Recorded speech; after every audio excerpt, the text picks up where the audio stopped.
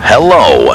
For those of you that are joining us live now on Bang Shift, again, thank you so much to the folks at Holly and Holly EFI for making this happen. Again, it is the West Coast Bracket Races with the folks at RB Components, Kid Performance, and Dyno, as well as Hughes Performance, all being kind of our day sponsors. It is going to be a lot of fun. Ooh, that's hot. I'm trying to be less hot, Chad. Trying to be. Patrick Reed and Luis Valenzuela.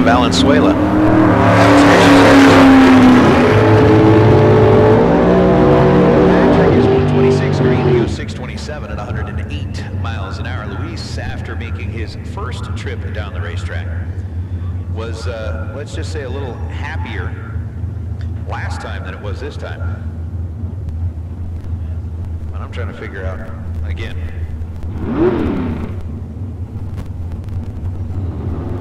Jim got us all fancy and stuff with like this huge mixer board up here. We're trying not to overpower it. So with Andrew Jaramillo and Ruben Quintero Jr. Quintero rolling up in the Camaro out of Hermosillo. And Andrew Jaramillo coming into Las Cruces, New Mexico. Late breakfast. What?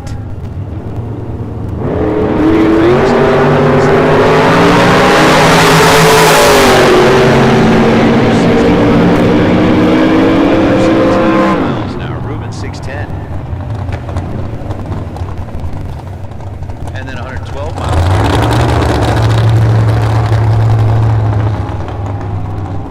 So David Ruiz in the Malibu rolling up out of the water box, and Robin Croton decided to, what do you have, like a 275-foot burnout? You gotta do it. Gotta do it. That's right, Mo, you're down in this part of the world now? I'm trying to remember. You are. You are down in this part.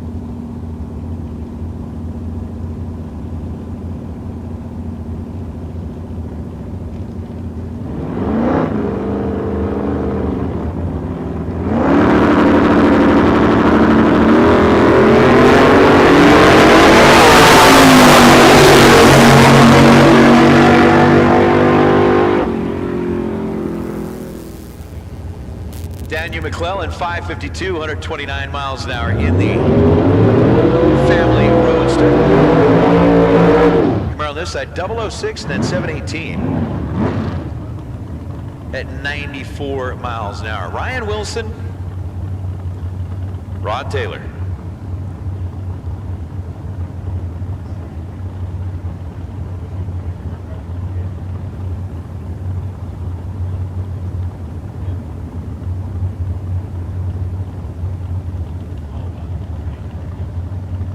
So for those of you that are joining us on the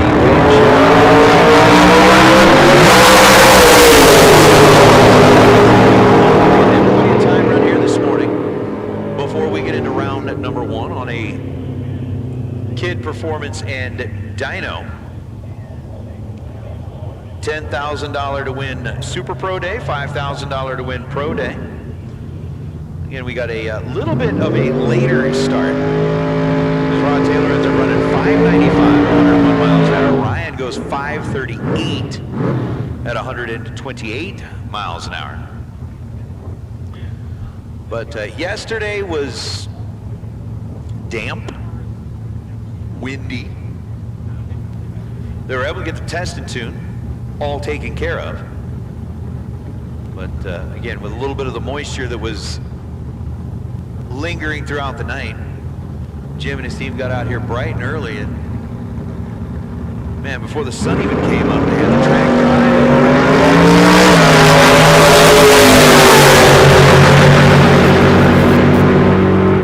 So that is what we're doing right now. As Ruben Ruiz leaves 11th hour early, it goes 6:33 on 107 miles an hour. And then 24 green, 682 at 99 miles per hour. We got Scott Taylor and Dustin Works. How are you, Bubba?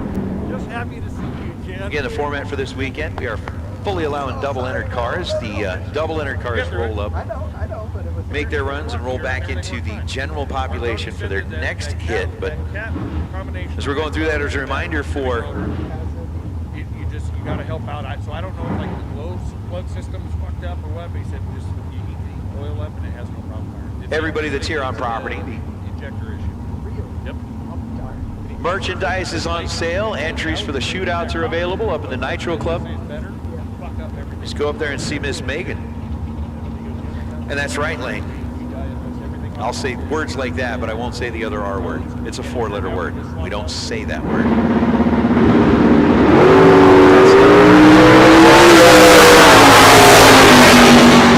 Scott Taylor ends up 11 green as Taylor goes 6:68. 101 miles an hour. Dustin 521 at $133.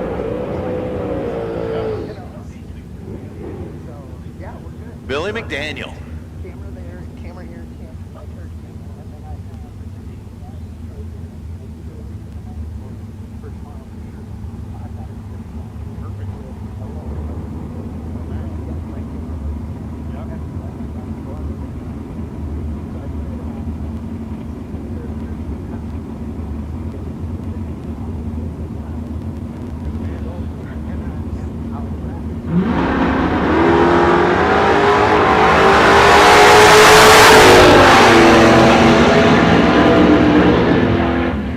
So 005 with the truck out of the right side, 660 at 101 miles an hour. You're good.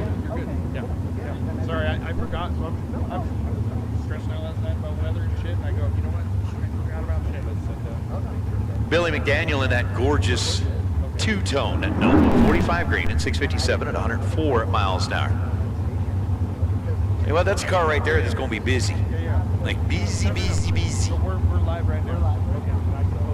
White car left side is, and I think it's double entered in like Pro, double entered in Super Pro. It's awesome. It's awesome. We'll see just how it goes.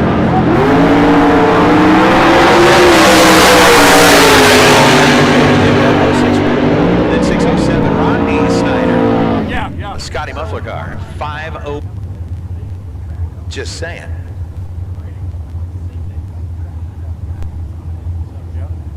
That's yeah. That's what we're here to offer, is alternative. An alternative to adulting. That's what drag racing is all about. If you don't want to do adulting, go drag racing. I'd love to be on with you guys. That's the thing. Oh yeah.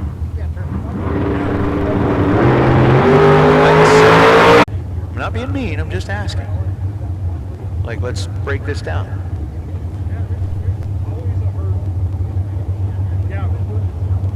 So Hector, you're gonna bring the Mustang out of Mexico. Davey Nelson was over here for a couple years. They didn't survive. You know, obviously I attribute a lot of it to me.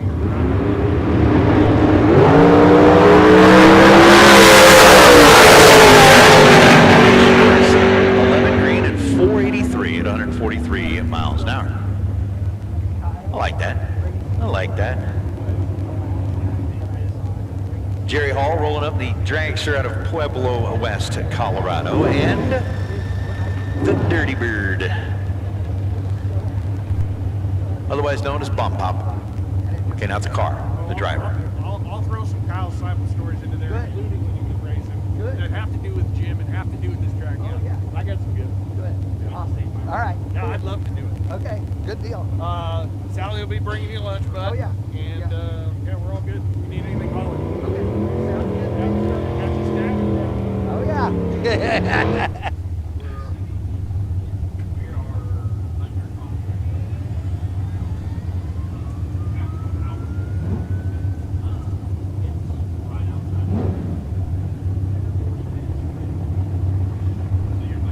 And I have always been very interested in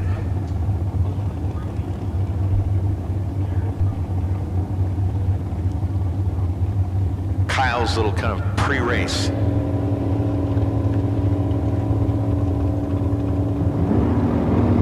Practices there on the starting line.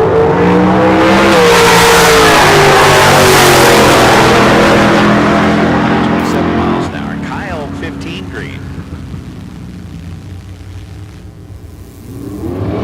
And then 749. As we are now getting fully into the dragsters. Yeah. We got Davey Hamilton checking in, rooting for, I'm guessing a lot of the Minnesota cars. Or no. The Miltons are out of Wisconsin. Right? But there are a lot of folks out there. I agree with you, 66. This live feed is total BS. 100%. But again, it is a kid performance at Dyno Friday. We are in our time runs, getting into our dragsters. Once we get through that, we'll be diving into round number 1. Racers, again, remember that merchandise is now on sale and available.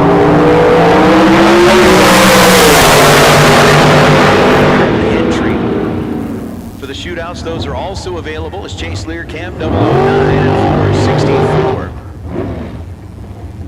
Down the right side of the racetrack, and I swear I think that was Dawson's car, and I don't know who he's doubling with, but it ends up going 462 at 150 miles an hour. Elliot Franco's going to roll up over on the left side.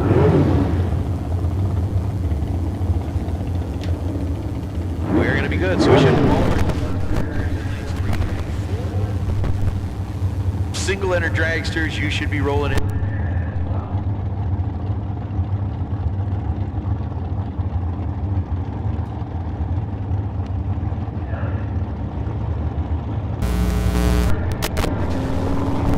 California is 22 green. It goes 510 down the racetrack.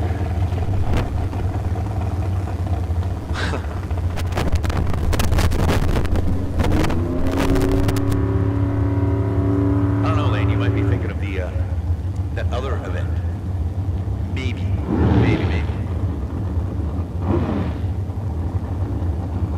That Neil?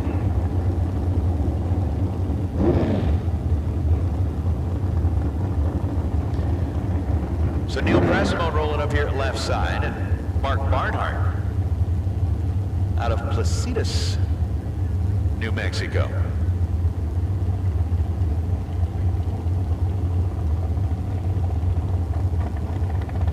And we are going to continue on through our Super Pro Dragster time runs. If you are one of our Super Pro Dragsters, be it double entered in lanes 3 and 4, single entered, you should be making your way to the other lanes. We're going to roll through this.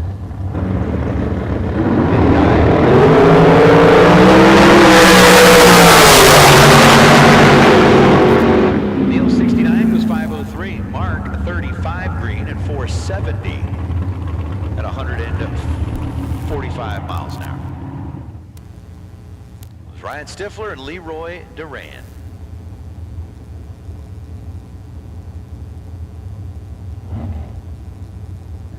So as we continue to make our way through, I'm going to step away from the mic and Mr. Ryan Gleghorn, who, like so many racers from the eastern half of the country, got lost and somehow found his way back here. And Ryan, it's like year number 3, and you still haven't fixed your GPS.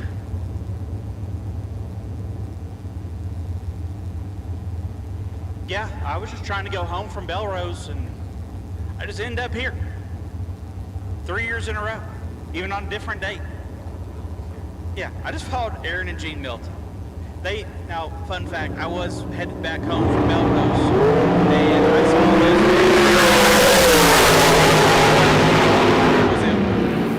this. They drove right past me.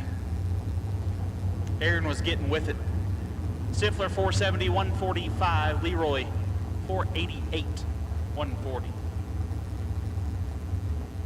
Got no name on this side. Dwayne Ringeth out of Rockview County, Alberta, on the right side.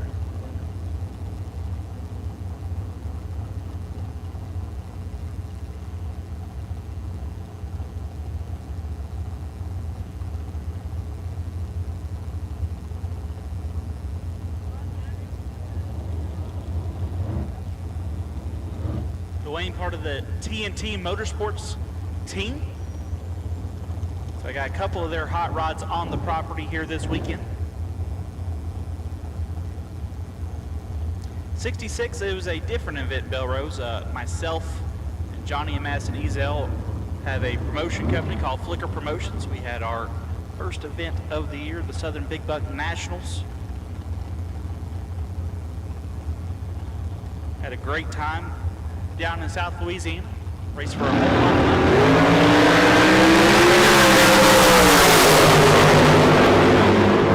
and while Nate has been announcing, I've been entering points.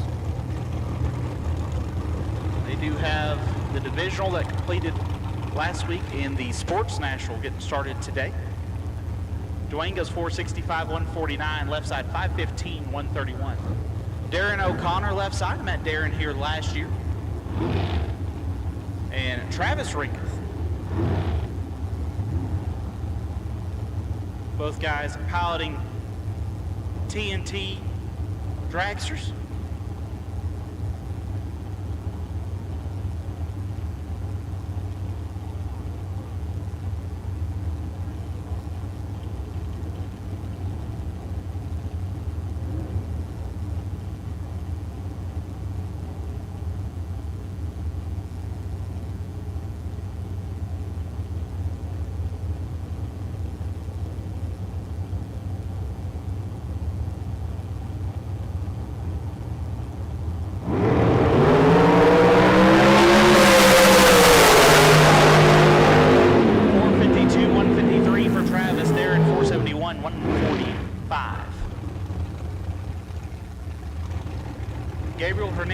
Jr.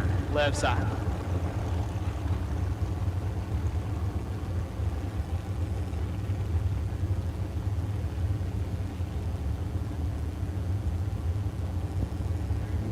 So we'll take the remainder of Super Pro Dragster. If you are a Super Pro Dragster and you have not been down the racetrack, now is your time to head to the stage lanes, lane 7 and 8. Once again, all Super Pro Dragsters, you have been called. All Super Pro Dragsters, you have been called. So Gabriel Hernandez left side and Jeremy Weaver in the right. 2024 Race Tech hot rod for Jeremy. Gabriel, very, very nice 2018 American hot rod.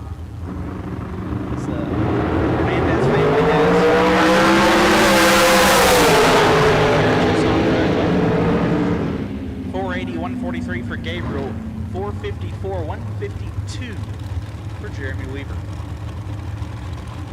I believe this is another one of the Hernandez family's hot rods on the left side. Right side, Blake Johnson, the 07 Undercover out of Colorado.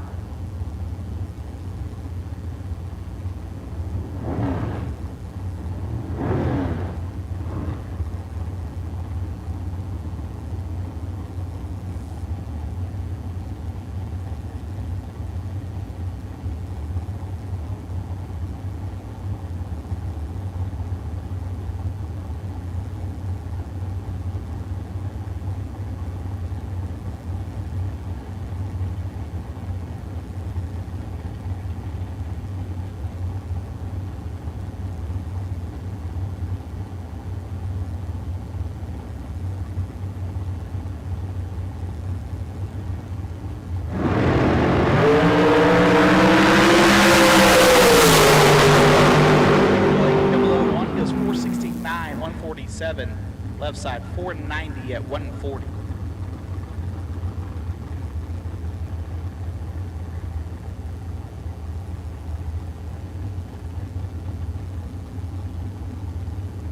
If I mess up this name, don't hold it against me. Joe Lindavazzo,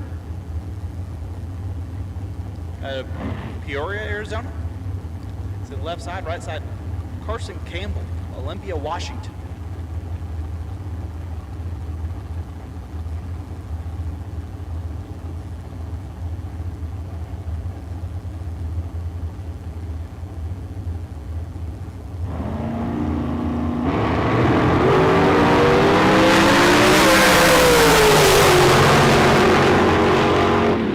Campbell, 462, 150. Joe, 536 at 127.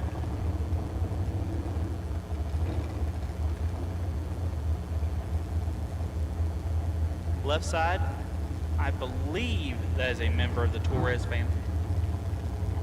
If my memory serves me correct. And Mark Campbell, right side.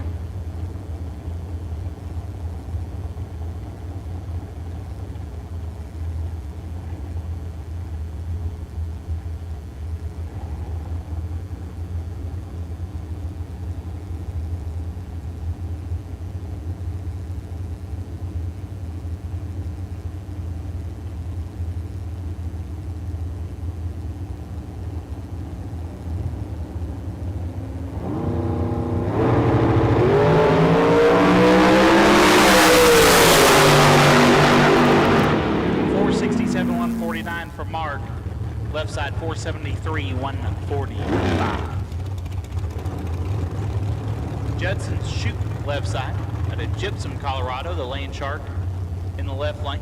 And Tyler Murrah. Tyler, Sandy, Utah, the 21 Casey Lane hot rod.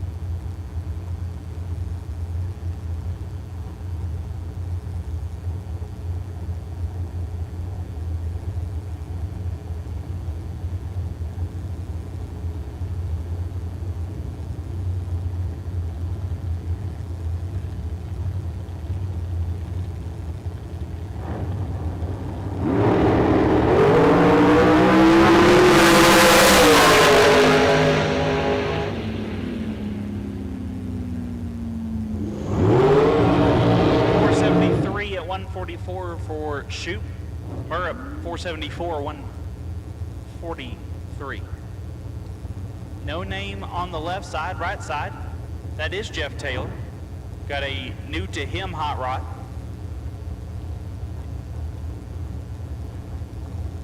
Super Crew Chief Greg Hicks looking over it.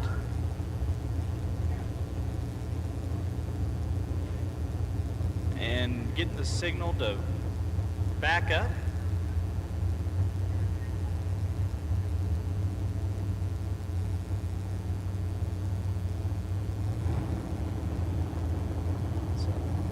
Left side gonna be going down by themselves.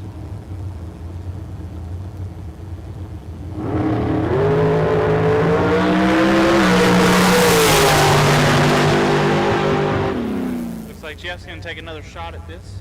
Left side 004, 531 at 129.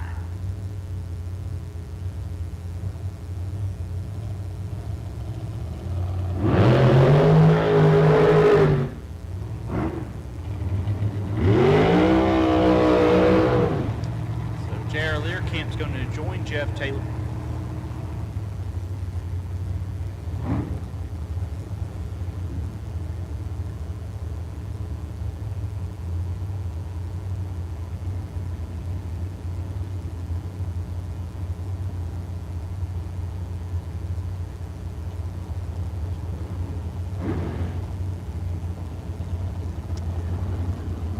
I've got another name for Greg Hicks, but I probably can't say it on this microphone.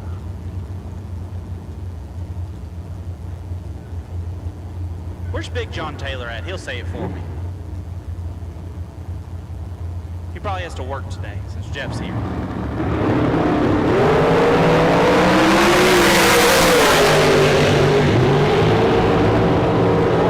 151 for JR. Jeff stops the clocks 460 at 150.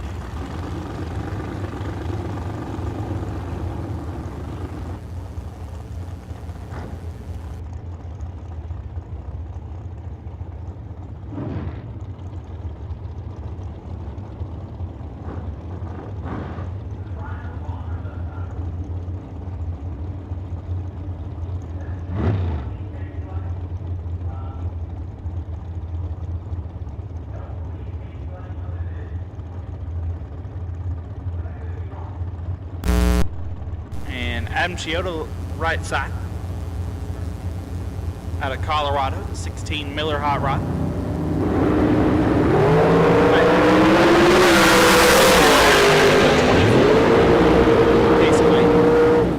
Ryan, 458, 149. Adam, 470 at 145. Paul Dowdy, left side. Centerville, Utah. That's where the O2 Undercover hails from. And Marco Paravalaris, the nicest guy in drag racing. The California, the 18 Casey Lane race car on the right side.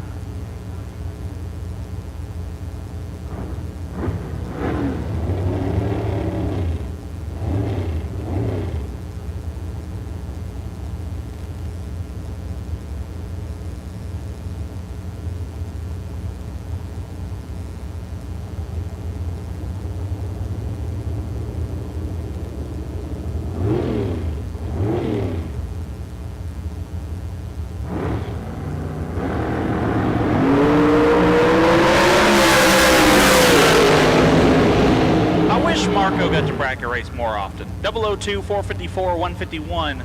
Paul had some problems there, like he decked it and then it tried to die or something. But 492, 137 for Paul.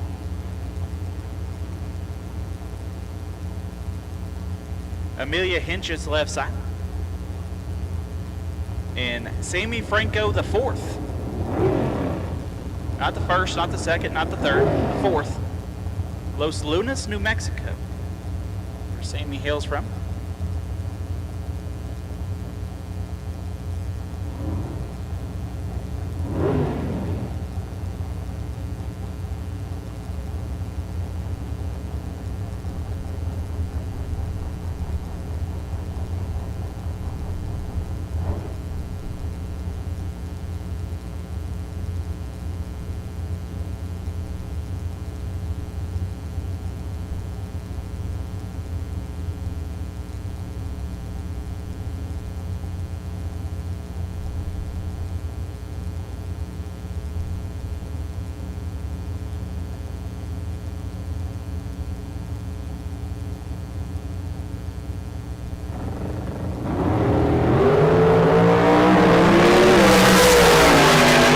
Amelia 474, 145.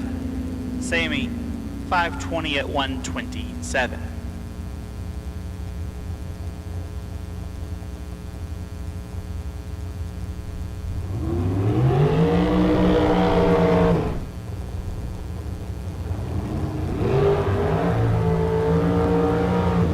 Mark Kidd, left side.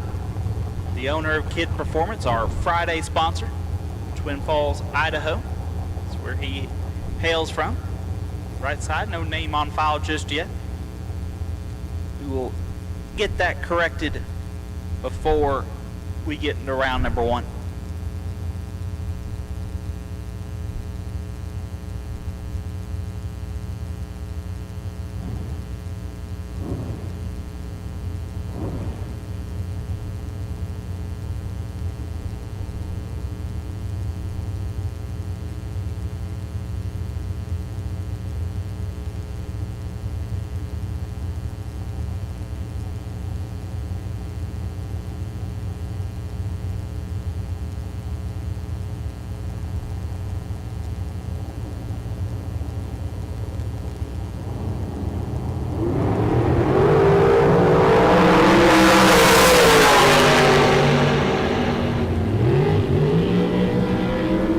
Mark goes 469, 146. Right side 499, 137.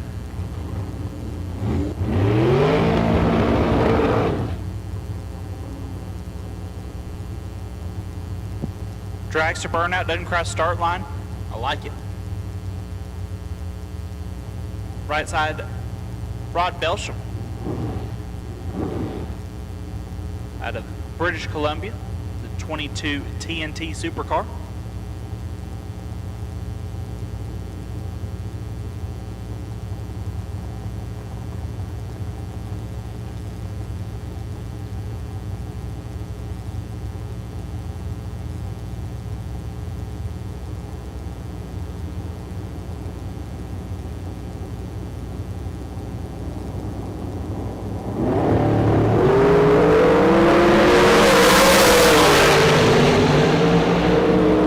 Left side 493, 138. Rod goes 466, 144. Race Kid left side out of Boise. And Dustin Hinches at Olympia, Washington. A lot of Olympia, Washington runners I've seen come across the screen thus far.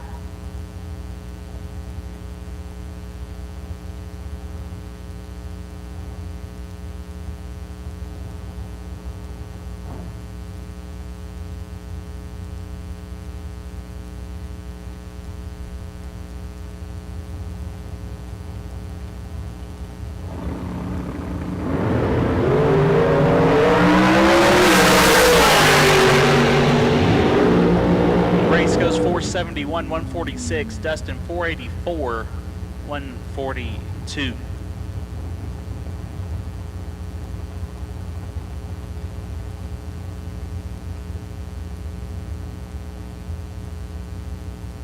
Bree Bandamere Herman out of Colorado. And Riley Learcamp out of, you guessed it, Olympia, Washington.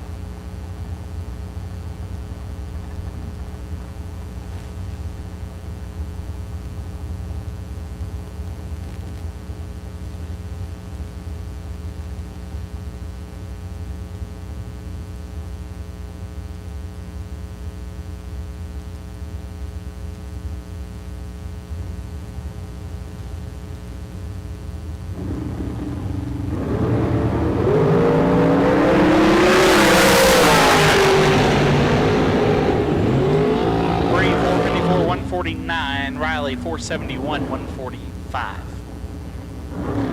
Calvin Locke left side. Chandler, Arizona. The 98 Yancer. And Victoria Christensen. Victoria out of Colorado. 16 American. Over on the right side.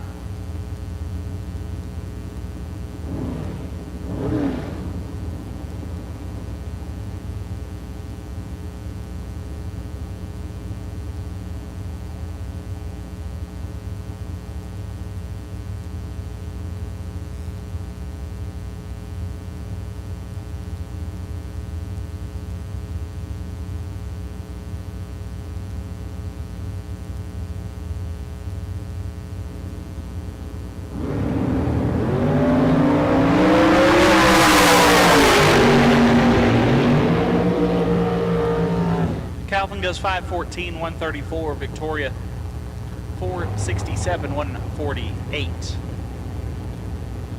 No name on left side just yet. Chris Whitfield right side. The 05 undercover out of Colorado.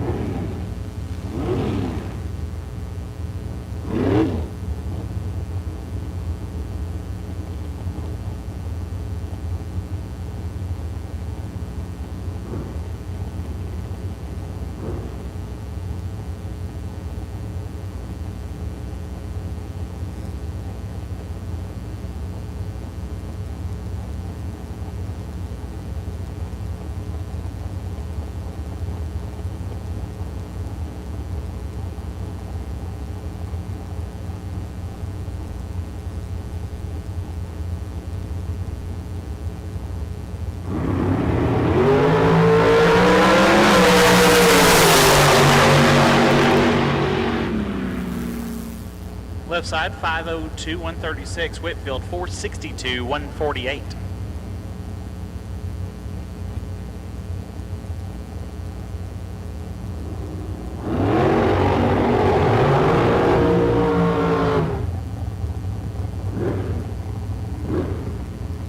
Kurt Reif, left side. And Luis Ortiz, the right side.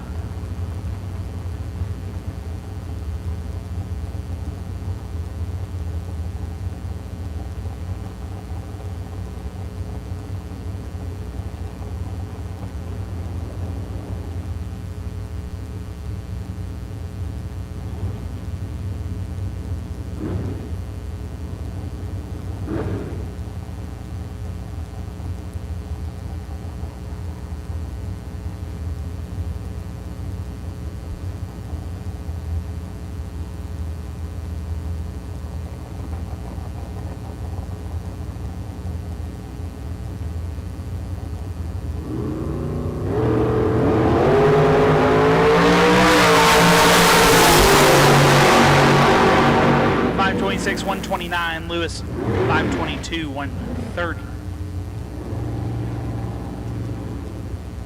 Jason Pad, left side. Chester Moore, Alberta.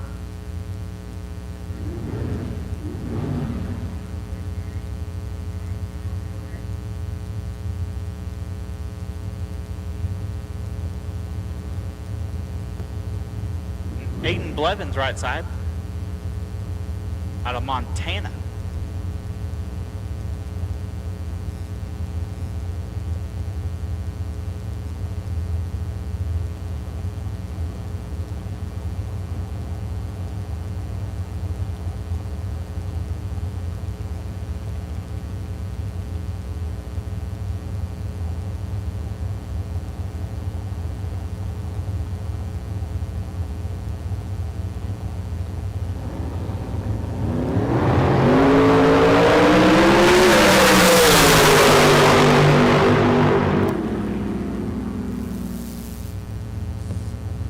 Jason 451, 152, Aiden 482, 141.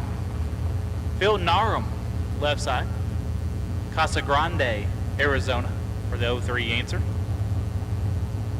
Like might be having some problems getting it in reverse.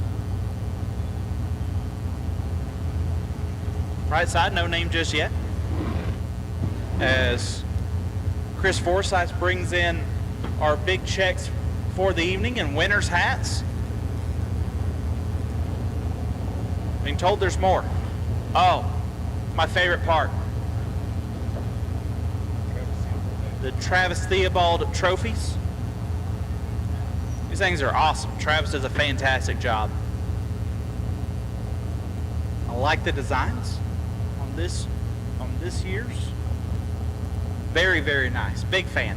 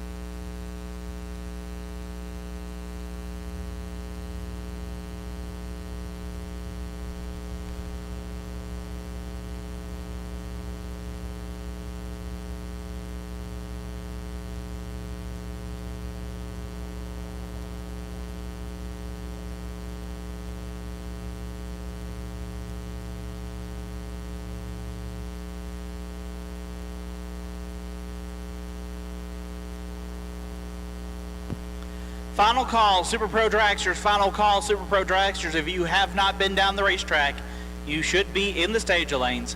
Final call, Super Pro Dragster. You should be in the lanes.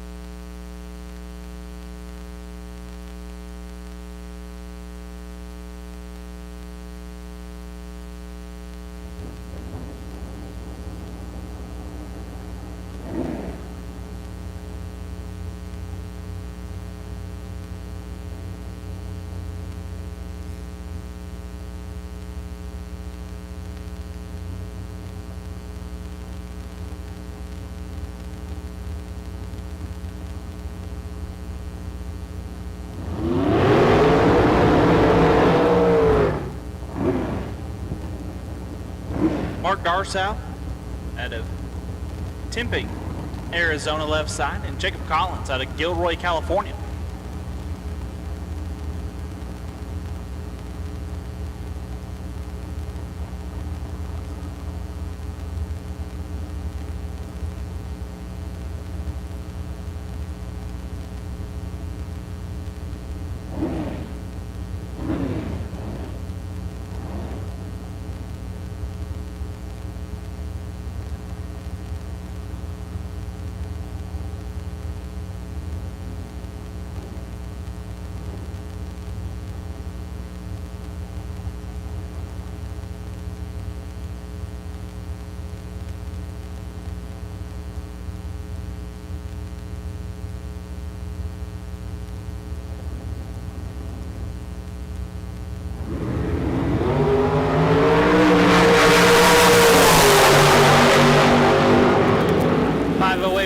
For Mark, Jacob 479, 143.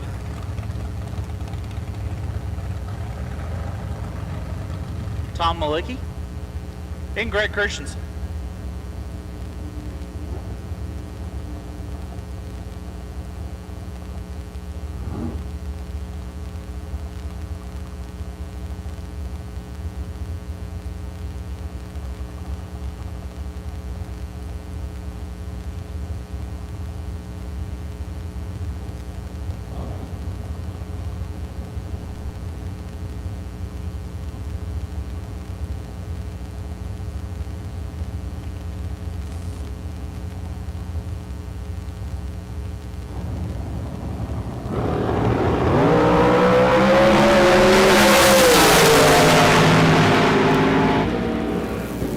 .447, 155 for Tom, 462, 147 for Greg. Kevin Johnson, Drader, Utah in the left, Mike Zimmerman out of Phoenix, Arizona.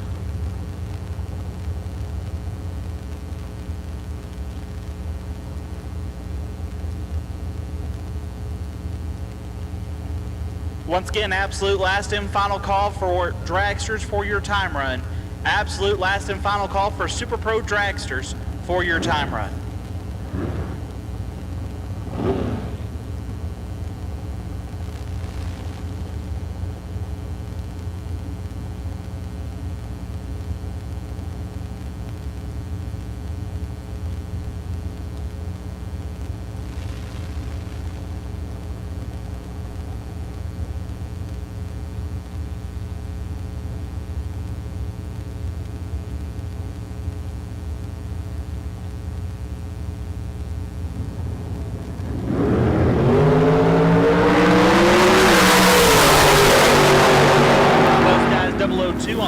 Kevin goes 460 at 149. Zimmerman 488, 141.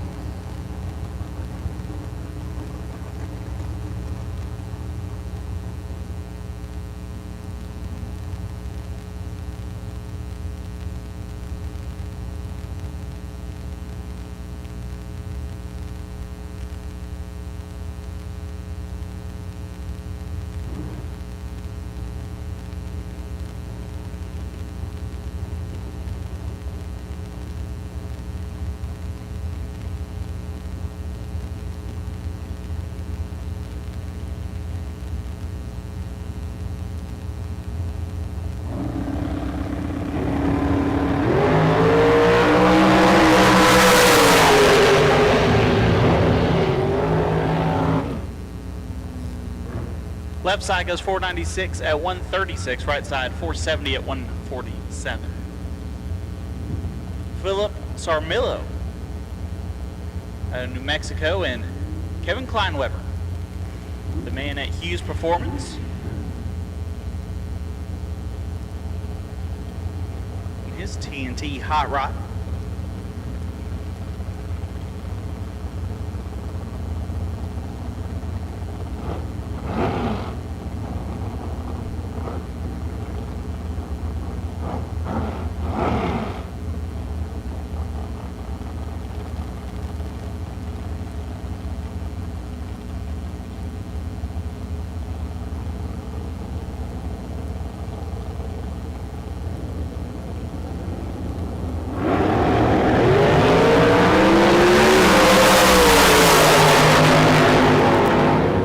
Philip 504, 136. Kevin 448, 155. Lance Parker out of Roy, Utah in the left. And Richard McFarland, the only dragster I've ever seen that has front wheel line lock. Yucca Valley, California is where Richard hails from.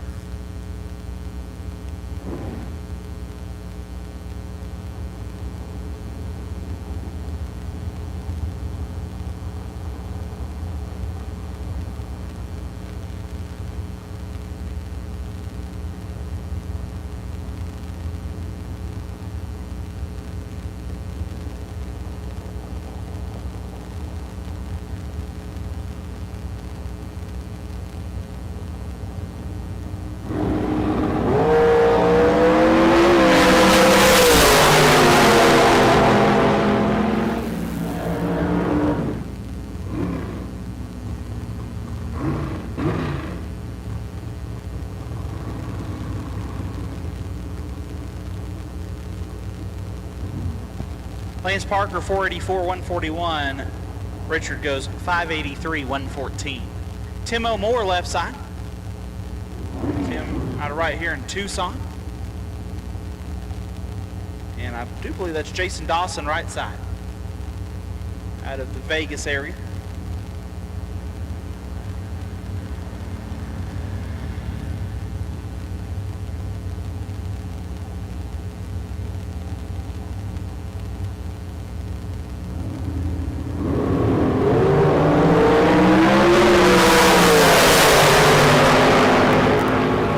O'More 514, 133.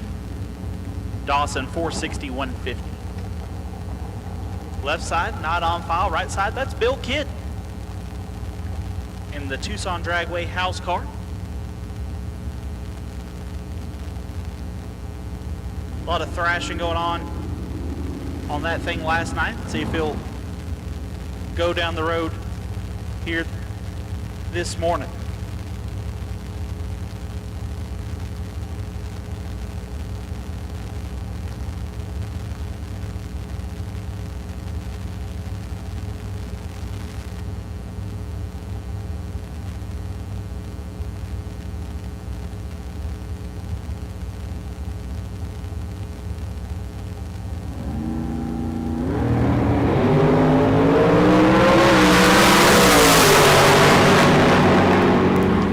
Side 517, 133. Bill stops the clocks.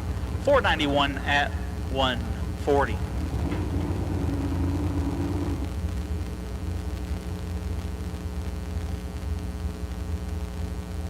Amber Escobedo in Leroy Duran.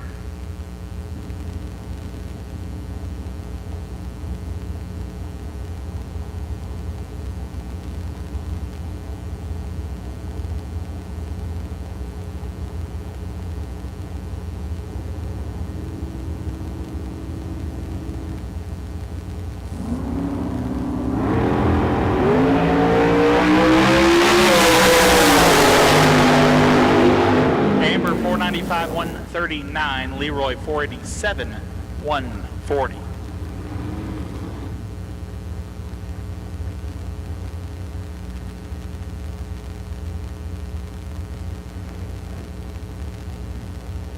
Grant Dury and Justin Shoot back around.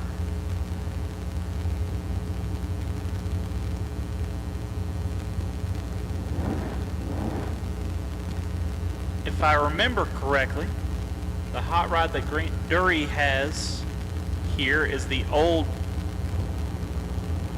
or was originally Jeff Lopez's, I think. Trying to reach way back in the memory banks here for me.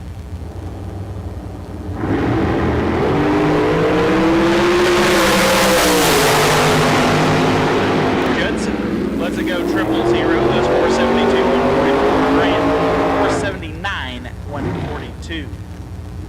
Gabriel Hernandez, identifying as a dragster here in his 89 Mustang, and Mark Barnhart. Barnhart, brand new Ezel Race Cars hot rod.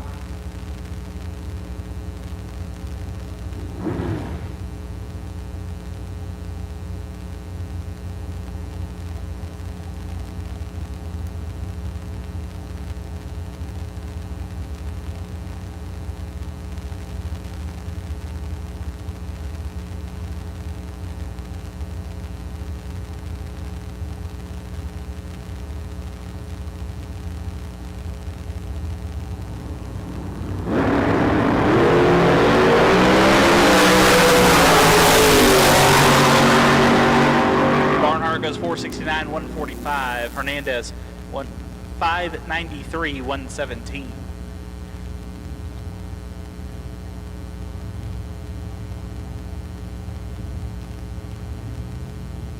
Brian Cam and Hector Salida be our next pair.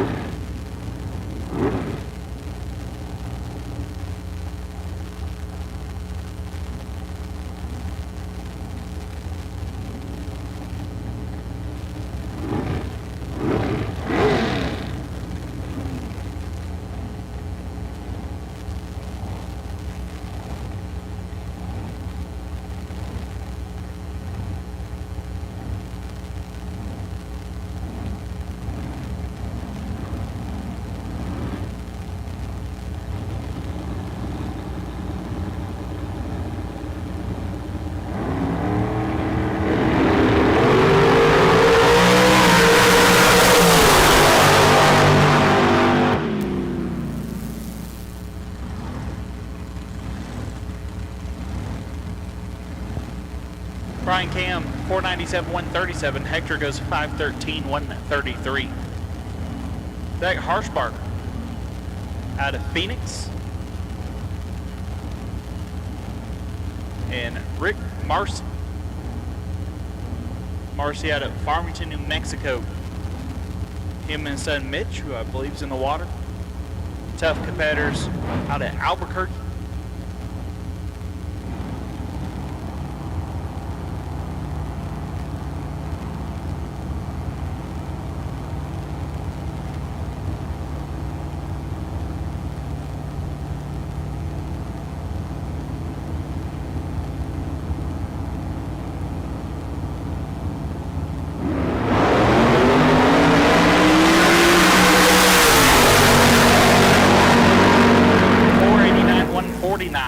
For Zach, Rick 485 143, 489 149. I like the concept.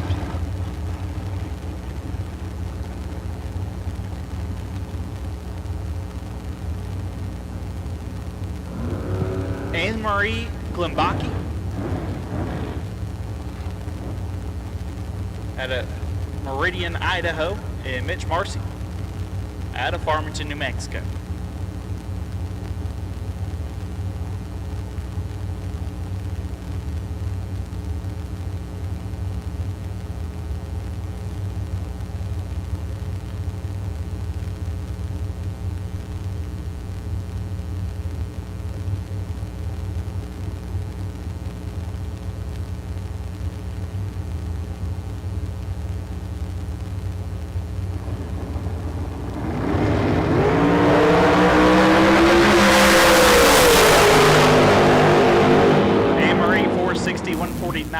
Marcy 480 144.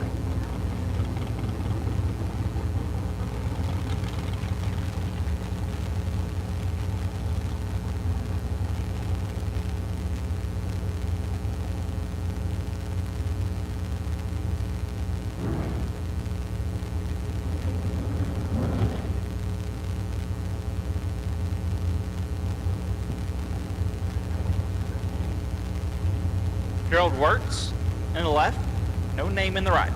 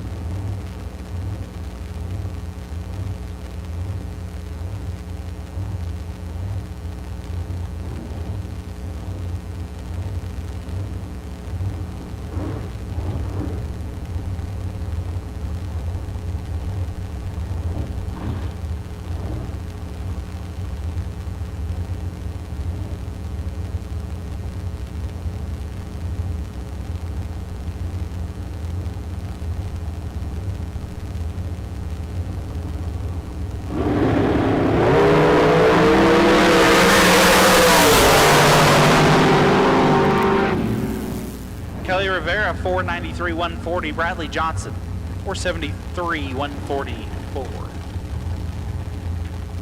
Pat Marback, Bismarck, North Dakota.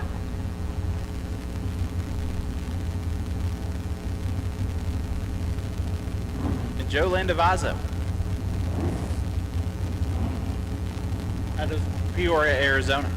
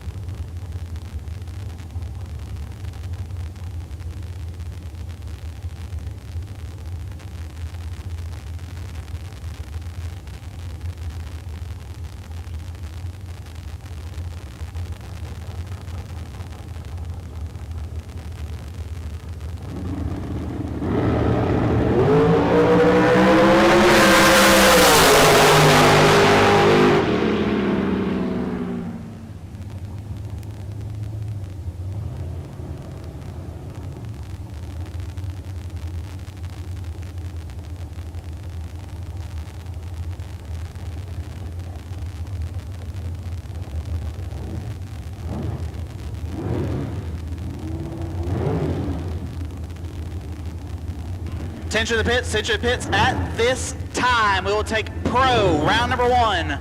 Pro, round number 1, will take you to the lanes. Doubles to 3 and 4. Single entries will take you to 7 and 8, I do believe. Pro, round 1, will take you to lanes. Wait and see by car number 2.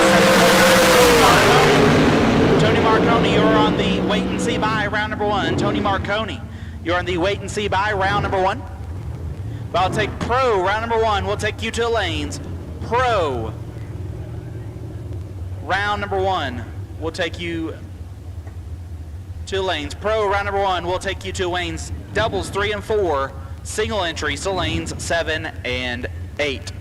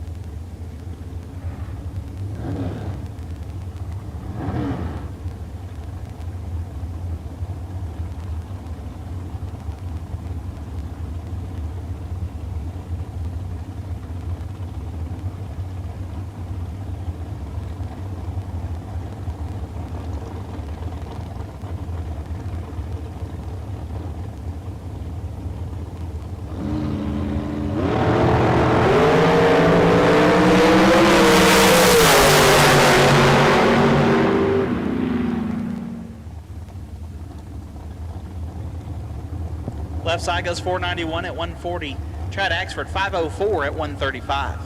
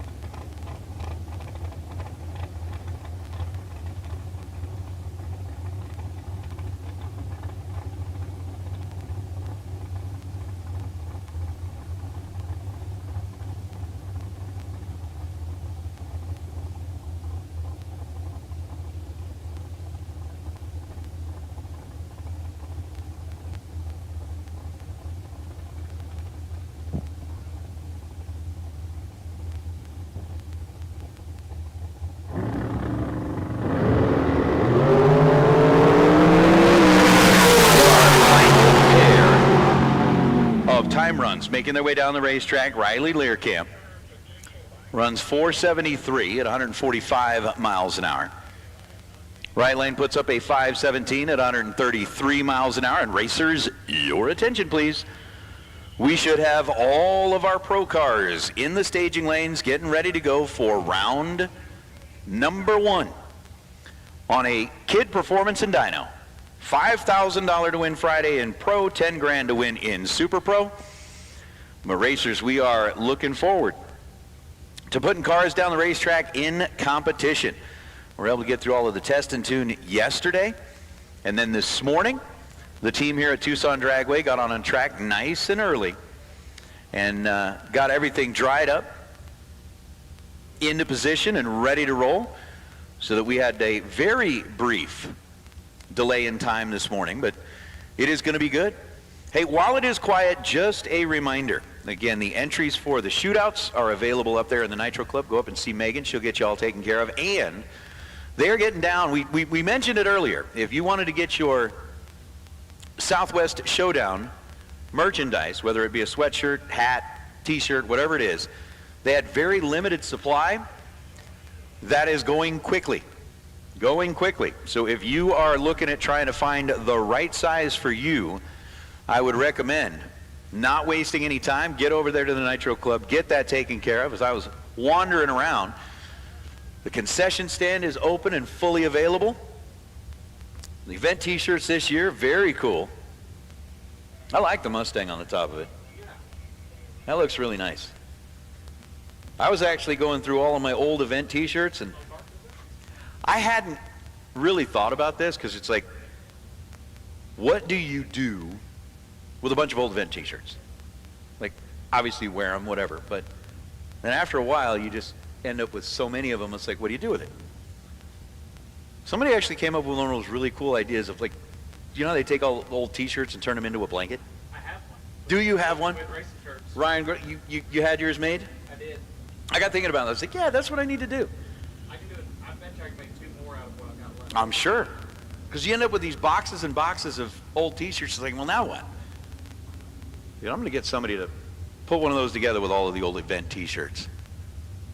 I could do all the junior finals from Vegas on one side and all the Southwest Showdown on the other side. I think that'd be cool. I think that would be really fun. But we're getting ready to roll into pro, round number 1. So again, if you are in our pro category and have not yet made your way to the staging lanes, you should be there now, please. And I'm telling you, some of the names, some of the drivers, some of the locations that have been represented here already. Early on a Friday morning, we got Washington-based cars, Oregon-based cars, Canadian cars, Mexican cars. We got Minnesota, Wisconsin, Montana, just so many places all getting together here to go racing at the 2025 edition. Again, it is a kid performance and dyno. West Coast bracket races, Southwest Showdown. Kevin Smania and Brad Burton are our first pair. Here at the Southwest Showdown, 694 on a 688 dial after being 31 green. Kevin Smania rolled up in the pickup truck, left side of the racetrack, dialed in at 633, and ended up running a 630 after he was 27 thou red. That kind of stinks. Kind of a bummer, but good news is buybacks are available. If you are looking for buybacks, yeah, we'll get that all taken care of.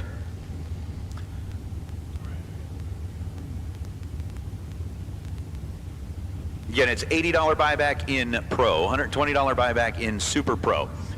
As Peter Del Guidici and Shrek rolls up, dialed in at 576, going against the Dragster. 554 was the dial. It was running a 546. But Del Guidici, 34 on the tree, giving him about 0.07 of a second advantage at this end of the racetrack. Ends up one above the dial to be on the good side and move into round number 2. Dragster will be eligible for buybacks. Now we'll try to make it sound nice, but being eligible for a buyback isn't really a good thing. Not really a good thing. How about Ken Tolsdorf? The Tolsdorfs are down here racing. They had spent last weekend at the Strip at Las Vegas. It's part of that Muscle Cars show. And the 69 Dart coming in out of Alberta dials in at 606 on the left side, and Scott Taylor coming down out of Columbia Falls, Montana, rolls up in his Chevelle, dialed in at 667. Head start going to the right side as Scott is just gently bumping that car up onto the starting line. Away goes Scott. Almost to a 106 reaction time. Goes 608 at 112 miles an hour. To turn on the win light his side. Scott, 670 on a 667, but left 0.005 of a second too quick. At this end of the racetrack, as we'll bring up the 66 Chevelle. Racing out of Pueblo West, Colorado. Yeah, that didn't work. Tried to say it and it just didn't work. 677 is the dial left side. And the green over on the right side, dialed in at 603 as we are still working on getting all the tech cards put in. Who's taking care of who? And oh, you never like seeing race cars getting towed in front of the tower. Towing them into the staging lanes is fine. Robert Hall gets the win, 682 on that 677 after being 034 green.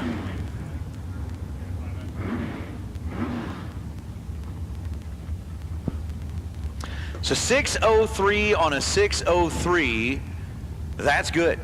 But a 143 reaction time basically made it all for naught. That's definitely buyback worthy. Definitely buyback worthy. We got Henry Robertson rolling up right side, dial 653 in the car that they call Stickers. Right side. 7 flat was the dial left side, and a 701 on the 700 lights up the board for the left lane. Henry had an 041 reaction time, but ends up with a 660 on a 653, and that is going to make him eligible for the buyback. Oh, by the way, we will handle buybacks in the staging lane, so you don't need to go anywhere before that. You don't need to do anything before that except for go back and evaluate what it was that made you eligible for the buyback round. Whether the tree was late, whether the timing system didn't calculate things right, whatever it was that wasn't your fault, but you still ended up in the buyback. You just can evaluate that. But we will collect the buybacks in the lanes when it's time. John Cazzetti getting the win light over C.W. Hofer. CW rolled the Firebird up into the right lane, dialed in at 7.51 seconds, got the opportunity to leave first and left 43 green to go 749 on a 751. Got to the finish line first by 8 thou. Breaks out by 14 thou as John Cazzetti, 26 green and 1 above, turns on the scoreboard for the wheelie wagon out of Whitewater, Colorado. We're going to bring up our next to 575, the dial for the red Camaro.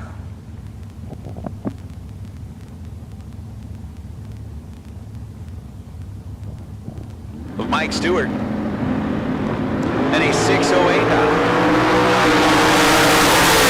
0.005 of a second, the difference at this end of the racetrack, at 576 on a 575 lights up the scoreboard for Stewart and the Camaro.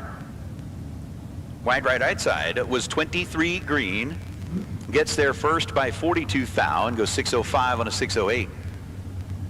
So no good out of the right lane. Mike Stewart, 28 green and 1 above, will get him a win light out of the left lane as we'll bring up Joe Kidd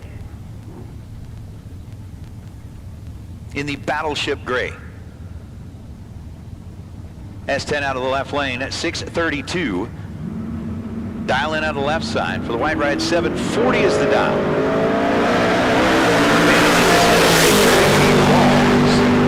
To Joe. Win light at that end of the racetrack belongs to Joe. Joe, 634 on a 632 after being 29 thousandths of a second behind the green light. Right side at an 053, gets there first by 2 thou, breaks out by 2 thou. And like zero margin for error. And ends up getting there 2 thou too quick as Sean Brewster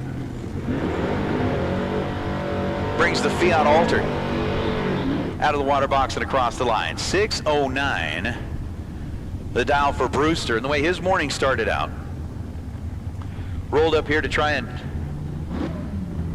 take his first time run. The car didn't want to cooperate. They towed it back into the pits. We're able to get it all turned around and back into the lanes. And now with that 6:09 number up on the left side, Sean's going to approach the starting line, taking on Richard Llewellyn. Llewellyn, left lane in the, I don't even know what blue color you'd call that. 5 thousandths of a second is the difference in reaction time, and Richard Llewellyn will notch a win here in round number 1. The Nova 54 green and goes 670 on the 679.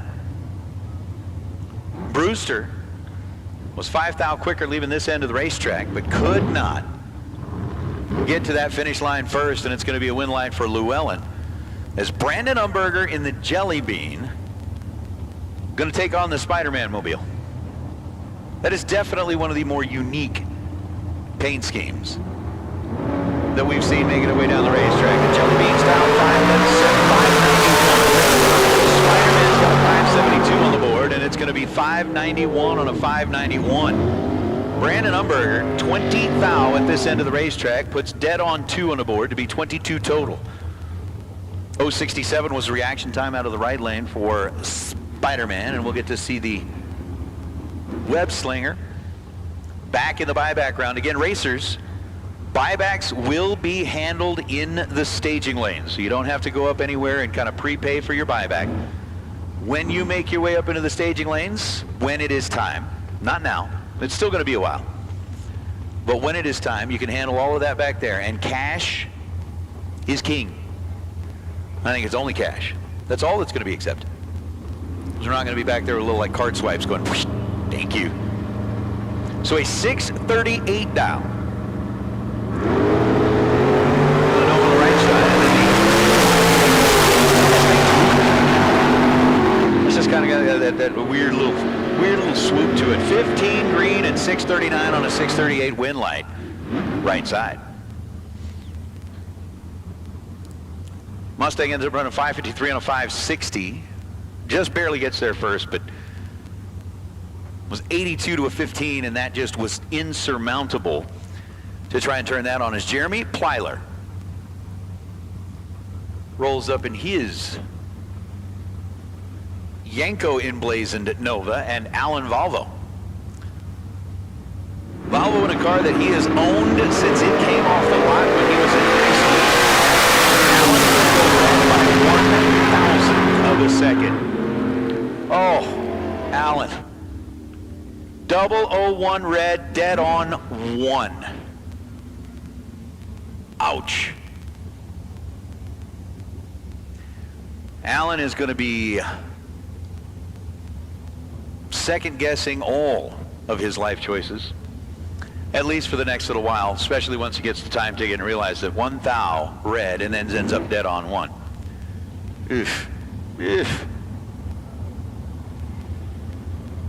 How about Tolsdorf number 2? Rolling up in the Ram Charger wagon, that 330 wagon. Dialed at 633. Taking on the fastback Mustang left side. 699 was the dial. 702 was the elapsed time that went up on the scoreboard after the 022 reaction time, and gets the margin of victory by 0.03 of a second. Tolsdorf was 86 green and in trouble from the hit, but ends up taking that 330 down to go 650 on a 653 as we'll bring up Stephen Lakey and Monty Beagle. Stevens Malibu with a 657 dial. Beagle's Ford with a 591 dial. And Monty, the red light turned on. It's just going to be that kind of morning. Red by 10 thou, under by 4 thou for Monty Beagle. Stephen Lakey 107 on the tree, and 658 on a 657 will be enough as Chris Citro rolls up in his Mustang.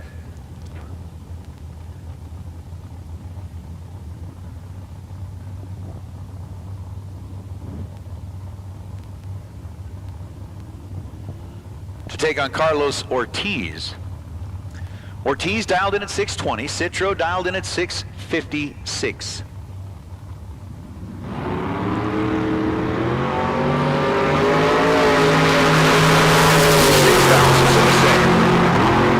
Difference at this end of the racetrack. Win light goes to Citro. 662 on a 656 after being 25 thousandths of a second at this end of the racetrack, and Citro is pulling in and parking down at the finish line. The driver's side door comes open.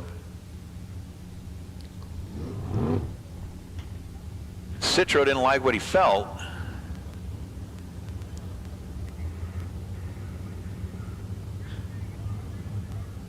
So he is going to bring a car to the stop. He climbs out and is looking under the car at this point in time.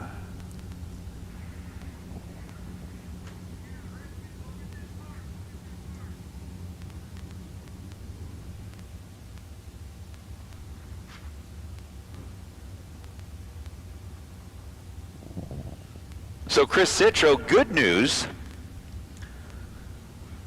is that the win light turned on.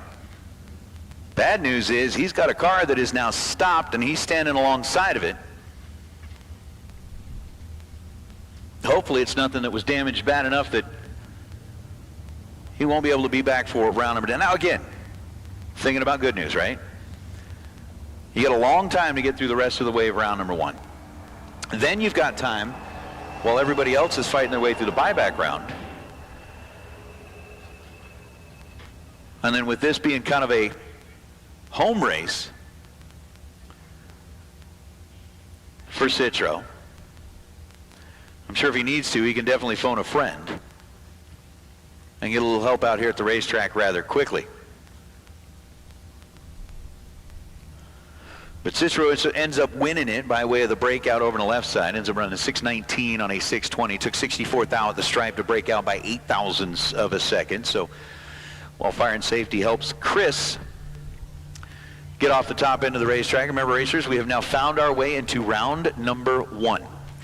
So our double inner door cars have made their way through lanes 3 and 4. The next time they come back for their second trip down the racetrack, they'll join everybody else over in the other lanes.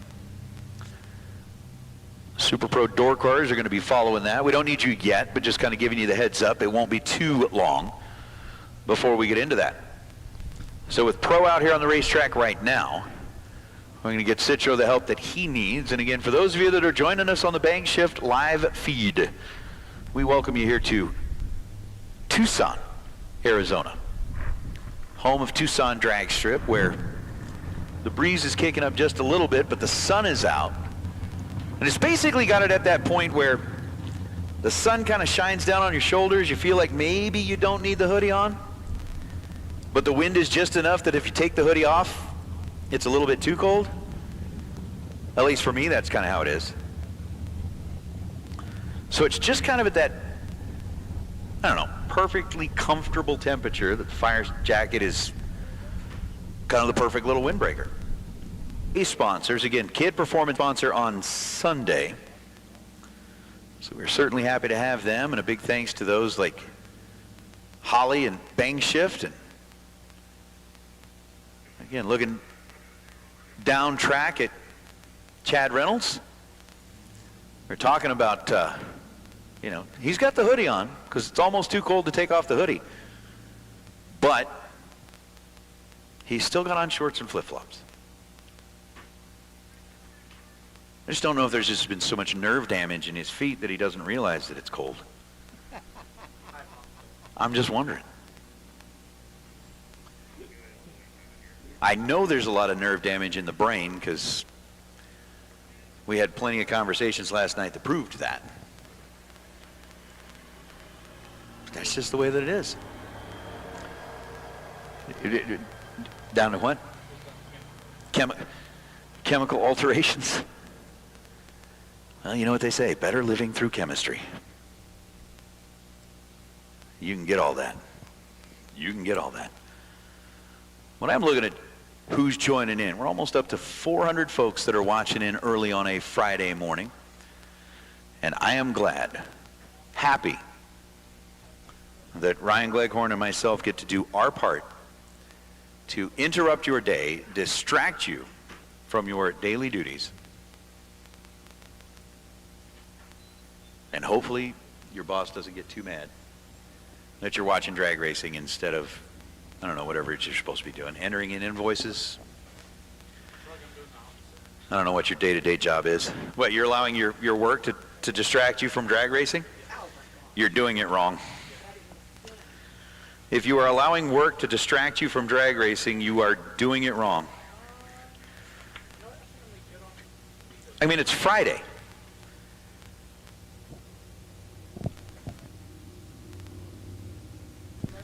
You have already put in 4 full days at work. It's Friday. So you spend Monday, Tuesday, Wednesday, and Thursday working hard, and then you spend Friday hardly working. It's the way it's supposed to balance out. That's life. Thank you, Ronnie. That's nice. That's nice. So it looks like we just about have the top end of the racetrack clear. We're into pro round number 1 here at the Southwest stand today. Because that looks tasty. It looks, what you saying, spicy chicken sandwich? I thought like Chick-fil-A. This looks like it might hurt. Dude, this is like, they took some all buffalo sauced up chicken tenders, threw it between a bun, and Cheese on it. cheese, tomatoes. Pretty solid. Gleghorn gives it the seal of approval. So if Gleghorn gives it the seal of approval, sounds to me like your next stop needs to be the concession stand here at Tucson Dragway to grab a spicy chicken sandwich. Lots and lots of sandwiches. I gotta love it. Sasha Hofer now. Rolling up in the Firebird, coming in out of Calamasa, 751. Dial over on the right side, and the Barracuda.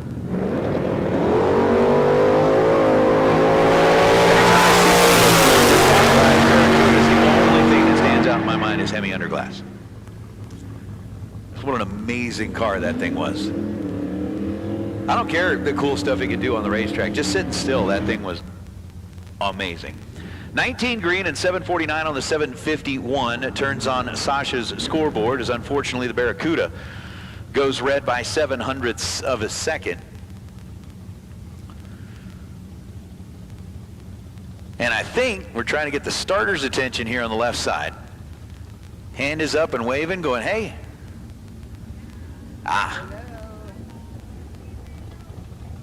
Going to get a quick correction. Sure. Thank you. I love you.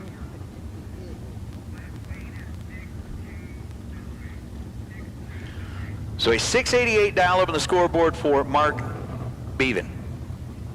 In the Beeve.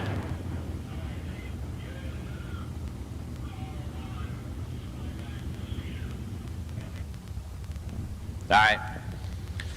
So with the Beeve dialed in at 688, the Dragster dialed in at 629. Hey, racers, once again, listen up, please. 4 buybacks. Those will be handled in the staging lanes when you are called into the lanes for buybacks. So at this point in time, you can just kind of chill. If you did not turn on the scoreboard in round number 1, like Mark did not, he runs 683 on a 688 after being 034 green. The Dragster's 006 and 1 above to get the win. So if after round number 1 you find yourself needing a buyback, all you have to do is hang tight. Just wait for a minute, chill, and when the buybacks are called to the lanes, bring your money with you at that time into the staging lanes. It's kind of that simple, that easy, that quick. 7 pounds,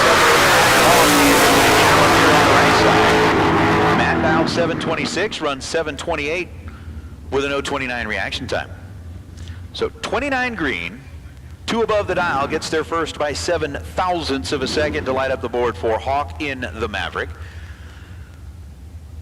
Challenger was 22 green and then runs 3 above to be just a tick short of turning on the win light. So again, if I were coming up here with Jeff Taylor and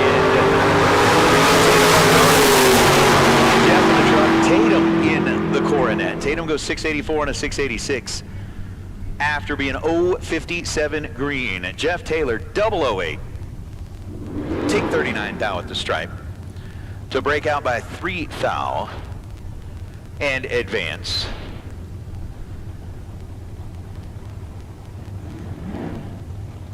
So again, with the buybacks, if I were sitting there holding a time slip that said you did not win in round number 1,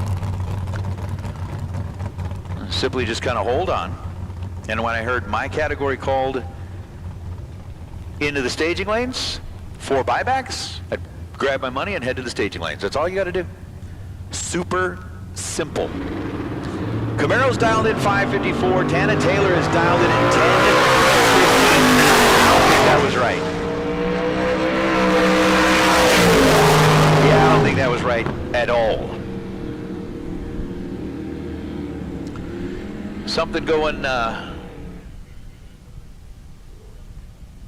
little bit wrong for Tana Taylor. Camaro goes 39 green and 556 on a 554.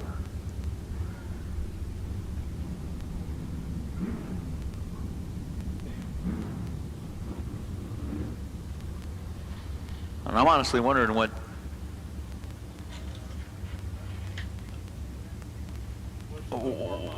they were thinking. Yeah, I mean, it could have been dialed for quarter, which would make sense-ish. 788 the dial right side. And for Tyler Sally, left side of the track, dialed in at 736. That was the difference between them at this end, and the difference at that end is 52 thousandths of a second. Win line goes to Sally. Tyler was 50 green and 760 on a 736. That was, again, one of those like, well, I'll go ahead and hang a wheel out here. Well, it seemed like right lane had dialed 788, and again, non-cooperative mechanical equipment. Didn't work. Oh, it didn't work.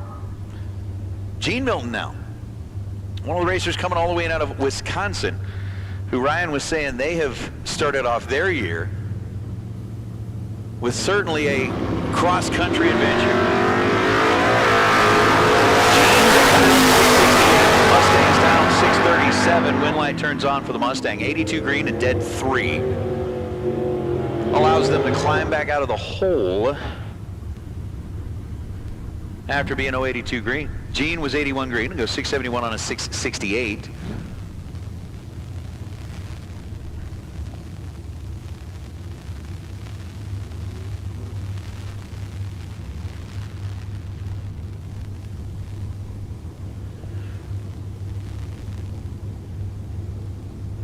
We'll bring up Kyle Fritz in his Firebird, dialed in at 750. Mustang on the opposite side, dialed in at 633.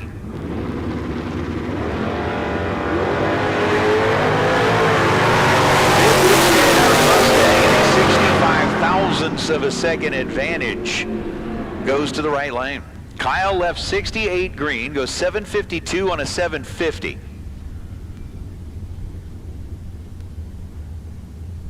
Mustang over on the other side was 003, ends up 57 thou total,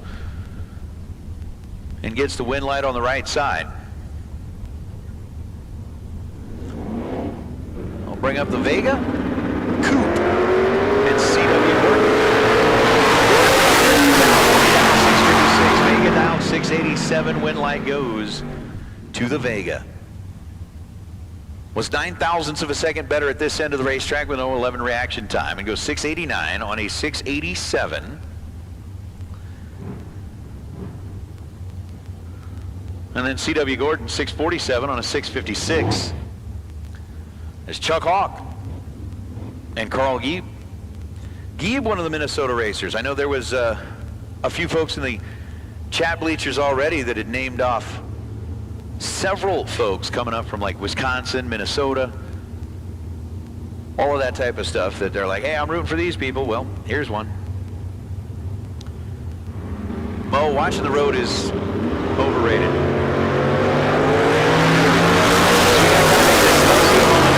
Reaction times. Both of them had 0s, 8s, and 3s. Carl was 038. Chuck was 083. Chuck takes 5 thou at the stripe to be under by 5 thousandths of a second. Carl is 38 green, and then 634 on the 630 dial. Scoreboard lights up for Carl, moving him into round number 2. Let's bring up Curtis Zenzalita. The Roadrunner at a Flagstaff, 6.09 seconds for Curtis, and I found out Curtis is one of those super smart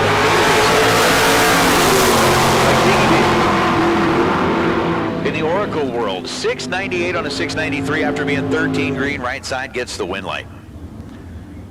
Zenzalita was 34 green and goes 613 on a 609.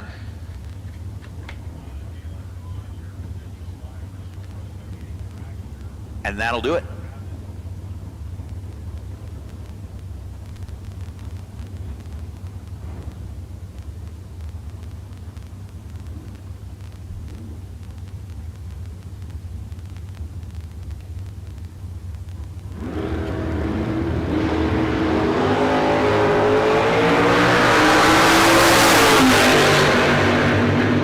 Drivers in this pair, 007 leaving the starting line, and how about 7 total out of the left lane?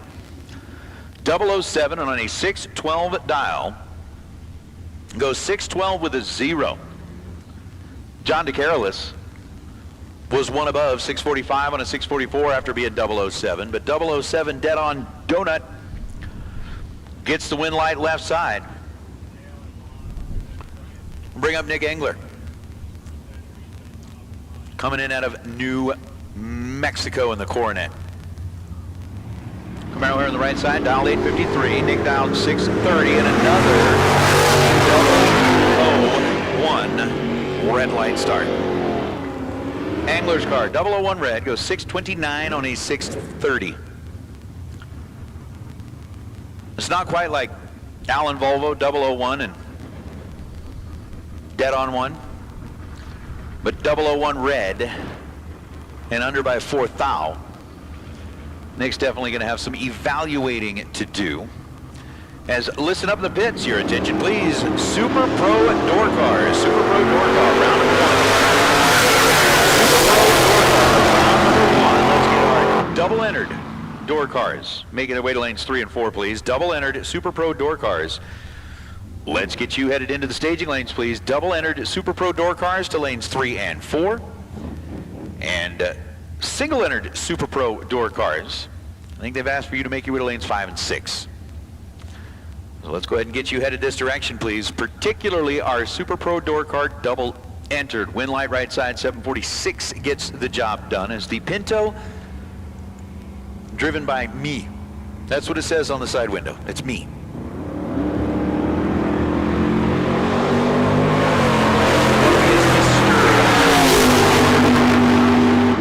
Talking about between him and Gene, they've been a long way around the country already, between Florida, Mississippi, Louisiana, now Arizona. Win light belongs to me in the Pinto. 101 on the tree and dead 6 is good enough. Milton was out front, had an 054 reaction time, and on that 591 dial gets to the finish line first by 72 thousandths of a second to break out by 9 thou. Joy Cazzetti now coming back to take on Henry in his second entry. Henry with a 655 dial, Joy with a 592 dial, and Henry 22 dead 2 is 24 thou total. Joy had an 043 reaction time, ends up 3 above. But after Henry's first trip down the racetrack in round number 1, decided he didn't want to do that again. So 22 and dead 2 gives him a win light.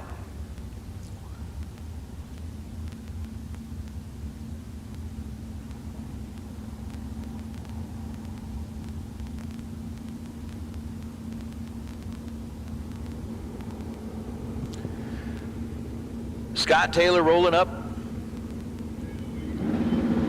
in the Chevelle, down 669. This is a better start. Left side. 46 green, dead on 8 for Scott Taylor. Turns on the scoreboard in the second entry. The Nova ends up with a 660 on a 662. Ends up under by 15 thou, taking 32 thou at the stripe.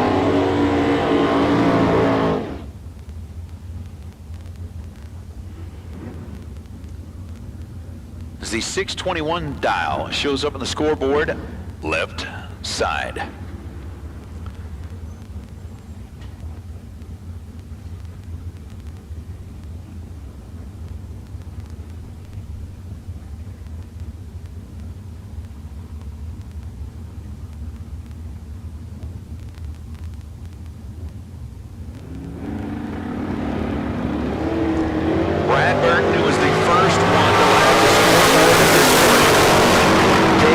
Vega coupe, and the win line's going to belong to the coupe. So Brad wins one and then gives one back. 45 green for Burton, and then 694 on a 695. Couldn't get there. The Vegas 31 green, dead 4, ends up 35 total, and Brad was, no matter how the math worked out, was going to come up 10 thou short.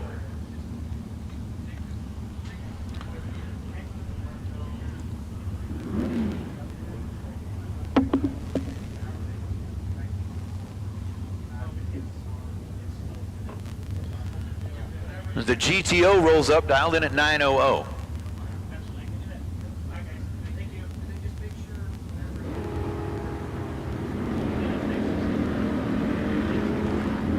So a 9-second dial.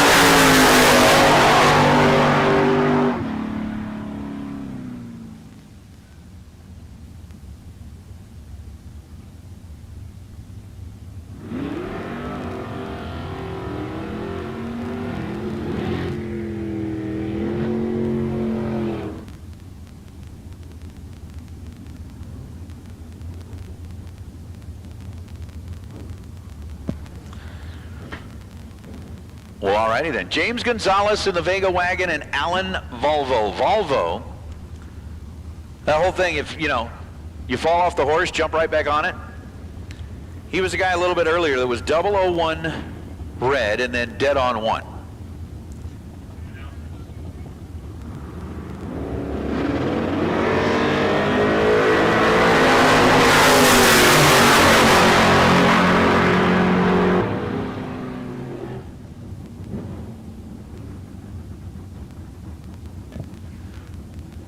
All right, we got a racer needs a tow in the lanes. Ray Powchek. Ray Powchek needs a tow.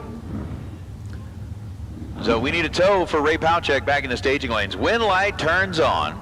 Not for Allen. Oh. Allen is 28 green and goes 603 on a 598. James Gonzalez in the Vega gets the nod as Tim O'More. I want to say that's Joe Kidd. And the Outlaw. The Nova's down 677. Tim is down 582. The chase is on. And the win light is on for Tim. Tim's 48 green. Kidd was a little bit better with an 027 reaction time. It goes 688 on a 677. So just missed it on the dial as Kidd is able to run 2 above. Lighting up the scoreboard out of that left side is Richard Llewellyn and John Cazzetti are back in their second entries. Llewellyn, for some reason, like periwinkle jumps out of me. I don't know if that's like that color or not. I don't know. The black on orange wagon, Cazzetti 636 on a 634, 41 green, and moving on to round number 2.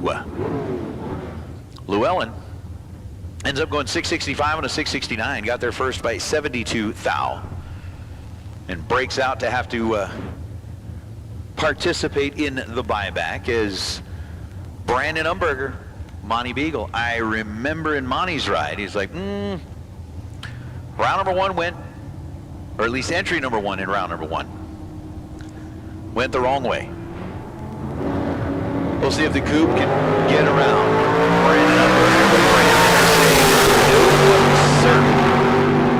That's what Brandon said. 25 dead, 4 for Umberger.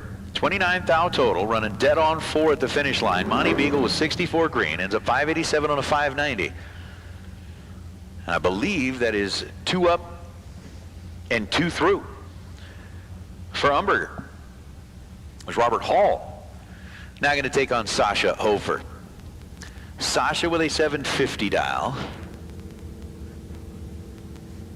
Robert with a 679 dial.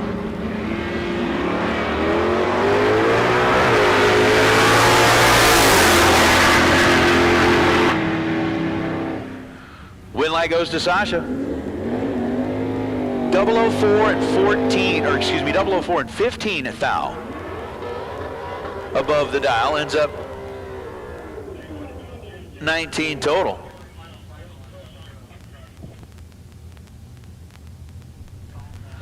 Robert Hall, 678 on a 679. Hey, Pro, this is your final call.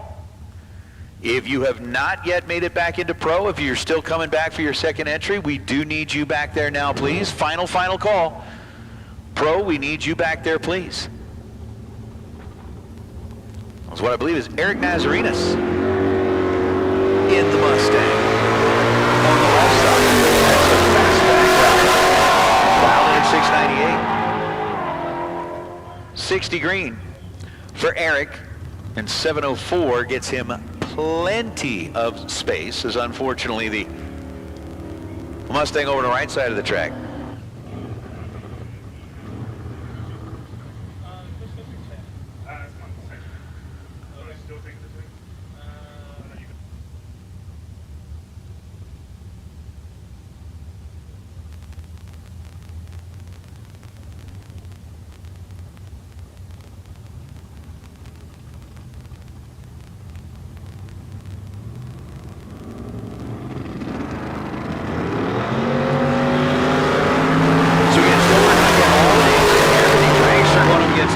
Dragster 633 on a 630 was 80 green.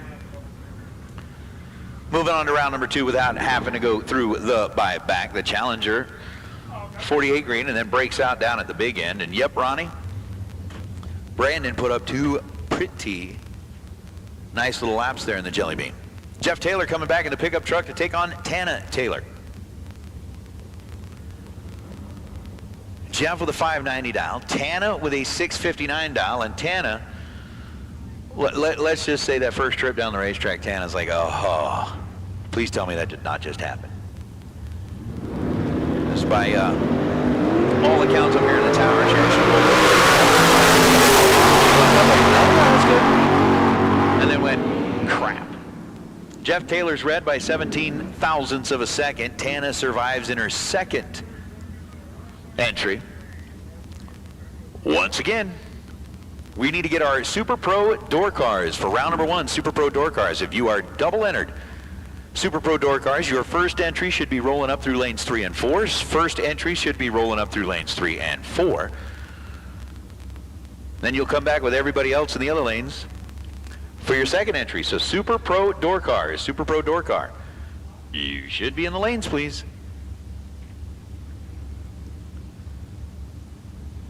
So Vega versus the Mustang, and then looks like Tony Marconi going to be our final car in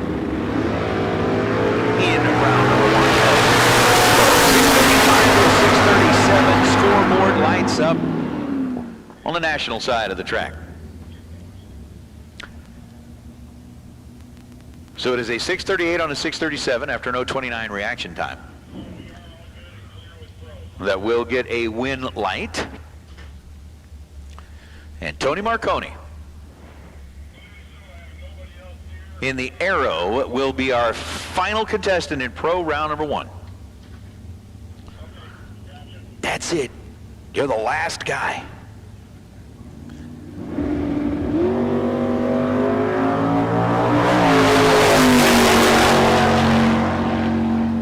.596 and a 594.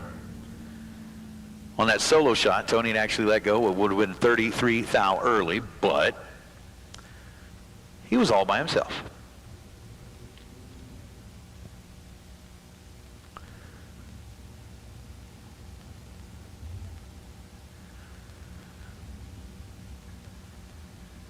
So with some additional rumbling, back there in the staging lanes, our Super Pro door cars begin to make their way up here to the left side of the tower at Tucson Dragway. Once again, racers, if you want to grab some merchandise, get over there and see Megan. If you want to get entered into one of the shootouts, get over there and see Megan. She'll get you all taken care of with that. And again, big thanks to the folks at Bang Shift on a Kid Performance and Dyno Friday, bringing the live feed out to everybody from here at Tucson Dragway. Again, it's approaching, what, 1:15? It's lunchtime. So if you're wandering around here on property, swing by the concession stand. Grab the Ryan Gleghorn approved spicy chicken sandwich. I'm going to dive into mine here in a minute. I am going to dive into mine here in a minute. But we got Super Pro door cars coming up. I'm going to do a quick little touch-up, and we'll be back at it here very soon.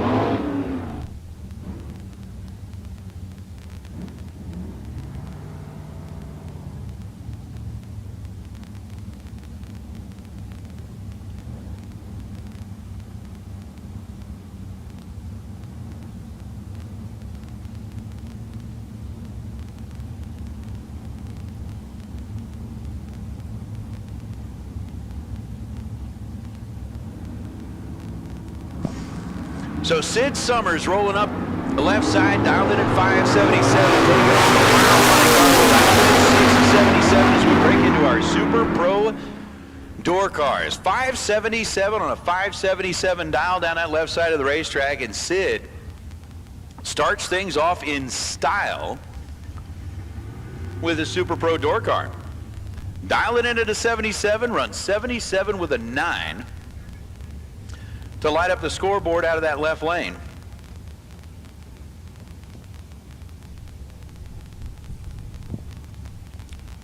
That'll bring up Dustin Wirtz and Patrick Reif.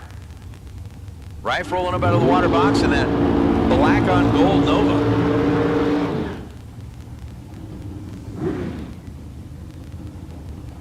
And Wirtz, the topless Corvette coming in out of Idaho. Reif actually kind of started the burnout twice.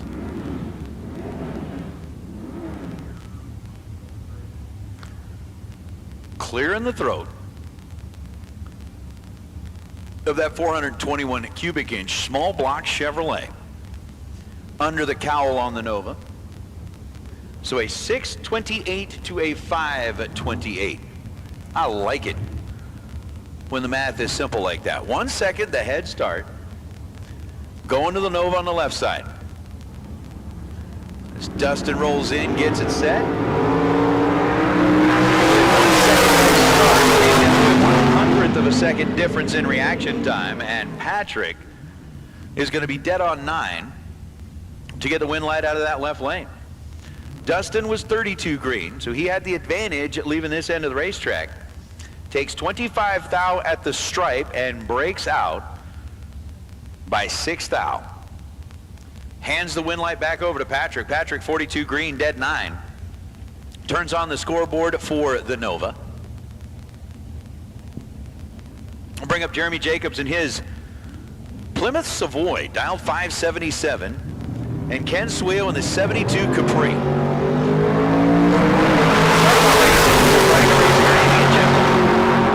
It's not common to see a Savoy or a Capri, especially not to see them side by side, but Jeremy Jacobs, 574 on a 577, taking 14 thou at the stripe is no good. He had an 018 reaction time. Ken was 9 thou better. Make that 11 thou better as he goes 592 on a 592. He puts up 10 total. 007 dead 3 for Ken, and Ken is picking up right where he left off last year when he parked the car in front of the tower to pick up that $20,000 payout in the shootout. I'll bring up John Tripp, Scott Norsford. Scott with a 582 dial out of Oregon. John with a 635 out of Colorado. And a 583 on a 582 for Scott. Gets a nice lap and a nice win light. 008 takes 6 thou at the stripe. Ends up one above and wins the matchup.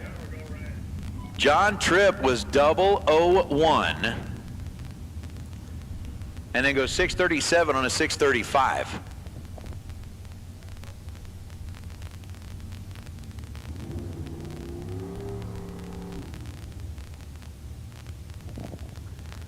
So we're going to hold up here just for a second as our next two, Derek Robles and Dan McClellan,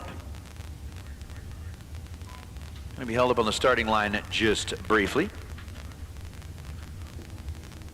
What do we got? Trying to see where everybody on the chat bleachers is checking in from. I know I saw Ohio. Saw Poland earlier. I don't even know how to say like hello in Polish. Oh yeah, there it is. Steve, it's Ryan Gleghorn. I know it's been a while since you asked that question. Oh, and it was already answered, so yep. Ryan is here. Because, you know,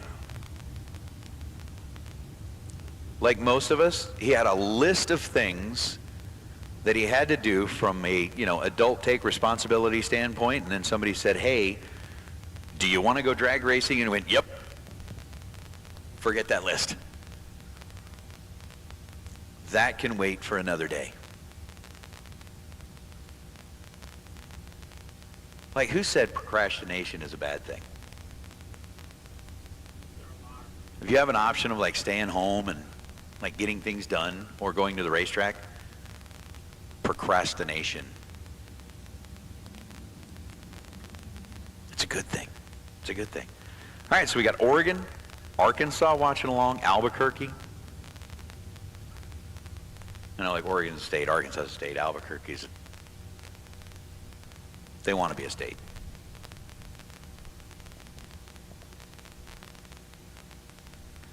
But I think they've just about got whatever it was that they saw down there at the finish line.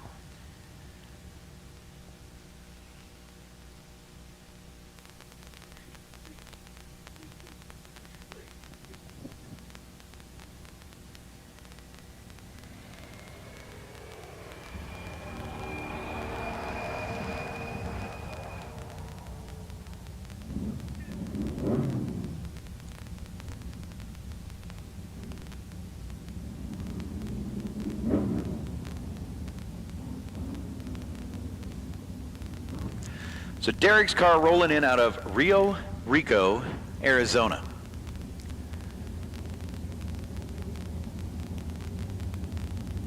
And I like the look of the Camaro, but when you're picking out a color for that car, would he like grab a road cone and went in and said, match this?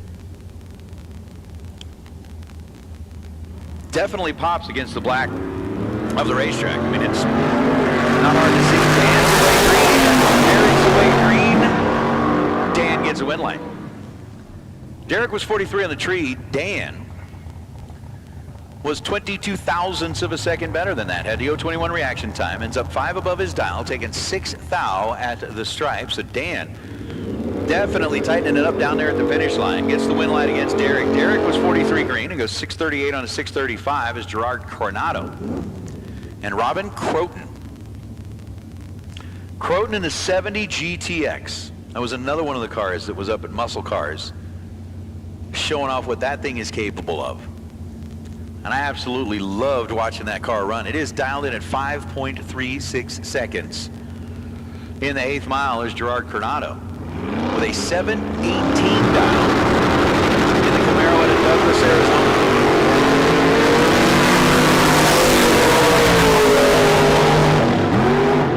.723 on the 718 for Gerardo. 20 green and no good. Robin Croton, 25 green and 3 above. 539 on a 536. Robin takes the GTX into the next round as Andrew Olson and Peter Del Budici. It's Guido. Guido actually spent a lot of time racing in Irwindale. Had the 8th mile license, had everything good to go. Came down to Vegas to start doing a lot of racing there, as unfortunately Irwindale being one of the racetracks that no longer operating in Southern California. That's just tough. It's just tough to keep a track running down there. Andrew, that's 604 down on the way. Doing the chasing.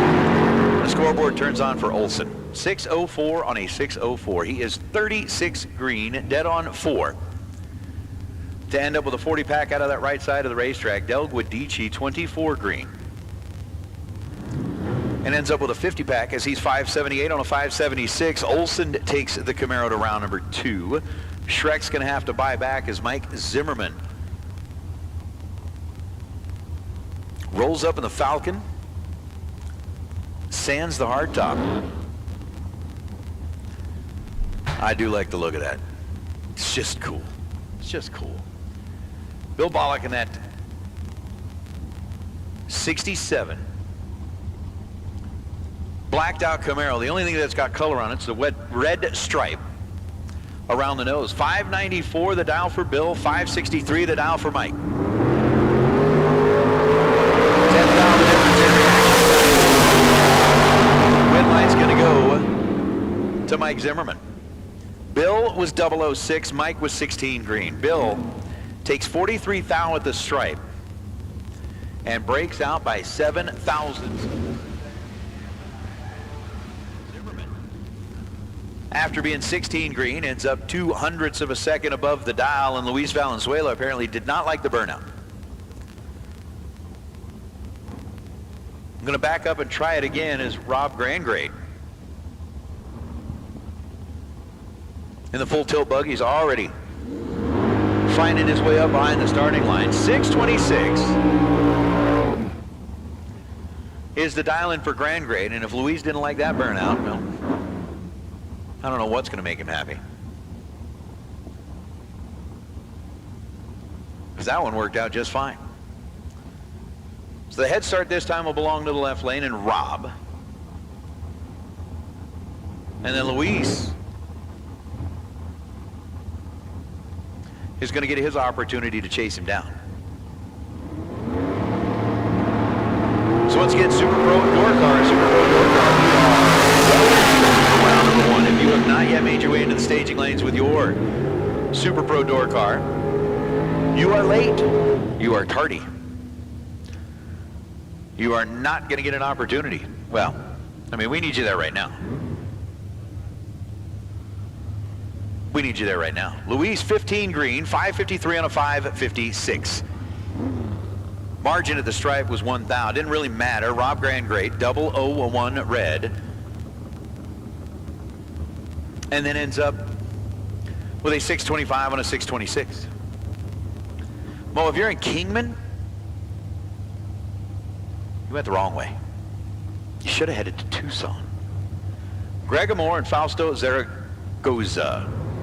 Zaragoza in the wagon, in the Vega, dialed in at 630. Is that like Regina and Saskatchewan? Another Canadian players. 005 and 5 above. 548 on a 543 for Greg Amore. Fausto, 44 green, and then 634 and a 630. He'll end up having to fight his way through the buyback round as Beto Dominguez in the Nissan slash maybe GTO slash maybe Grand Am. Still not quite sure what the front clip is on that car, but a 617 dial for Beto on the right side, and Kyle Fritz has got the 751. As we are starting to see some of our Super Pro Door Car second entries. Starting to find their way to Kyle goes 757 on a 751. Allows Beto to get close, but not close enough to turn on the scoreboard. Bomb pop, 25 green and 757 on a 751. Beto ends up with a 176 reaction time, is 2 above the dial.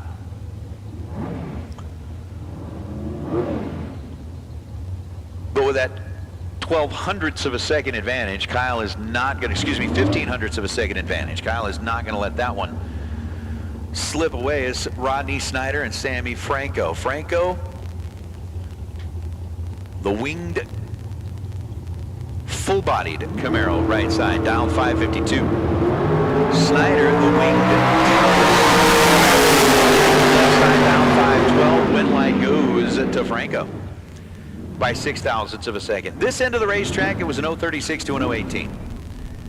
So Franco had basically chopped Snyder's reaction time in half, runs 3 above the dial to get the wind light. As Rodney was 36 green and 2 above, and Rodney will find himself fighting for his life in the buyback round, at least in that entry.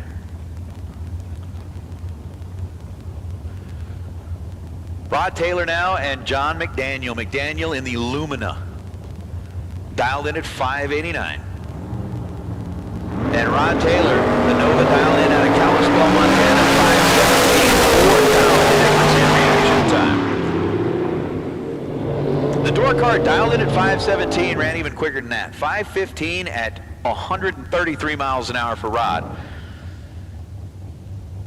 Jumps across the line first by 25,000ths of a second and costs him a victory.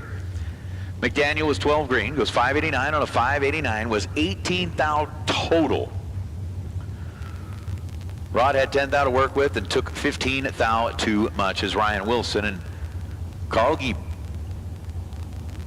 At least I think that's how it's pronounced. I know we've got some Carl fans out there in the chat bleachers, so if I am not saying that right, let me know.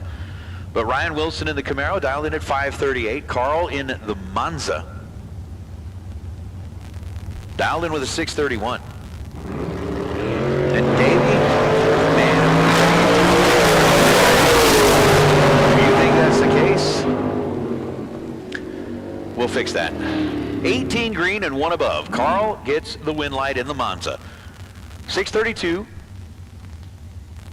On the 631 dial for Carl, Ryan Wilson ends up running 538 down at this end of the racetrack, but had given up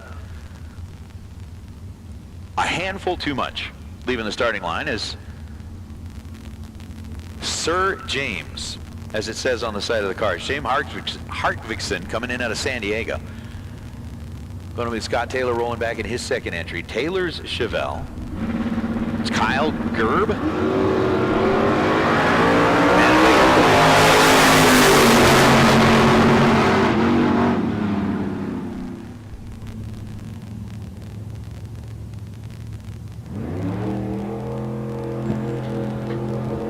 Well, Scott Taylor was 29 green and goes 668 on a 669.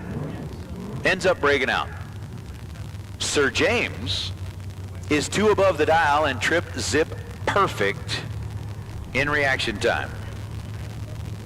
So a perfect reaction time turns into a 2 above, turns into a win light, turns into a trip to round number 2. Without having to make a stop to the buyback round. As C.W. Hofer and Jason Pad in the pickup truck. The love truck out of Alberta is interesting. During time runs, the pickup truck did not want to play nice at all with Jason.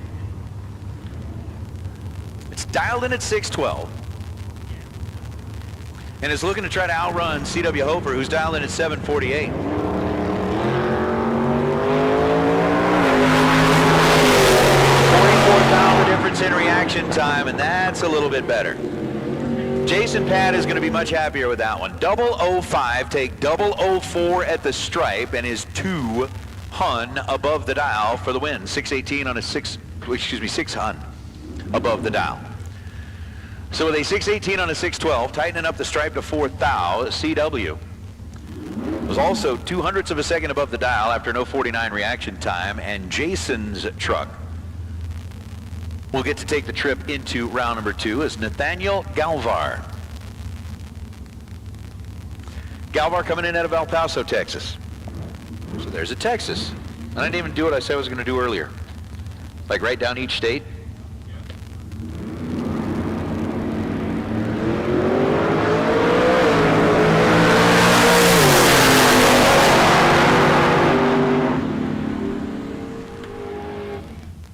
Win light goes to the right side.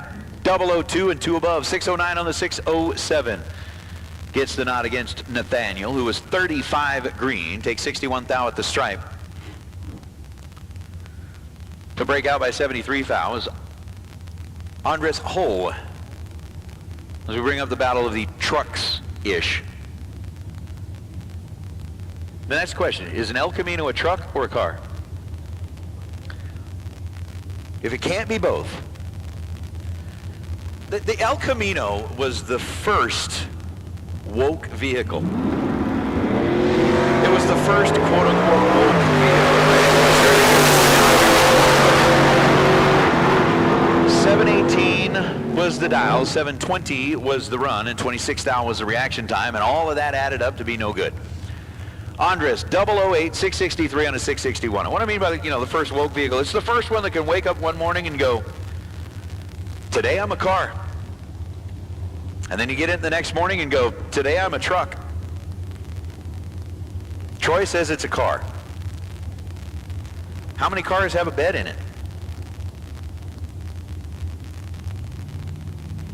And then that comes to the question. Same thing like the Ranchero. Yeah, the Ranchero, the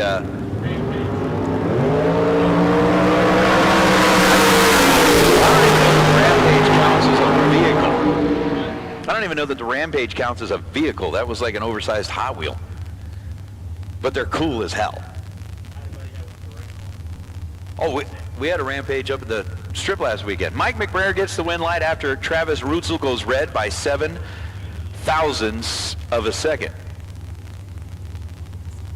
007 red goes 552 on a 553. McBrayer 15 green and 668 on a 665. See, so we're already 50-50 in the chat bleachers. Troy says car. Edward says truck. Oh, he called it a crock. What the crock?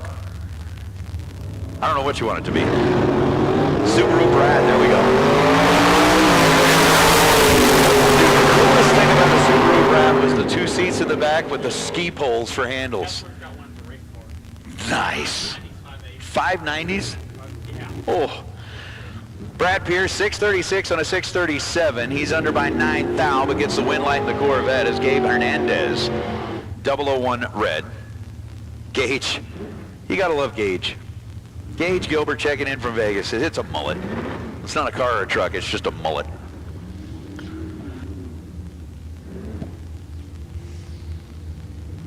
Hector Hernandez and Tom Scola. Scola in the Mustang on the right side of the racetrack. Hernandez in the Mustang on the left side of the racetrack. Ronnie's got a point. Says, depends on what's in the back. Well, in Vegas in 1976, it was a 55-gallon drum that ended up going out to Lake Mead to drop off the remains.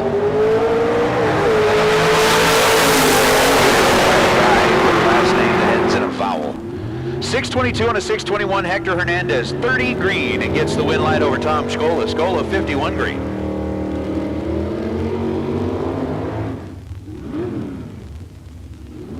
And then a 643 on a 642. AJ, I'm going to have to, okay. So you're saying it shares more properties of a car than a truck. What frame was it built on? I don't know what frame it was built on.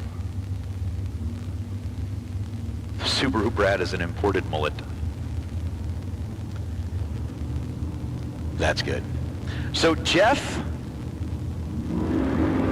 MF Jones versus Andrew Harvey. Jeff 2,000 difference in reaction time, and the win light's going to belong to Jeff Jones.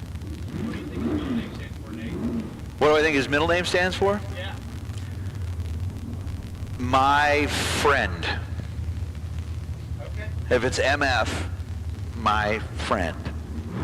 I don't know.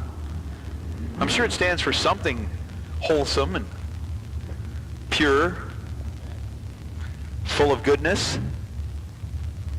So it's David Ruiz and Luis Ortiz are going to come up now. Luis in the Pro Mod style Corvette versus David Ruiz in the Malibu. 40,000 difference in reaction time. Luis was 46 green, goes 497 on a 499 dial at 133 miles or 132 miles an hour. Gets there first by 3 thou and breaks out by 12. So David Ruiz, 006, and then 3 above. Malibu gets the win light as Ruben Ruiz and Brittany Henkel. Henkel in the orange Nova, Ruben in the S10. Which that right there, that color has got to be like Merlot. There's something very sophisticated. Brittany goes red by 7 thousandths of a second. Win light goes to Ruben. The Hermosillo, Mexico-based car, 636 on a 634 after being 63 green. Brittany, 706 on the 704, and that's Studebaker. I didn't get to hear that thing last time when it did the burnout, but that thing is like, that thing has the James Earl Jones version of exhaust on it. It's just throaty. I love that. Is it on the half-ton Chevy truck frame? I'm going to go to the Google machine and see if I can get an answer on it, but it'll take me a while. Cowboy. Oh, getting to some messages that are coming in here. Cowboy out of Bristol saying he wishes he could. I wish you could be here with us too, bud. I wish you could be here with us. Tim Arnsball. Oh. At home with a broken motor. Boo. Hank Promov is 008 green. Kevin Hansen is 004 green. Kevin goes 573 on a 572. Hank take 26 thou at the stripe and breaks out by 18 thou. Win light goes to Kevin Hansen as Chuck Hawk and Skylar Barichko. Skylar.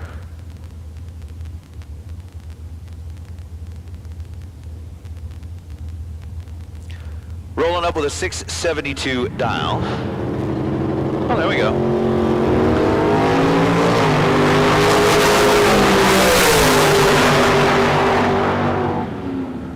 Is 002 red and goes 681 down the racetrack. Chuck Hawk 007 green.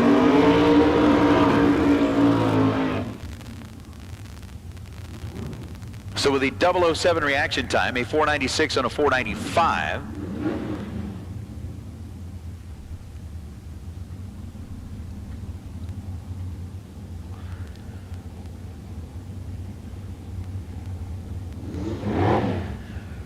As Karen Schneider and Tatis Armenta roll up. Now I feel like I've... Man, have I opened a can of worms in the chat bleachers. Ask what frame it's on. Somebody says it's a station wagon frame. Somebody says it's on a Chevelle chassis. Somebody else, it's a Chevy. Why would it be on a Fairlane frame? Everything is true. 005 and 539 on a 538 for Karen. Tatis was 30 green.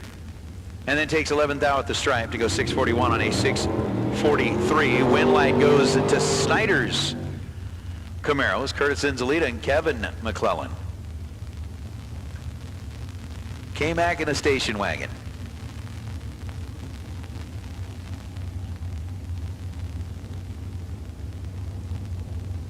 See, now I would almost believe that the station wagon in the right lane was actually built on an El Camino frame. I can almost buy that one. But Kevin's dialed in at 671. Curtis is dialed in at 613. And a 27 split at this end of the racetrack. Advantage to Kevin. Win light to McClellan. 10 and 673 on a 671. He ends up 2 above the dial, getting there second. Curtis was 37 green.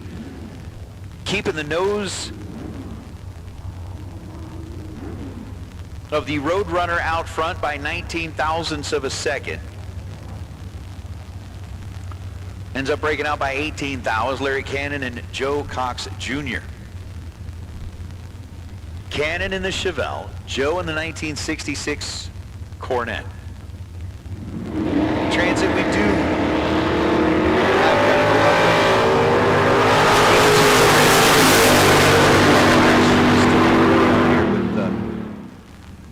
well, except for yesterday, the lack of inclement weather.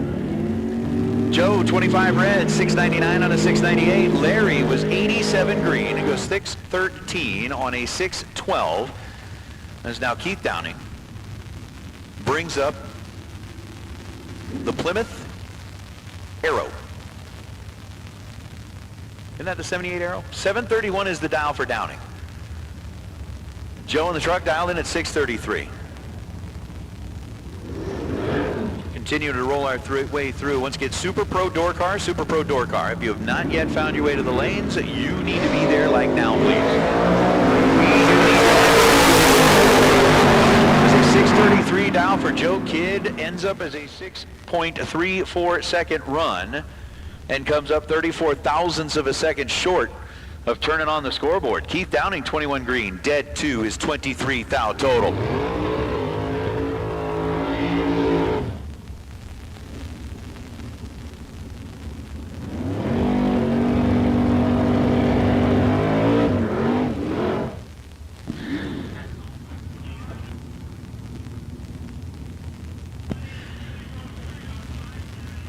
Alex Sandin coming up against Don Toya, who's got like Don's Hot Rod Shop.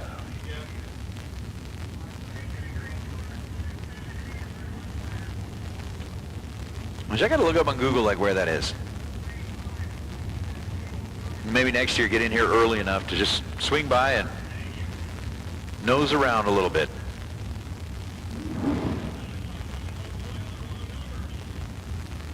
All right. So Gage, I trust Gage. He knows how to do his research. Says that the first El Caminos were on a Chevelle chassis until 78 when they went to a Monte Carlo chassis. So another argument for the quote-unquote car category. And then yes, if it can carry a sheet of plywood. I mean, technically, I could carry a sheet of plywood home on a Ford Escort with the right bungee cord. But that doesn't make it a, I don't know. Down 578, Don's in the Roadster, and the win light goes to Don. Don was 30 green. Alex was 0.05 of a second behind that as he's 80 green and goes 581 on a 578. So Hot Rod Don, 534 and a 531 gets the win light as Dave Engler and Aaron Milton.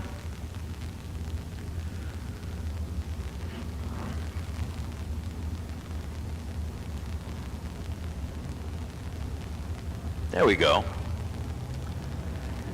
Troy goes on the full-on like Wikipedia. Like Aaron Engler 666 on a 661 dial. After giving up 33 thousandths.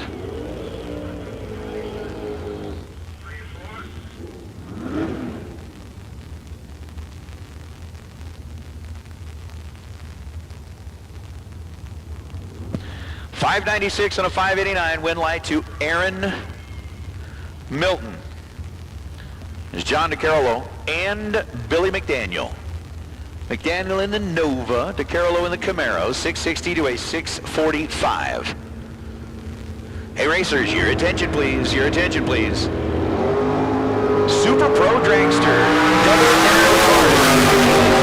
Please, Super Pro Dragster, double entered cars. Let's get you to lanes 3 and 4, please. DeCarolo gets the win light as Billy McDaniel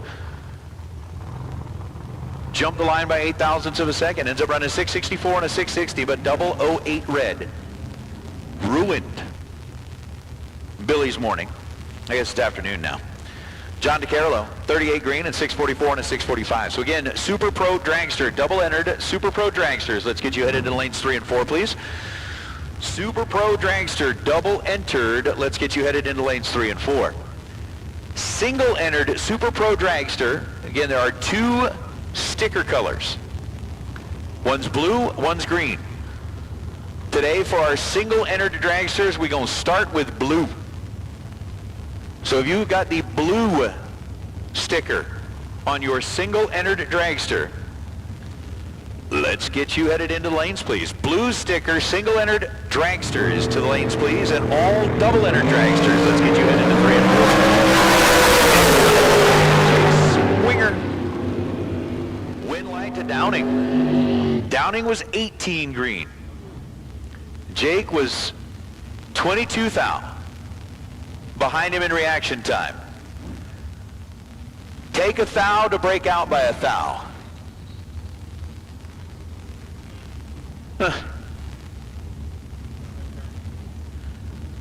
That's like that whimper noise. You get down to the finish line, you break out a thou, taking a thou, you go. There's Nick Ingles and Tony Marconi.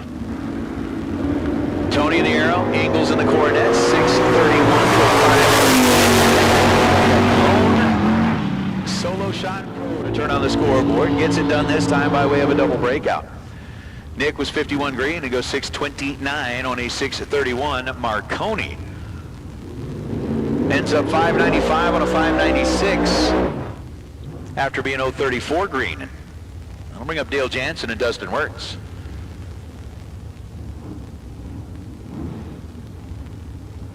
Jansen, who's got one of those setups on his car that just lets it all hang out. Hey, you want to see what I got? I'll just stick it all up through the hood. And small block Chevrolet in the 66 Acadian. Again, he's from north of the border, so.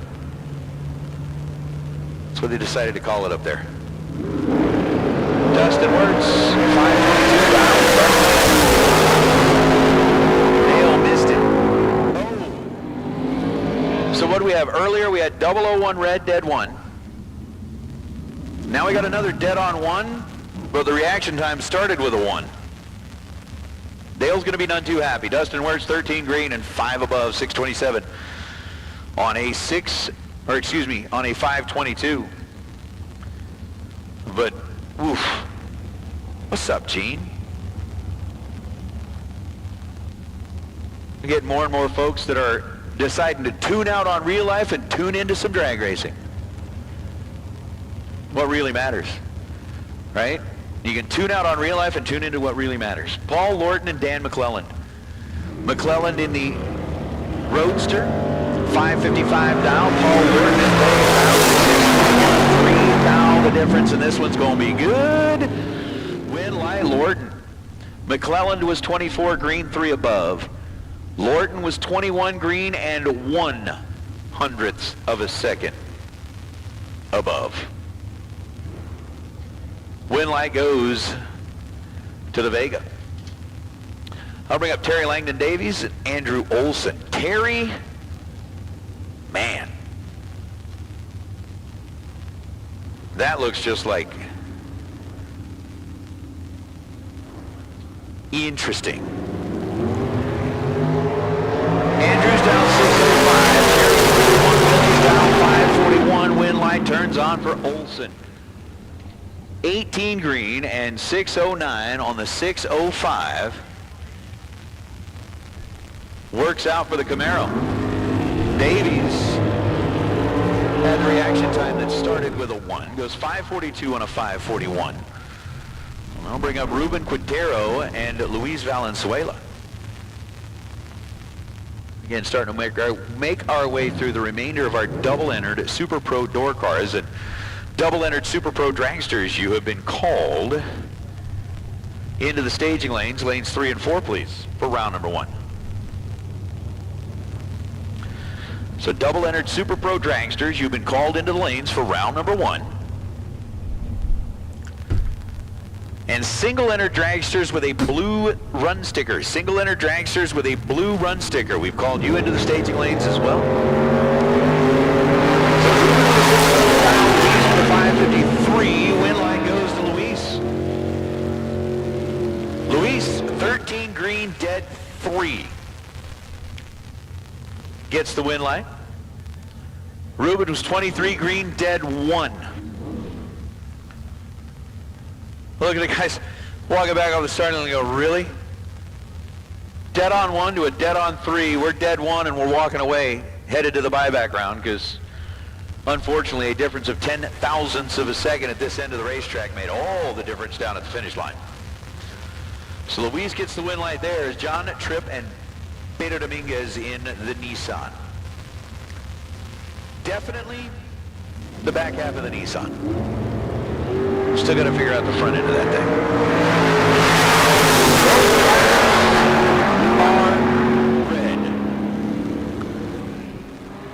Red. True Start decides the winner. Beto leaving second, 003 red. John Tripp leaving first, 001 red, and John, by way of the True Start, gets the win line. 634 on a 637. Beto was 618 on a 619. But John moving in as Miss Sarah Kidd rolls up in the pickup truck, also sporting kind of that Merlot color. Versus Luis Hull in the Viva La Vida. Livin' La Viva I can't even say that. Livin', well, yeah, the Livin' La Vida Loca, but I'm looking at it, it says Viva La Vida. So he's living Viva La Vida. Yeah. What is Viva La Vida? Isn't that like cheese that melts really easy? Oh, that's Velveeta. Viva, we Viva everything. Oh, I would say, man. When it's nacho time, I Viva Velveeta. 682 for Sarah. Win line goes to Sarah. Alan Thau leaving this end of the racetrack. Goes 682 on a 682 to 31 dead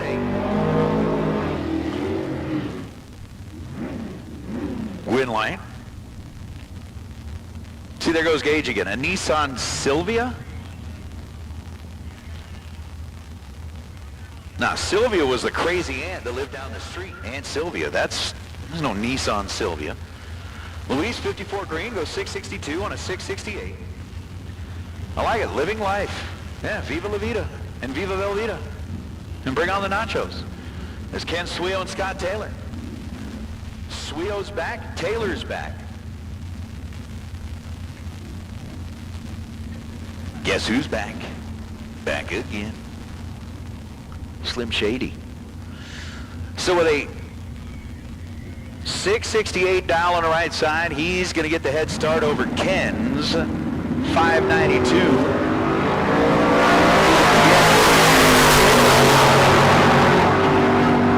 17 green and 595 on a 592 for the win.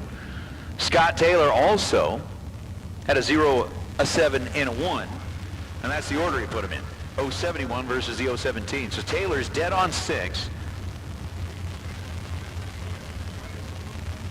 But couldn't light up the scoreboard as Sid Summers and Rod Taylor.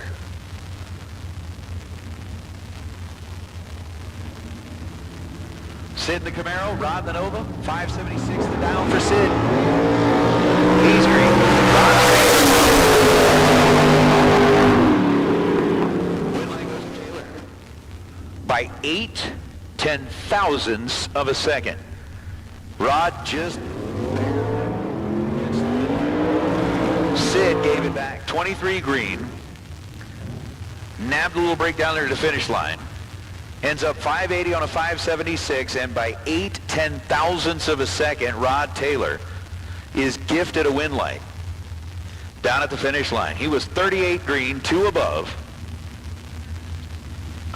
And as we said before, didn't necessarily win round number 1. He survived round number 1.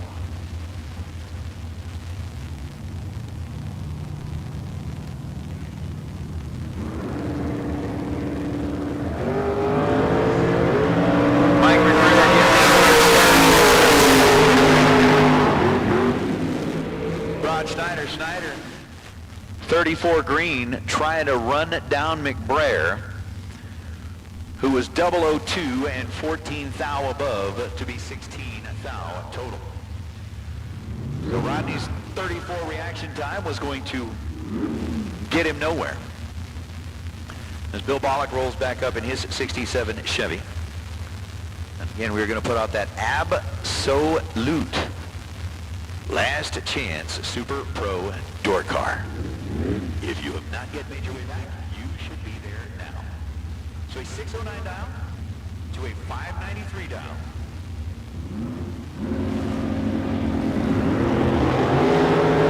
And a double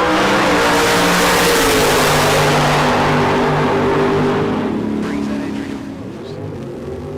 Or actually makes that entry eligible for the buyback. We'll leave it at that. 609 on a 609. 009 red, dead on 8. Bill was 48 green, dead to get the win line, and we are quickly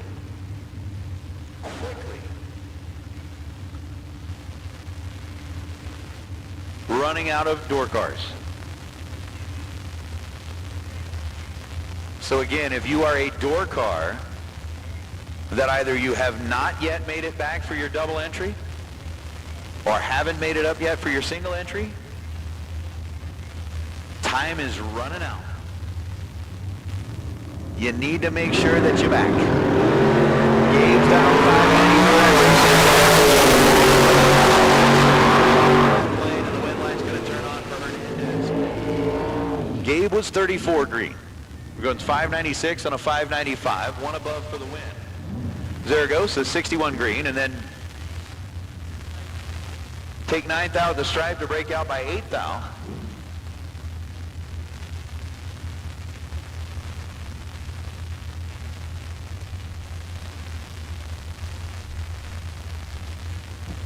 So Hector Hernandez dialed in at 621. Ryan dialed in at 538. Once again, Super Pro door cars.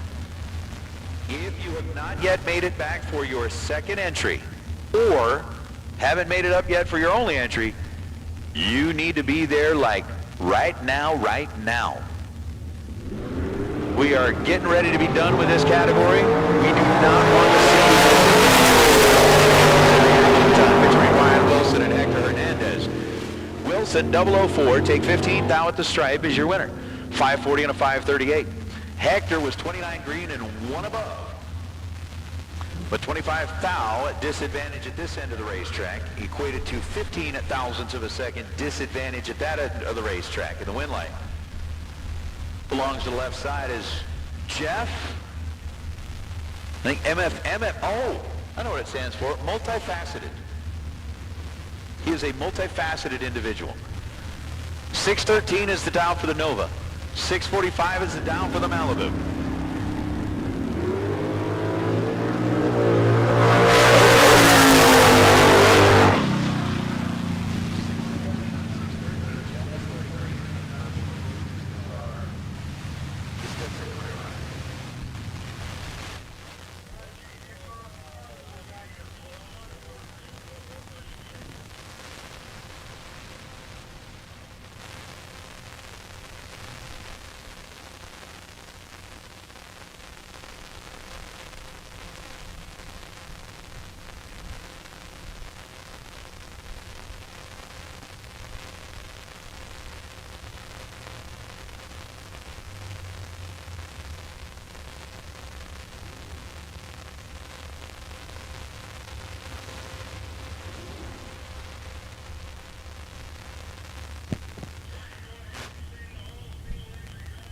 All right, so once again, double-entered dragsters. Double-entered dragsters.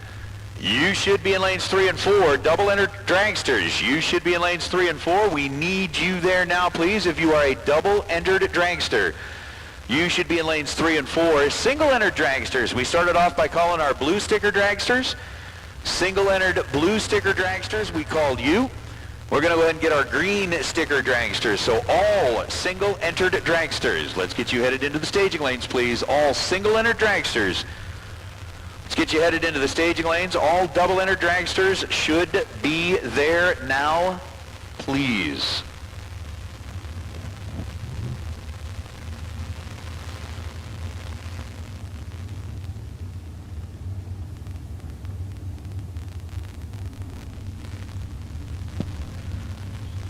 So what are we into our pair that's transitioning?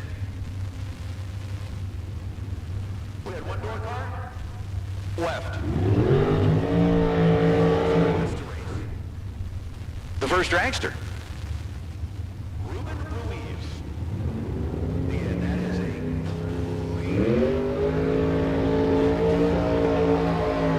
a... Starting to keep an eye out for, like, best appearing car.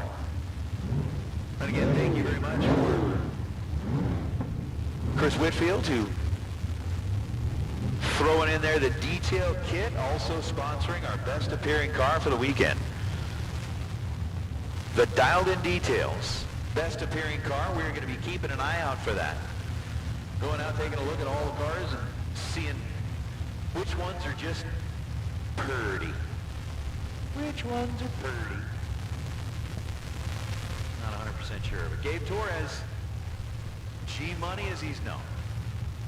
Rolling up here with a 478 dial. Going up against Ruben Ruiz's 635 dial.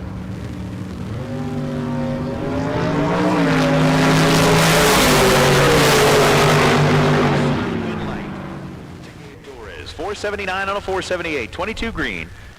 1 above. Gets him the win light. Ruben goes 635 on a 635, but an 0.76 reaction time at this end of the racetrack cost him dearly. We roll into the dragsters with Hector Salido and Greg Hicks. Greg, who is doing double duty behind the wheel of Jason Dawson's car. Coming back from the burnout with that 470 or 467 dial. Hector dialed in at 513.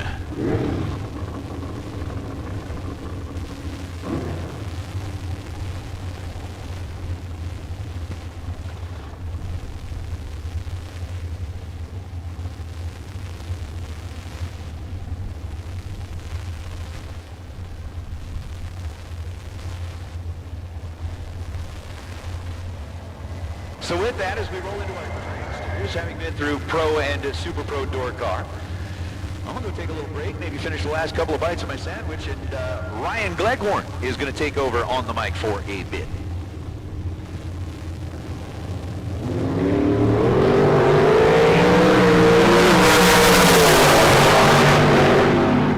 Greg Hicks, still not a good race car driver, 29 and 7 over.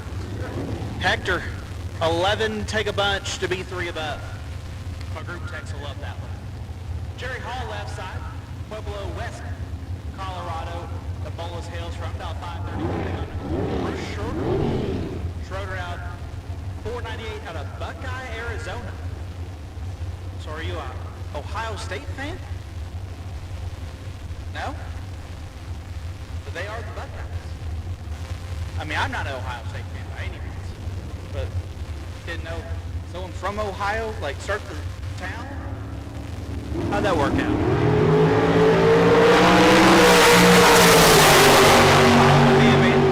All the way in 26 9. Picks up the win line. Bruce missed it.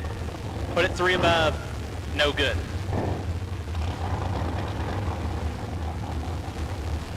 Mark Kidd, left side, out 4-7, take on Calvin Kleekendinger. Calvin down 450.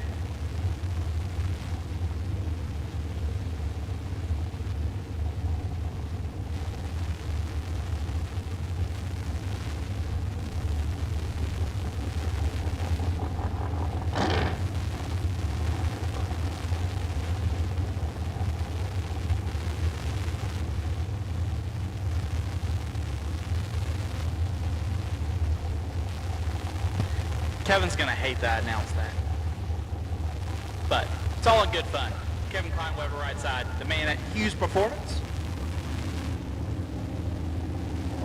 Should be a tough matchup here.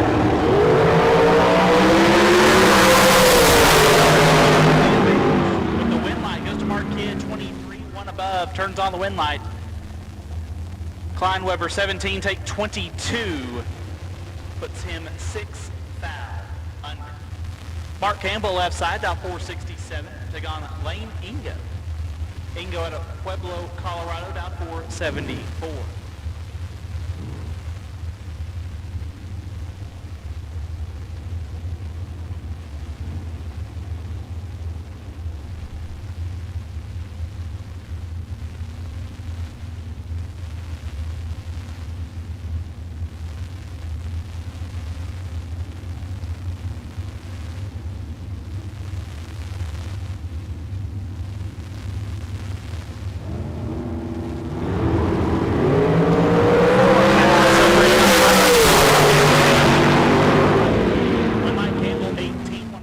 On the win line, Lane 14, take 18, puts him a foul under.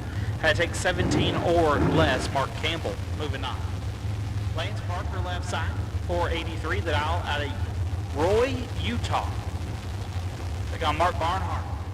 Barnhart, brand new Ezel race cars chassis, about 469, in Mexico.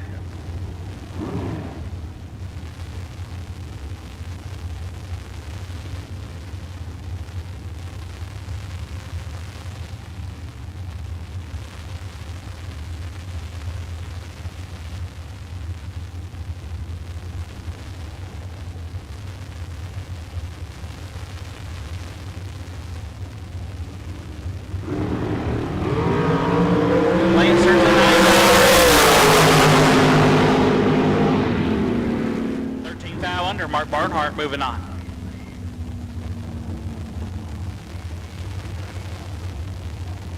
Amory Glimbaki. I'm going to mess this up a bunch. Apologies in advance. Out 461, take on Chad Axford. Axford last year, a $20,000 winner and a $20,000 runner-up. Won on Saturday, runner-up on Sunday. Wheeling. It used to be his car. He has now sold it to Neil Pressmody. It's out 504. It's the slowest I've seen Chad dialed in forever.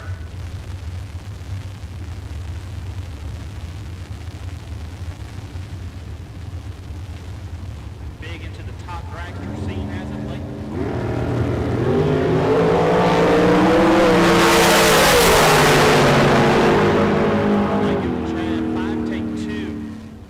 to be 2 above. Anne Marie, 14, 1 above, no good. Chad Axford will move on.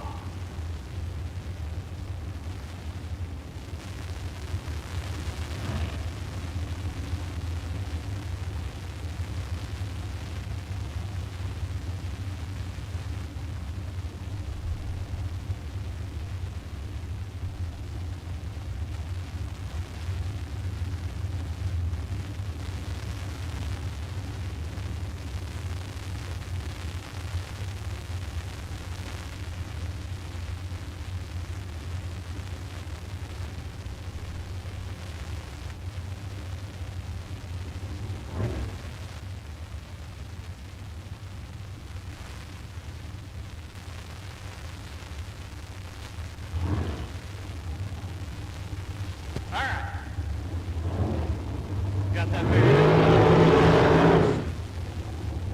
Image Marcy. Works left side, now 452. Marcy in the right, now 483.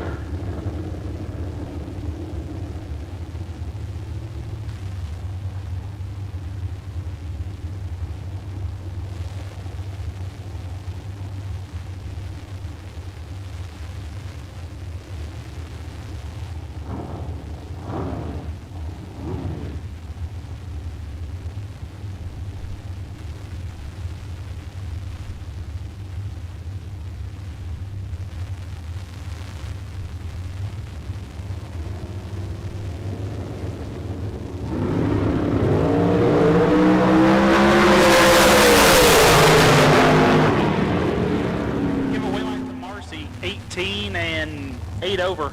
Works late up front and 2 above. Dwayne Ringa, left side. Dwayne down 469 in the left. TNT Motorsports entry taking on Daryl Contreras. Contreras out of Pueblo, down 469.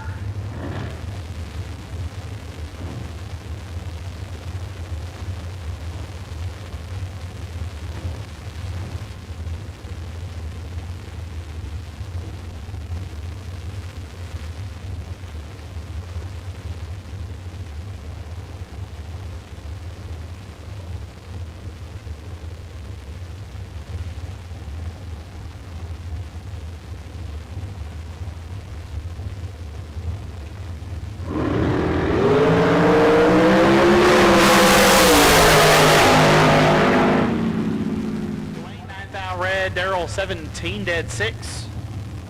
We'll move on. Kurt Reif left side out 524. Take on Madeline Torres.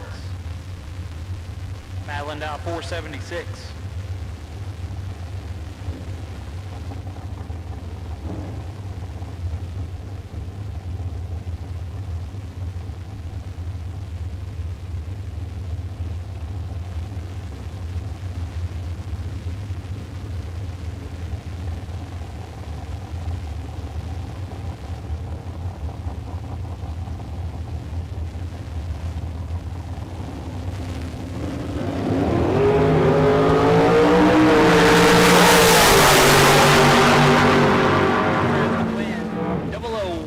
And 2 above gets their first 18 foul. Kurt 25. 2 over, no good. Travis Ringan, left side, down 456. Take on Brian Cam. Cam down 498. As not sure if Travis is having issues. Is not yet backed up from the burnout.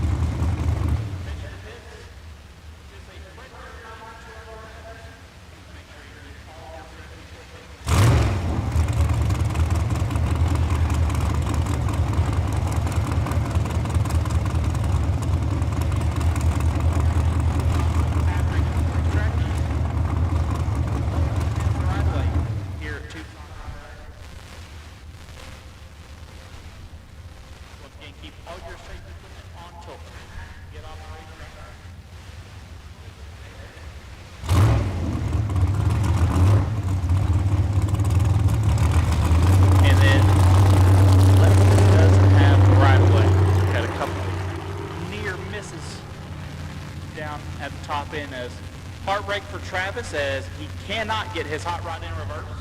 So Brian Cam will get the competition by here.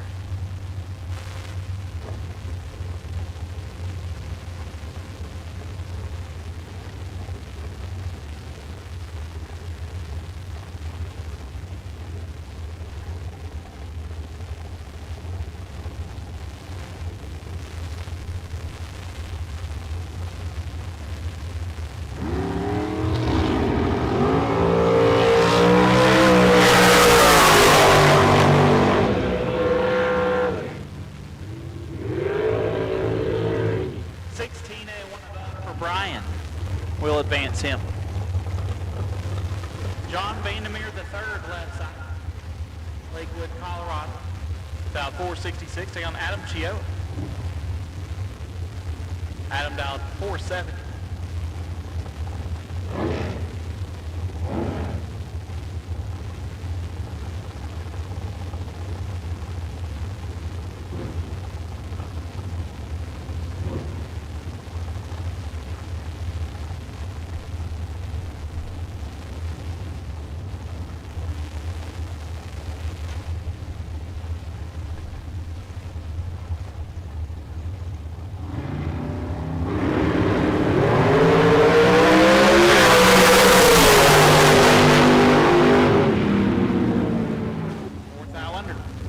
John Vandermeer will advance.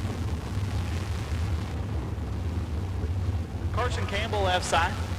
Dial 462, take on Luis Ortiz. Ortiz, South 522.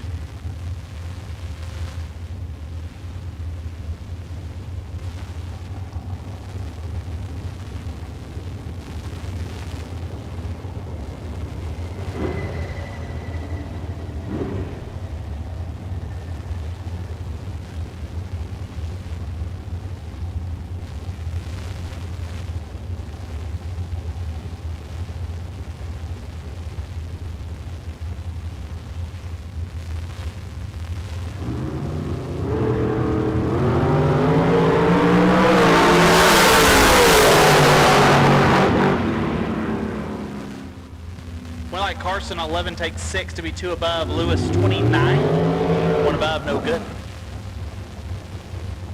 Philip Carmilio dialed 503 in the left and take on Lucas Makovica. Hope I didn't mess that up too bad. Lucas out 497.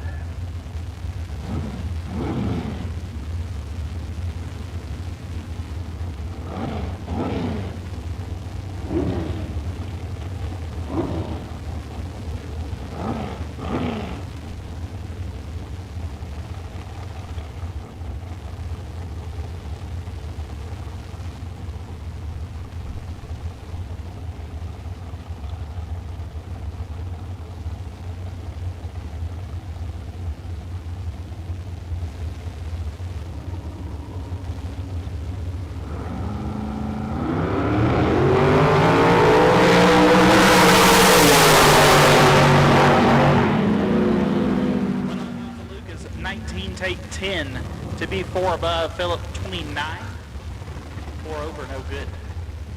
Darren O'Connor, left side, dialed 472, take on Tom Malik. Tom dialed 449.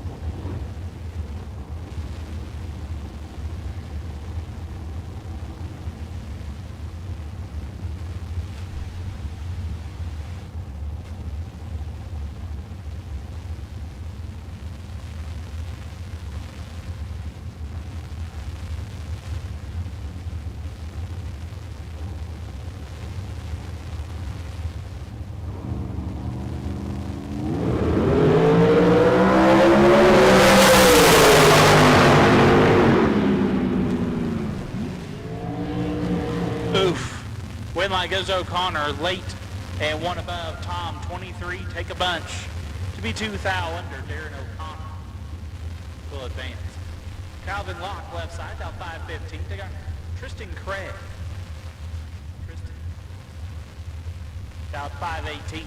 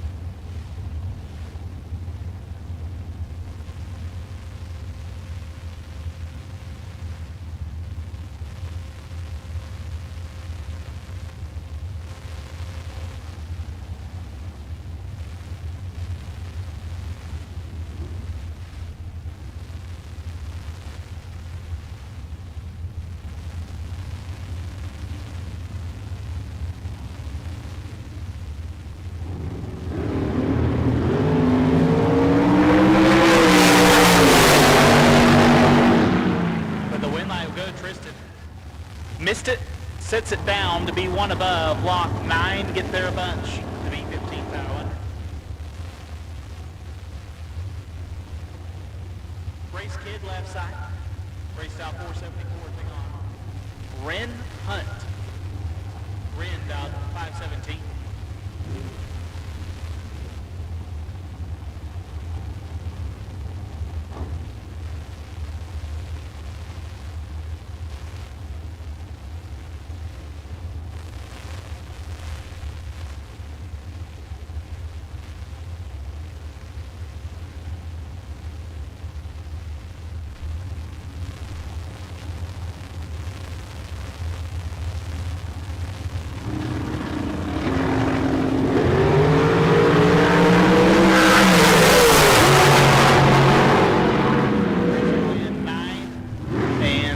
Get their first 21 thou. Right side. A little late. And under. Left side. Down 4 to do another Murray. Tyler down 76.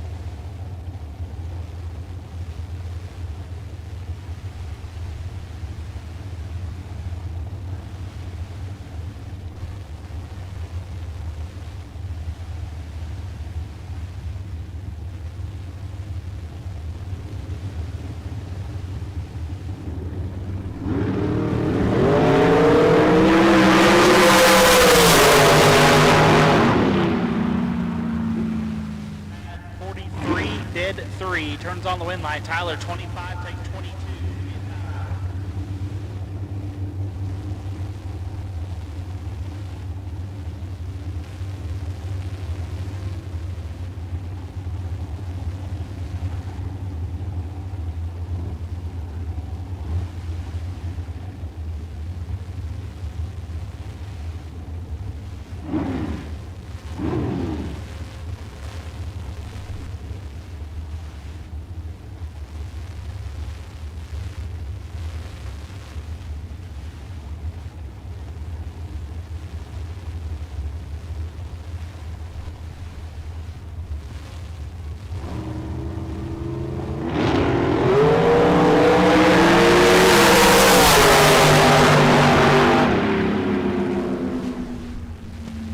There goes to Chase Learcamp, 009 and 2 above, gets their first 6th thou. Jacob Collins, 28 and 1 above, no good. And Leroy Drake, 14, 487.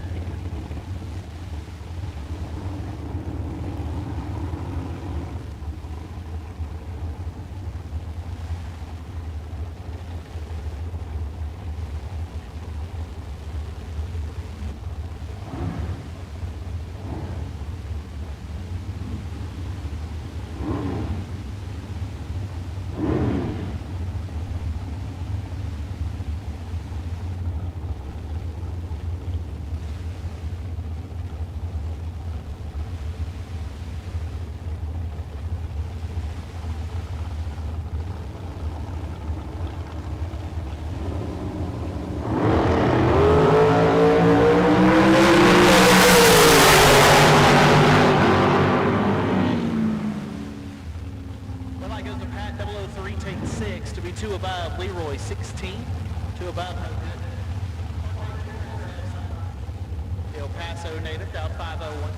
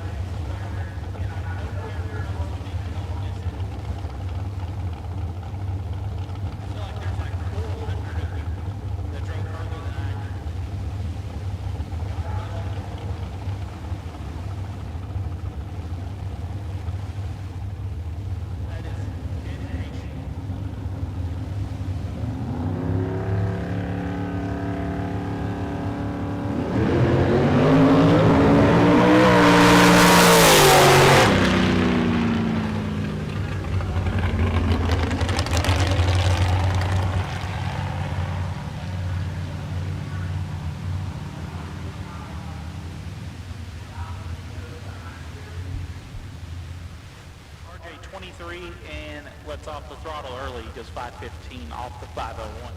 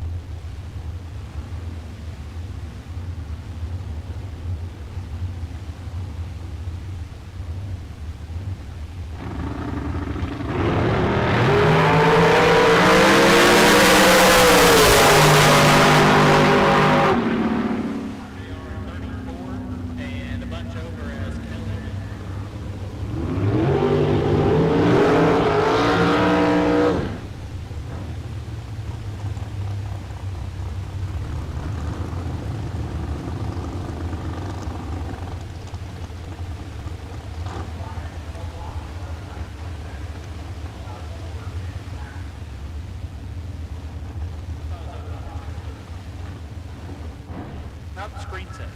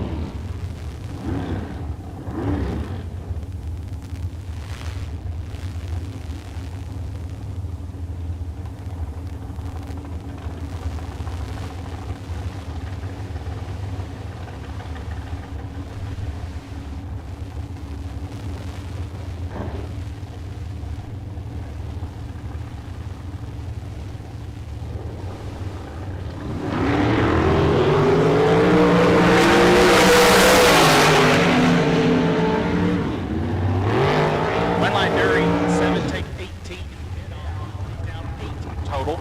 Brake go 22 and lock down.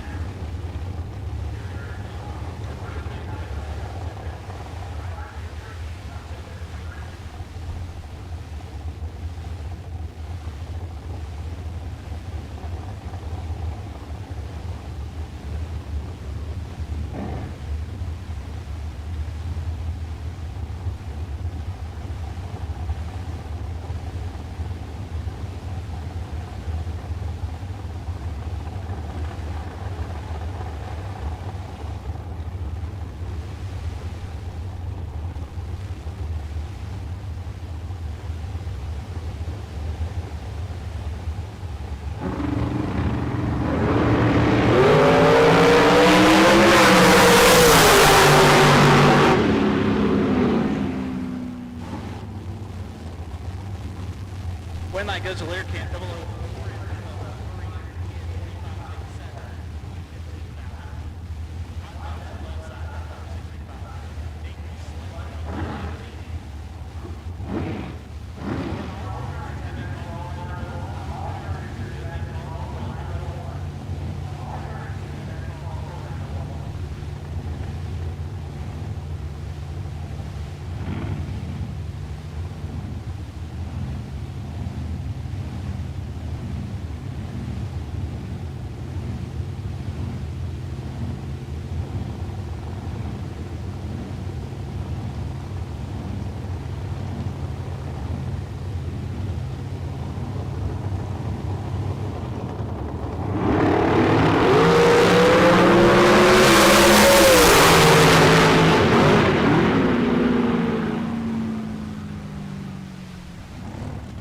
Slade 20 and 4 above gets the wind, Belgium 37.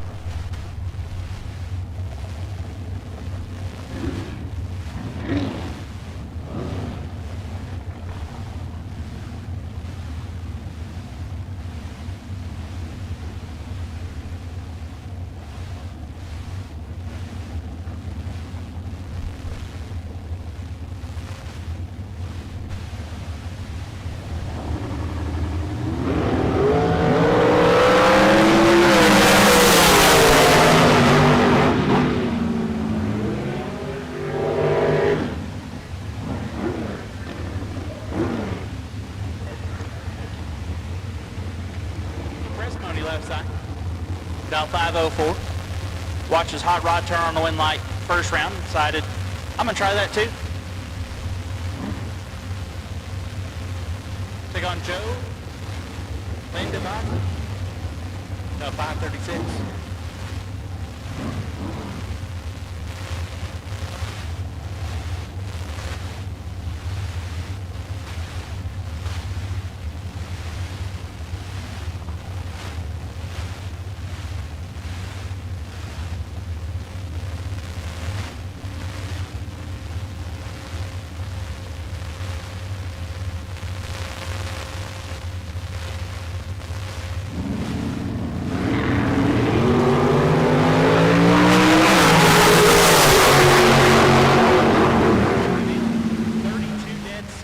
Their first 26,000.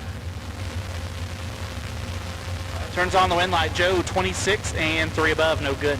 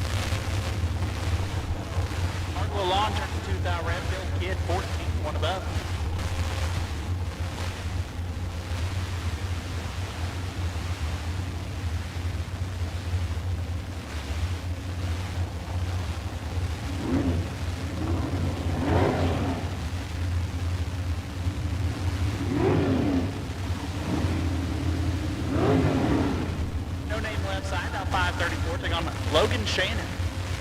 About 510.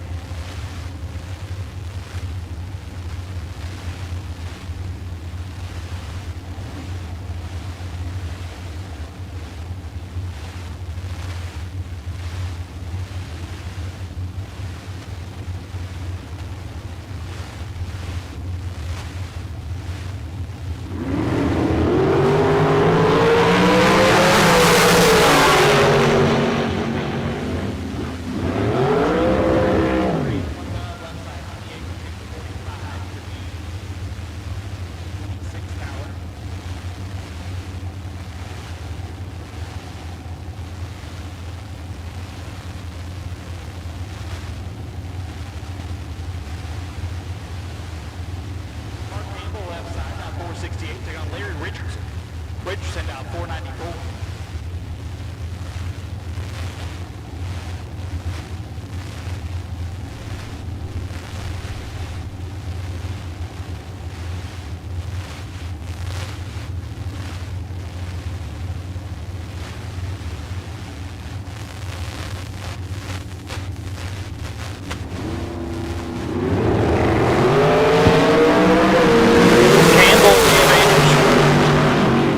The wind light goes to Richardson, 19, dead at 3. Turns on the wind light, Campbell 3, take 27 to be 8 foul under. Larry Richardson moves on. Carson Campbell down 462, take on Victoria Christensen, down 467.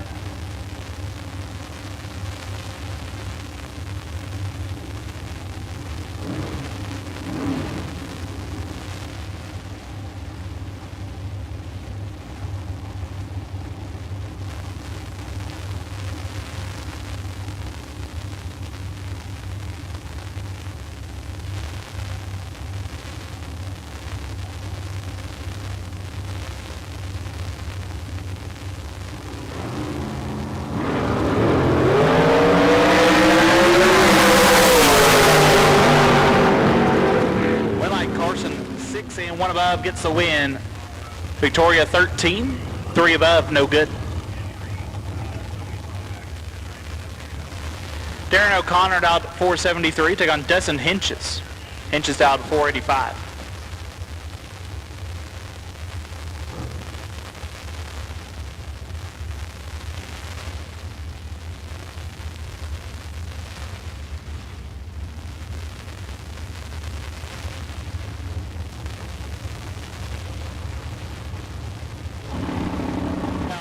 Dustin 003 and one above, moving on.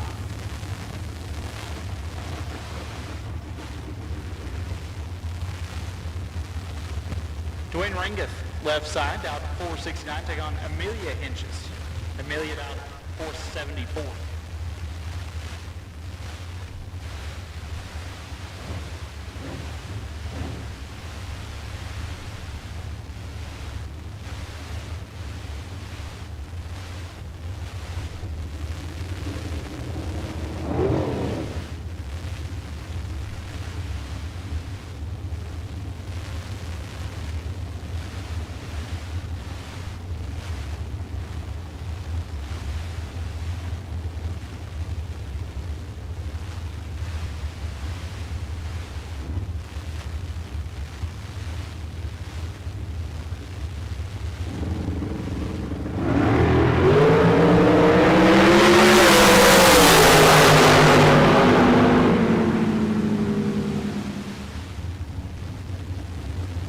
One light Dwayne 15,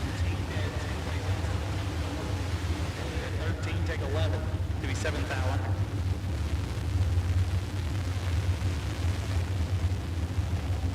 Rick Marcy left side, Dow 486, take on Chris Whitfield. Whitfield Dow 464.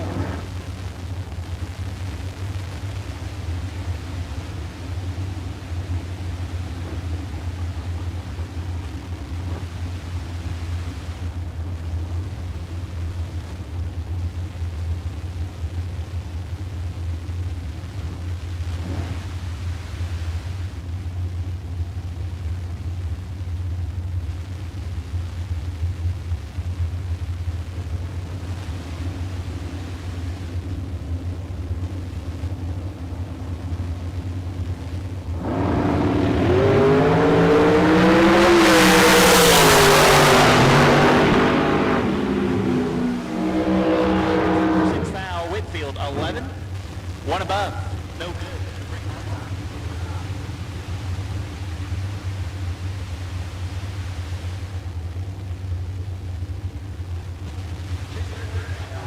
Take on Bradley Johnson, about 475.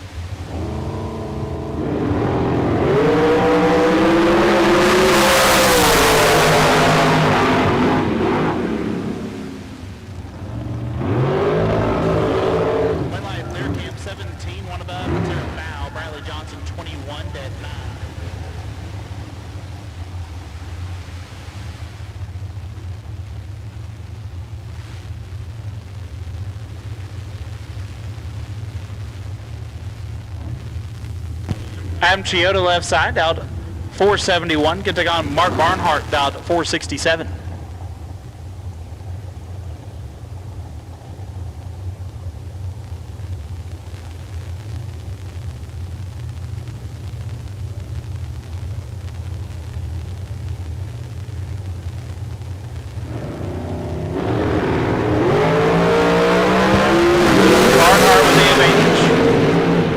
Barnhart the win, 8 take 20 to be one above. Adam missed it, puts it dead on, no good.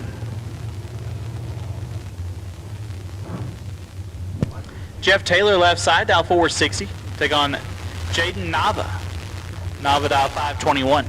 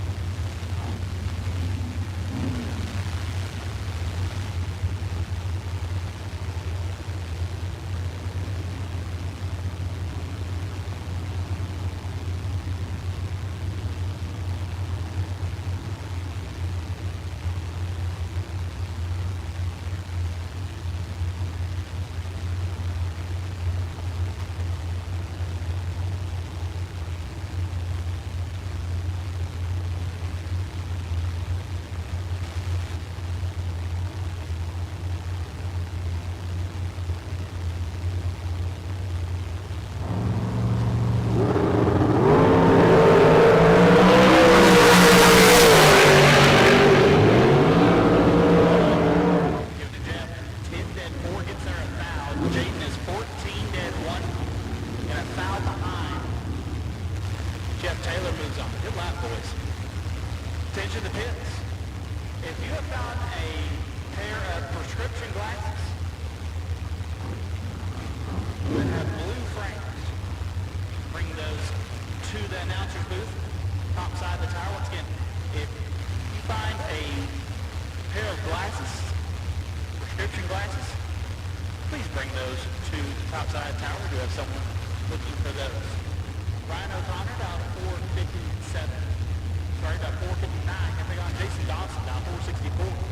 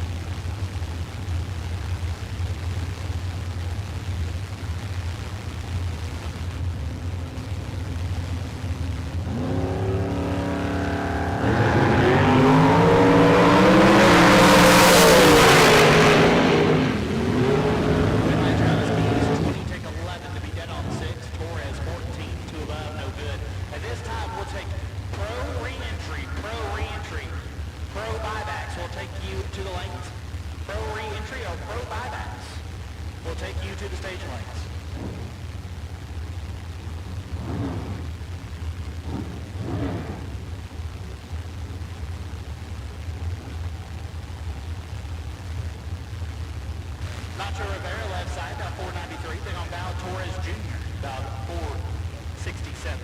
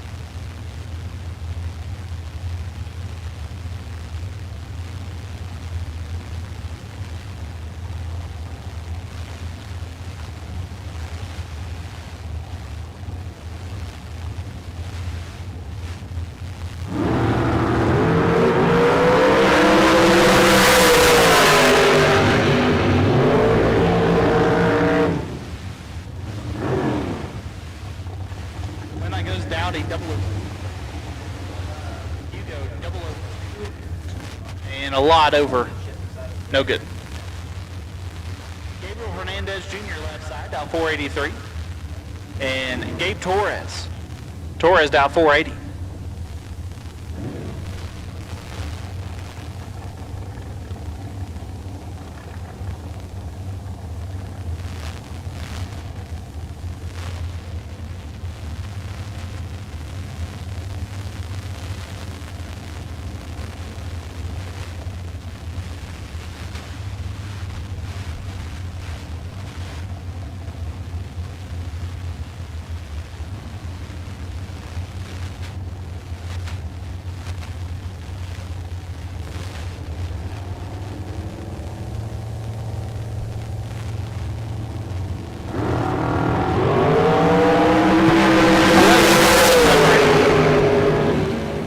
Wind light, give it to Gabe. 29 stops to be one above. Hernandez, 18. 6 thou under, no good.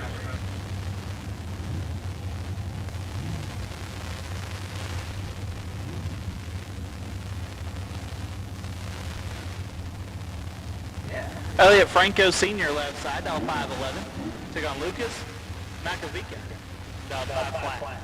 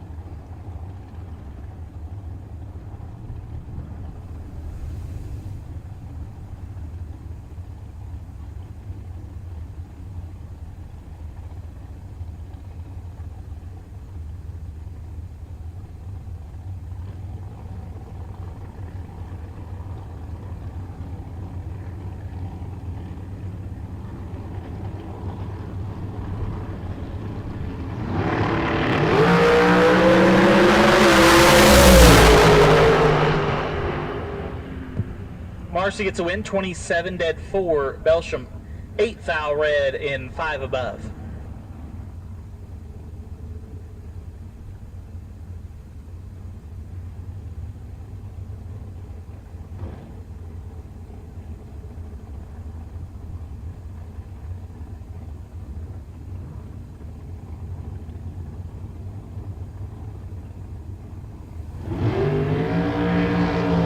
Leroy Duran left side, dialed 486, take on Tristan Craig.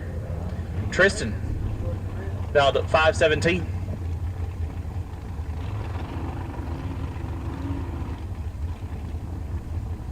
Absolute last and final call, round 1 Super Pro Dragster. Absolute last and final call, round 1 Super Pro Dragster.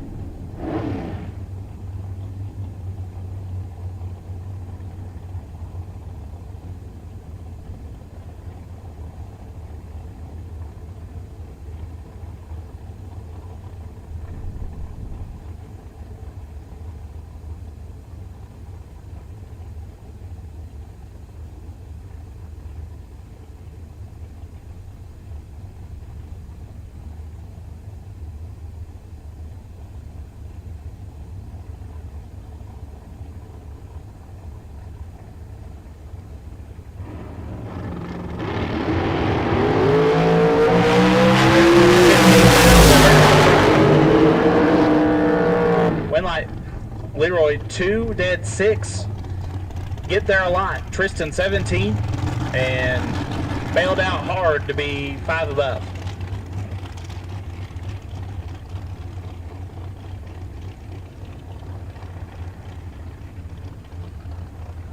Tyler Merritt left side, about 475. Take on Marco Pervalaris, about 456.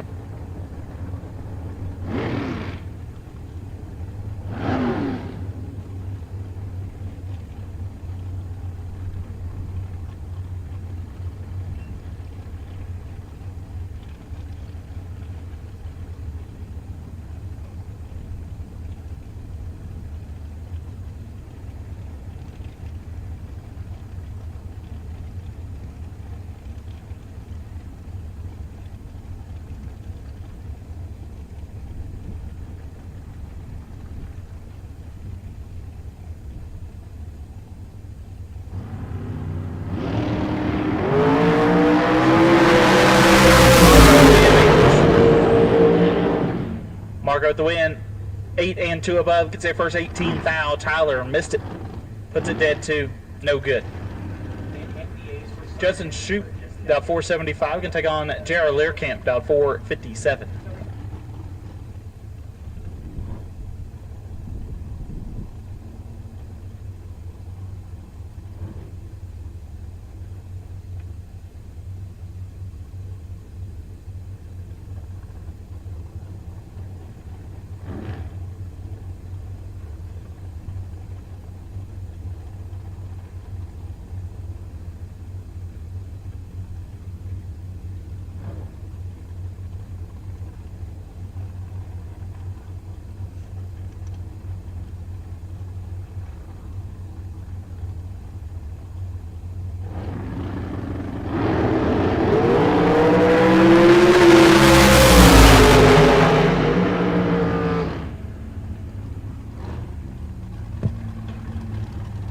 Win light will go to Judson as he has 2 thou red. JR is 4 thou red.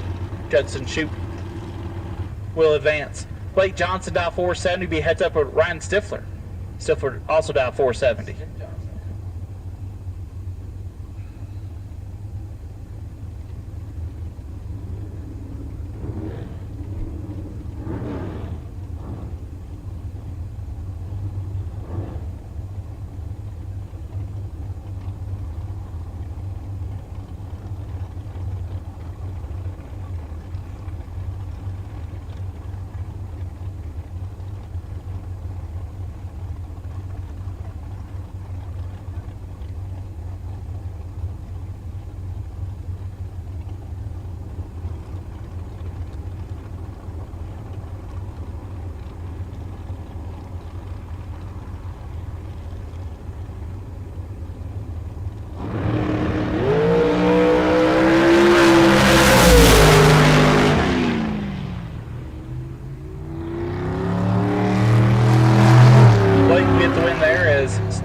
Stifler has problems.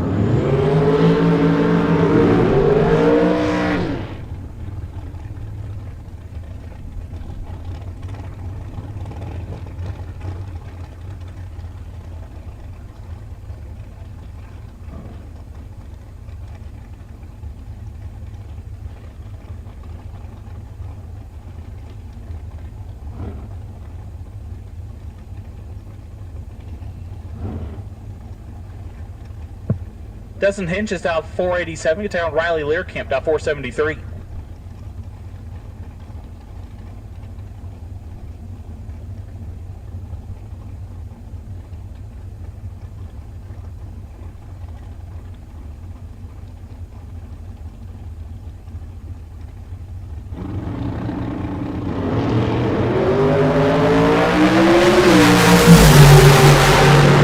Separate them, win line. Give it to Riley. 22 and 2 thou under. Dustin 25 take 30 to be quite a bit under.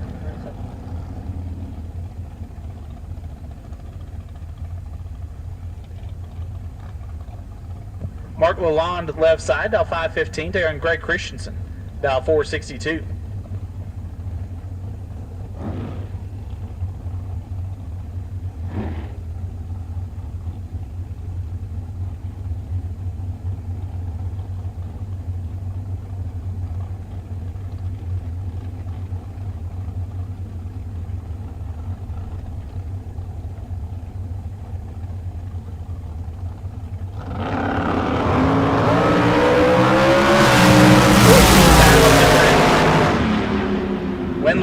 Mark, 14, 1 above, gets their first 15 foul. Greg, 28 and 1 above, 5, no good.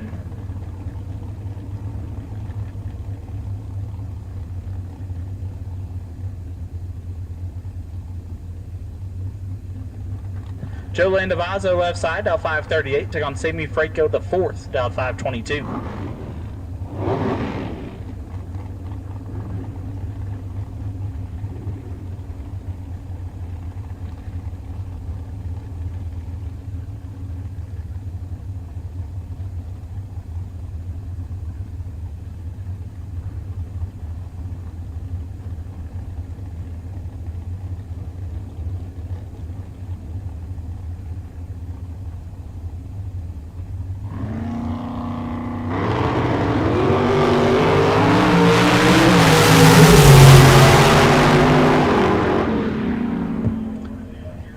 gets a win, 33 and 5 thou under. Sammy 27 takes 7 to be 6 thou under.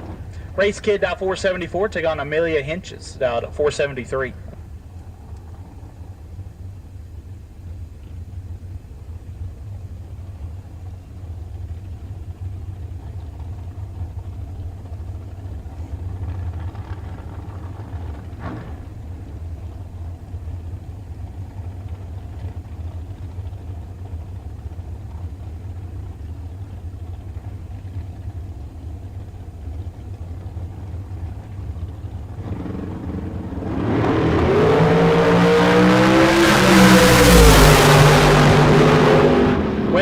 Amelia 000 dead on 6. Lays down 6 total. Get their first 5 foul.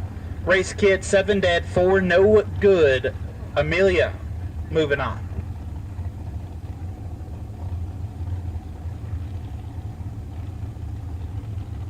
Left side dial 529. Right side Larry Richardson dialed 493.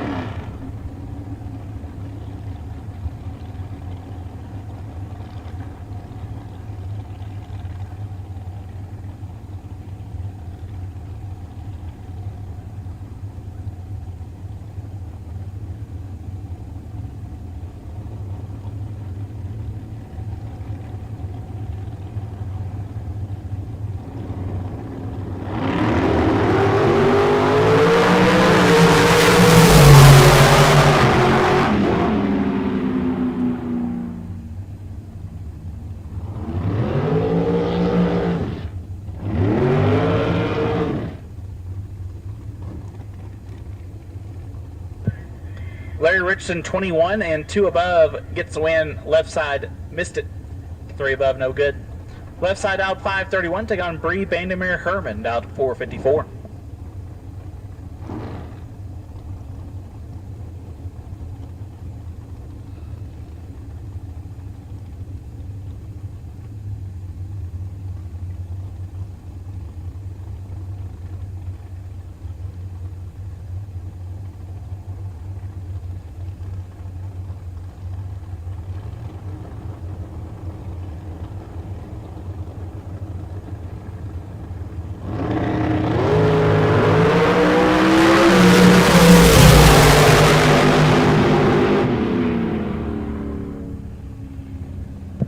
Left side 002 take 002 to be 3 above. Bree 38 and a thou under head, no chance. Chris Whitfield left side dial 464 take on Victoria Christensen dial 470.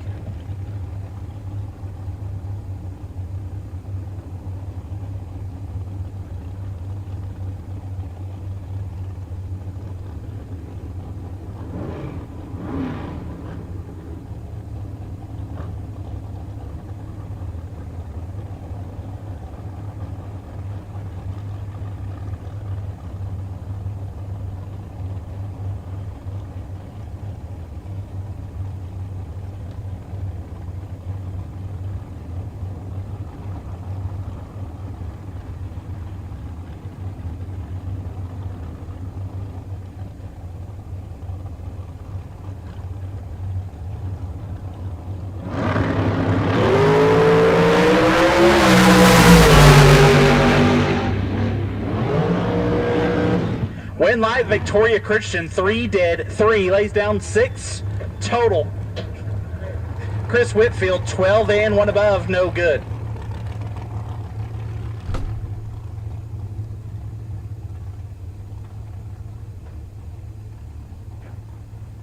This might be the best round of drag racing I've ever watched. And the bike car, Travis Ringeth.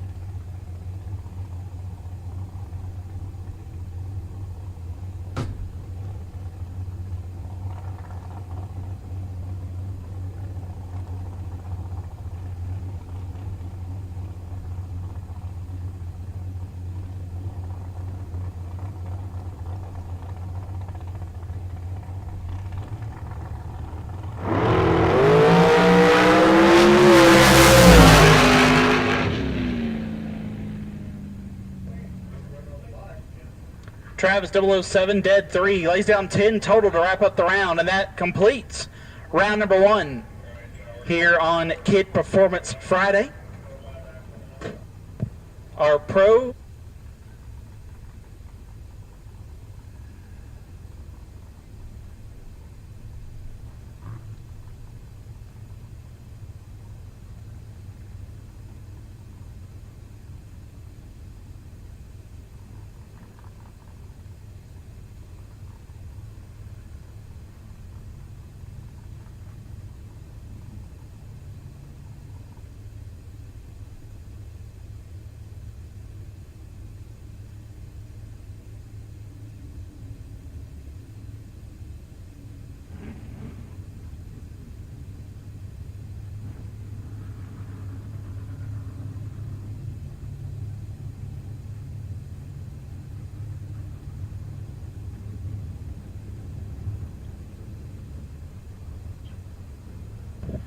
All right, pro buyback, last chance and final call. If you are going to get in on the pro buyback, this is your last chance to be in the staging lane. So if you are buying back in pro, the time for you to be in the staging lanes is right now. Last and final call. Pro buyback needs you into the staging lanes, please.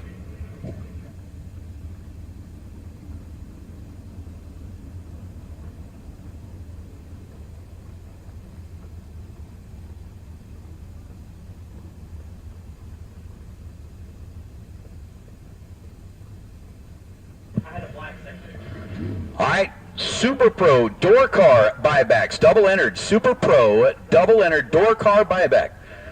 Let's go ahead and get you to lanes 3 and 4, please. Super Pro door car double entered buybacks. Let's go ahead and get you headed to lanes 3 and 4, please. Super Pro double entered buybacks. Let's get you headed to lanes 3 and 4, please. So we are getting ready to roll into our pro buyback.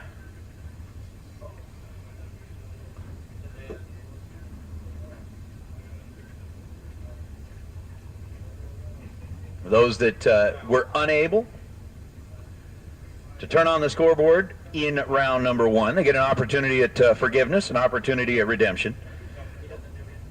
Again, racers, remember, we are handling the buybacks in the staging lane, so if you do need the buyback when we call for your class, like right now, Super Pro door car, double entereds, you go ahead and make your way to the lanes, bring the money with you to the staging lanes, and they will take care of the buybacks right back there.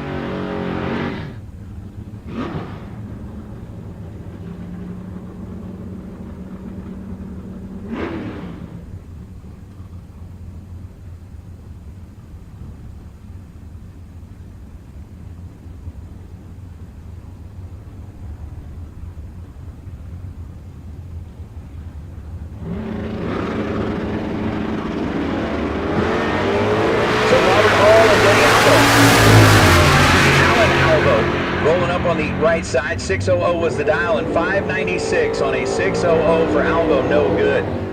Robert Hall, 17 green, and goes 679 on a 677 is Monty Beagle.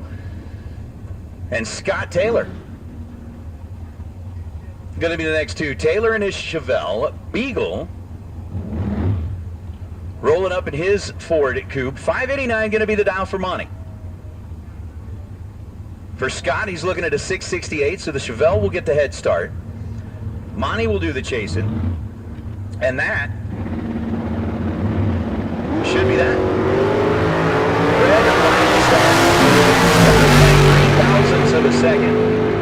Hands the win light over to Monty Beagle, who is 26 green and 2 above. 591 on a 589.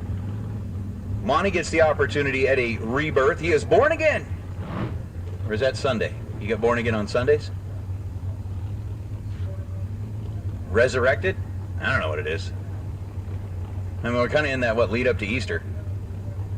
So we'll see if you can resurrect yourself. This green Challenger rolls up right side, dialed 731.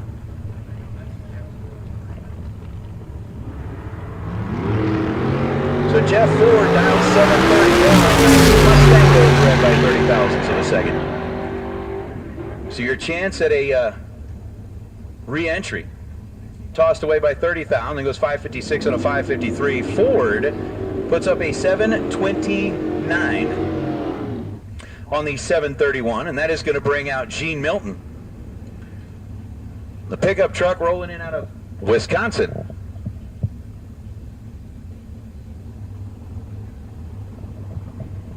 And it's just Darren.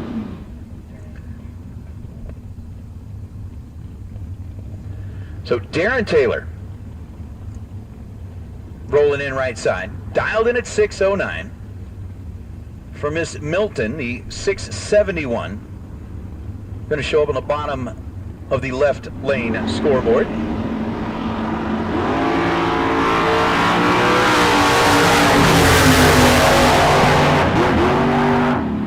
Win light turns on for Darren Taylor. 611 on a 609 by 4 thousandths of a second, going to get the win light. Gene had an 072 reaction time. In the pickup truck, goes 6709 on a 671, ends up getting their second under by 1,000. Win light belongs to Ford as Miss Lopez rolls up in her dragster, taking on the little Vega here on the left side. So with a 713 dial for the Vega,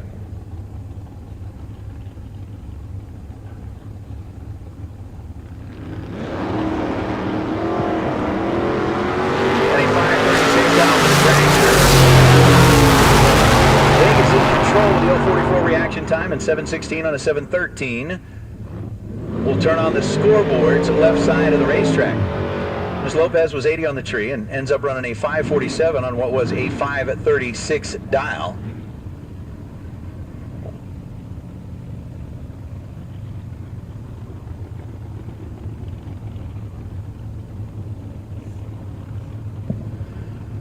Richard Llewellyn rolls up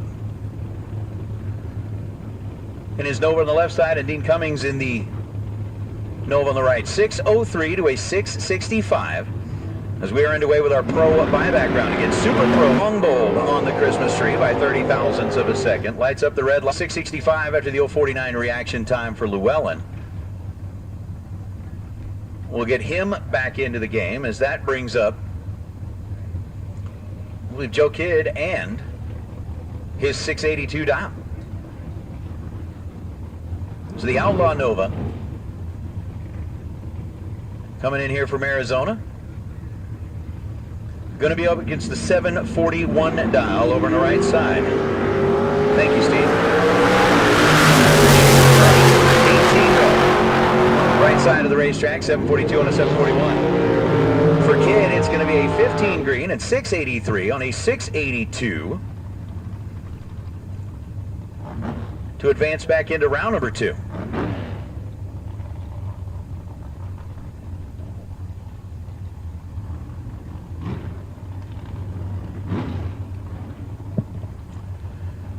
It's Carlos Ortiz. Left side of the racetrack, going to be on a 618 dial with a 570 number showing up right side for the one that we're calling Superman, or Spider-Man, excuse me.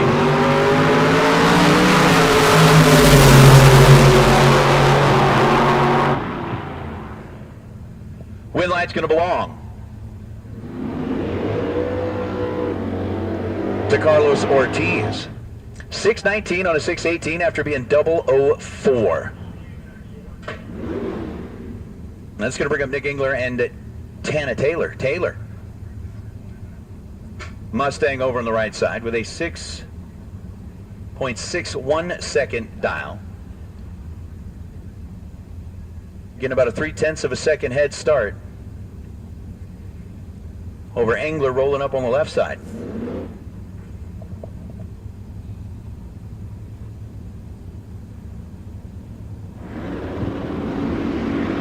So the racer's in and set, tree drops. 618 this end of the racetrack, and a 6.609 for Tana Taylor wins it on a double breakout. Tana gets there first by 9 thou, breaking out by 1/1000th of a second. Angler followed her through to be 8 thou under.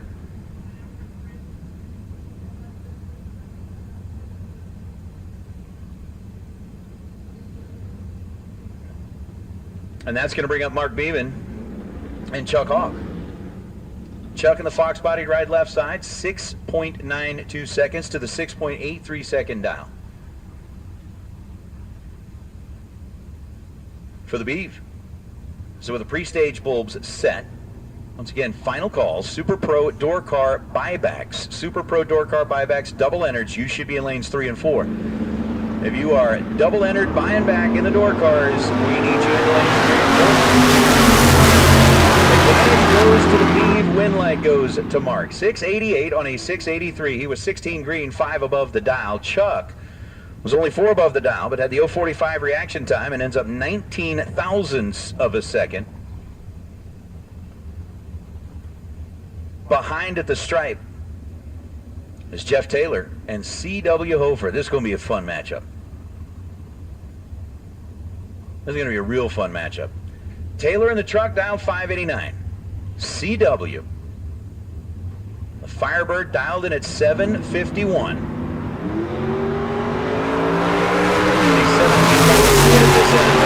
Taylor's truck actually made a little bit of a move to the inside, was able to straighten it out, ends up 1 above after an 037 green light, but CW will turn on the win light and will return for round number 2. 752 on a 751, 20 and 1 above. Beats 37 and 1 above. And CW gets back into the game as Joy Cazzetti. And CW Gordon will be the next to the Southwest Showdown.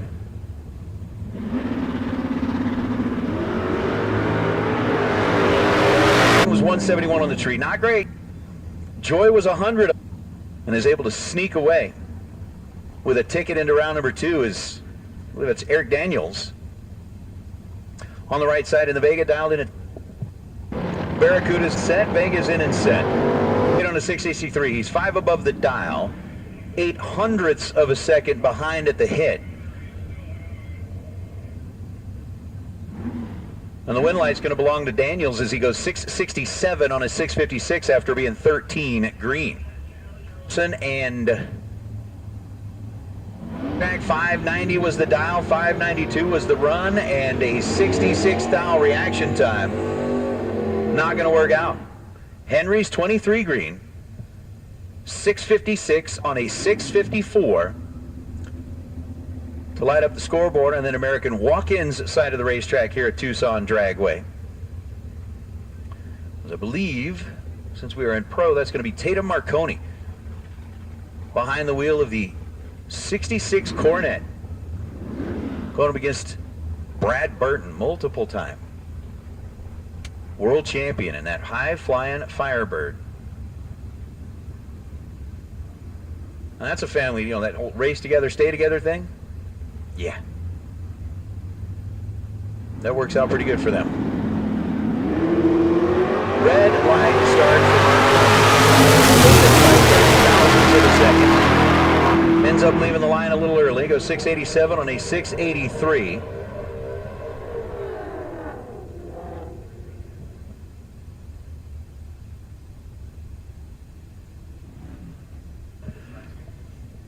Win light to Brad, 28 green and 682 on a 696. I'll bring out the GTO and the Mustang. The Pontiac GTO dialed in at 8.75 seconds. The Mustang looking at a 7.06 second pass.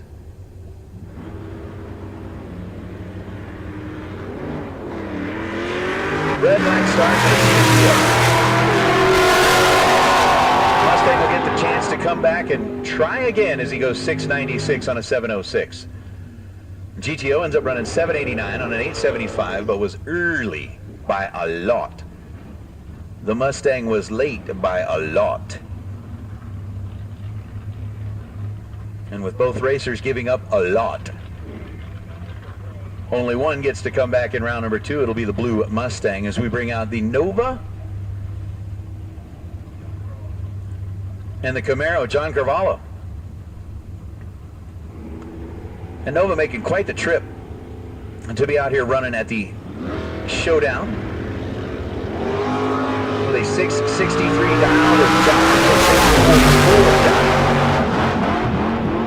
It's going to be John.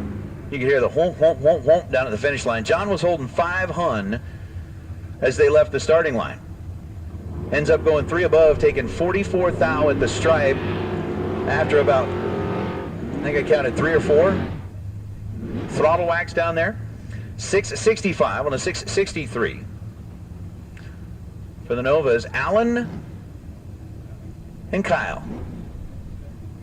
Kyle Fritz. I know at one point I heard the whole story about Bomb Pop. I don't know why. And I can't remember it at this point because I think it was one of those that I just mentally blocked out going, yeah, I didn't need to know that. Did not need to know that. But it'll work out. Alan, we talked earlier about the fact that this is like he's the original owner of that 72 Chevelle. Bought it 53 years ago and has painted it once.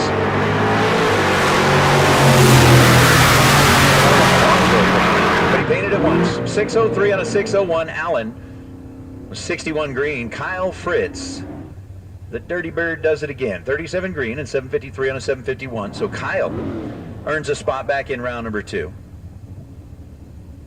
This was Jeff Ford, right? Driving the Dodge.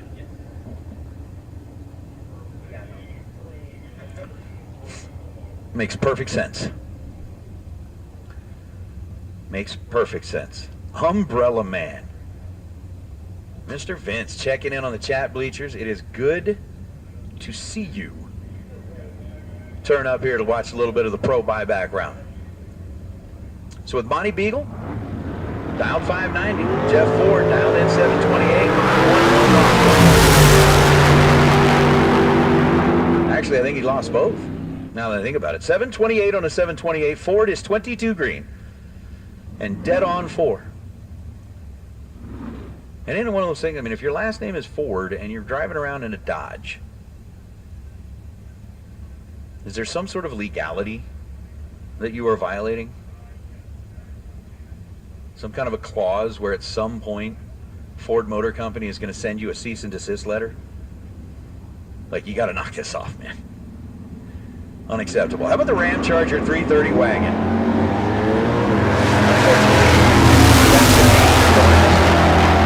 Well, we can see the Ram Charger 330 wagon. 76 red goes 651 on a 648. At least today. At least today. And then an 828 on an 822, 60 green. Good to go, I believe, wraps up. Almost. Our pro side of things, in the buyback round anyway. So again, Super Pro Door Car buybacks. Super Pro Door Car buybacks. Let's get you headed into the staging lanes. If you have a door car, if you are in Super Pro, and if you need to buy back, we will happily take care of that in the staging lanes.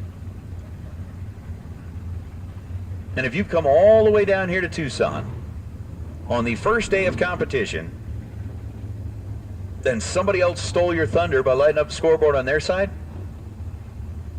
just seems to me that you might as well get your way back into the staging lanes and try again. You know, 66 lane, I don't know. Like, you're right, there are a ton of Mopars here.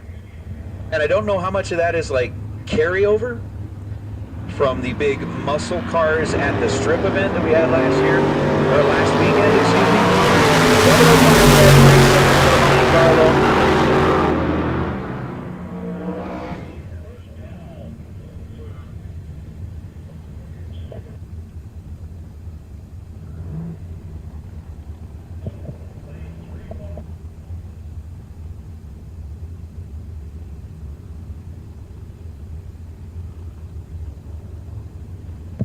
So we're getting Super Pro door car buybacks. If you are not in the lanes,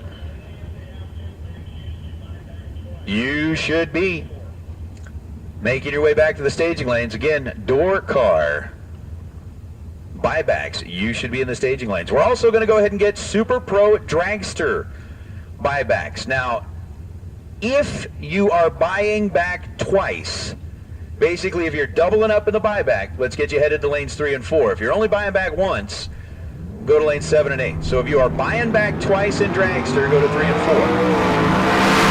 Here goes Beto in a Nissan. 620 on a 618 Beto.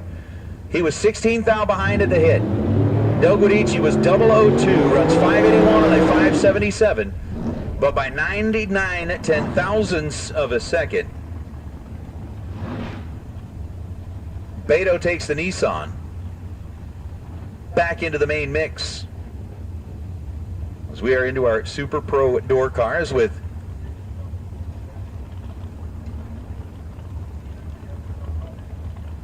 Rodney Schneider and Rod Taylor. Taylor in the blacked out Nova dial 515. Schneider dial 515. Quick side-by-side matchup in the door cars. Schneider makes quick work of it. 16 green and 513 on a 512 for Schneider. Rod was 24 green and ends up 3 above to be 518 on a 515, and the Nova gets knocked out. At least is the first one. I think that's Alex Sandin. And Mr. Scott Taylor back in the Chevelle. 668 is the dial for Taylor. 582 is the dial for Sandlin. What's happening, Gene?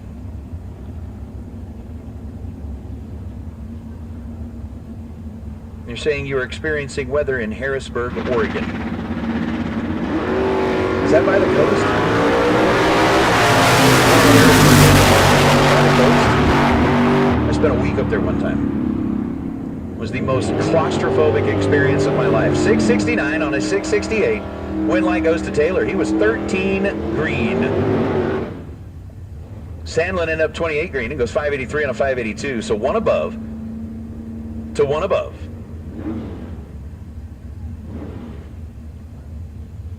Wind light's going to belong to Taylor. I'll bring up Mr. Tripp in the quick trip ride left side, dialed 635. Going up against the 705 dial for the orange Nova. As we continue to make our way through Super Pro door car buybacks, we get Super Pro Dragster buybacks. Come on down. Super Pro Dragster buybacks. Come on down. All right.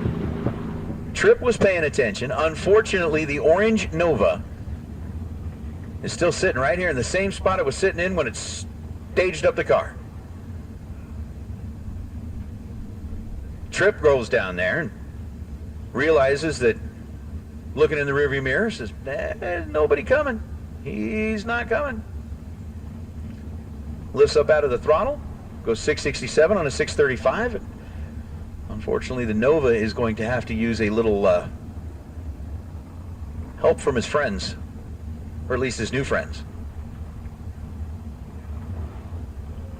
who are pushing your car back off the starting line. Once again, Super Pro Dragster. Again, if you are buying back twice, if you are buying back in Super Pro Dragster and you're doing it twice, we're asking you to go to lanes 3 and 4.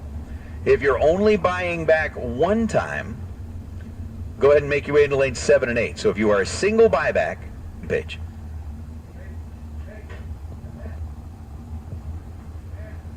All right.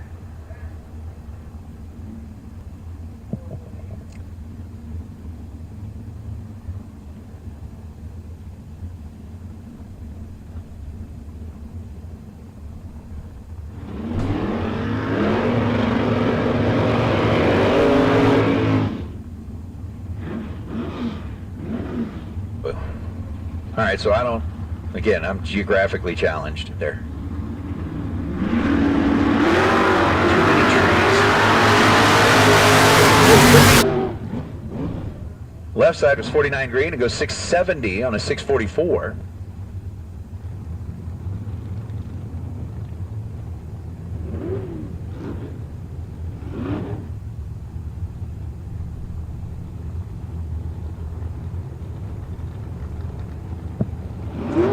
So Andrew Jaramillo over to the right side, going up against Ruiz here in the left side, that Merlot-colored truck. And I'm not even a wine drinker, but so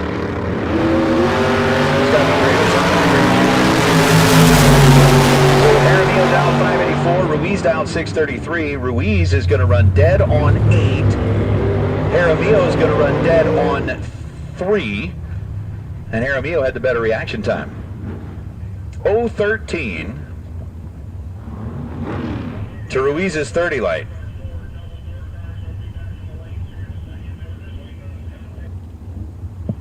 So we're working on getting our last of the double entered door cars for the buyback.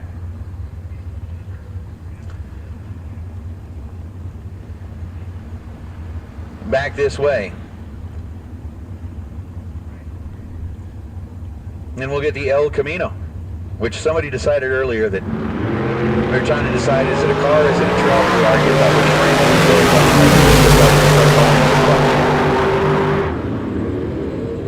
Well, the truck wins. Red light start, left side by 12 thou. 590 on a 593 to end the run. 009 was the reaction time for the El Camino, and then runs a little bit quicker than anticipated. 45 thou under the dial to be 715 on a 720.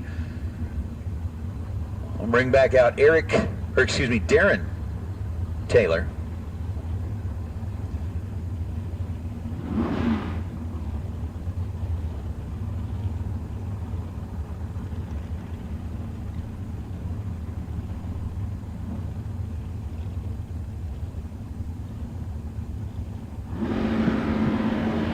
So a 538 to a 609. Somebody decided to drop a perfect.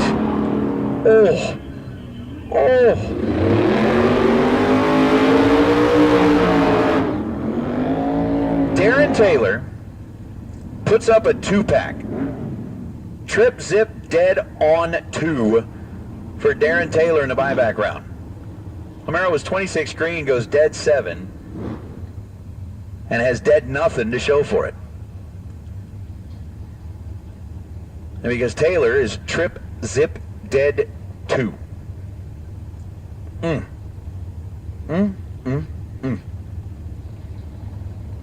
That was purty. Very purty. Daniel closing in the road. Mr. Hernandez in the Mustang, 596. It's on a 595 after being 19 green, but the win light belongs to McClelland. He's 006 and 560 on a 558. Gets there first by 54 ten-thousandths of a second. So with a 5 thou margin at the stripe, McClelland is back in the game for $10,000 worth of kid performance and dyno money. I'll bring up the Camaro and the truck, and again, just waiting on a couple more of our double entered buyback door cars. We should again have all of our Dragster buybacks making their way into the staging lanes, please. Dragster buybacks.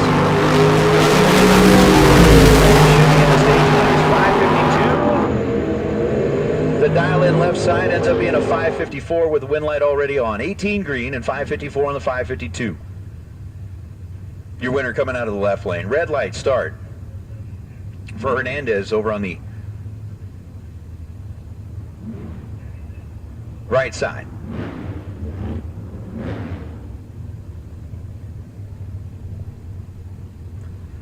I'll bring up the little Fox body, and then the Pro Mod style Corvette.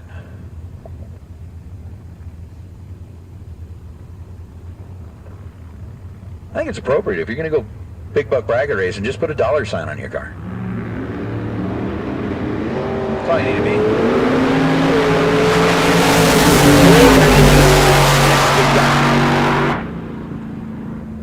And ends up running 518. About 137 miles an hour with 16 green and no good. 31 and 623 on a 620 out of the left lane. I'll bring up the Road Cone Orange Camaro.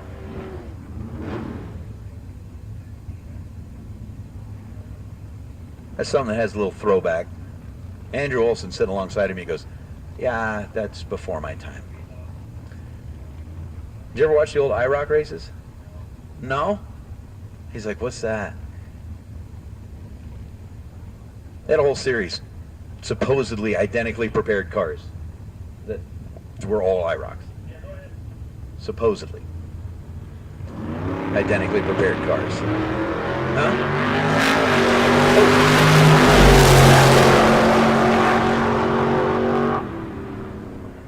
Oof. Oof. Darren Taylor just a couple of minutes ago had a 2-pack. Now we got a 4-pack. Another Trip Zip Perfect Dead 4. This time down the racetrack for the IROC. Ends up getting the win line. Again, we are getting down to the end of door car buybacks.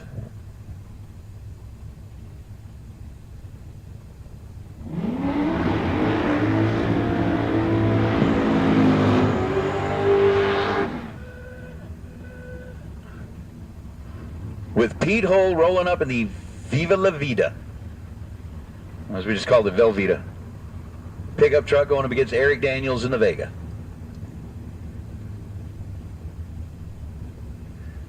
So if Hull can light up the scoreboard, it's going to be 661. He'll be like, yeah, Viva La Vida. If Eric Daniels can light up the scoreboard, 665 is the dial, he's going to be like, yeah, Viva La Vega. So it'll either be Viva La Vida or Viva La Vega. See, Troy remembers the IROC series. 15th difference in reaction time, and it's going to be Viva La Vega. 667 on the 665 after the 003 reaction time. 26 thou margin at the stripe. And for Hull, it ends up being 18 green and then 664. I believe this is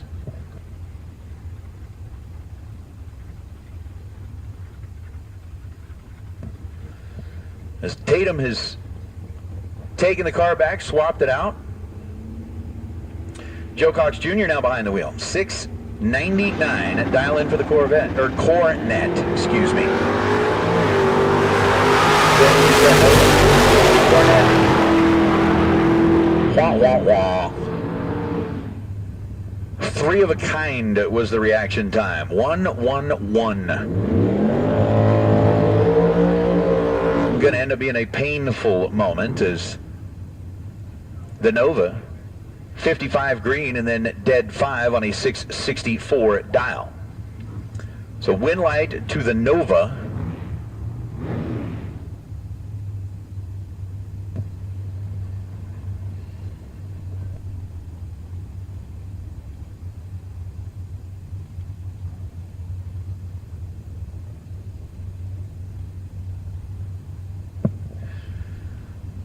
So Quintero rolling up in the Camaro left side, 611 is the dial in, and. For Dustin Wirtz in the Roadster, 530. Going to be the number as our Super Pro door car buybacks.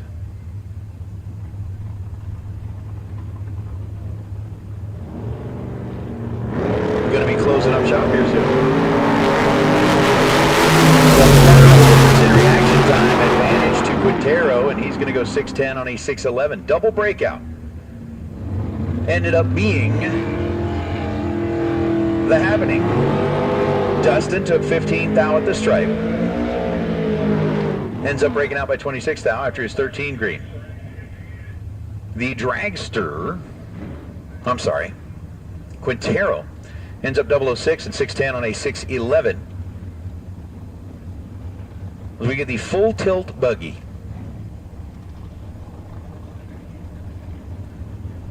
Now, if I were to roll up in a car that said full tilt buggy, I would expect for it to tilt on the back wheels.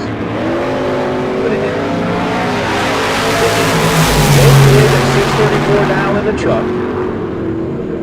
Ends up with a 637 after the 007 reaction time. So 007 takes 7 thou for the win. The buggy goes 625 on a 624, and that's going to bring up Mr. Engler one more time.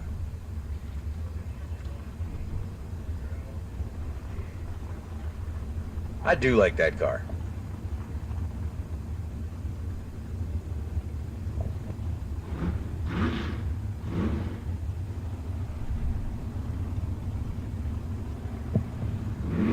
It's a Camaro on the right down 660. Angler down 630 and Angler double. So see the 3 green dots light up on each side of his scoreboard, which is a good thing here at Tucson Dragway. You got like 6 green lights on the scoreboard. That's pretty. That's pretty. 626 on a 630. Right lane was red by 54th thou. Goes 681 as he lifts up, kind of frustrated, and says, "Racing is stupid."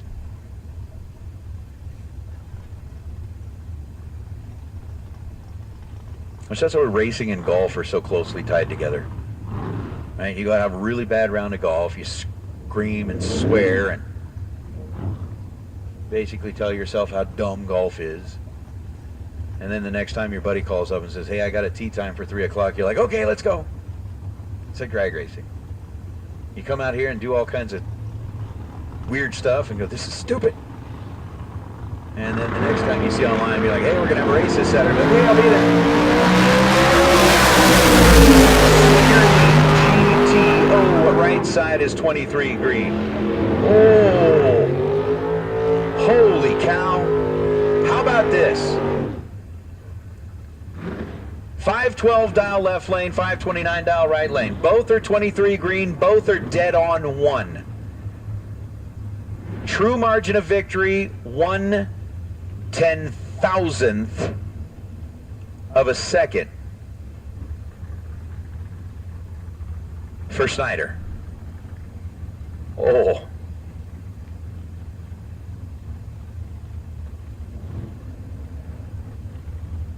I don't even know what you compare 1/10,000th of a second to. But sneezes take like 10 times that long. Blink of an eye takes 10 times that long. Even longer. That's crazy. Crazy. Vegas red by 10,000th of a second. And like the Mustang 642 on a, well, 652 on a 642. After being 48 green. That's going to bring out Jeremy Jacobs and Hank Pramov. Pramov in the Vega. Jacobs in the Savoy. And I understand our final pair of door car buybacks have made their way into the water box. So a 569 dial for Hank. 575 dial for Jeremy.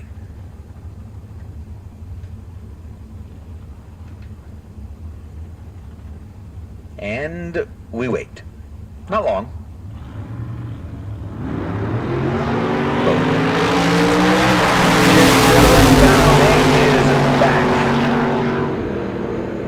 Hank 26 green and 567 on a 569. Last pair of Super Pro door cars after seeing a couple. I mean, in Super Pro door car buyback, we had a 2-pack, we had a 4-pack, we had a true margin of victory of 1/10,000th of a second with identical reaction times, both being dead on 1. And it's still early on Friday. As everybody starts to get a better handle on the racetrack, better handle on the tree, it should get pretty exciting out here. Beto in the Nissan, Scott Taylor in the Chevelle. Beto, who lit up the scoreboard in his first buyback,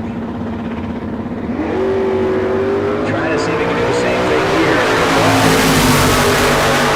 Thousandths of a second difference in reaction time, and on a double breakout, Beto will win it.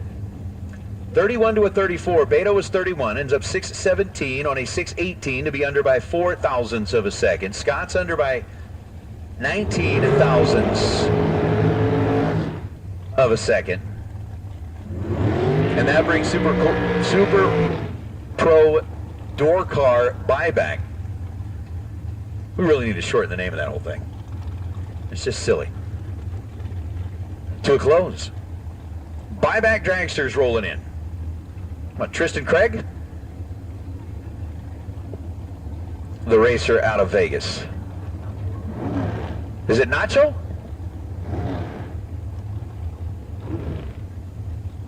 It is. Viva la nachos. I do want nachos now. We talked about like the Viva la Vida and Velveeta and nachos, and now I'm like, nachos. Couple of little jalapenos tucked in there. Yeah. We'll find out if Nacho becomes Nacho Supreme. 491 is the dial for Nacho. 518 is the dial for Tristan. As Craig rolls in right side.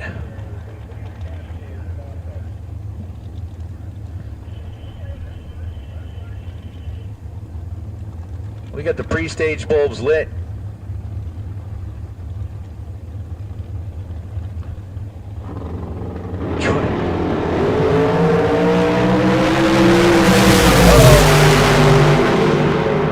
Nacho's been dunked. 493 and a 491 after being 042 green. Tristan 008. 4 above turns on the scoreboard, taking 2 hun down at the stripe. That's going to bring up Chris Whitfield with a 465 dial.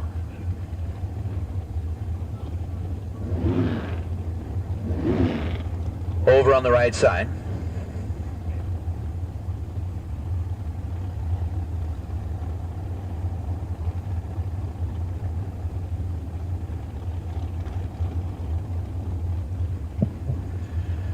And Anne-Marie Glimbaki. Anne-Marie dialed 467. Whitfield dialed 465. When we get done with this one, we'll see how Leghorn feels about it.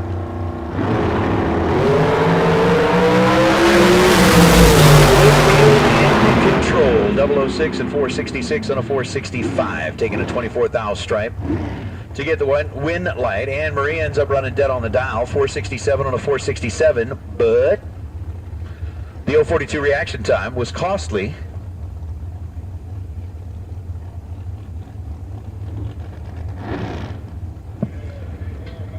So the win light to Whitfield.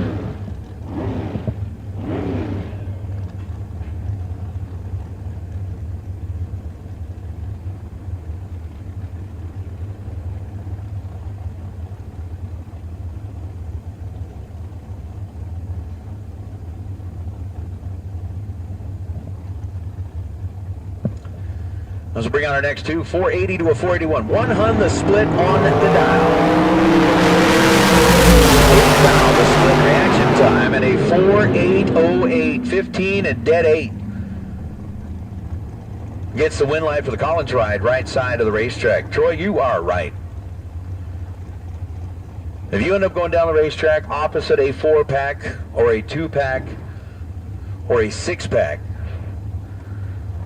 absolutely right. As long as there's a 12-pack waiting in the toter, hopefully it's been put in the cooler by that time. But I'm just saying. Just saying. 007 out of the left side, 483 on a 481 is... I'm going to bring up Adam Chioda and Travis. Nope, I think it's Dwayne Ringeth. Dwayne for that TNT Motorsports, Quality Fast Foods, and FTI Converters coming down out of Canada to play along with us. So with Chioda, down 471, Ringeth down 469.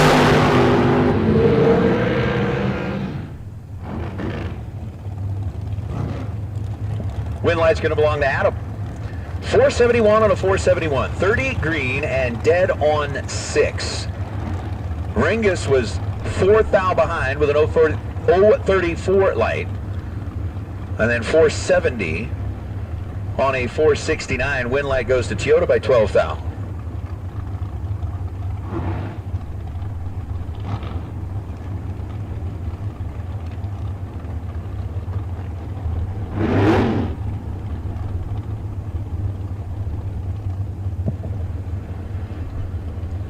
That's going to bring up Travis Ringeth.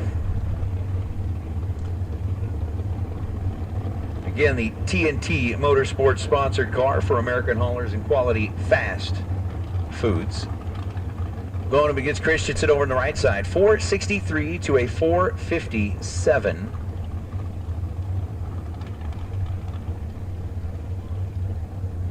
That's going to be Travis leaving second.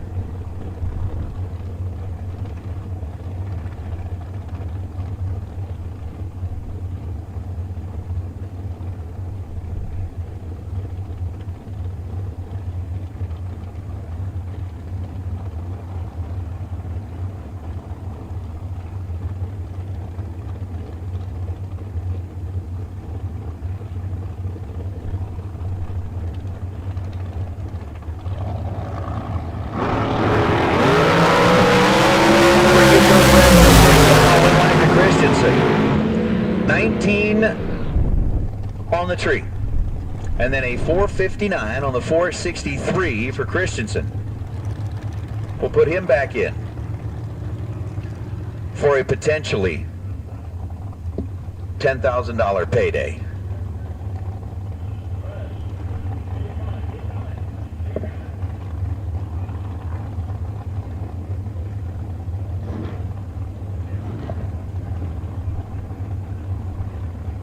So Kurt Reif, excuse me, and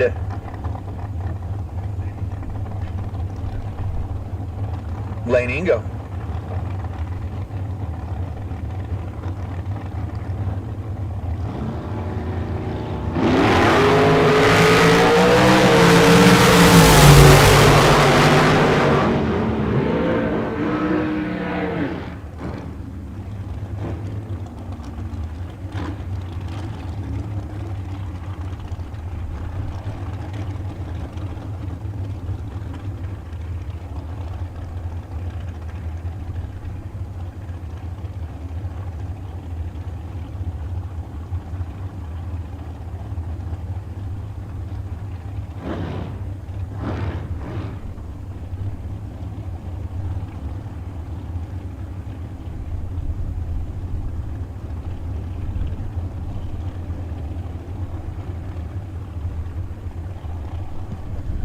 Win light goes to Ingo as we bring out the next two. Right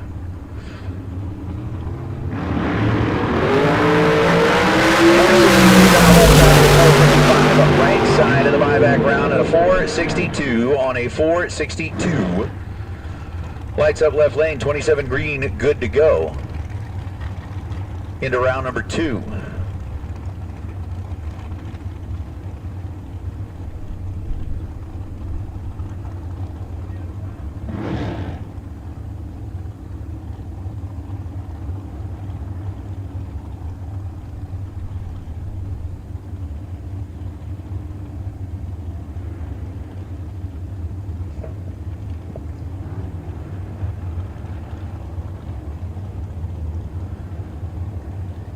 I think maybe this is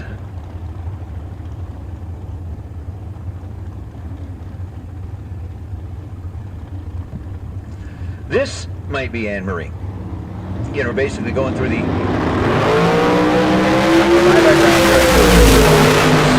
board, so I'm kind of guessing, remembering what I can remember. Tom Malicki, 448 on a 447 was read by 7 thousandths of a second. Win light. Left side, 232 is the reaction time as Anne Marie runs dead on 3, 462 on a 462. It's going to bring up, I believe, Daryl Wirtz and Kevin Kleinweber. Whatever name it was they put in there earlier. Klinkadinger? Clem Cadiddlehopper? I can't remember what it was. But so with a 448 for Kevin and a 452 for Daryl.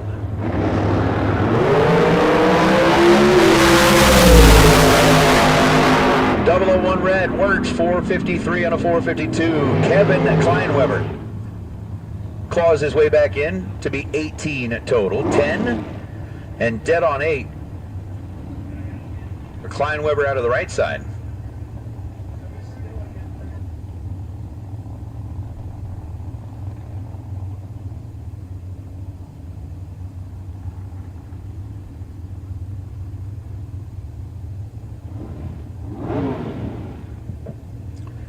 So the Division 4 player and Division 5 player now. D4, right side dialed 521.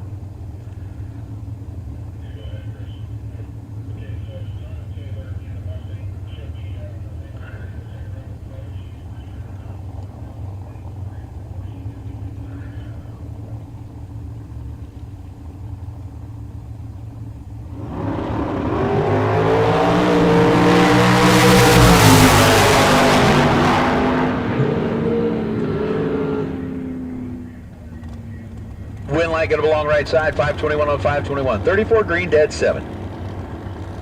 Gets the wind light compared to a 29 green and 4 above. I'll bring out Race Kid.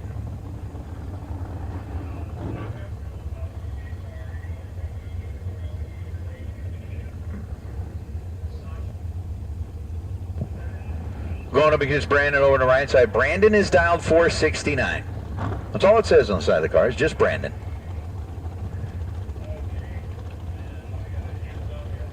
I'll toss in that throwback. It's Race Kid gonna leave first.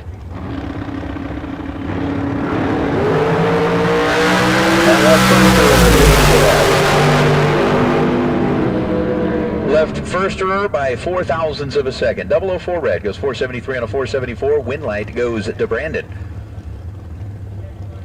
who was 28 green, and then 471 on a 469. And that's going to bring up Tina's toy. It says Tina.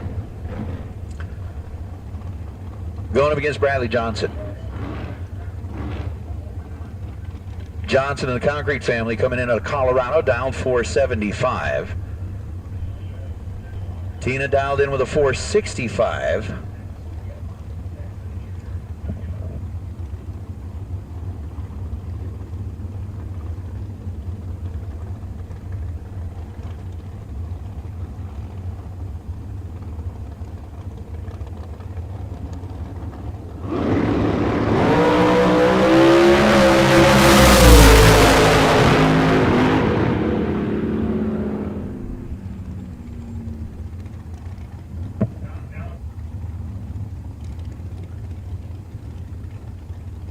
Oh, Bradley Johnson, 475 on a 475. 25 green, dead 2.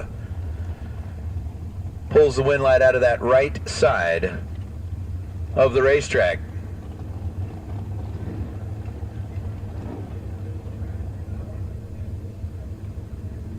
I'll bring up Bandamere. Right side, dial 454.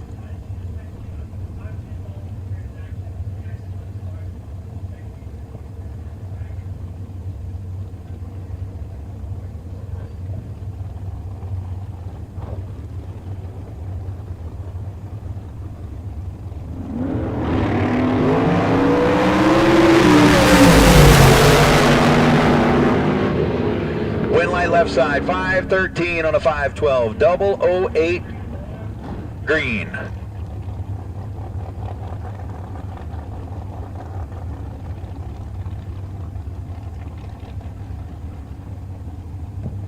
right, pro round number 2, doubles to lanes 3 and 4. Pro round number 2, doubles to lanes 3 and 4, please.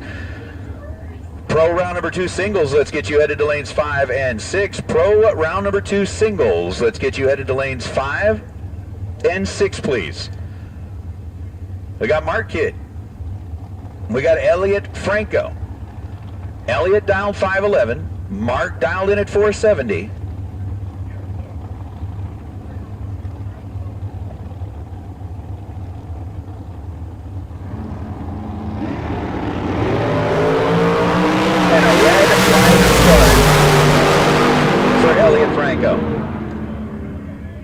Elliott by 29 thousandths of a second turns on the red light. We can call him Roxanne. Just turned on the red light. 511 on a 511. Red and dead on. 009 and 471 on a 470 for Mark Kidd is... Look at Mark Darso and Leroy Duran. Left lane Leroy down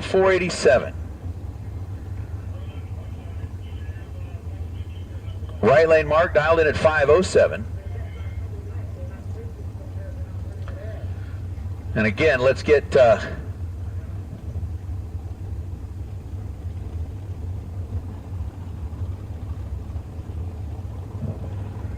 Pro Bracket, round number 2. Here's side by side, 00 reaction time. Marks 005, leaves second. Take 32 thou at the stripe to be under by 8 thousandths of a second.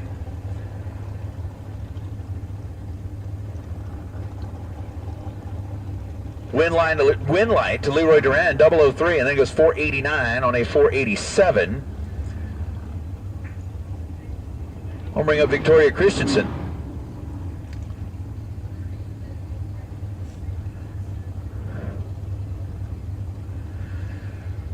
Coming up on that right side as we are getting down to only a few left in our Dragster buyback. So again, pro double entered for round number 2. If you are still double entered in pro, we need you to lanes 3 and 4.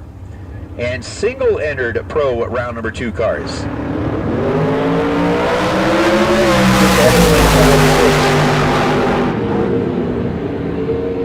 19 and 1 above. Win light goes to Doc by 13 thousandths of a second. Victoria unfortunately had one of those squiggly numbers to start off the reaction time with an 050 light. So Doc gets the nod.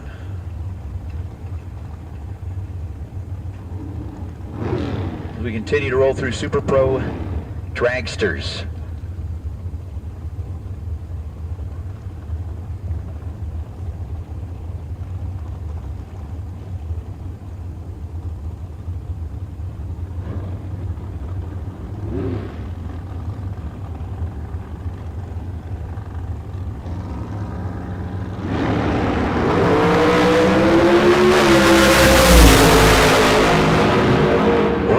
Light start by 5 thousandths of a second. Win light goes left lane, 13 green and 457 on a 460 as Tyler Murrup and Greg Hicks are going to go side by side. Murrup coming in out of the Salt Lake area, Greg coming in out of the Las Vegas area, and Greg, who is borrowing Jason Dawson's race car,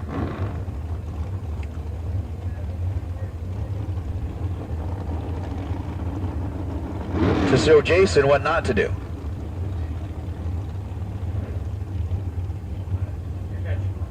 Huh? I don't know what you're talking about.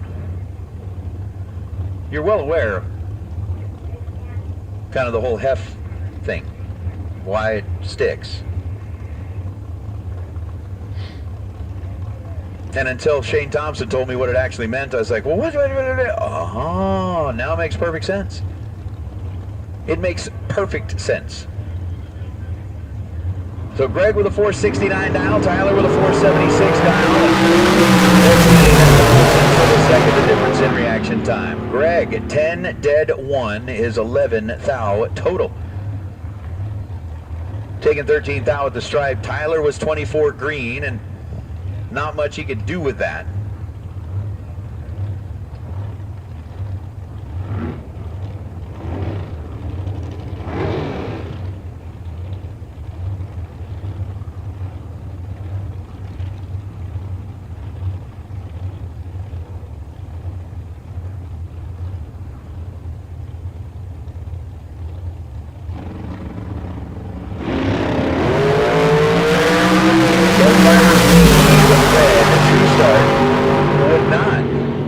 Modified the outcome of that.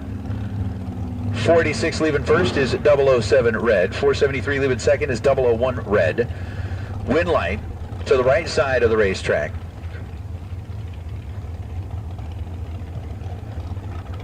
Again, we'll go ahead and put out a final call. Pro double entered cars. You should be in lanes 3 and 4 if you are still double entered in round number 2. Single entered pro cars should be in lanes 5 and 6, and all we're going to get out of this is it's Aiden left side and Zimmy in the right. So a 488 to a 480.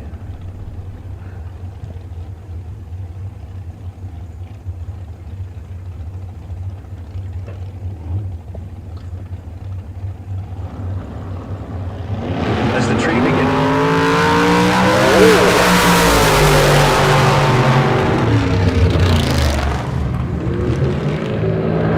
So 008 489. Wind lat out of the right side. Aiden's car. That looked like when he came out of the beams, that car came back like 1.5 feet before it took off. Like it backed up 1.5 feet. I thought that thing was leaving in reverse. And then he comes to a stop,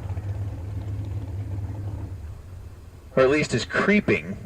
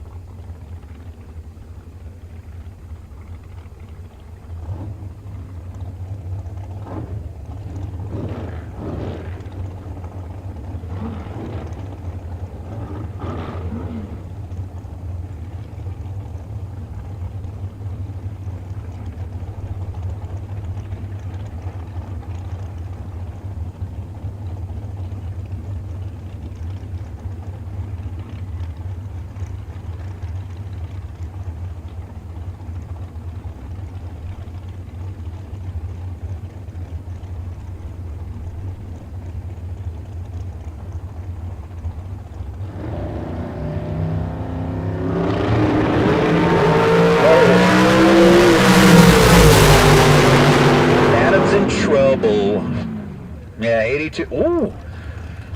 Adam's able to survive. Adam survives, 82 green, and on a double breakout, under by 5 thou. Right lane goes under by 8 thou, and hands the win light back over. This is interesting.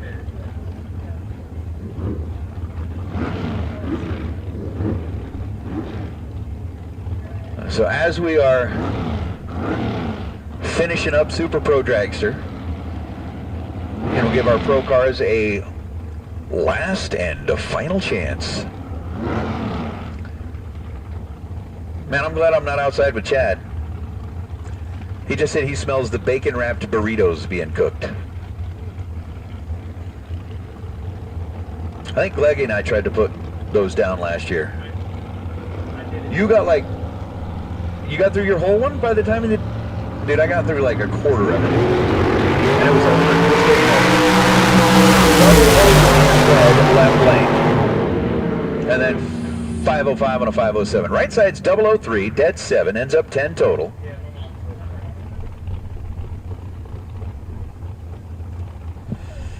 Oh.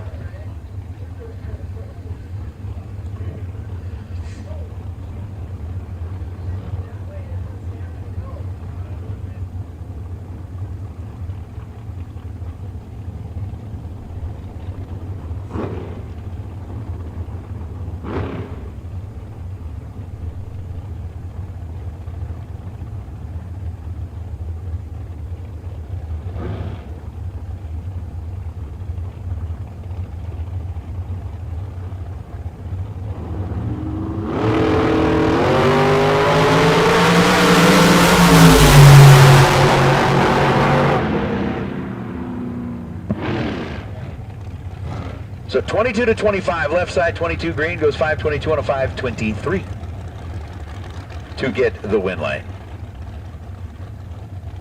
And yes, as Chad is starting to mention, as we continue to make our way through what is the final remaining remnants of our Super Pro Dragster buybacks. Is this it, last pair? Or do we still got some hiding back there? All right. There we go. Oh, Nacho's back.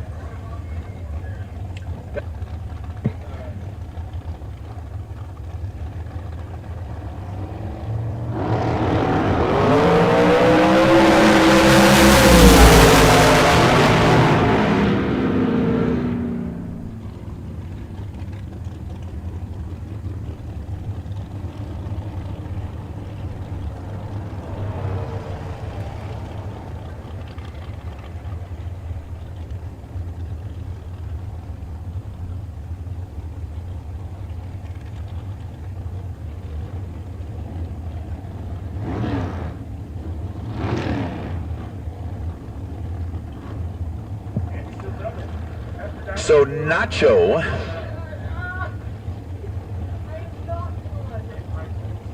going up against Whitfield.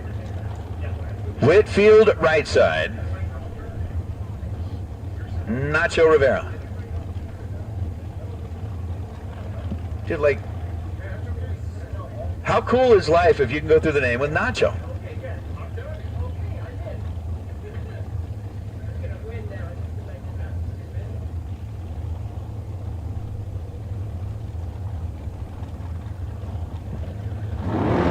So Whitfield down 465, now down 493, 14 down the difference in reaction time, and Whitfield's going to go dead 9. 20 dead 9 for Chris.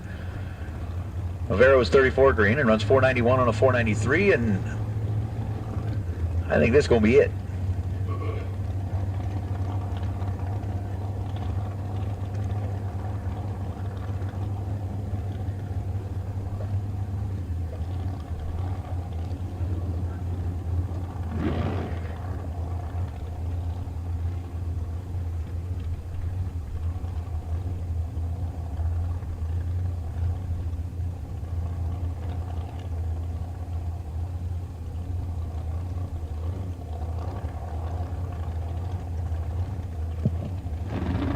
Side. 160 reaction time is not going to bode well. So an 036 light, 464 and a 457, and that is going to do it for our buyback round. We are getting ready to go into pro round number 2, and before we do that, just want to put out a couple of things by way of announcement. The fuel depot is going to be closing at 5:30, so you've got about an hour. If you are going to be needing fuel, you have about 1 hour to go get that taken care of. And racers, can we have your attention, please? This is some information about the shootouts. So again, we've got that Pro 32 shootout. We've got the West Coast Bracket Races $20,000 to win shootout. According to the schedule, that Pro 32 shootout was going to be today. So here's kind of what we are looking at, what we are planning. We are actually going to run both shootouts tomorrow as we get towards the end of the day. So both shootouts are still on tap. They are going to be run tomorrow as we approach the end of the day. Couple of reasons for that. Number one, with today being a little bit cooler and having to do the time run, and with what we have left to do, we are going to focus on our main event today, the Kid Performance and Dyno. $10,000 to win in Super Pro and $5,000 to win in Pro Friday. We are going to make sure that that is our primary focus and get this thing through to completion here tonight. So that is our plan for right now. Again, we will start with round number 2 coming up here momentarily and race our way through the Kid Performance and Dyno Friday, focusing on that. Tomorrow, it's supposed to be a little bit warmer. We will get started with our round number 1 a little bit earlier, since all we're going to have are new entry time runs. So we will get focusing on that. We'll get into the Hughes Performance Saturday main event. And then as we get down towards the end of the day, we will go ahead and run both our Pro and our Super Pro shootout tomorrow night. So if you are interested, again, the entries for the shootouts will reopen tomorrow. We're basically not going to take any more of those entries here tonight, but the entries for the shootout will reopen tomorrow, and you can get signed up for those. But again, both shootouts, as of right now, are targeting for tomorrow evening. So tomorrow night, when we're going to do the shootouts, and we'll get the entries open again tomorrow. But as of right now, racers,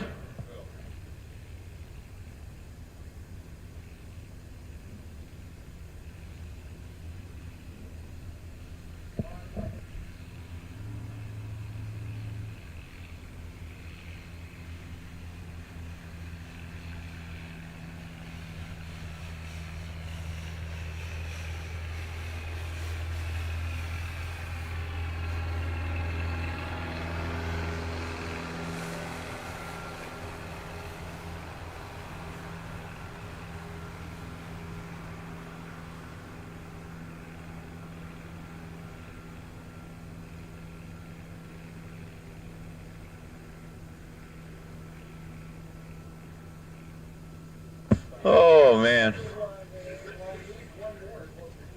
So we are again doing a little touch up here on the racetrack. We've got our we've got our pro round number 2 lined up back in the staging lanes. Again, our double entered cars are back there in 3 and 4. Single entered cars should be back there in 5 and 6. Super Pro door car, you're on standby for round number 2. But we are going to continue to roll our way through the day, and again with what had the potential of being something that might have got a lot later start today, we were able to start at a pretty reasonable time. Again, thank you so much to Kid Performance and Dyno for sponsoring Friday. Again, $10,000 to win here in Super Pro, $5,000 to win in Pro. And thank you very much to the folks at Bang Shift. We've got a good number of folks watching along here at the Southwest Showdown. Again, appreciate Ryan making the trip out here for the 3rd year in a row, because he didn't want to miss out on bacon wrap burritos again. Have to like load a couple of those in the glove box for the ride home. Yeah, well, one will suffice. Like, you can actually nibble on that thing and make it from here to I don't know, Oklahoma, and be fine. Tostito, yeah, I don't know yeah. Just strike that comment from the record. That's like saying that Olive Garden is the best Italian food. I don't know what's wrong with you, but yeah. So anyway, again, we've got just a couple of minutes.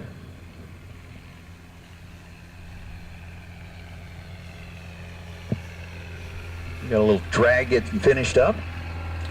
But again, tomorrow morning, I know we're still a ways away from finishing things up today, but again, tomorrow morning we are scheduled to get started with our new entry time run at 8 a.m. And as soon as we wrap up the new entry time run, we'll get into first round of eliminations just like we did today. Again, same run order. We'll start with Pro, then we'll get into Super Pro door car, Super Pro Dragster, and it'll be the same on Sunday when we get into our RB components. Main event for that day. But tomorrow we're going to have a lot of activity taking place, and as they are finishing things up here with the track prep, we're giving our pro race, I don't know if it's a good thing or a bad thing, giving a little extra time to sit back there and think about it.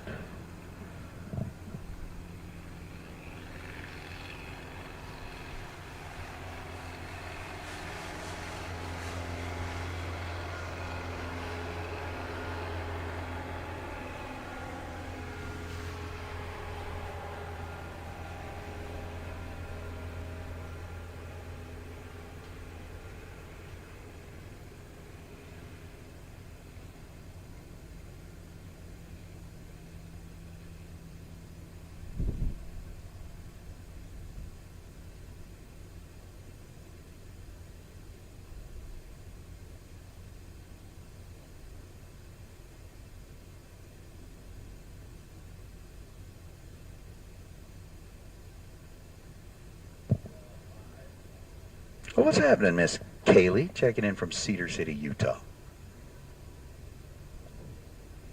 That's actually a cold place, too. You think about just a little town in the middle of Utah, and it just gets, like, bitterly cold. John Victo checking in. Again, we are just waiting, and as soon as we get this track prep done, we'll be ready to go with round number 2.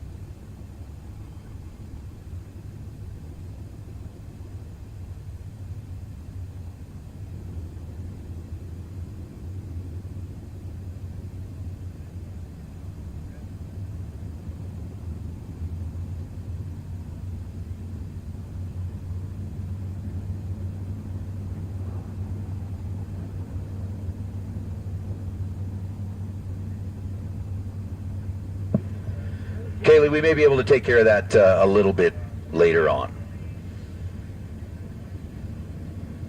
But while we are waiting on them finishing up their track prep, want to make sure that everything is just right for our racers who are going to be going through the evening racing for $10,000 worth of kid performance and dyno money and $5,000 on the pro side. I want to make sure that everybody is well aware. I know that those of you that are already watching online, you know that the Bank Shift live feed is available on YouTube. But what you should also do is post that up to your favorite social medias. Post the link to the Bang Shift live feed.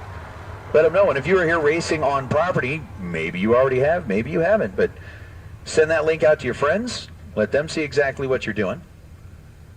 Of course, if there are those of you who have, I don't know, maybe made poor life choices when you came up into the staging lanes, matched up with the wrong person, maybe the marker on the side of your car didn't work right, don't know what it is, but whatever your life choice was, then, you know, you may not want your friends to see what you've done. Just saying. Just saying. I mean, you know, I've learned over the years that it's never the racer's fault. There's always something else that has gone awry. Like, you're not red, the tree was late. That's what I've heard. Right? Sean knows that. I'm never red, the tree was late. Oh, or late because the tree fired early? Yeah. I mean, that's a perfectly logical explanation. That is a perfectly logical explanation.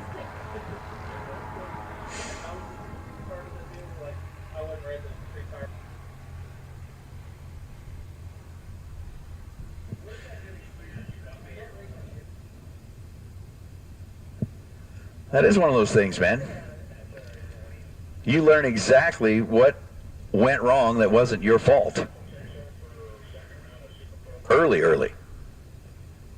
You know, if the scoreboard doesn't light up on your side, that something must be wrong with the sensor. Something's got to be wrong with the sensor. It's got to be the track. It's not you. You know, I've learned that in Vegas. You can send 30 pair down the racetrack that all run dead on their dial. One guy is, you know, 200 off and goes, man, there's something wrong with the track. And you're like, yeah, you're right. Your car's on it. That's what's wrong with the track. No, I'm kidding. All right, so they have got a little bit more time here, and rather than having you just kind of listen to me, we'll give everybody an opportunity to kind of stretch their legs. They've got some spray going down, making sure that everything is just right, and here in a moment we'll be back for round number 2 of Pro.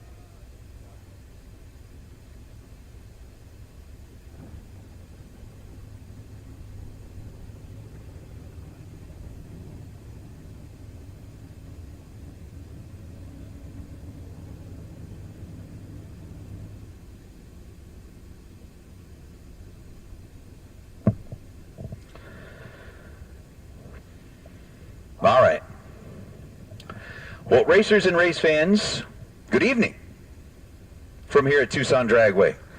We are in the 2025 edition of the West Coast Bracket Races Southwest Showdown on a Kid Performance and Dyno Friday. Again, thank you so much to the folks at Kid Performance and Dyno, Hughes Performance, and RB Components for coming on board as our day sponsors, and thank you so much to Bang Shift for bringing us live around the world via YouTube. As we get ready to roll into round number 2, we wanted to take a moment and, well, first of all, thank the good Lord above for the freedom that we have to be here racing today. Now, since we do not have a representative of Racers for Christ, and I got to tell you, I am by far not qualified to be the one to offer an invocation, what we are instead going to do is ask everybody to please rise and remove your caps, and we will have a moment of silence so that you can reflect, say your own prayer, recognize your spirituality in the way that you feel is appropriate. But again, please rise and remove your caps for a moment of silence.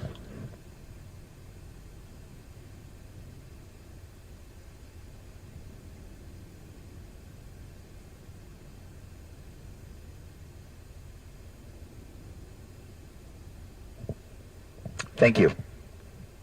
One thing that we are definitely going to do is recognize the fact that we live in one of the greatest countries in the world. We would like to take a moment, and as we listen to the beautiful words of our national anthem, please remember the servicemen and women, past and present, who have defended our freedoms, who continue to defend our freedoms, and especially let us remember those who gave their lives to defend our freedom. It is because of them that we are able to be here racing today. Here for our national anthem, as always, is Tana Taylor.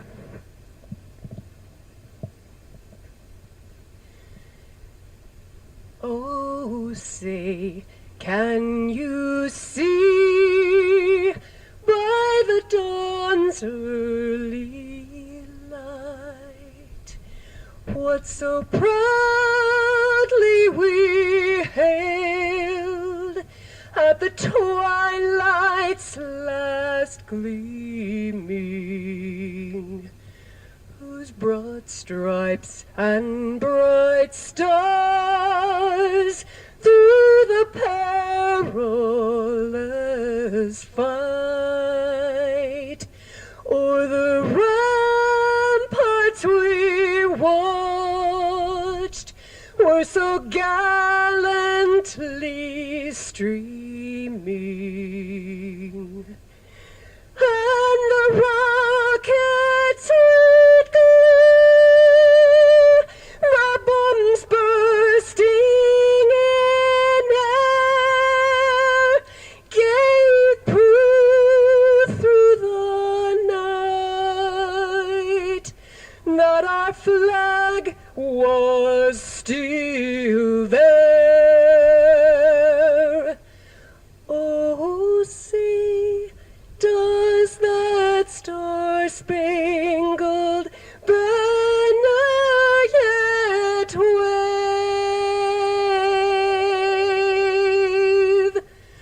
o'er the land of the free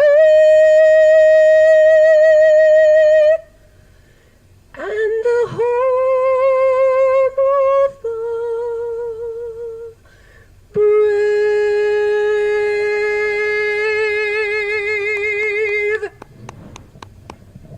Thank you very much, Tana. We appreciate that tremendously. You've got a race car waiting for you back in the staging lanes. We've got race cars rolling into the water box. And we are going into round number 2. Absolutely awesome. So with our pro cars rolling in, I am going to step out of the way and let Ryan Gleghorn take back over on the mic here for a little while. I think he's man, he's like doing adulting type stuff today, like official administrative work. It's done now? It's done. Great. Now we can play. Yeah.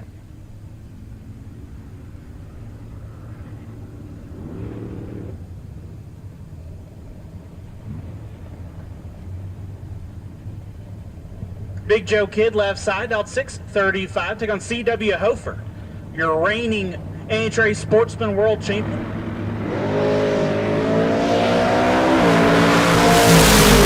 With the advantage here, Wynn might give it to Hofer. 7 take 2. That's a man lap. Put it 1 above 4. Joe Kidd 34 and 11th thou under, no good. CW moves on.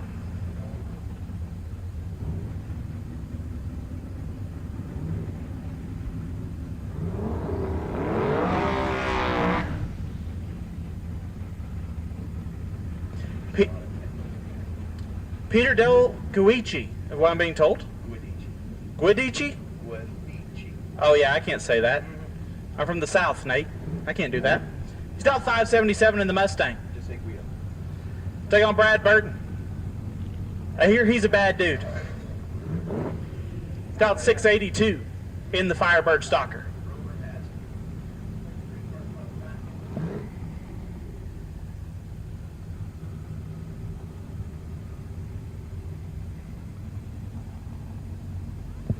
Problems for Peter, so Burton will get the solo.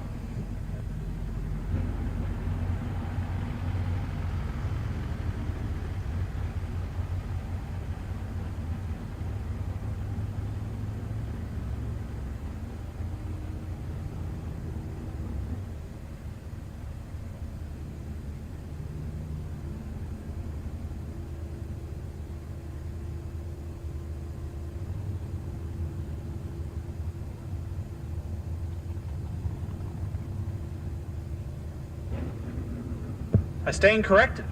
Peter's going to give it a shot.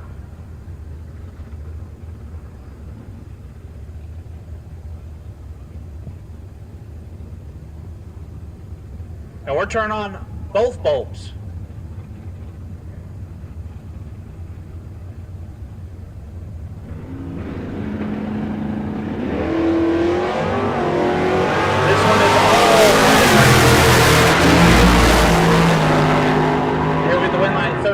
And a bunch over. Peter having issues. Brad Burton will move on. Robert Hall left side out 679. Take on Carl Gieb. Gieb out of Minnesota. Out 632. We did not have Minnesota on the states list. It has been added now.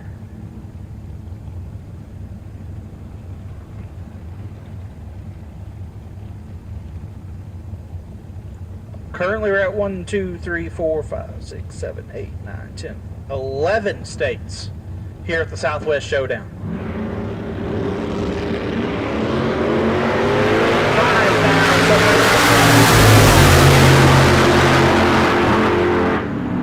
Give the win light to Hall, 31 dead 5, consider 12 at foul. Carl, 36, 1 above, no good. Had to put it dead 0 to have a chance. Mike Stewart left side. The Camaro out of Albuquerque, New Mexico, dialed 576. Take on Jeff Ford out of Mesa, Arizona, dialed 728 in the Challenger. Saw today where Albuquerque Dragway became a NHRA member track once again.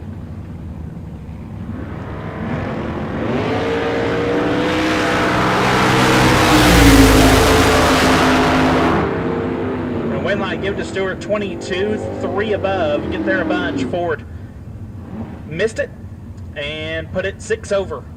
Mike Stewart moves on. Stephen Mang left side, Westminster, Colorado in the Mustang, dialed 7 flat. Took on Scott Taylor. Columbus Falls, Montana is where Scott hails from. He's dialed 667.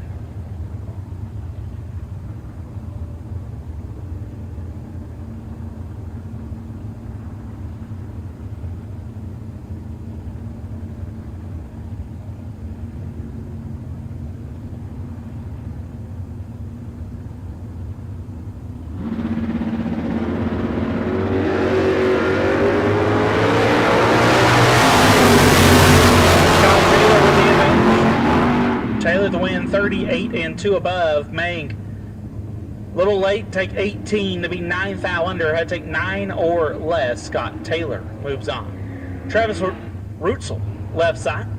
Howard Lake, Minnesota for the Camaro, dialed 553. And Sasha Hofer, saw her husband CW just go down a couple pair ago. Miss Sasha dialed 749.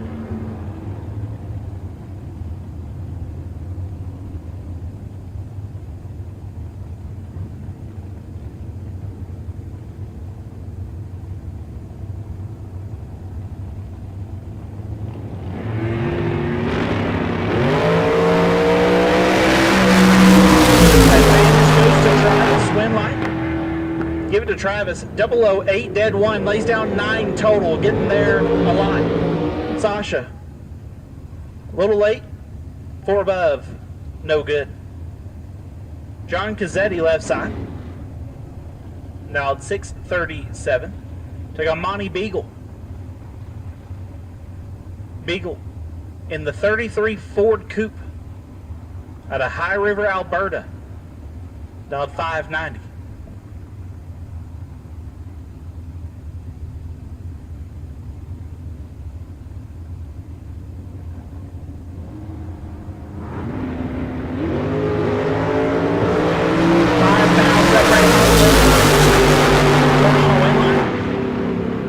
For Cazzetti, 10 and stops to be 4 above, turns on the wind light. Beagle 15, get their first 49 to be 8 foul under. John Cazzetti moves on. It says Denal Rife, left side, dialed 702. Take on Henry Roberson. Henry in the Mustang, dialed 654.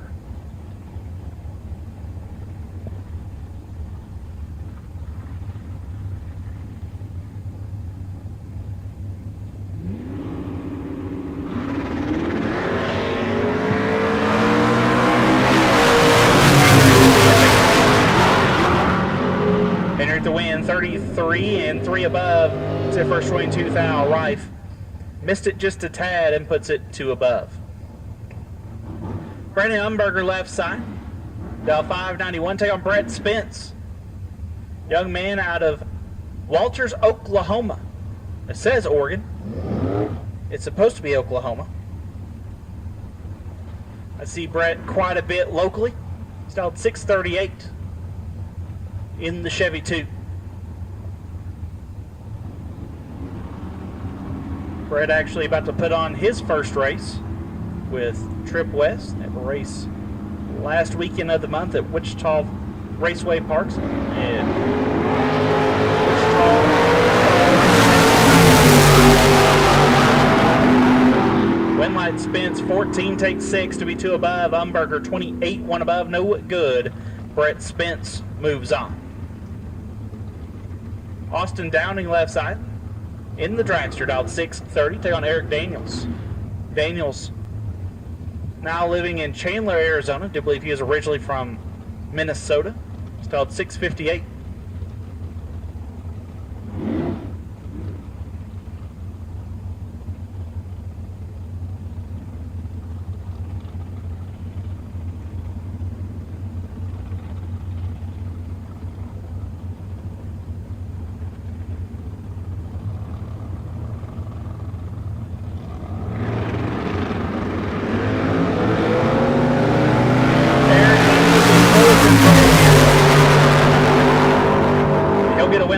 Take 38 to be 4 above. Austin missed it just a tad and puts it 3 above. Eric Daniels moving on. Stephen Lakey, left side, dialed 658. Take on Mark Johns. Johns dialed 637.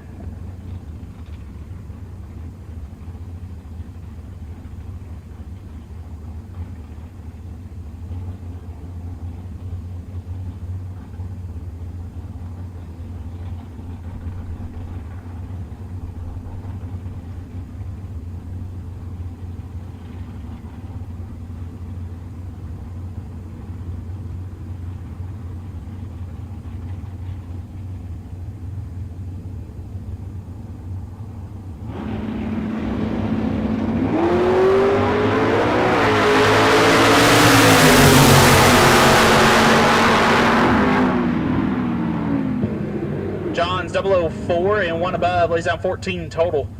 Lakey missed it, puts it 3 above, no good. Jason Daughtry, left side. Daughtry dialed 849, get down Darren Taylor. Darren dialed 608.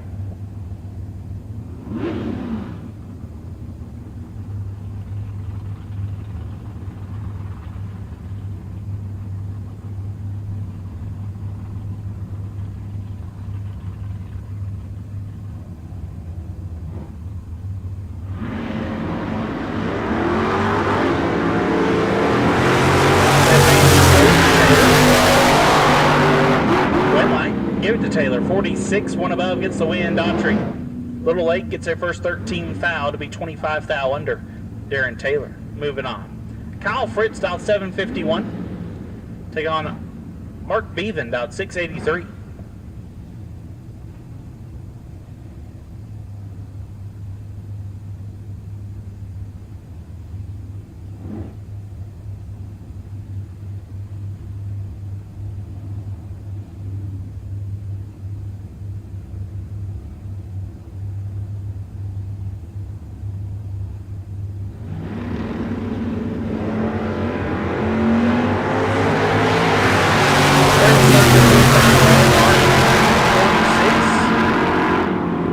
Above. Mark Bevan moving on.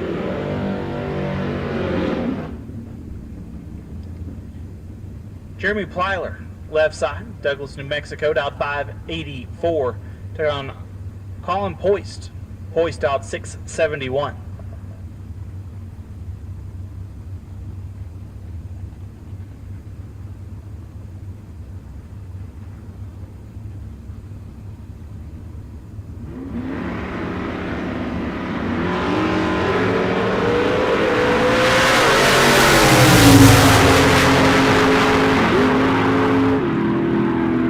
Jeremy, little late and 2 above. Colin got their first 52 thou to break out 3 thou. Jeremy will move on.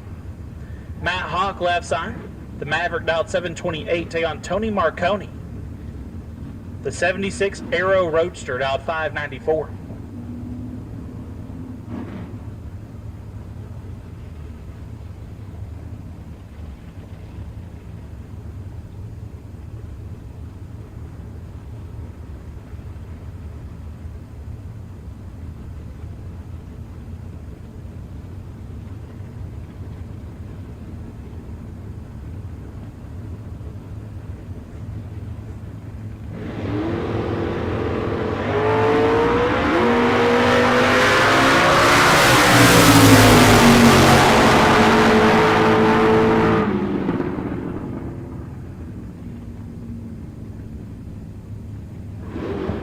Marconi is red. Hawk 18 and 1 above. Moving on.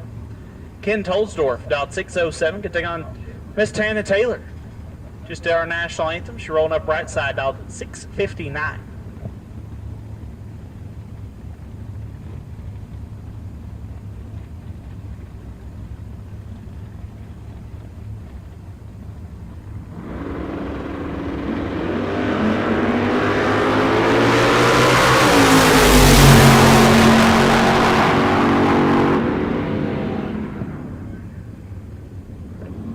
Ken is red. Tana move on, 13 and 3 above. Chris Stout, left side, out 713. Take on John. I don't even want to try this one because I know I'm going to get it wrong. But DeCarlo? Yeah, we'll go with that. John Dowd, 644.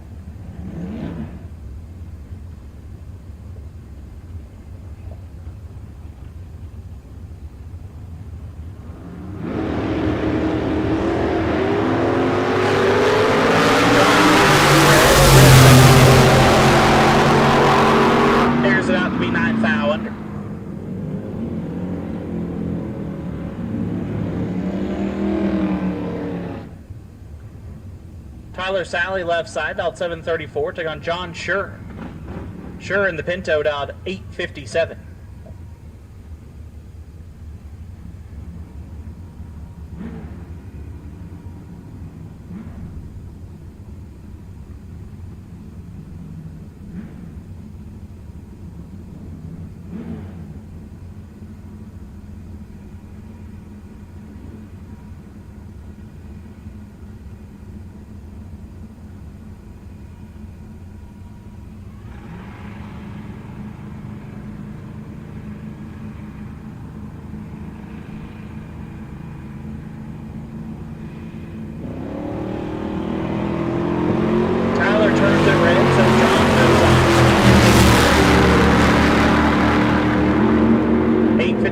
Off the 857.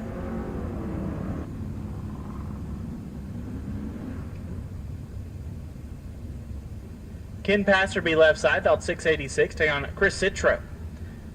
Citro dialed 767. Chris had a little bit of an issue there.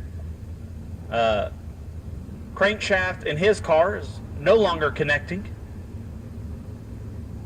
So swapping over into the wife's hot rod here for round number 2.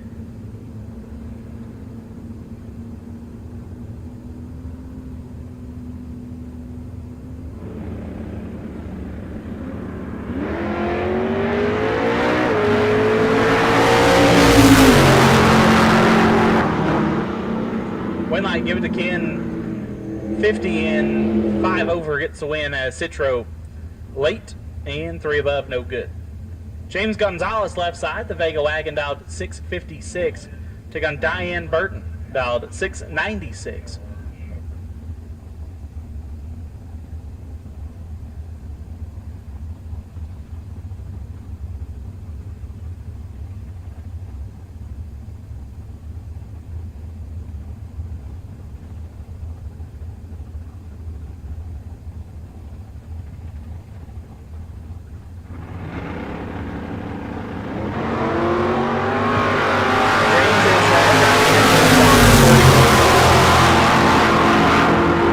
There's it have to be 3 above.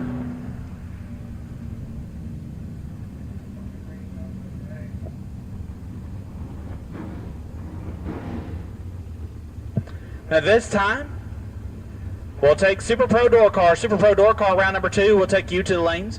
Super Pro Door Car round number 2 will take you now. Super Pro Door Car round number 2 will take you now. Paul Lorton, Jeff Taylor. Lorton left side, dialed 621. Taylor in the right, in the Dakota, dialed 590. 6,000. Win light give it to Taylor, 46. 1 above gets their first 200. Lorton, 40. 3 over. No good. Joy Cassetti left side. The Joyride Vega wagon dialed 595. Take on Scott Burton. Scott in the Cobra Jet dialed 636.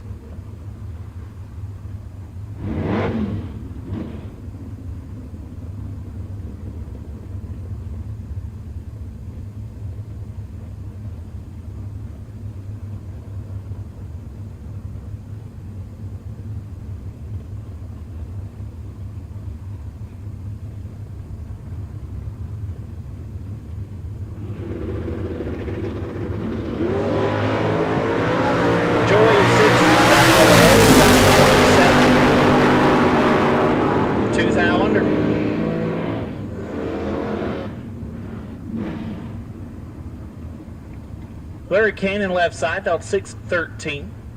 Take on Ray Vicker Jr., dialed 741.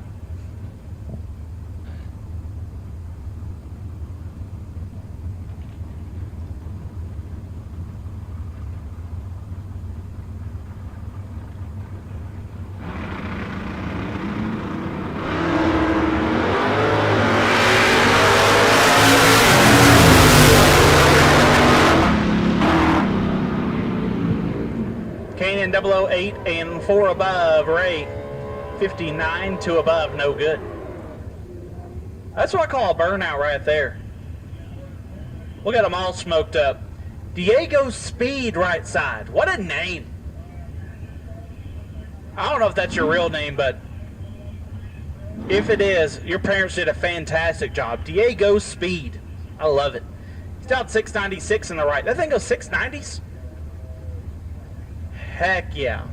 Tim O'More left side, dial 582 in the left. Tim O'More, pretty boring name, pretty good racer. Diego Speed, fantastic name. We'll figure out the racer part here in just a moment.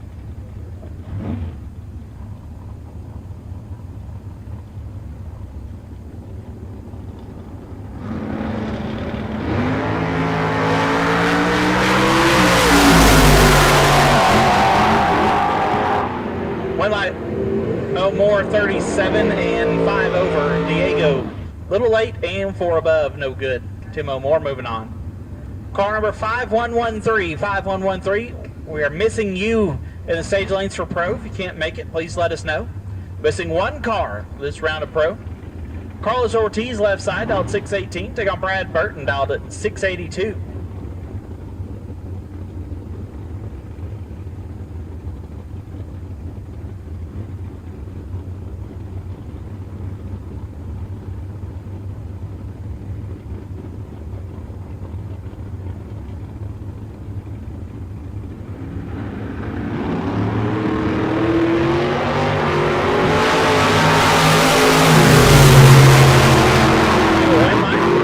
Ortiz 25 to above gets the win. Burton 54 in 3 above, no good. Carlos moves on. Joe Kidd Jr. left side. The Outlaw dialed at 684. Take on Jeff Ford. Ford dialed 781. Oh, getting waved over.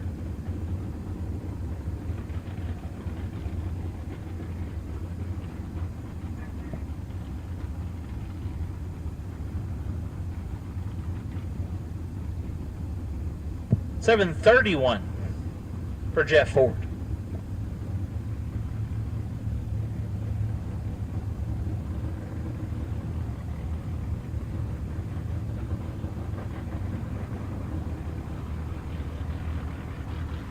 Absolute last and final call for Pro and Super Pro door cars.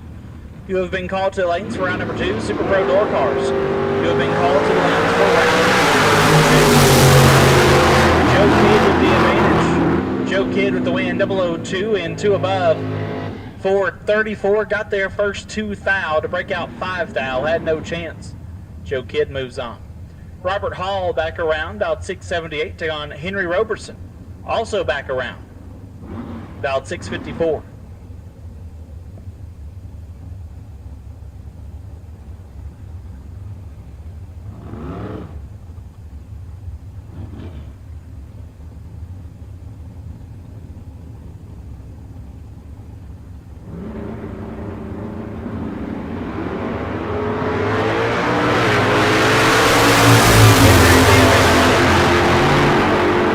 Henry at the win, 004, 1 above 7. Turns on the win light. Robert 31, take a thou to be 11 thou under.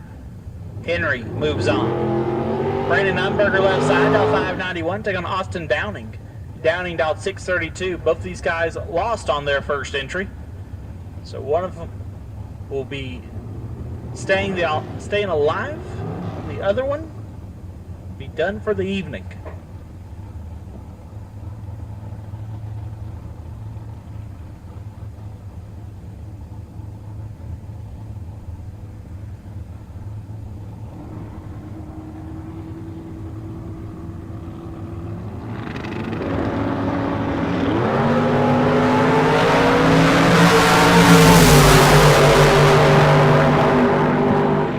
Waylight Umberger 12 and 1 above gets the win. Austin, little late, dead 8, no good. Brandon Umberger moves on. Stephen Mang dialed 698. Get to Mark Johns dialed 638.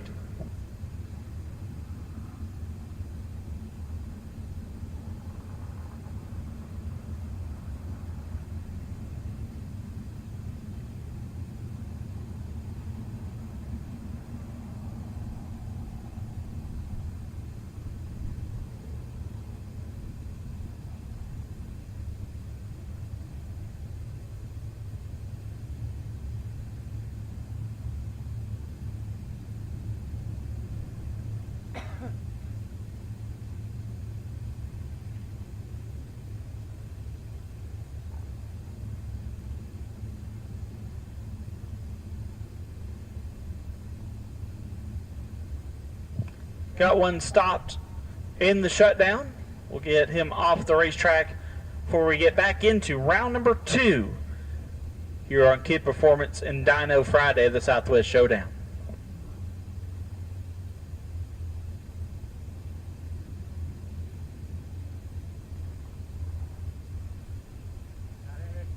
What up, big dog? Hey, dude.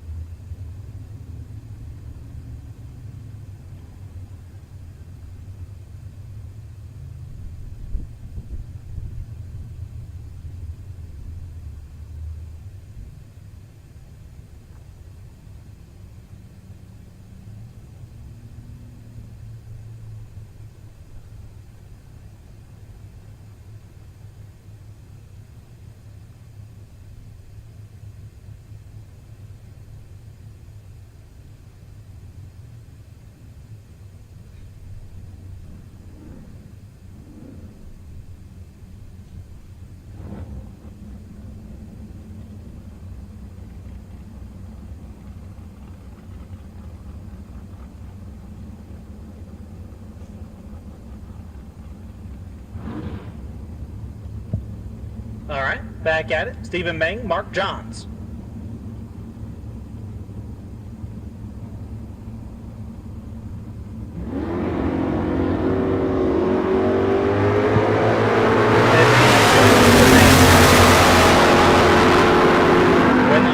Also goes to Mang.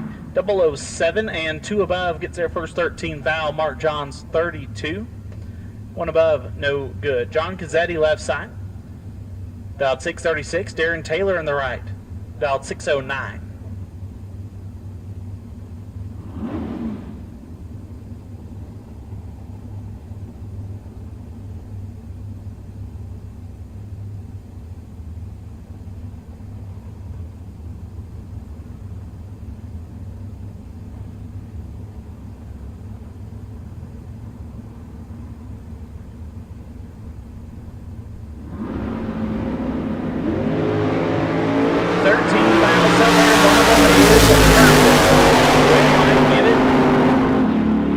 Cazzetti 13 dead 5 gets their 7th foul. Taylor was 000 up front, puts it 2 above 5, 25 total, gets him 7 foul behind John Cazzetti. 18 total moving on. Tan Taylor left side dialed 662 and Richard Llewellyn dialed 669.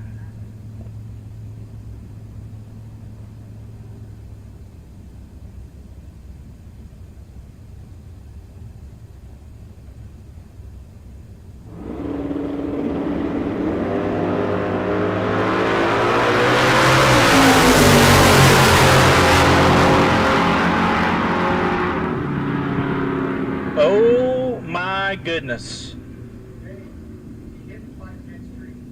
Llewellyn late and 14 foul under will get the win. Tana 28, take a bunch to be 22 foul under.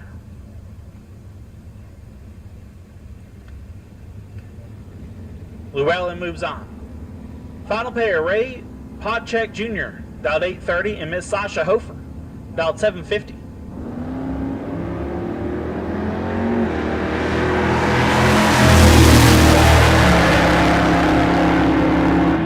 Win light Sasha 059, take 50 to be 1 above. Ray late and 5 above, no good. Sasha will carry the bye to round number next, and that completes Pro round number 2. Super Pro door cars about to roll into the water box.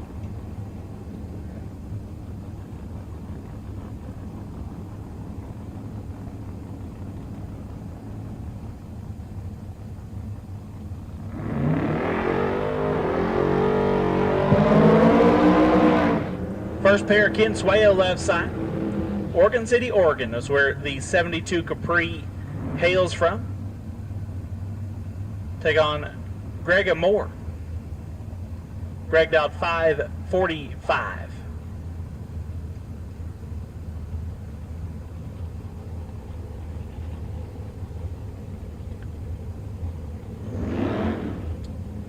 Seems like Ken comes to this event every year. At least I've seen him here every year.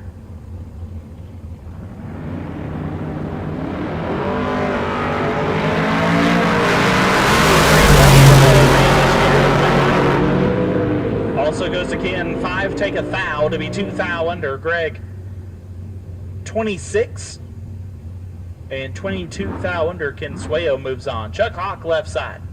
Dial 497 in the truck. Take on Luis Valenzuela. Or Luis. Dialed 553.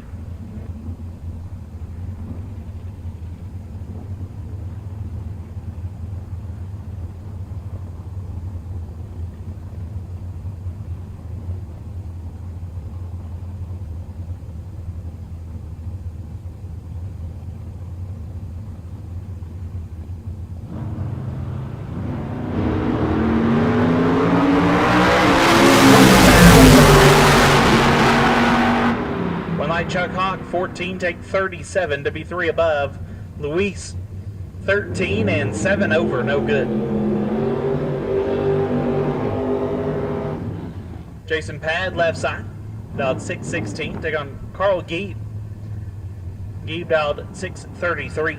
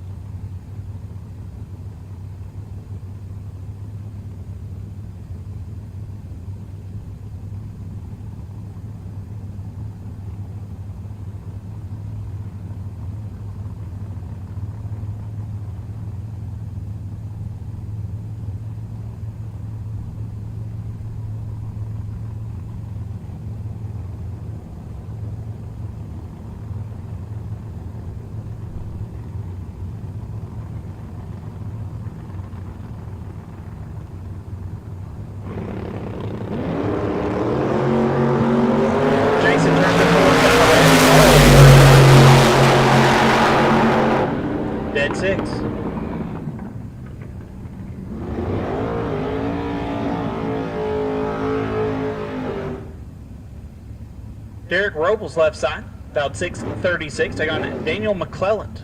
McClelland in the Roadster, dialed 556.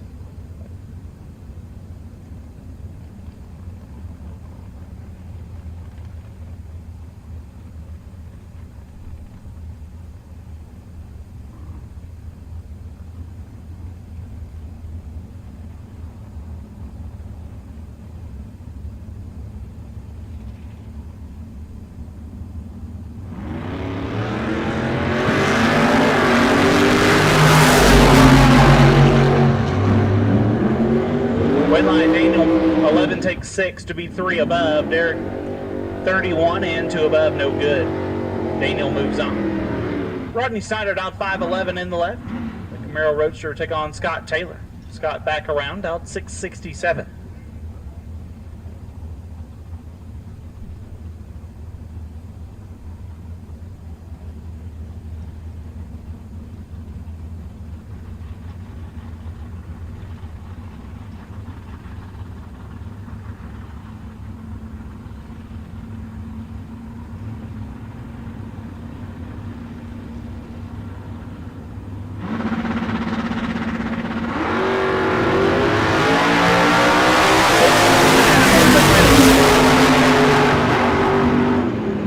Snyder 24, dead 7, gets their first 6th foul. Taylor 30, dead 7, no good. Rodney Snyder will move on.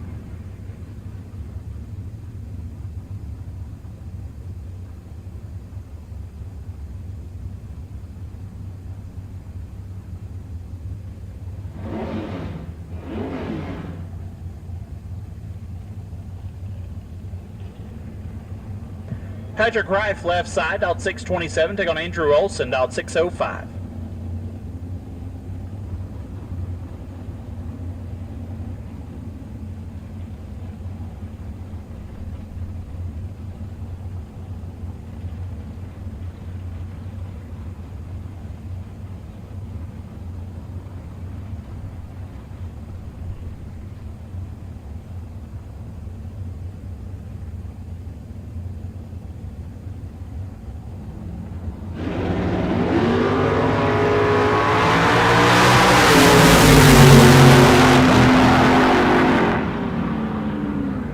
Andrew Olson 18, take 22 to be 1 above. Reif 34, 2 over, no good. John Tripp left side out of Golden, Colorado. The Quick Trip Plymouth dialed 635. Take on Brad Pierce. Pierce in the Corvette dialed 636.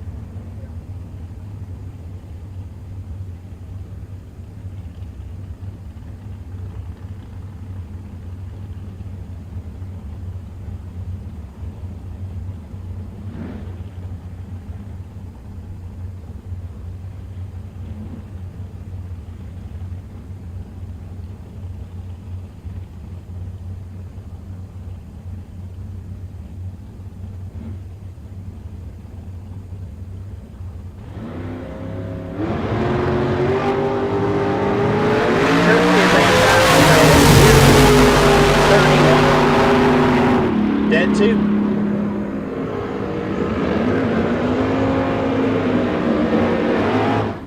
Trip 1 red, dead 1.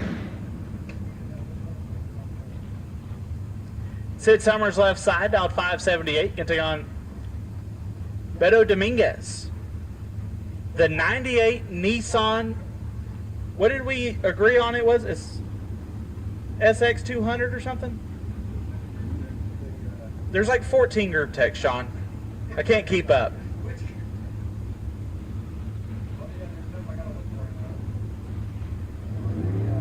Hold on, there it is. 240 SX. Okay. It's neat. It's got LS in it. Which I think you can put LS in pretty much anything at this point.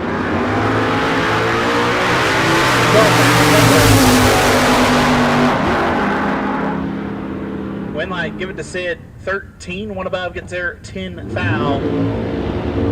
Dominguez 25 and 1 above, no good. Hector Hernandez Jr. left side, dialed 621.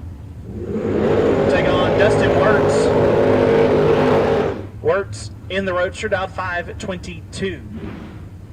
I believe they just picked that thing up from Todd Extreme Paint. And not a bad looking hot rod. It was pretty decent looking before, but those are some of my favorite colors on a personal level, so big fan.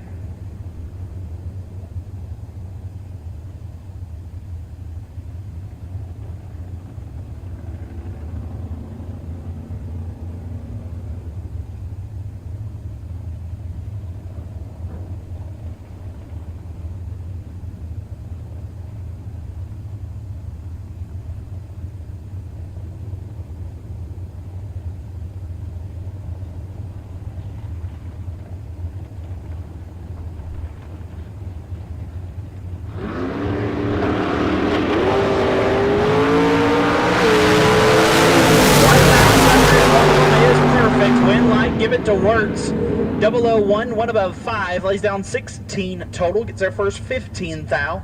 Hernandez was perfect, 3 above, no good. Dustin Wirtz moves on. Travis Rutzel left side, dialed 552, take on Mike McBrayer. McBrayer dialed 667.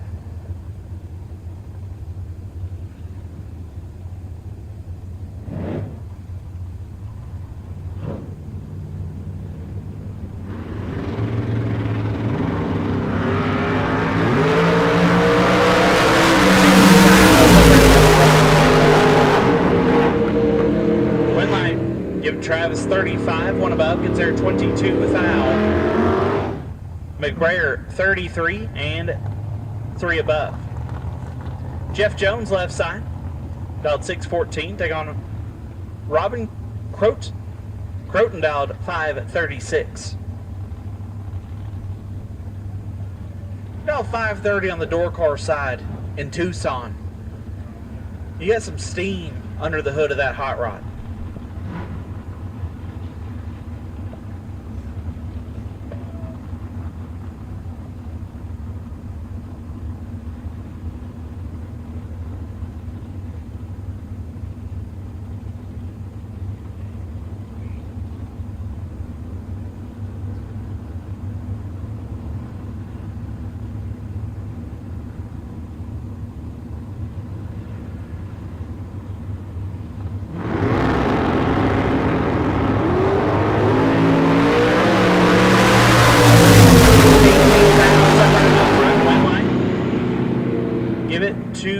Robin 29 and 12 thou under. Jones 11, take 45 to be 39 thou under. Croton will move on. Nick Ingles left side. The Cornet dialed 629, take on Doran Taylor. I think it's supposed to be Darren Taylor, dialed 610.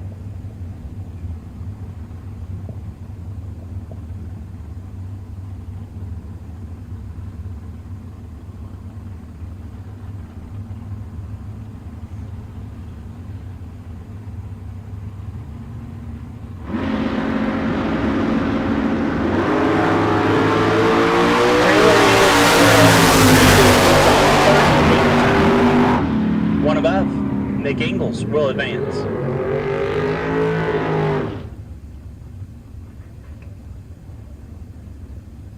Faustino Zaragoza left side, the Vega, dialed 630, take on Kevin McClelland. The Malibu Wagon, dialed 673.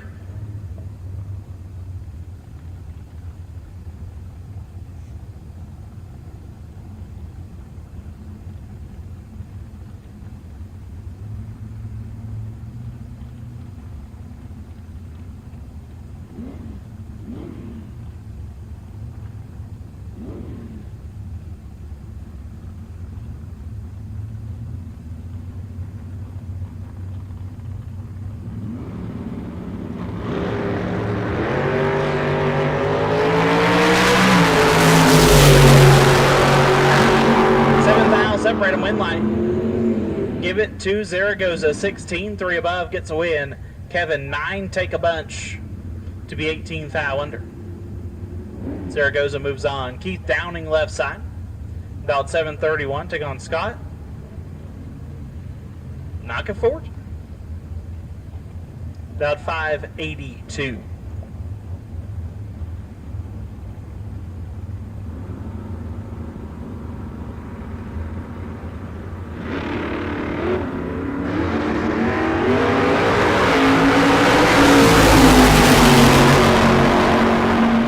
Wind line, give it to Keith. Little late, dead 3, turns on the wind line. Scott, a lot late. 1 above. No good. Ryan Wilson left side, about 537, take on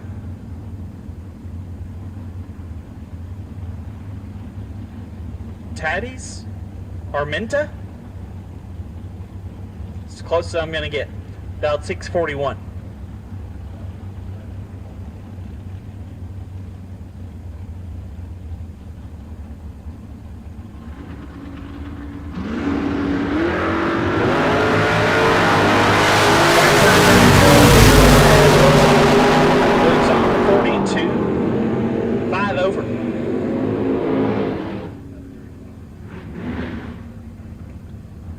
Aaron Milton left side, dialed 589, and Tom Shola dialed 642.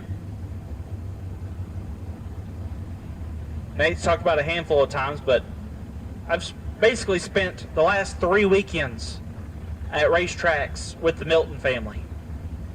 And I'm from Texas, and they're from Wisconsin. We've been in Mississippi, Louisiana, and now Arizona. We're nationwide. We're going on tour.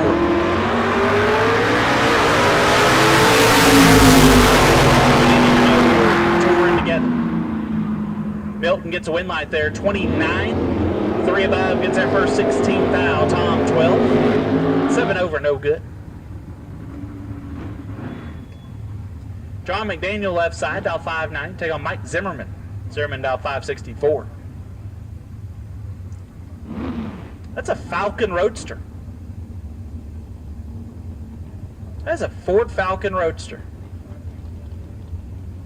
That might be the coolest thing I've seen today. I've seen a lot of cool hot rods today. I've never seen a Falcon Roadster.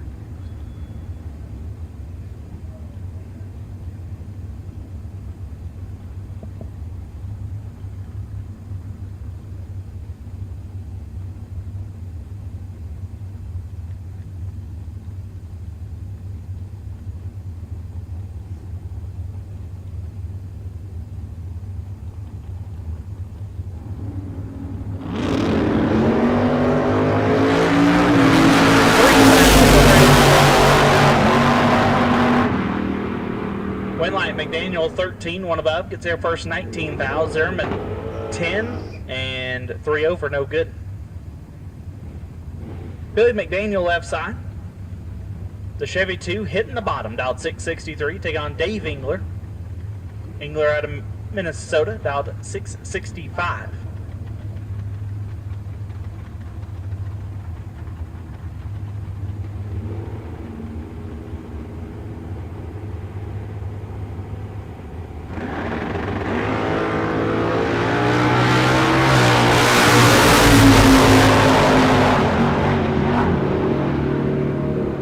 Engler 34 and 3 above gets the win. McDaniel missed it.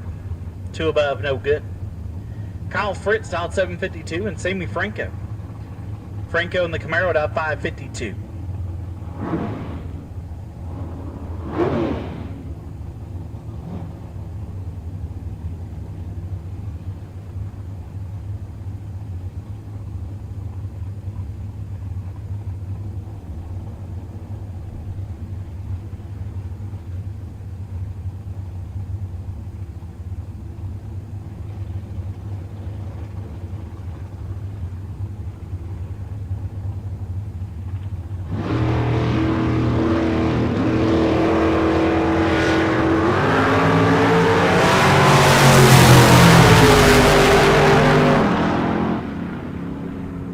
Well, I give it to Franco, 006 and 3 above. Fritz missed it. Dead 3, no good.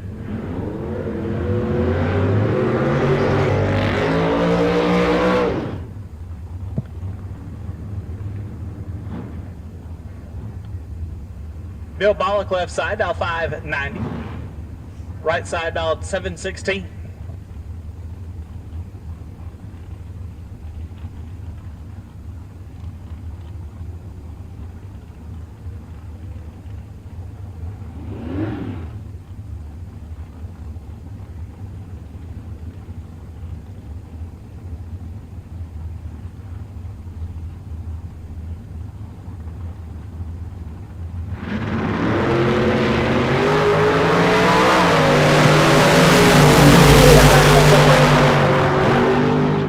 Wind line. Bill Bollock 13, 3 above, gets here 13 thou.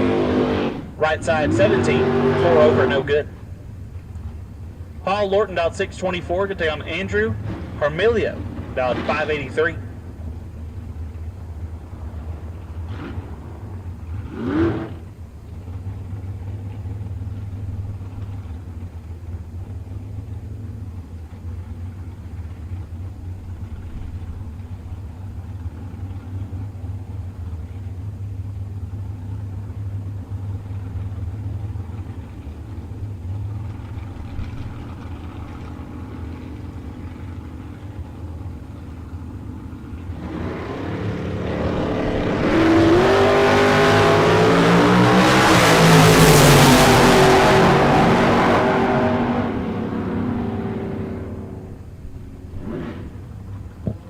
Wind line Lorton 10 and 5 over. Lorton will move on. Karen Snyder dialed 538. Get on Hank Pramoff. Pramoff dialed 567.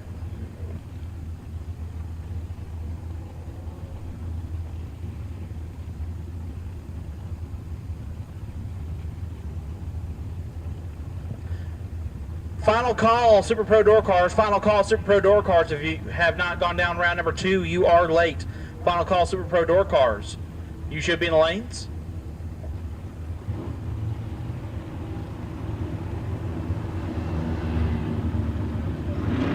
And at this time, we will take all Super Pro Dragsters for round number 2. All Super Pro Dragsters round number 2. Doubles to 3 and 4.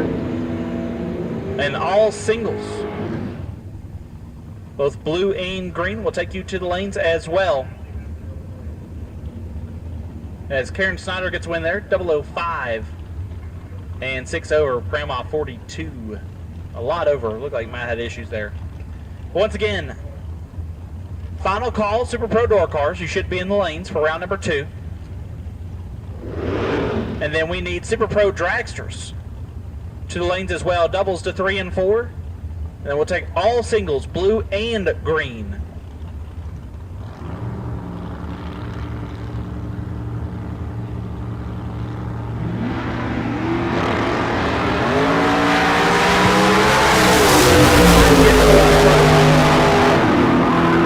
Wind line, and give to Andrus Hole, 17 and 1 above. Rod Taylor, 17 and 3 thou under, no good. Had to take 11 thou or less. Nick Downing now 532, take on Don Toya. Toya down 531.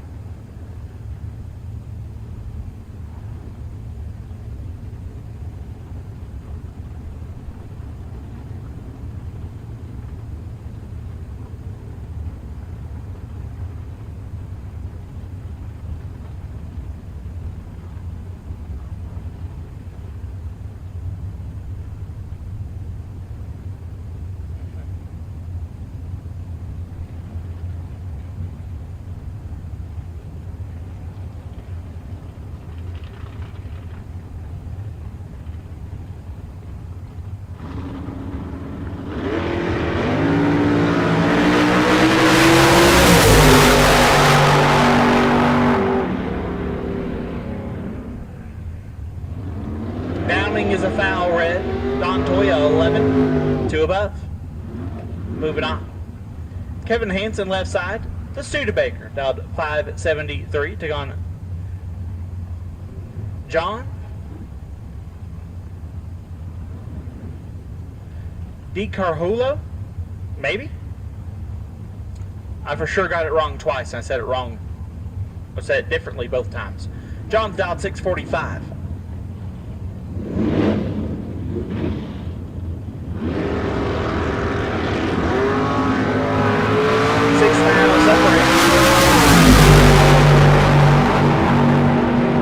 light comes on for John. 26 dead, 2 gets their first 5 now. Hanson 20, 1 above 3, no good. John moves on.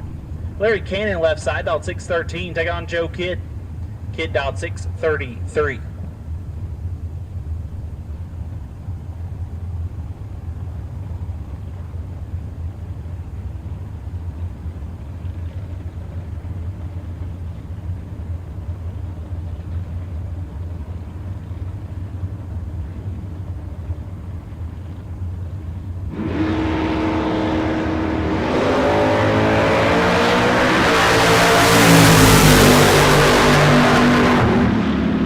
Wind light, give it to Larry Cannon, 23, 2 above, turns on the wind light. Joe Kidd, 003. Take a bunch to be a foul under. Larry Cannon moves on.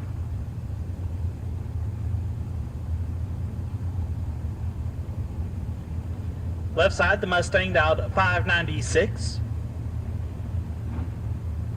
I think it's supposed to say Gabriel Hernandez, but it says Gabria. Maybe it's supposed to be Gabria. Who knows? Dial 596. Take on Tony Marconi. Dial 595.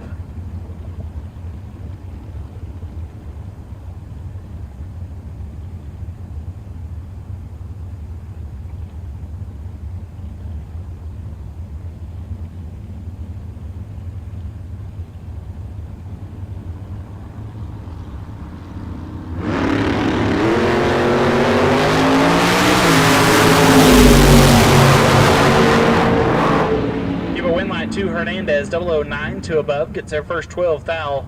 Marconi. Little late, and 1 above. No good. Ruben Quintero Jr. There's 2 of them. Dialed 609, take on Luis Valenzuela, dialed 557.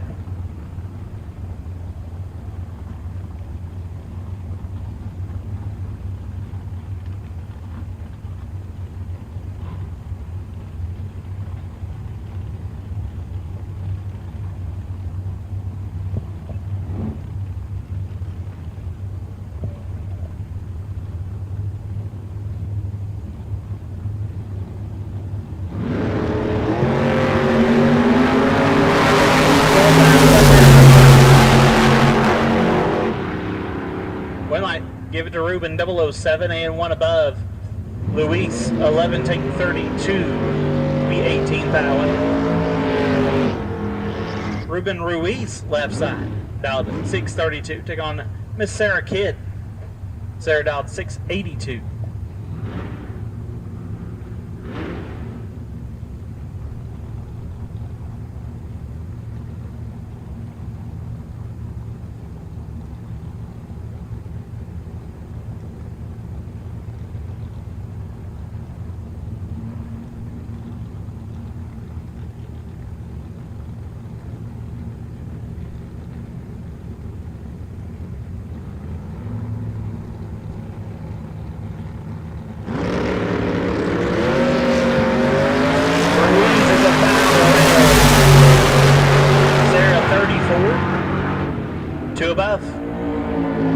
Sarah hitting the tree like her dad, but she will move on.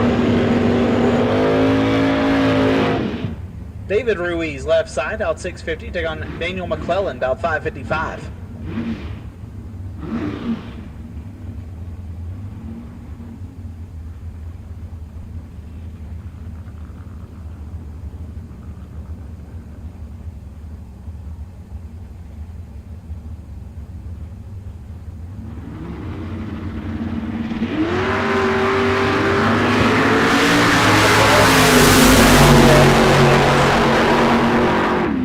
Move on, 42 and a bunch over.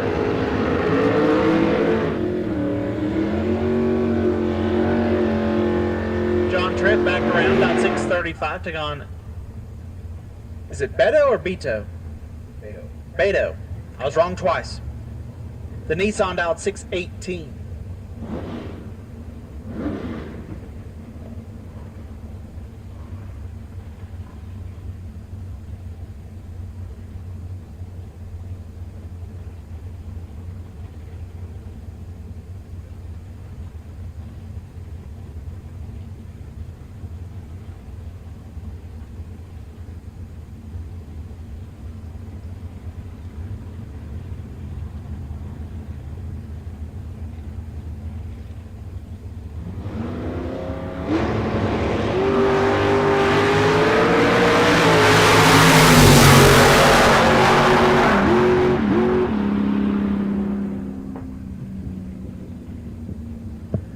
Wind light. Give it to the Nissan. 20 and 1 above gets the win. Trip 22 takes 17, puts him a foul under.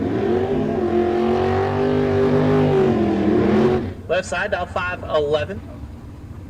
Right side, Andrew Olson, dialed 604.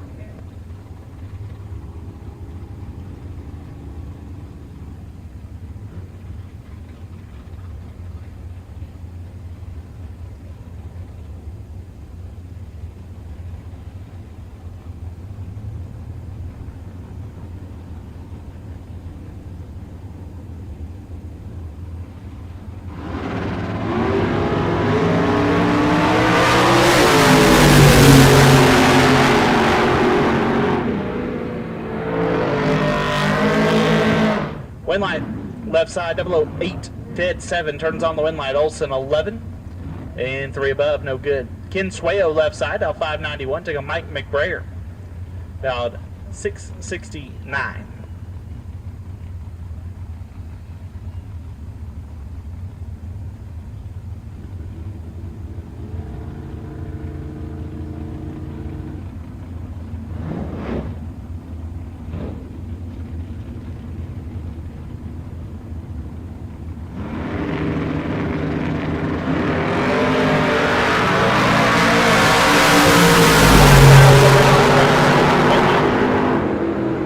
Swayo 23 dead 7 gets there 0004. Mike 28 dead 2, no good.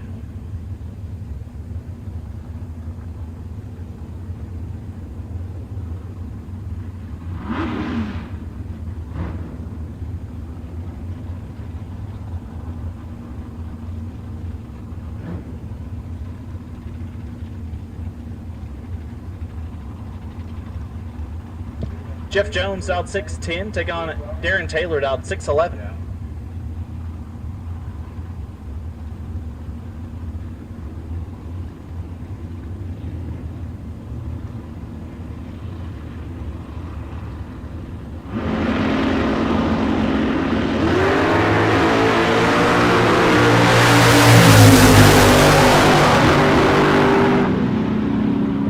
Red light, Jeff Jones, 20 and 5 above, gets the win. Taylor missed it, puts it dead 2, no good.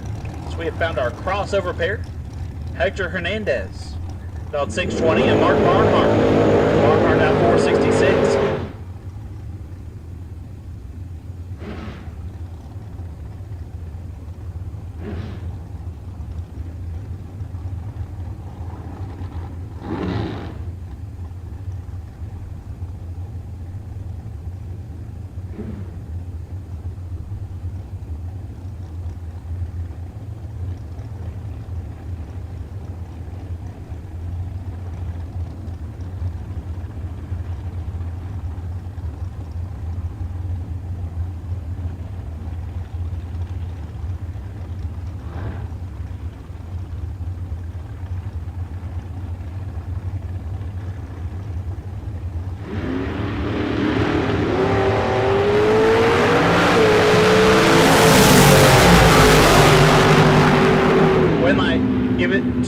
Hector 001 and 3 above gets their first 18 foul.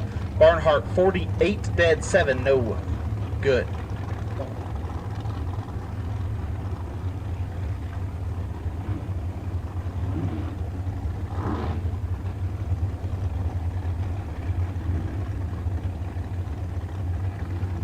Jerry Hall dial 531, good take on Val Torres dial 475.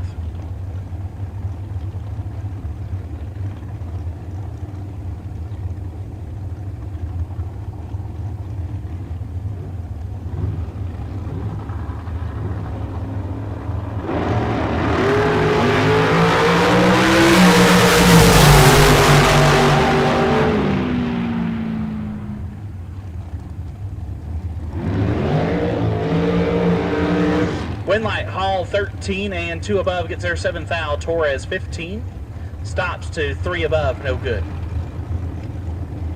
Mark Campbell dial 467, take on Gabriel Torres dial 480.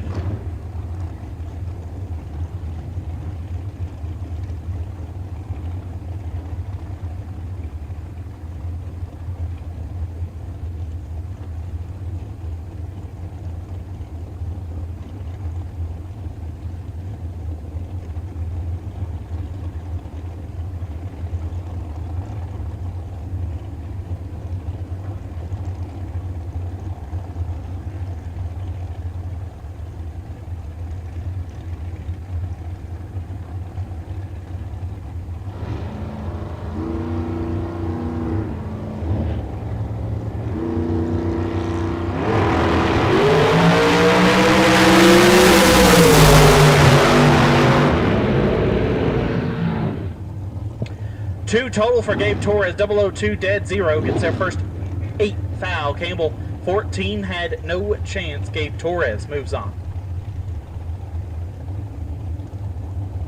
Adam Chioda left side, down 4-7. Take on Hector Salido, down 5-15.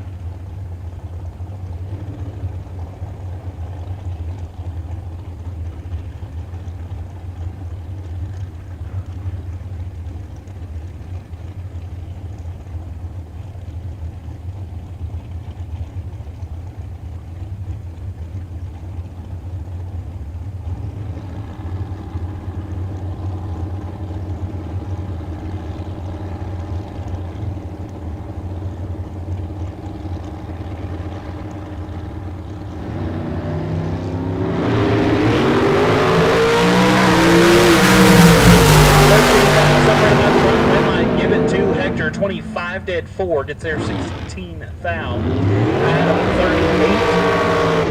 38 dead, 7, no good. Amory,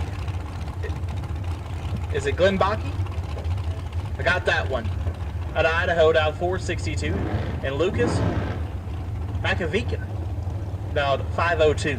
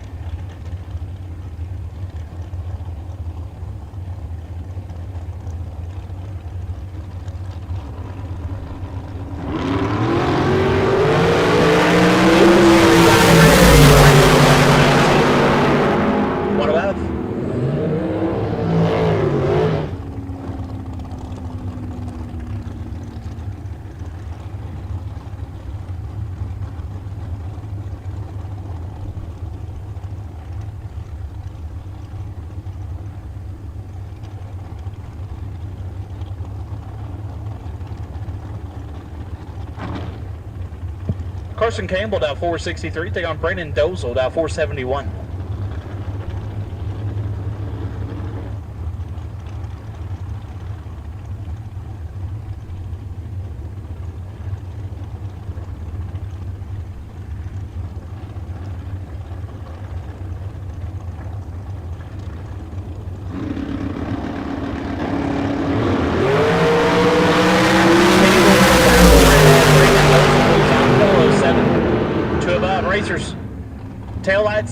Taillights. It's that time of day. We do need taillights. Dwayne Ringeth left side out of 469. Take on Mitch Marcy out of 485.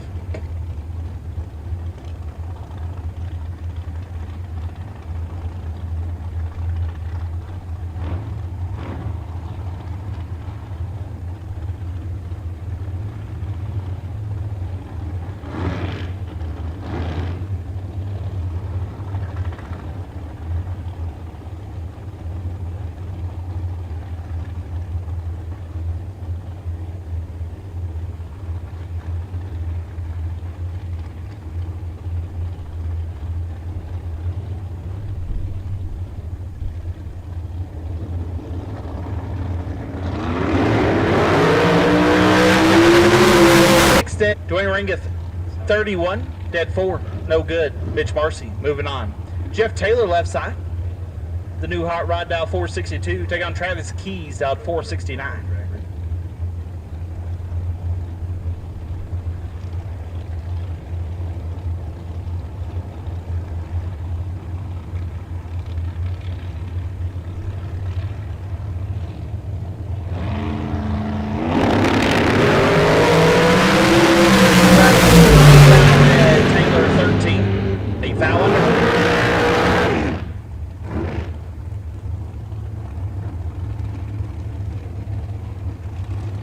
Travis Ringeth, dialed 456. Take on Madeline Torres, dialed 476.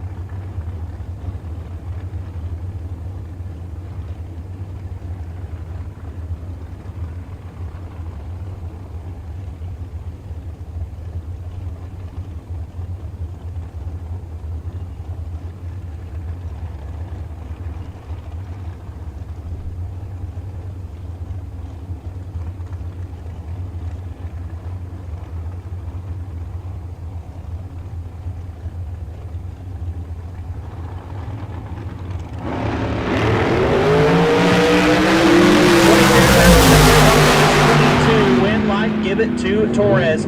Perfect take 6 to be one above. Travis 22 and 2 thou under. Had no chance. Madeline Torres moves on.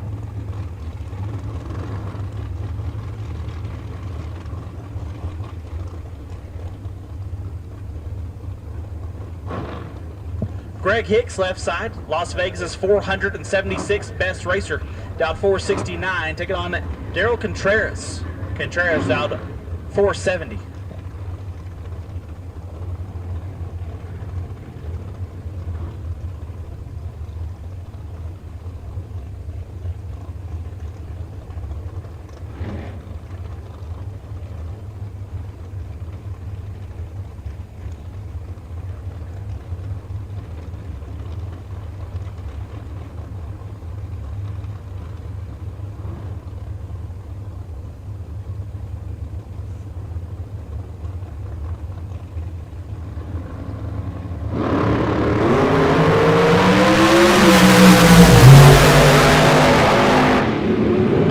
Mess up. He didn't. Greg Hicks, perfect up front. One above 7.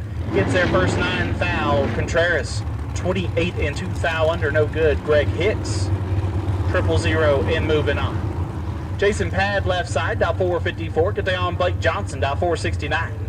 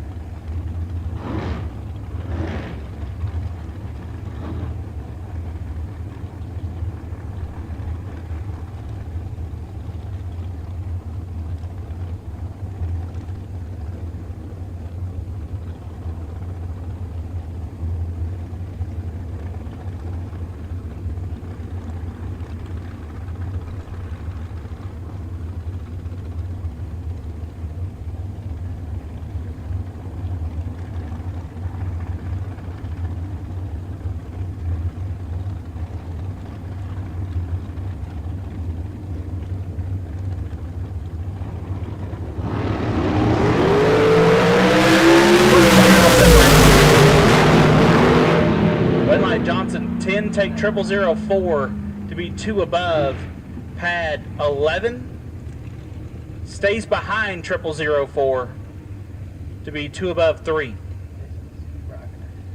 Chase Learcamp, left side, dial 464. Take on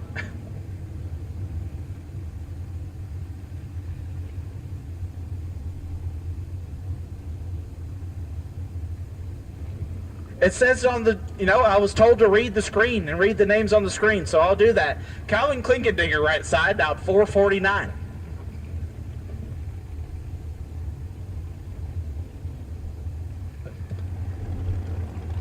Everything you read on the internet's right?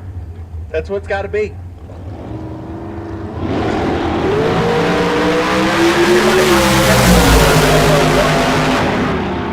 Dead 2, 3 total. We can't change the name now, Sean. It's going too well. Learcamp, a thou red and 2 above.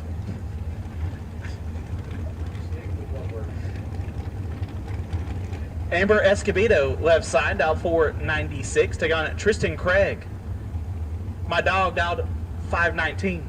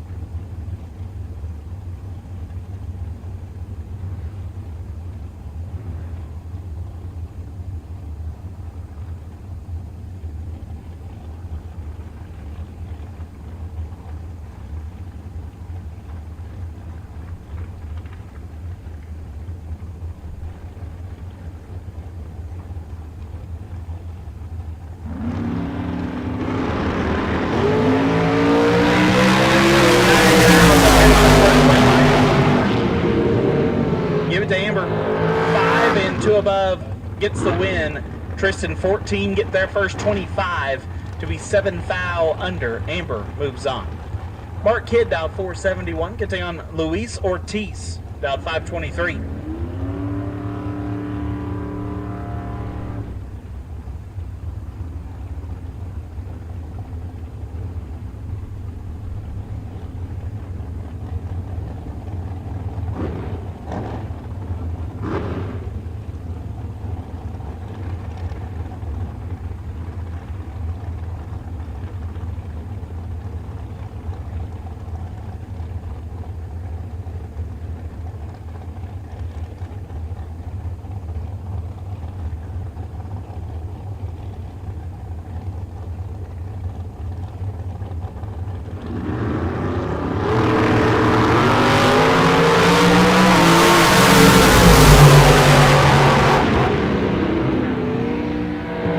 Like Mark Kidd, 11 and 1 above, gets their 16 foul.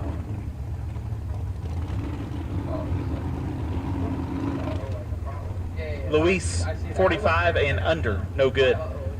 Problems for Timo Moore.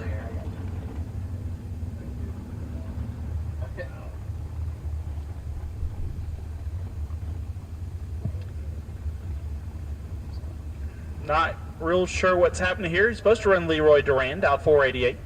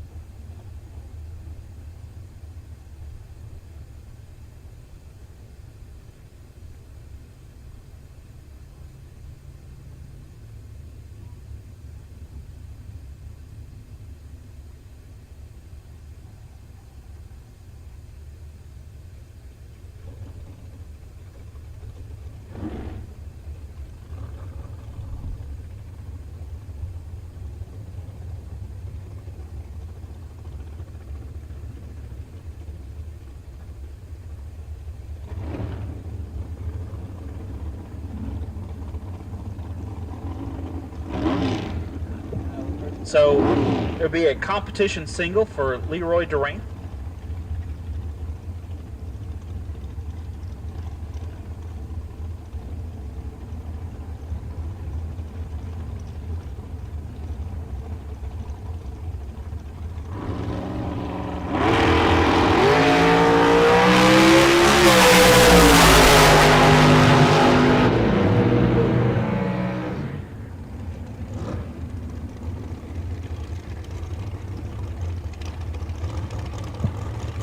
487 off the 488.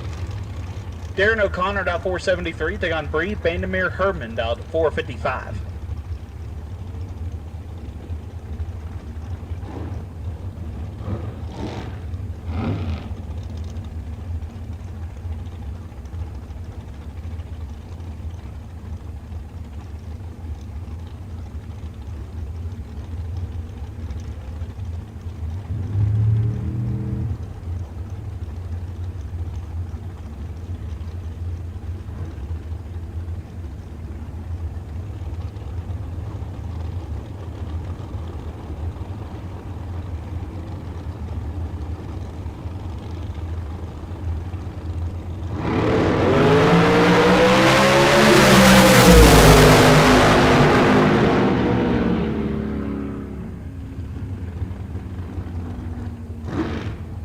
Bandemir gets the win, puts it dead on 0, gets their first 12 thou. O'Connor late, 5 thou under, no good.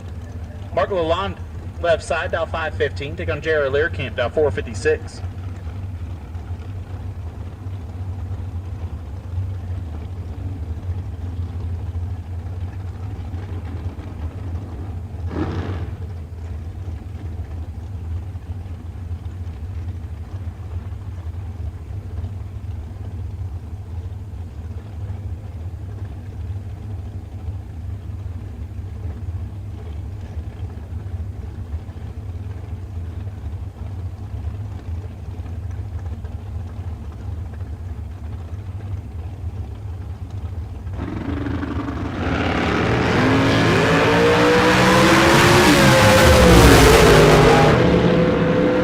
Will go to Jared Learcamp as Mark has problems.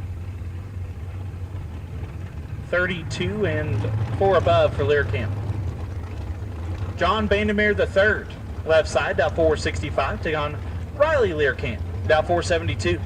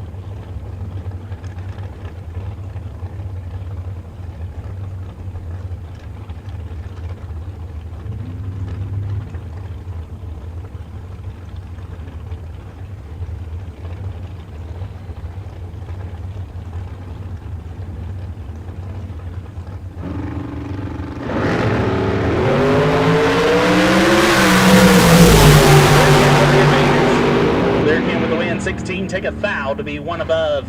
Bandemir 23, 1 over, no good.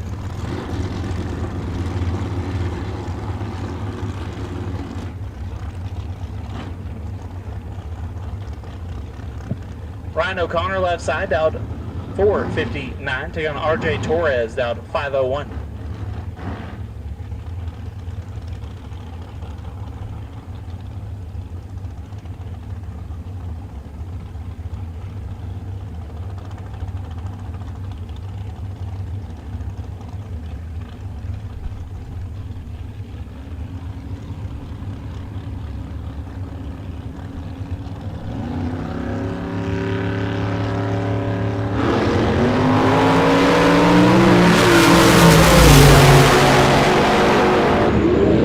Winline Torres 3 takes 16 to be 2 thou under. O'Connor 32 falls him through to be 15 thou under. Torres moves on. Grant Dury left side, dial 480. Get to take on Marco Pervalares, dial 456.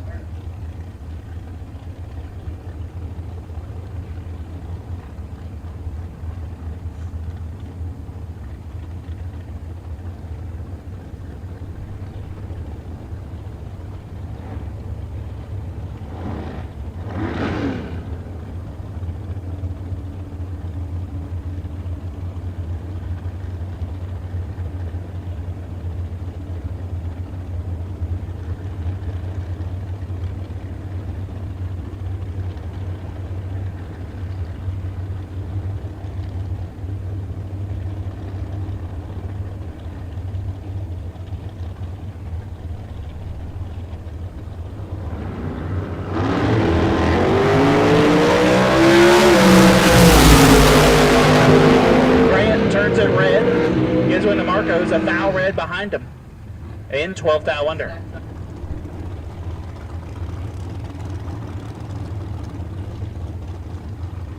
Paul Dowdy left side, down 495. Take on Bradley Johnson, down 474.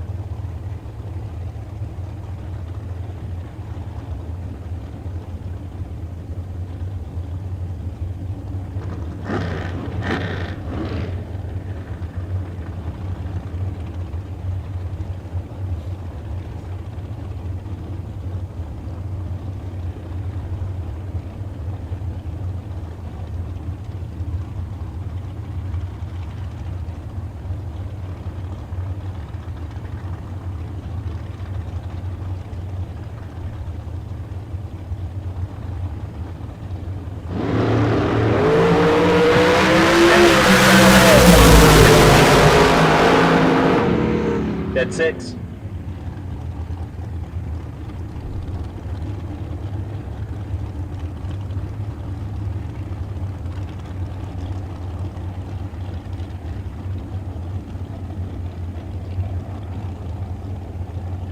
Kevin Johnson down 462. Good day on Chris Whitfield down 464.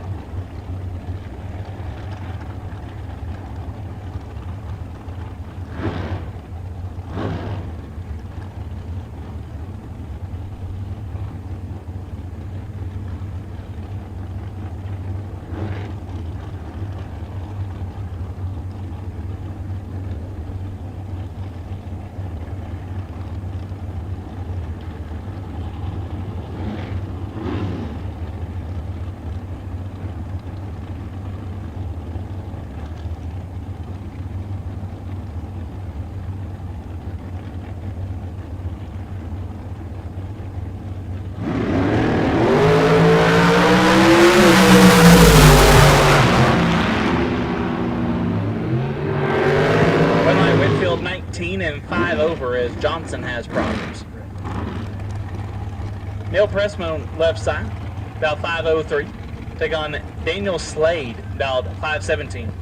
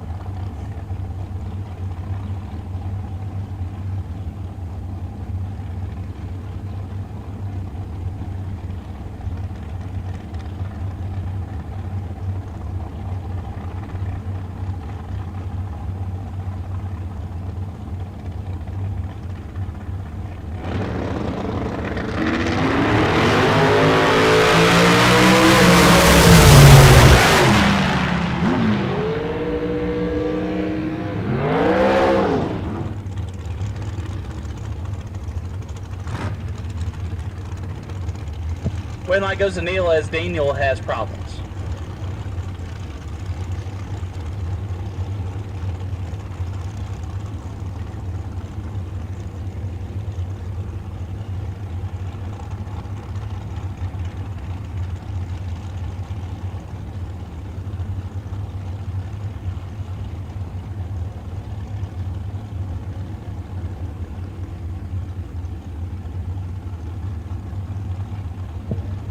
Jeremy Weaver left side, dial 454. Take on Logan Shannon, dial 510.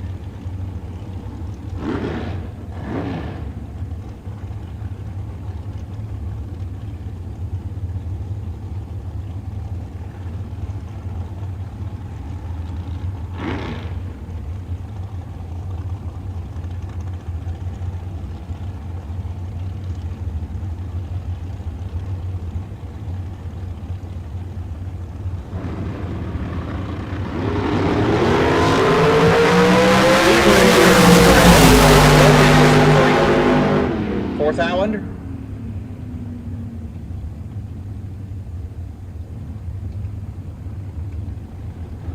Calvin Locke left side, dial 513. Take on Larry Richardson, dial 494.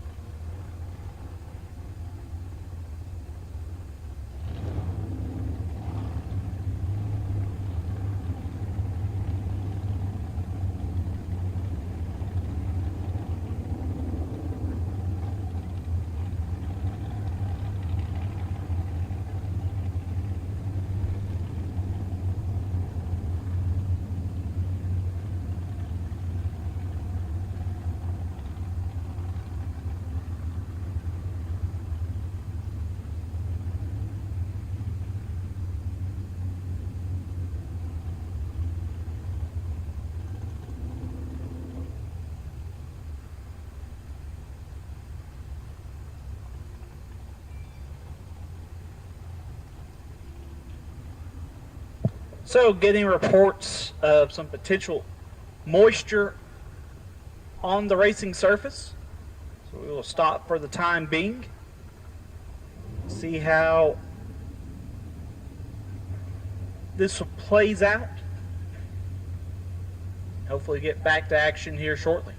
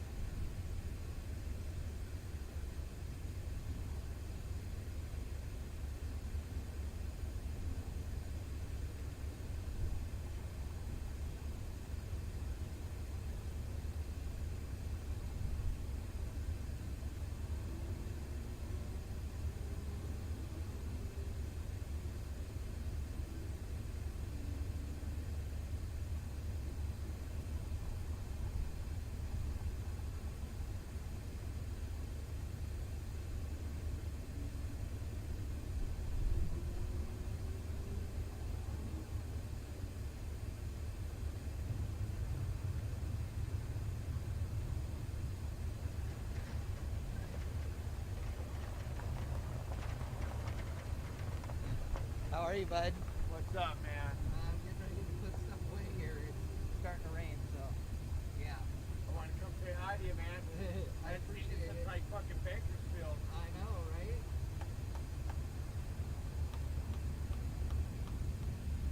Yeah, man. Old Gold Chevelle 0-4 today. Oh, nice. I You fucking know, lost you could every do single anything fucking right. round that I fucking did. Dude, hold on one second. All right, gang. There is water falling from the sky, and it's not hitting me right now because I'm on the shelter side of the deal. But I'm on the shelter side of the little hut here. But I'm going to take the computer inside and cover some stuff up. So I don't have to shut you guys down, but you got to hang tight with me here, and we'll roll from there. Because yeah, there are drops starting to fall, and I can't leave all this stuff out. So we'll see what happens. Here, short, hold tight.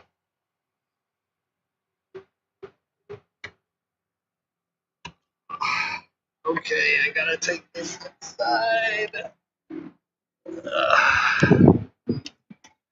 Everything been good? Yeah, been good. All right, gang, I'm gonna just leave you aiming down the racetrack.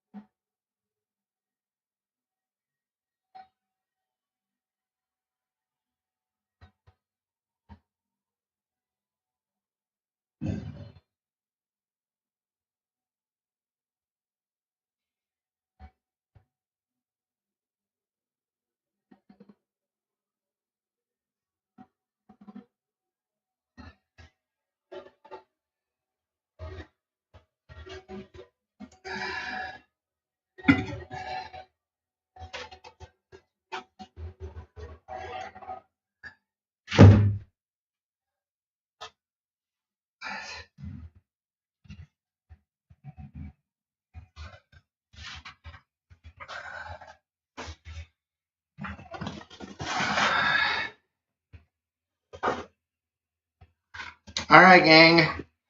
I'm not gonna lie. I am not mad at the being able to sit in the warm for a minute, but it's not raining like hard or anything. It's just sprinkling right now.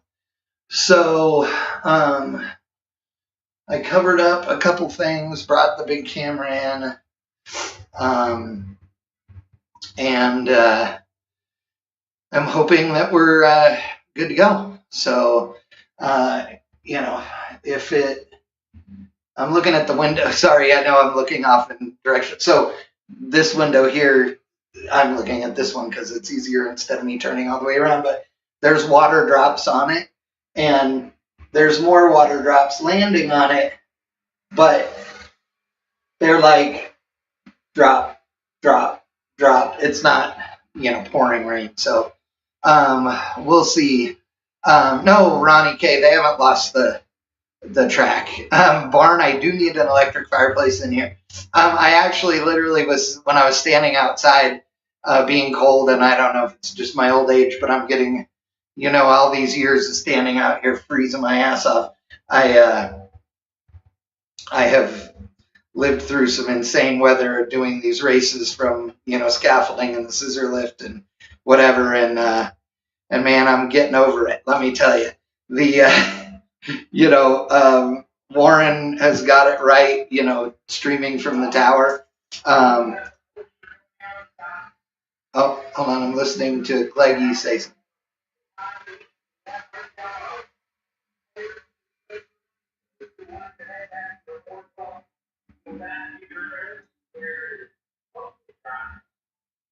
Gleggy was just telling everybody we have not lost the racetrack. We are not, we're not calling it yet, but if anybody wants to go back to their pit and not be sitting in the staging lanes getting sprinkled on, that's okay.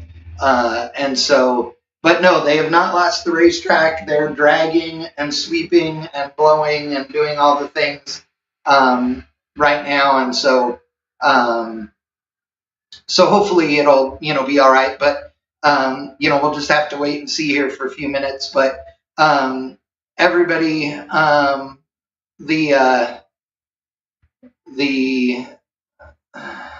on one second here.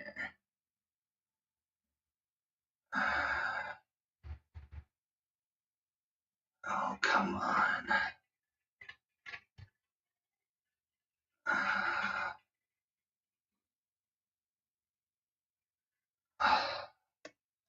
Sometimes the chat does things that just piss me off.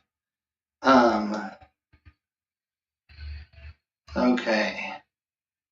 So anyway, the on the radar it looks like there's some stuff coming maybe, but we'll see. So anyway, Jesus, this will not stop. Okay, there we go.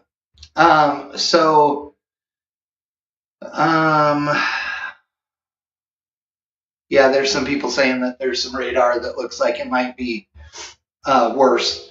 But anyway, appreciate everybody. Thank you so much to Kid Performance and Dyno for being the daily sponsor here on Friday. Tomorrow is Hughes Performance Saturday, and then on Sunday it's RB Components Sunday.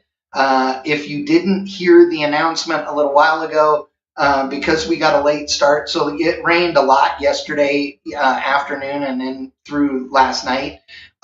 It was surprisingly dry this morning compared to what I thought it would be when I got to the racetrack, but it was cold. It was 38 degrees. So the racetrack obviously they had to work to get it all the way dry and prepped and ready to go. So instead of starting at 8 o'clock with time runs this morning, they started at around 9:30 or so. And so I was getting stuff set up. We were going to go live at 10 o'clock this morning because we don't normally stream time runs because they're boring. But unfortunately, about 5 minutes or 10 minutes before we were going to go live, there was an oil down.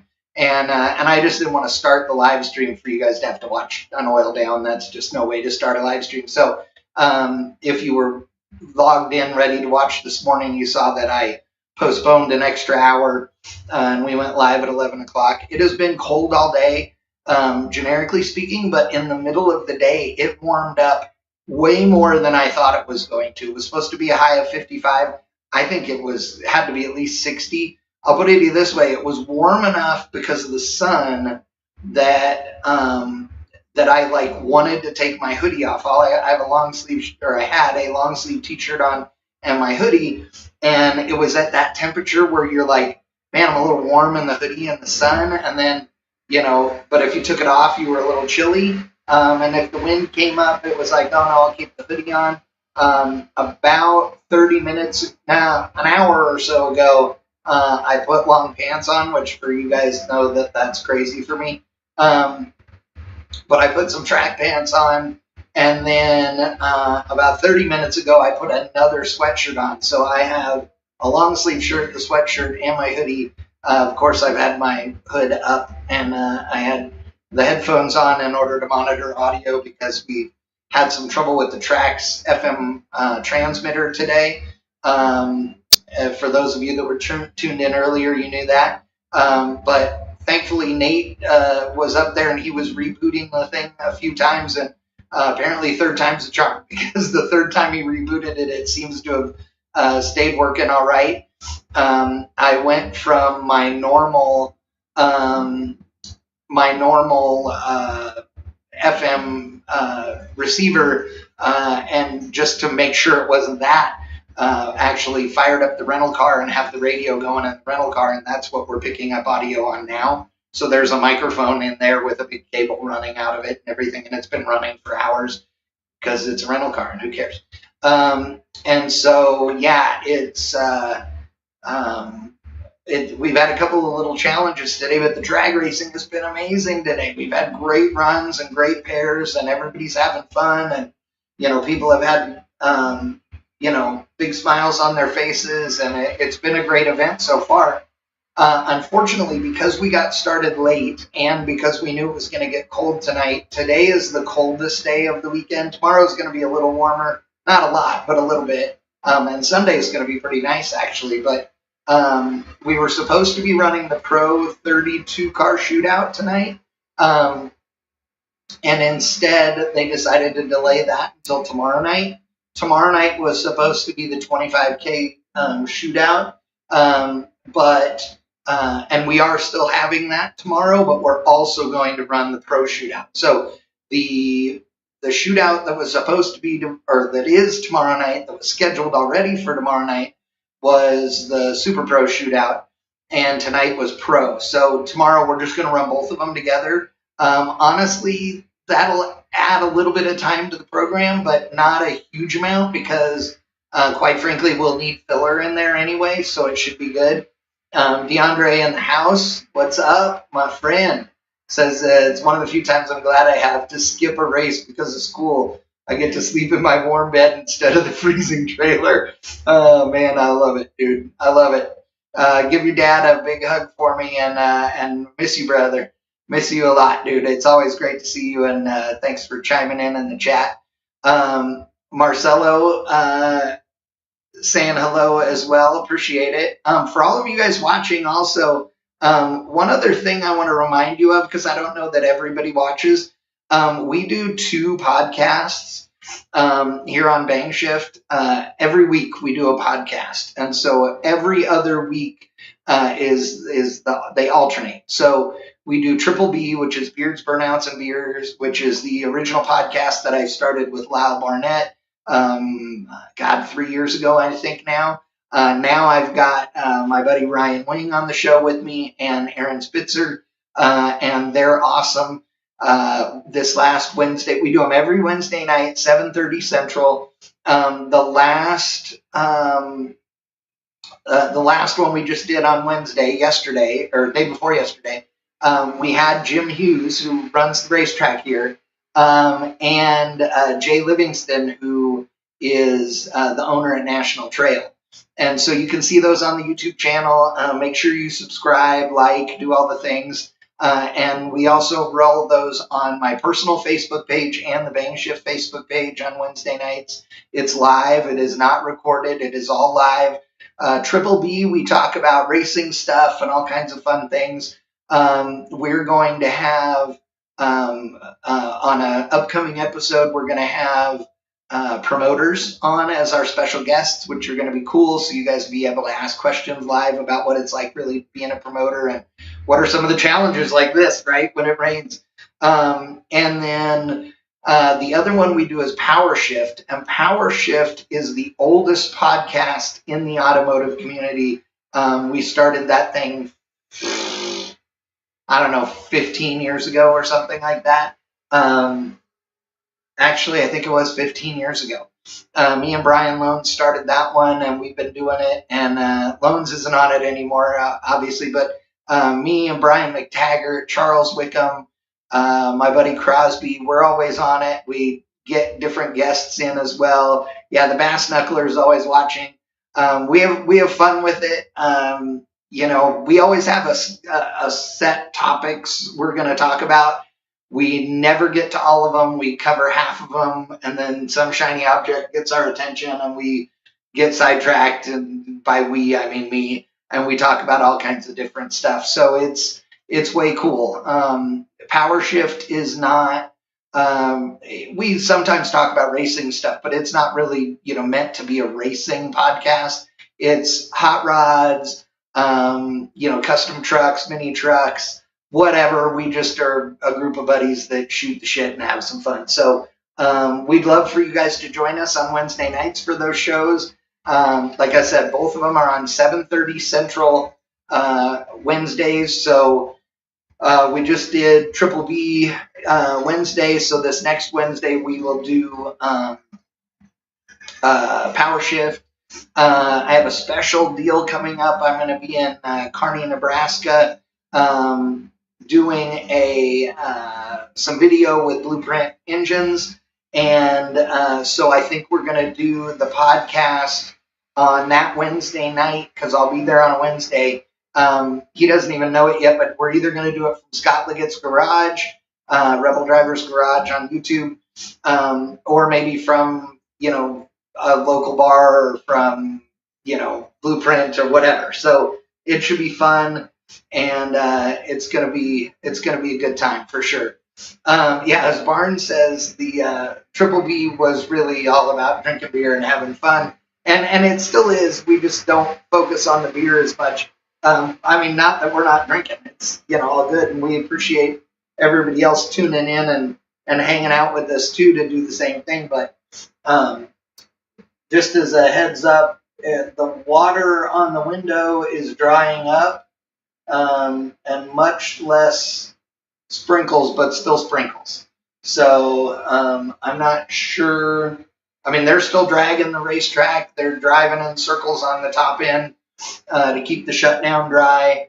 So we have not pulled the plug by any stretch on this racing tonight. So we'll keep you posted as more comes together. But yeah, we're here at Tucson Dragway. I got to tell you, this racetrack is awesome. You guys know that I'm I go to a lot of racetracks, either to live stream or to announce or whatever, and this one is something special.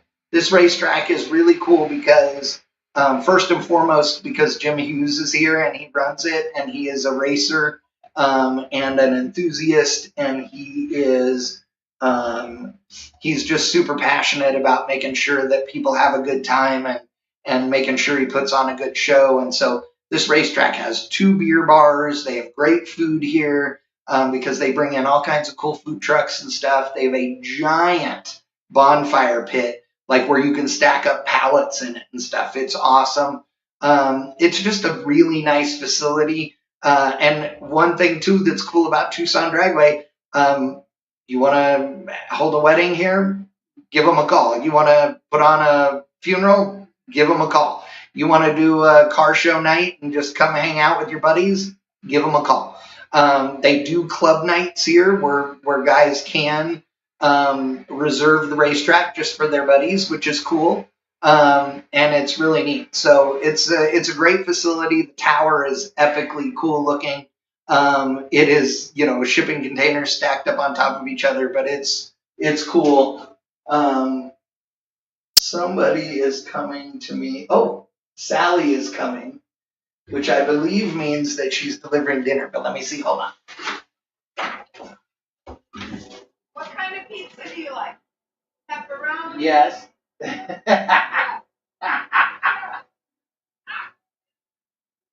the doors open.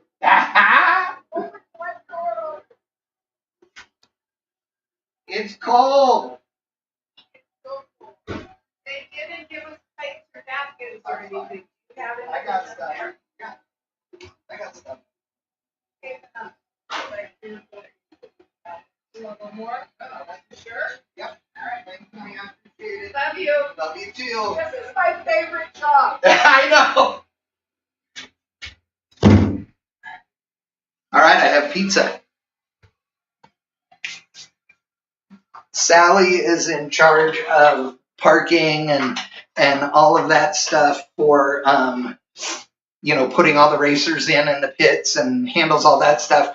But she also is the one that takes care of everybody as far as delivering food for lunch and dinner. And as you guys well know, I don't want to sound like a dick when I say this, but at most of the racetracks, most of the events, they're not paying attention to me when I'm down here, right? They're not, Nate checks on me and stuff like that, but in grand scheme of things, not. But here at a West Coast bracket race, every staff member gets fed, everybody gets taken care of. We are in constant communication on text messages, and everybody makes sure everybody is good, and it's awesome. So Sally's the best, and pepperoni. Yep. I don't want water to fall from the sky on the racetrack right now, but I'm not going to lie. I'm enjoying warming up in here, and I'm enjoying eating this pizza and drinking my iced tea.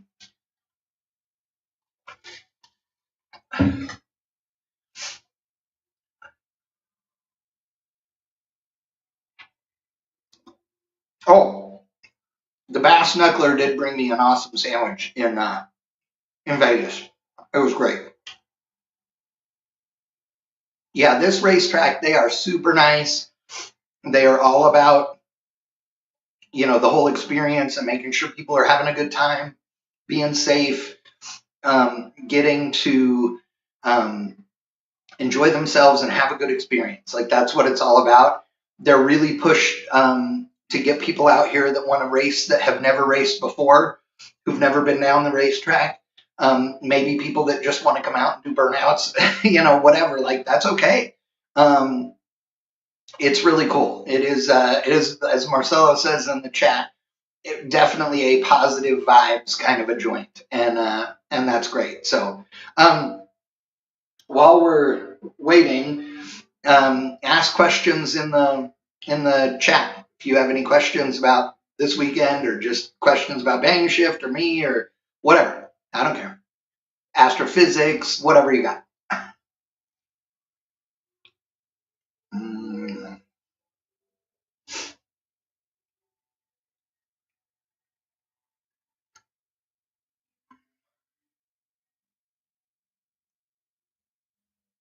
Ward says he moved here to Tucson after living in Vermont. Vermont is an awesome state, though. There's some cool stuff there. But I understand what you're saying. It's an East Coast thing. It's not not bagging on the East Coast at all. But yeah, just different. Steve Valdez in the house.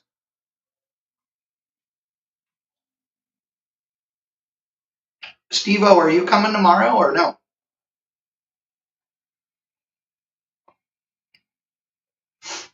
Okay, a poll in the chat right now. Pizza crust, yes or no? I think you know my answer.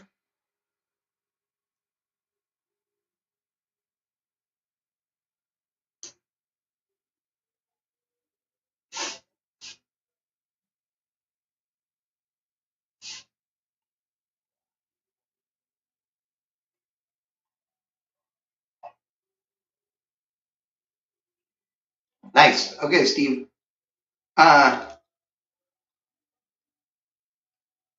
Hit me up tonight, Steve-O. I don't know what time we're starting tomorrow, so I don't know if we'll have time for breakfast, but maybe. See, all of you guys, pizza crust, yes. I don't understand people that don't eat pizza crust. I mean, don't get me wrong, I have to share it with Otis at home, but I share everything with Otis.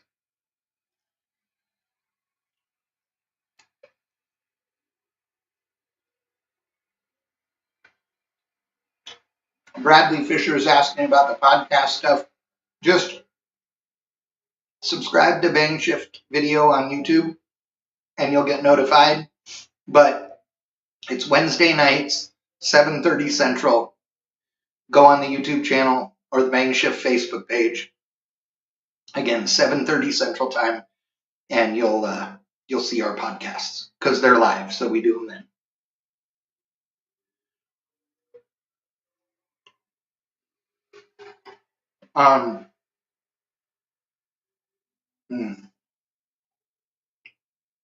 There's more water on that window right now. Ward says there's no bad part of pizza. Amen, brother. Maybe the box. Depends on the box. I guess how greasy it gets.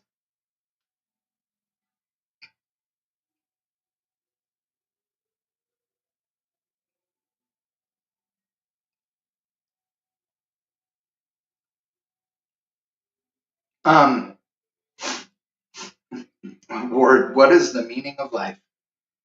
Drag racing is the meaning of life. I shouldn't say that. Horsepower. Horsepower.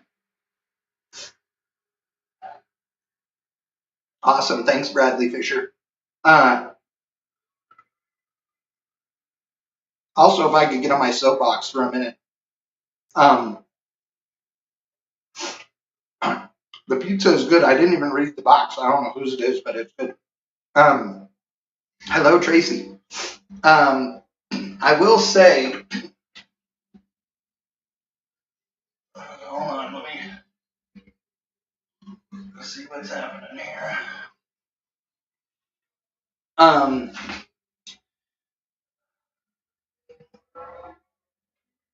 Ward says, for me, I decided the meaning of life is food, fun, and friends and family. That's great. And I agree. But I was going to say, the reason I'm saying I'm going to get out my soapbox here is, we've become this horribly cynical and mean and nasty society where we, instead of just agreeing to disagree or instead of having healthy debate with our neighbor or our friends or whatever that we may not agree with on politics or Fords or Chevrolets or whatever, or Whataburger or In-N-Out.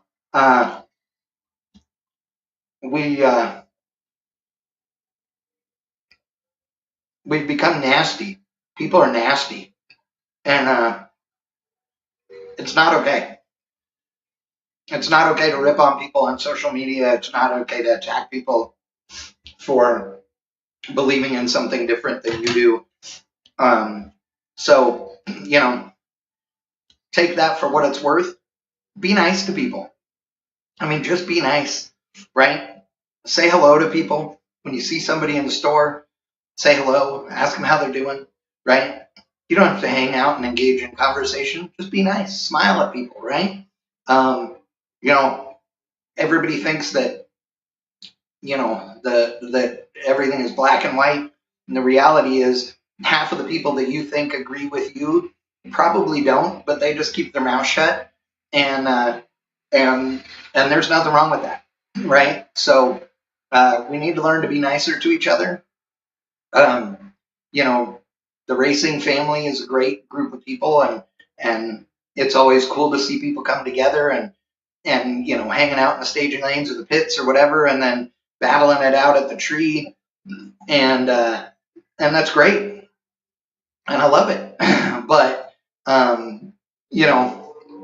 you could be standing in a circle of 20 people, racers, and you could think that every one of them, believes in the same things as you and whatever it is. But it's that's not the case. It's just not, right. And if you think that they agree with you, and you think that these are great people, well, are they not great people if they don't agree with you? And no, they're great. It doesn't matter, right? So be a good human being. That's the key, right? In life. I don't care what politics you have or religion or any of those things. I want good human beings in my life, and I don't have room for people that aren't. So I hope that you guys think the same thing. Like Ward says, libs and magas love racing, and that is 100% true. Absolutely. Marcelo says he's all about In-N-Out. Hey, I love In-N-Out, right? I'm a California kid, right? I love In-N-Out. But In-N-Out French fries suck. Whataburger French fries are great. And Whataburger makes a good bread. Like their patty melt's a good burger, right? But I don't have to hate one to love the other. I'm a fat guy. I can like them both.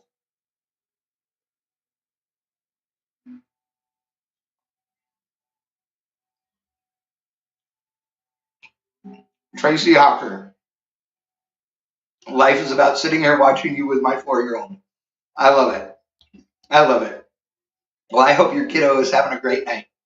And to everybody that brings their kids to the races, shows them live streams of, races online or watching racing on TV or whatever, that's great, right? That's what it should be, And, I'm a guy that's, that all I do is racing stuff, right? Or car stuff. I don't, I used to play golf a long, long time ago. Aaron Spitzer plays golf every week, a couple times a week. He and I were talking about it. I said, I haven't hit a golf ball in 10 years or something. I said, we should go. It'll be fun, And there is no reason why, we can't have other things in our lives. I mean, my world is all about the car stuff. But hey, you know what? If you're into cooking, I'm into cooking. If you're into golf, if you're into softball with your kids or whatever it is, my kids played sports growing up. I didn't care about any of that stuff at all. But they knew that I was there just to support them, and that's what mattered, So if you guys, are into something that isn't motorsports related, hey, good for you. Have fun with your family and do whatever it is that makes you happy. SS Glory says there's a Whataburger just north of Tucson on I-10, and it's good. It's funny. So my late wife, Daphne, was a Texas girl through and through and loved her Whataburger. And when we moved to California, she tried, In-N-Out, and she liked In-N-Out, but she missed her Whataburger. and my daughter Peyton and I we came to Tucson to the university here to tour it because Peyton was thinking about going to school here, and she and I, when we were driving here, we passed a Whataburger that's just west of Phoenix, and we were like, what?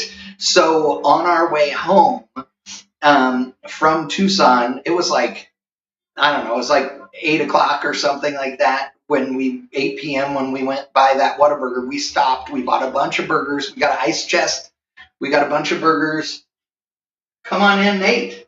Nate's wearing the appropriate hat. I'm eating pizza and talking because there's water still falling from the sky. Yeah, there is. Yeah. Do we have any update, or are we just going to roll with it? As you said, there's still reverse evaporation happening. Hey, So the reverse evaporation is causing problems. look at Nate's hat. I love how earlier you had a whole conversation about racing being stupid, and I'm laughing because I knew you were wearing the hat today. So, I mean, it's just a natural reaction. yes, Nate and I are roommates during this event. So last night we had the opportunity to go to bed at about 10 o'clock, and then it was 1:30. Yeah, it ran a little. The program was extended.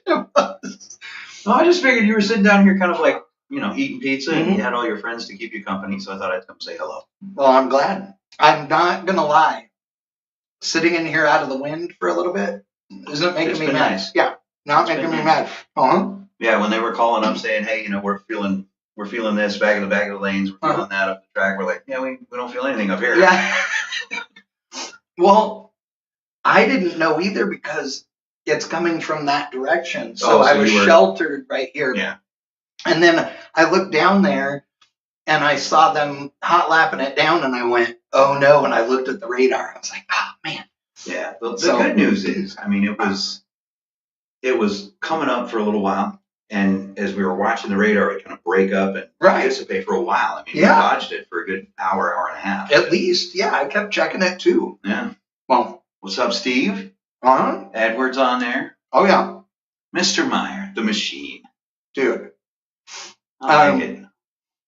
I like it. Earlier, I don't know if you heard Gleggy say, oh, well, I'm supposed to read what's on the screen. Yes. Some smartass made a comment and said, you need this instruction or what have you. The Right. answer, the truth is, no, it does not. Not all the time. No, we No. actually Not on had- file is the number one not on racer file- not name on on the file is a planet. popular guy. Yeah. Not on file shows up a lot. And Uh-huh. I mean, I thought this was a double enter only, like you could enter twice. Uh-huh. Not on file entered about 382 Uh-huh. times. Right. Uh-huh. But no, they got that corrected. There was actually, I mean, it was almost like there was a glitch, and like we would get the right car number, but it would be somebody else's name. We're like, nah, that's not Right. right. And so it all depends. I mean, you see a lot of, and especially this weekend, it's really cool.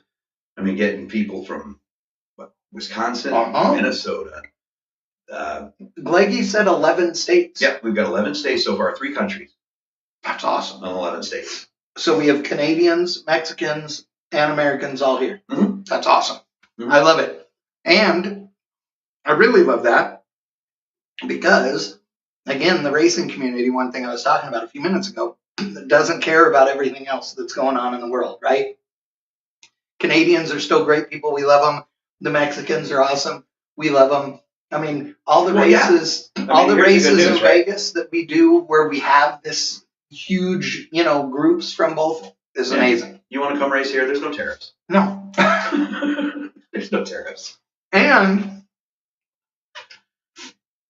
no, I'm not going to say it. If I'm just saying that maybe if you happen to put the right stuff in your trailer or bolt it onto your car and bring it over, then whatever. There are a few certain things Uh-huh. that come down from Canada or come up from Uh-huh. Mexico, like Fudgios. Oh, fudge you. Fudgios, cheesies, Dude, kokanee. That's a good hold one. on. So I have some friends from Canada who brought me Kraft peanut butter. Do you know about peanut butter in Canada? No. Okay. So they have like 5 or 6 different kinds of Kraft brand peanut butter. And But the three main ones are chunky, normal, which is my favorite usually. Then they have creamy and extra smooth. And you go, how could peanut butter be smoother than creamy, normal peanut butter? Right. It can be. And it is unreal. So they send me home from PRI. They bring it to PRI and send me home So with is it like whipped?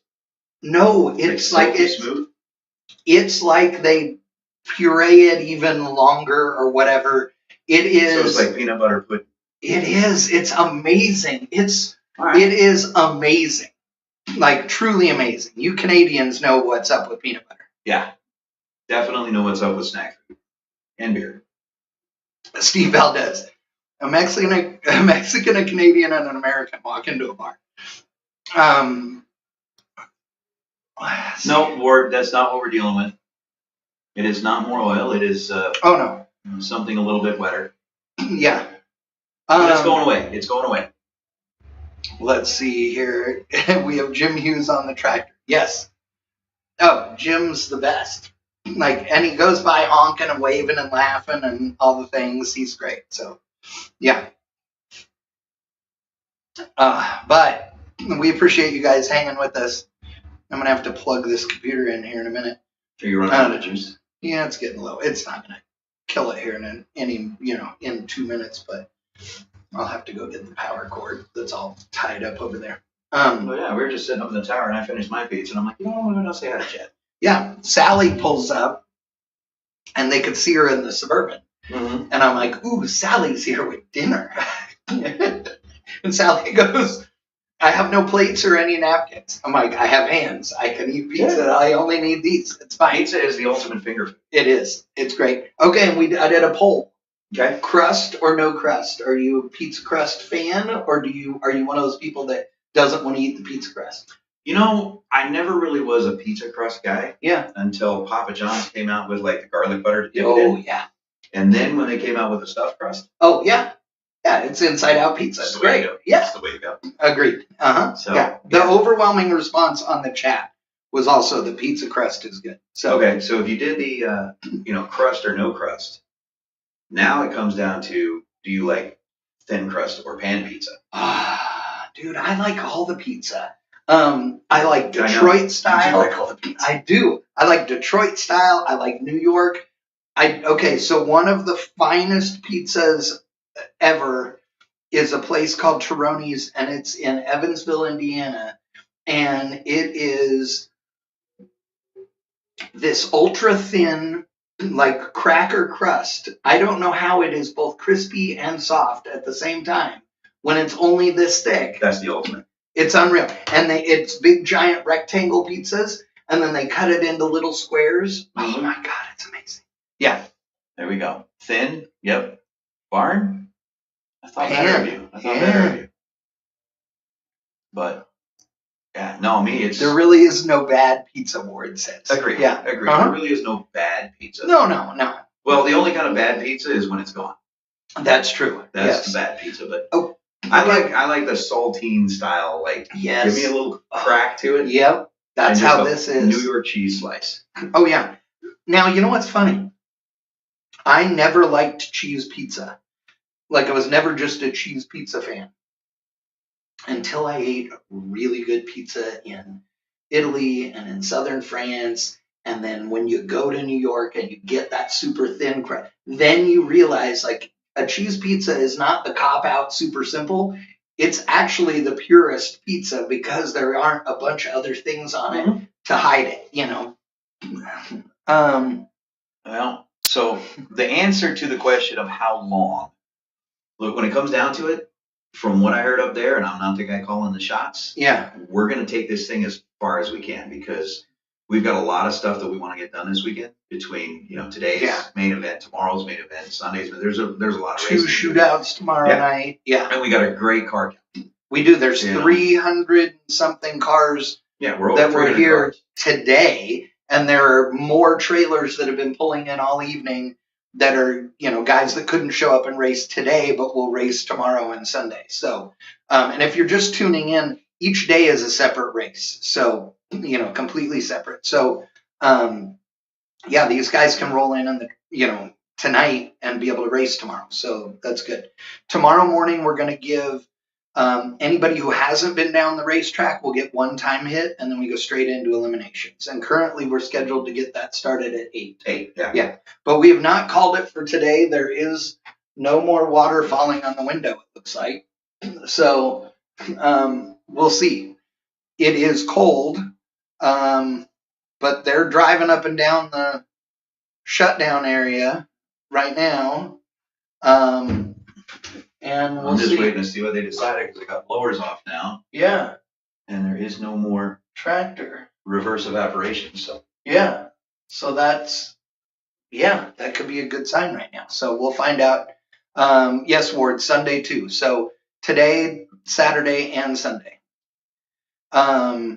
Marco Tolomeo, who is the guy with the microphone? He's amazing. That's this weirdo right here. well, there's 2 of us. Yes, there He's are. probably talking about Gleggy. He's talking about Gleggy.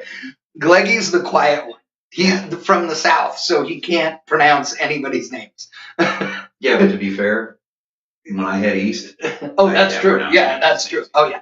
Well, and Loans, like forever, like, dude, he would announce some name and, because he couldn't speak a word. He can't say taco without it sounding like he's from, Massachusetts. So he'd try and pronounce a name and I'd be like, dude, that's bad. Like, you're embarrassing me right now, so. Yeah. Oh. All right, I'm getting the warning from the. Oh, hang on.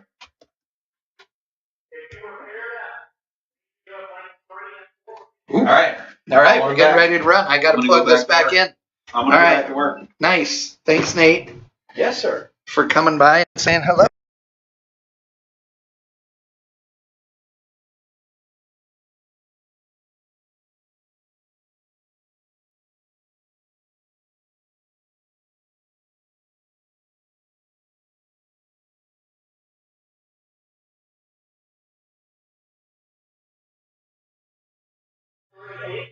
All right, we're here. Sorry, guys. We are here. So just hold tight. They are calling cars back to the lanes.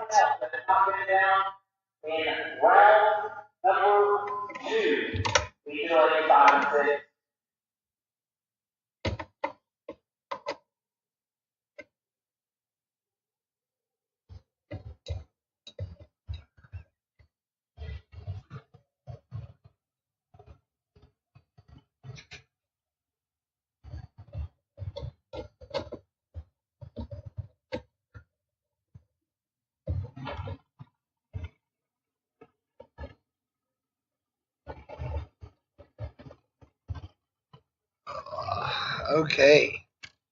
Ladies and germs. Hold on here. And we'll be ready to rock and roll again.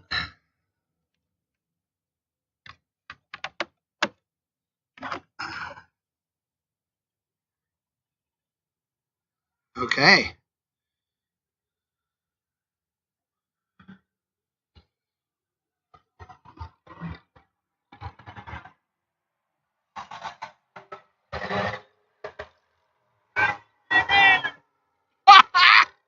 Jim Hughes just went by.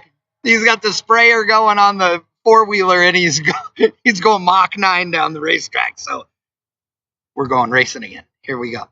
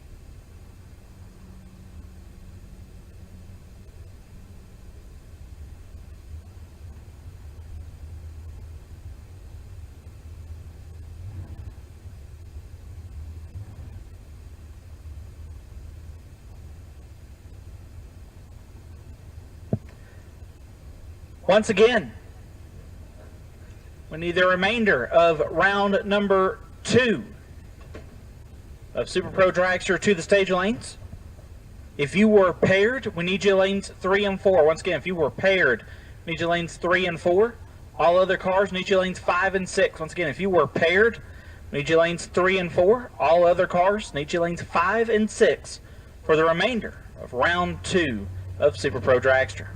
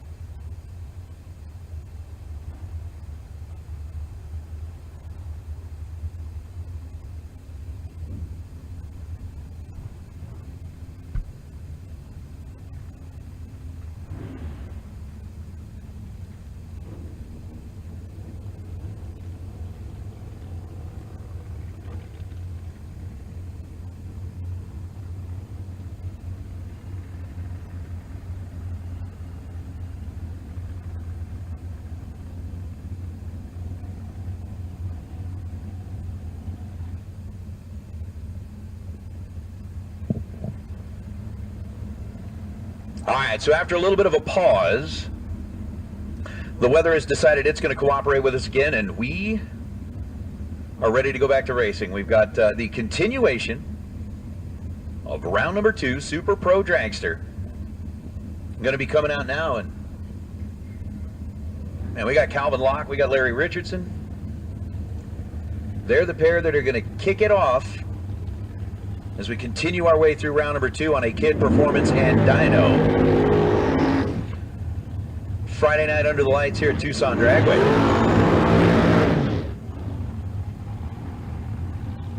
So with Calvin Locke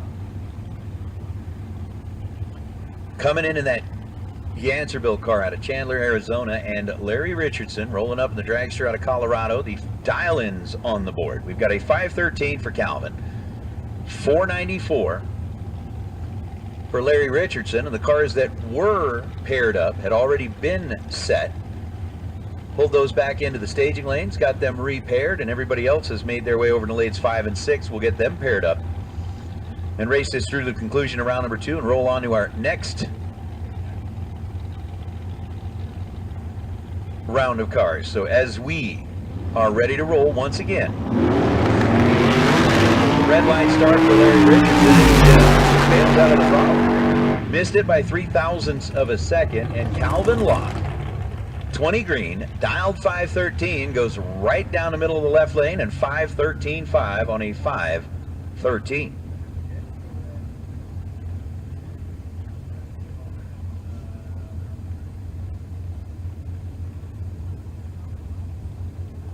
So Richardson's 003 on the wrong side of the tree, and Calvin Locke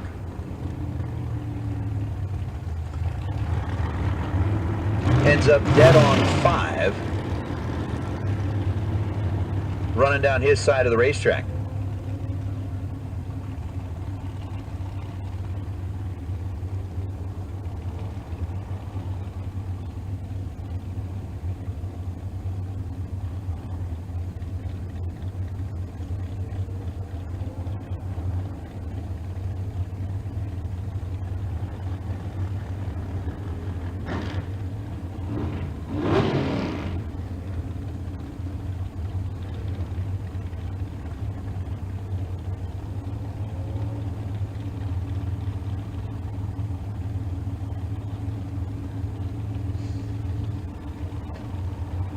So Race Kid and Sammy Franco. Sammy's dialed 520, Race dialed 475. His burnouts are complete. Lock loaded. Headed down to the big end of the racetrack. Win light goes to Race Kid. Race was 27 on the tree. Sammy Franco was 7 thou behind with an 034 reaction time. Franco runs 2 above the dial. Race runs 2 above the dial, and it comes down to that same 0.007 of a second difference in reaction time as the margin of victory down at the finish line. Race 475 runs 24 thou over. Sammy 520 dial runs 24 thou over. So 7 thou split at this end of the racetrack. 7 thou split at that end of the racetrack as Brian Cam now pulls up alongside Judge Shoop right side this time, coming in out of Gypsum, Colorado, and the shorty Ryan dialed 475. Brian, the dragster out of Pacifica, California, 5 flat. Going to be the dial, so with a quarter difference between them. Brian's already in and set. Judge rolls forward.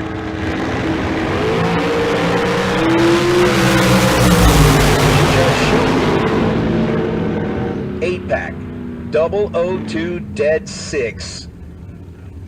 As Shoop acts as judge, jury, and executioner for Brian Cam.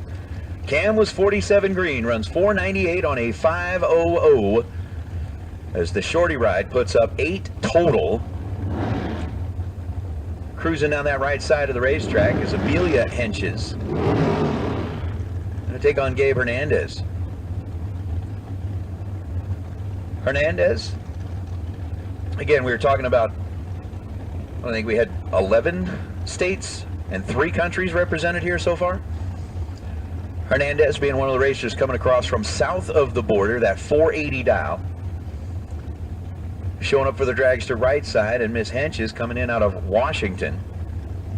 Yeah, we got Texas, Arizona, California, Nevada, Oregon, Washington, Colorado, New Mexico, Montana, Wisconsin, New Mexico, or Minnesota, Oklahoma.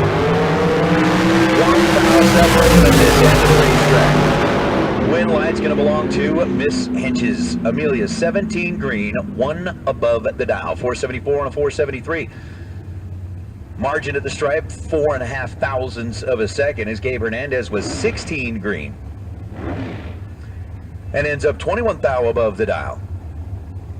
So the Olympia, Washington-based runner moves on to round number 3 as Jerry Hall and Ryan Stifler. Hall's dialed in with a 532. Purple and black right on the left side. First to find the pre-stage bulb as a couple of Coloradans are going to go head-to-head here. Thornton, Colorado home for Ryan, dialed 471. Jerry coming in out of Pueblo West as we're locked, loaded, and gone. Red light starts for Ryan by 9 thousandths of a second, and then ends up dead on 6. So a red and dead on run right side of the racetrack. Early by 9 thou at this end, dead 6 that end. Jerry Hall gets the win light as he's 24 green, and then runs 531 on the 532.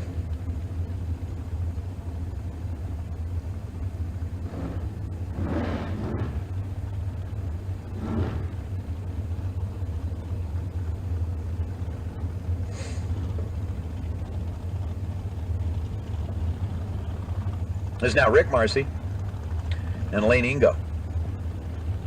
Ingo, who raced his way through the re-entry round. To bring it back here in round number 2, dialed 472. 487 going to be the number left lane. Gets the opportunity to lead first.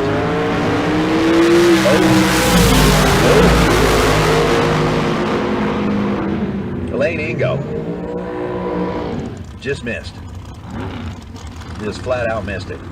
Rick Marcy was 59 green and goes 490 on a 487. Still gets to the finish line first by 0.8 of a second. Ingo ends up running 473 on a 472. But Lane is going to be kicking himself when you get a reaction time that starts with a 9. Oh my. Not going to be happy about how that one played out. But Rick Marcy will take the victory and march into round number 3 as Ryan O'Connor and Bill Kidd. Bill racing out of the right lane this time. I want to say he's from about, what, 30 minutes up to 10? Marana, Arizona, the first town you kind of roll into as you come down off of the hill. Headed east on the 10. 493 at the dial. For Bill and for Ryan O'Connor, 457. 34 thou was the difference in reaction time, and Bill Kidd will light up the scoreboard his side of the racetrack. Bill 001 to Ryan's 035. Ryan ends up dead on 5. Bill ends up 28 thou above, but 11 thou at the stripe, deciding the victory in favor of Bill Kidd. So Bill will be marching on as now Joe Landavazzo and Darren O'Connor. Darren's dialed 472. Rolling up on the left side, Joe Landavazzo out of Peoria. The green and black ride dialed in with a 539.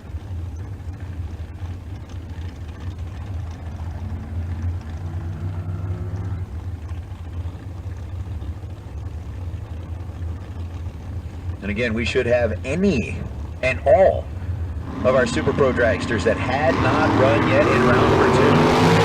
Need to make sure you are there. Missed it comparatively and runs 539.0 on a 539. Dead on with a donut. But was 043 at this end of the racetrack. And that created some problems for him. Darren O'Connor ends up dead on 9 after being 15 green. So a 24 thou pack.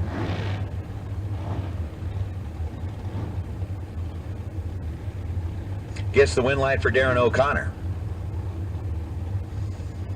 There's Pat Marbeck, Blake Johnson. Johnson out of Arvada. Up in the Colorado way, Pat Marback. Bismarck, let's add another state to the list. I don't think we had North Dakota listed on here yet. So Bismarck, North Dakota. 516 is the dial.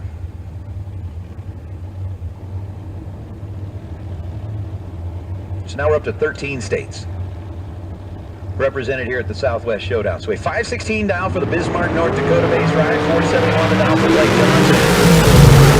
28 thou is the difference. Blake is 001 on the tree, 35 thou above, and comes up short by 4 thousandths down at the big end. Marbeck, 29, dead 3, gets himself a win light, and Pro, round number 3. Pro, round number 3. Let's get you headed into the staging lanes, please. Pro, round number 3. Doubles, let's get you headed into 3 and 4. I believe singles, since we got dragsters in 5 and 6, we'll be taking you over to 7 and 8. But pro doubles to 3 and 4 for round number 3. Pro doubles to 3 and 4 for round number 3, please. Jeff Taylor, Mitch Marcy. This should play out. This could be a pretty good little matchup. 461 is the dial for Taylor. 485 the dial for Mitch, and Mitch goes red. Let loose 16 thousandths of a second too soon. Jeff Taylor, 18 green and 3 thou under. Crossing the stripe at the finish line. 460 on a 461. Marcy ends up with a 483 on a 485. And with what we have seen through the last several pair since we've resumed racing, there's a whole bunch of racers that are right on their number. And really what that means is that Jim and his crew took really good care of the racetrack. So for the racers that are out there and for those that are watching online, again, a huge tip of the cap to Jim Hughes and the crew here at Tucson Dragway. Had to stop, had to deal with that. Came back and we've seen everybody putting it pretty much right on the number. Dragged by 9 thousandths of a second out of the right lane, goes 489 on a 488 dial. Mark Kidd on a Kidd performance, and Dino Friday continues to march through the field, 17 green, and then 468 on a 470. But Zimmerman dropped at 9 thou red. And hands the win light over to Mark Kidd as Chase Learcamp and Greg Christensen. Christensen out of Colorado. Learcamp coming down out of Washington.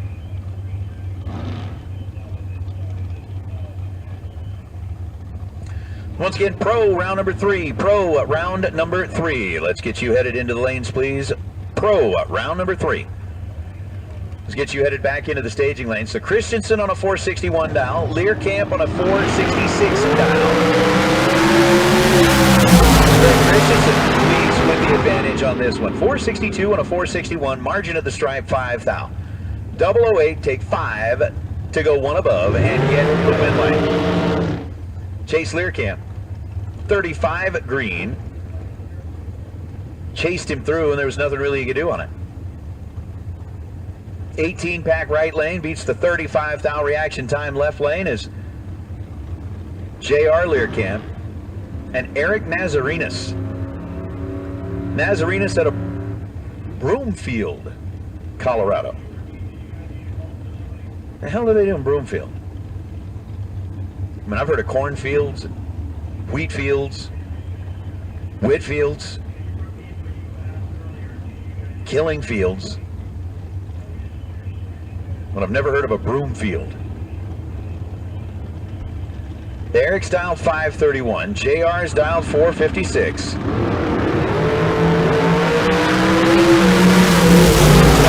the difference in reaction time. Oh. Eric Nazarenas is 007. Takes 78 thou at the stripe and goes 525 on a 531. JR Learcamp, 30 dead 0. Again, as I've said before, there's ways that you win around, there's ways that you lose around, and there's ways that you just survive around. JR being 30 green ends up dead zero and survives the round as Nazarenas jumps the gun. Yeah, there we go, Chad. Had to bring food into the whole thing. Mrs. Fields. Cookies. Ward, if they grow corn in Broomfield, somebody's got an issue with a naming convention. Val Torres Jr. and Leroy Duran again.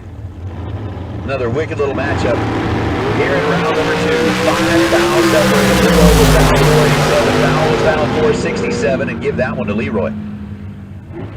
14, take 4 foul. Ends up 488 on a 487 to get the win line. Val Torres was 19 and 1 above. And again, super tight racing here in the continuation of round number 2. As everybody's running right on their number, and the margins have been really close. Really close. Adam Chioda, Paul Dowdy. Dowdy coming in out of Centerville, Utah.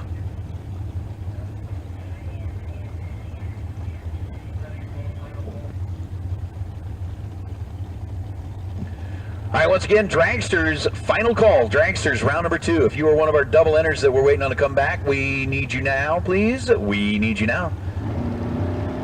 The Dragster's final call. 11 fouls separate.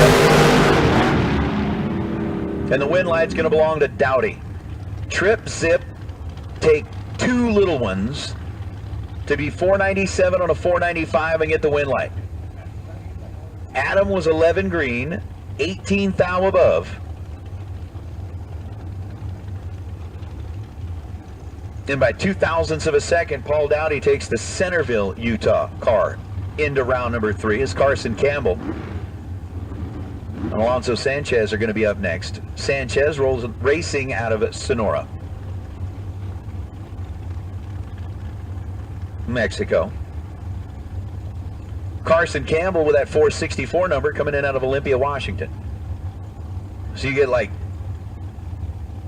really far north versus south of the border. And they all meet up here at Tucson to figure out who gets piles of money. 489 on a 485. Alonso Sanchez was 19 green, no good. Carson Campbell, 13 and 21 thou above. Ends up 24 total to get the win light.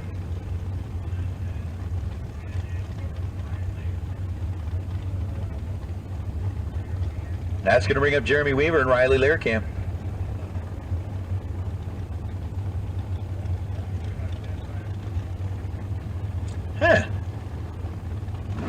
So with Weaver dialed 456, Riley Learcamp dialed 473. Looking down at the chat bleachers. Troy, what gig are you getting? Where are you going? What you doing, man?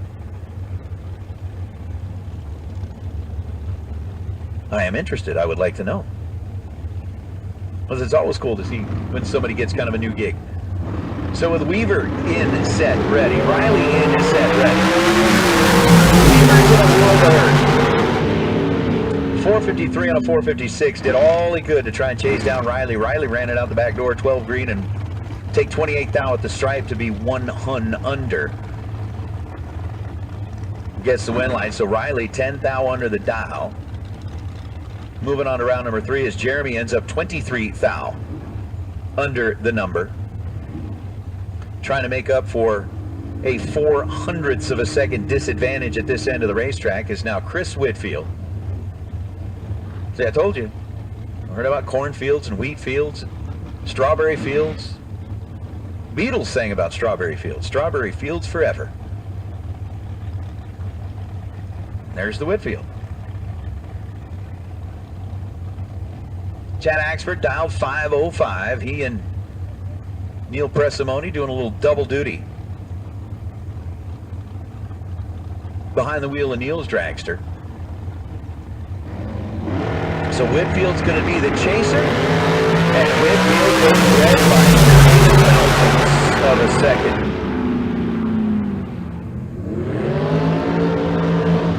So with Whitfield fouling out 9 thou, Chad Axford moves on. 26 green, and then 504 on a 505. Is backing up from the burnout, Victoria Christensen and Gabe Torres.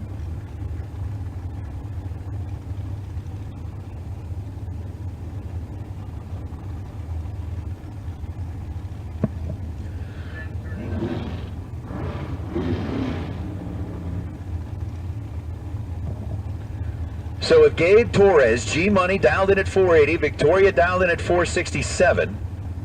Troy, that's cool, man. That is cool. Seattle is an awesome track. Amazing views. Is that your first time doing a national? That's cool. We're going to do Luke's race again and headed to Seattle. I don't know, is that if that's your first time at the Nationals on the mic, we got to talk a little bit, man. And appreciate it. 482 and a 480, Gabe Torres, 13 green, wins it by 16 thousandths of a second. Victoria Christensen is 28 green and goes 469 on a 467.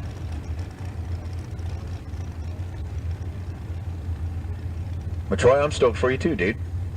They're fun. Mark Barnhart, Jacob Collins. Barnhart left side, 466 is the dial in that Ezel-built car. Coming in out of Placitas, New Mexico, and Jacob out of Gilroy. Let's do it. All right, absolute last call. Final call. No more calls after this for Dragsters round number 2. No more calls after this. 10 separators at this end of the racetrack. Win light turns on for Mark Barnhart. Barnhart, 21 dead 4 is 25 total, taking a 13 thou stripe. As Jacob Collins ends up 11 green and 27 thou above his dial. So Barnhart moves on as Tristan, Craig, and Marco Paravalaris. All right.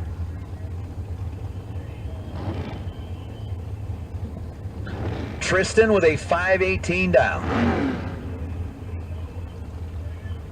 And Marco Paravalaris with a 454 dial.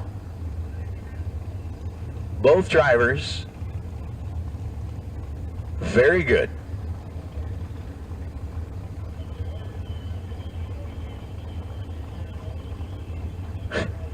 That's cool, Troy. We will definitely find a way to chat before Seattle, because there are some things that I would like to share. The one thing you will figure out in the Seattle Tower, just to tell you this, when you're sitting in the announcer chair in Seattle, don't back up, because there's a stairwell there that you might fall down and it'll kill you. Just be safe. 518 with 454. The split at this end of the racetrack is 7 thou. Win light turns on for Marco.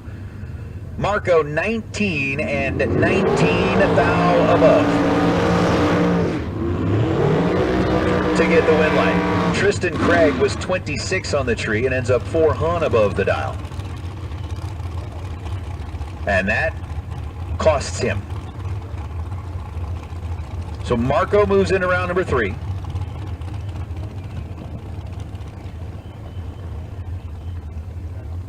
Jason Dawson rolling up now. Again, he and Greg Hicks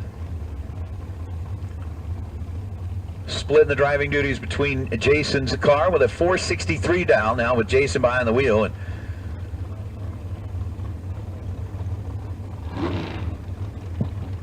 hey, guess what? Last time was final call. We're going to give you one more final call. We're still missing 2 cars. Well, I'm sure you two know who you are. And we absolutely do not want you to miss your second opportunity or your first, whatever it is. I think you're our doubles that are coming back. We do not want you to miss it, but this is the last call. Dawson turns on the scoreboard with a 463 on a 463. 12 dead, 4 for Jason Dawson. Luke Makovica actually grew up running juniors around the western part of the states. Ends up 500 on a 500. He's 17 dead, 9 versus a 12 dead, 4. Win light goes to Dawson. And the answer, Gene, to your question is we are now up to 13 states. 13 states that we've seen represented up to this point. Amelia Henches, who just moments ago in her first entry was able to light up the scoreboard after we resumed round number 2, this time rolling in left side of the racetrack, dialed in at 474, and Judd Shoup. Again, a couple of cars that Judd won, Amelia won. Now rolling up in a second entry. Only one of them gets to walk away from this round with 2 still intact. So the 1 Hunt split in the dial. 3,000 reaction time. Win light turns on for Judd on a double breakout. Judd 474 on a 475. He's under at 1 thou. Amelia's under by 15 thou. She runs 472 on a 474. Amelia was 46. Judd was 43, and Judd will be the one coming back with 2 entries still intact.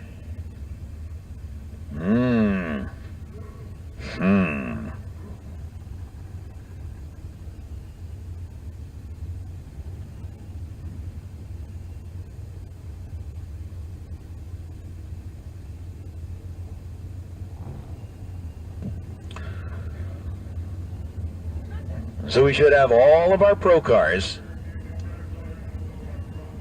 back in the staging lanes, and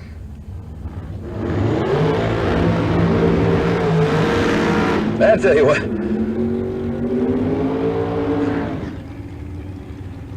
for James Hardvickson, it has been a long wait. The Super Pro door car that was the provisional buy waited through the break, then came back and waited some more to find out that he's going to get paired up with Larry Richardson.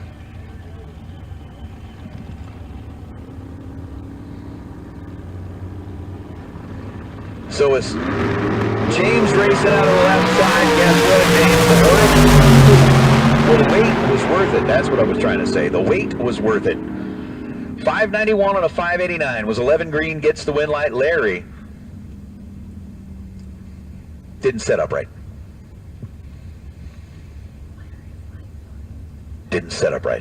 Ends up 495 on a 494.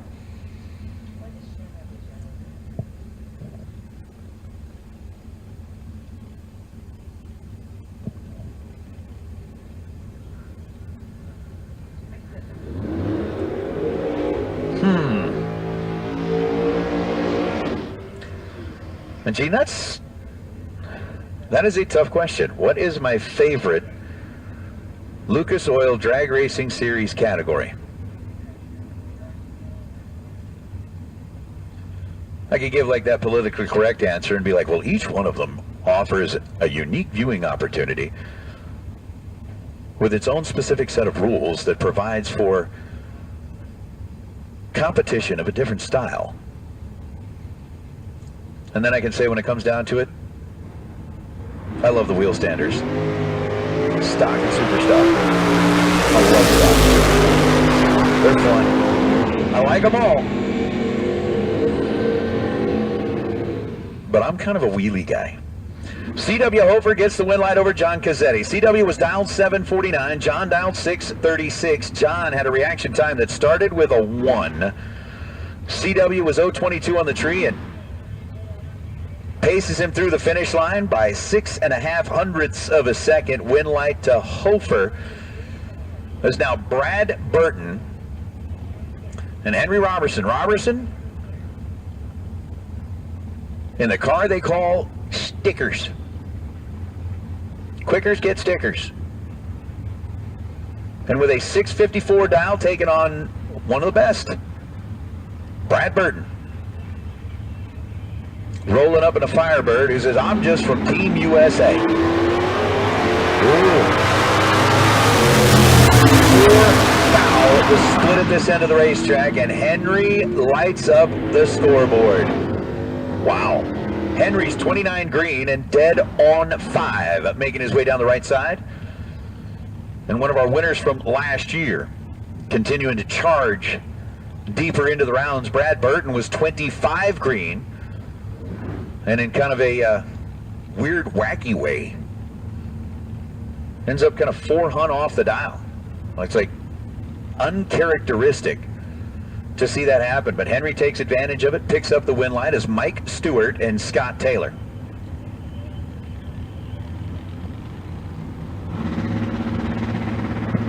All right, Jeremy Plyler. We are looking for you in the lane, please. Jeremy Plyler. Last chance. Paging Jeremy Plyler. We need you to the staging lanes, please. Mike Stewart, 579 on a 576. He is 004 on the reaction time. Scott Taylor was 42 green and ends up 671 on a 667. Ew.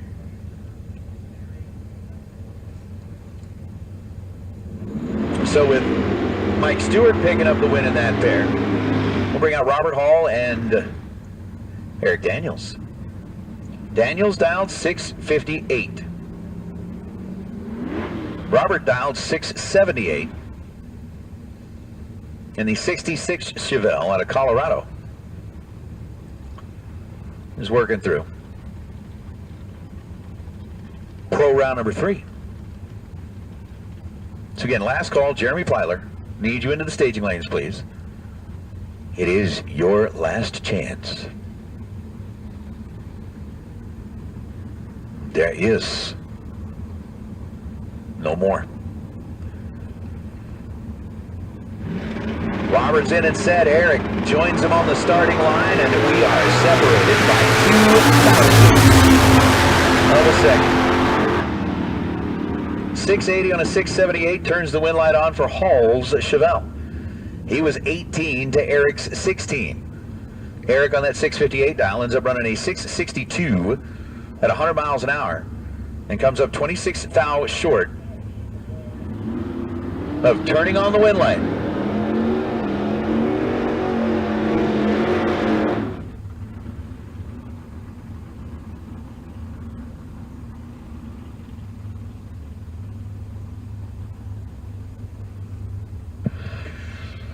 So with Robert Hall getting the win there, racers, we are looking for Super Pro Door Car. Super Pro Door Car, round number 3. Super Pro Door Car, round number 3.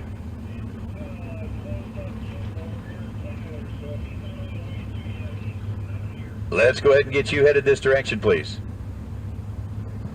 Super Pro Door Car.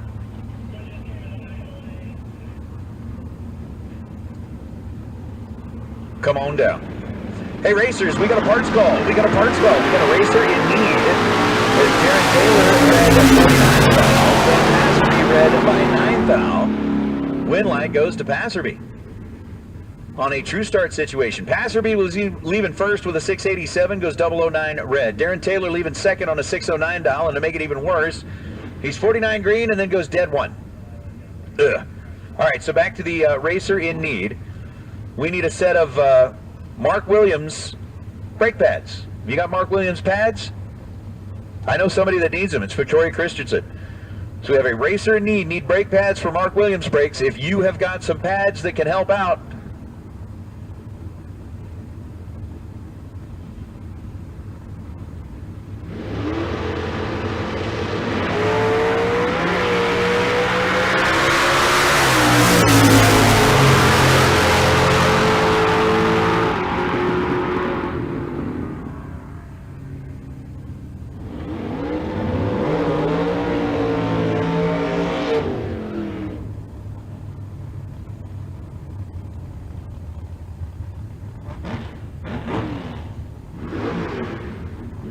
Matt Haw goes red by 11 thou, runs 726 on a 731. Richard Llewellyn in that car that he and Colin Poist put together. Again, talking about surviving the round. Matt Hawk went red by 11th thou, and when he sees that Richard Llewellyn had a 4:65 reaction time, he is going to be mad. He will be more than mad. He will be livid.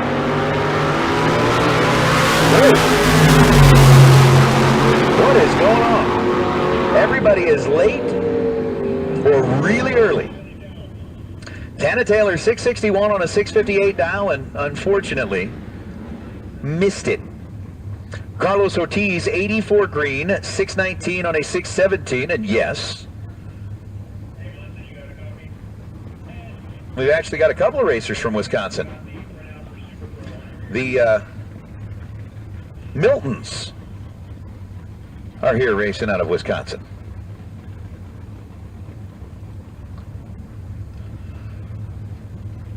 So with Joe Kidd Jr. and Mark Beaven, the Duster versus the Nova. Beaven's dialed in at 685. Joe Kidd dialed in at 683. Once again, we need a set of brake pads for Mark Williams Brakes if you've got them. Victoria love the help. Love it, love it, love it. 688 on a 683. My goodness. You want to talk about cutting it close. Mark was 46 green and goes 688 on a 685. Joe Kidd was 23 green and goes 688 on a 683. Tightening up the stripe to 6/10,000ths of a second. 4 decimal places in. Win light goes to Joe Kidd Jr. as Chris Stout, Mark Johns. Johns in the Mustang, Stout in the Vega. Is it really a Pocatello, Arizona? I mean, I'm familiar with Pocatello, Idaho, but is that like for real place?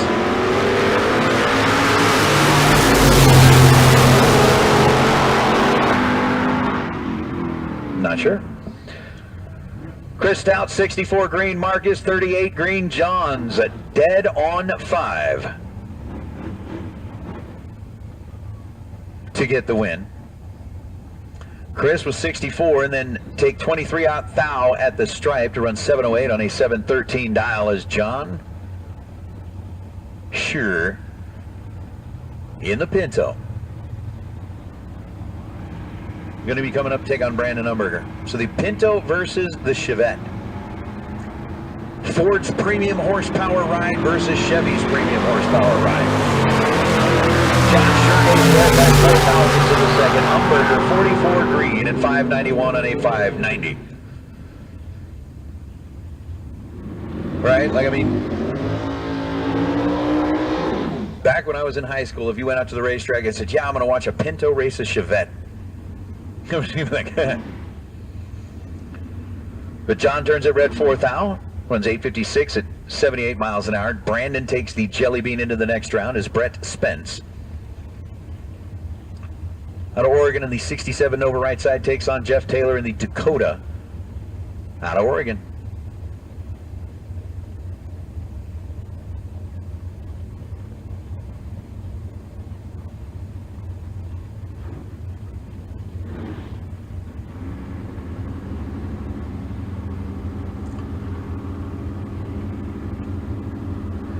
So let's get Super Pro Door Car.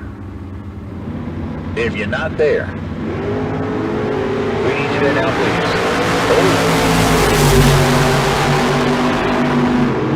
Oh. Jeff let go long after he should have. 591 on a 589. Jeff Taylor with a 100 light. We'll be calling it an evening. As Brett Spence, 36 green, and then 643 on a 640. We'll bring the Nova back in the next round as now Travis Rutzel. Rutzel, Howard Lake, Minnesota. 2,000 bodied Camaro. 552 is the dial for Rutzel. Henry's got that 654, and Henry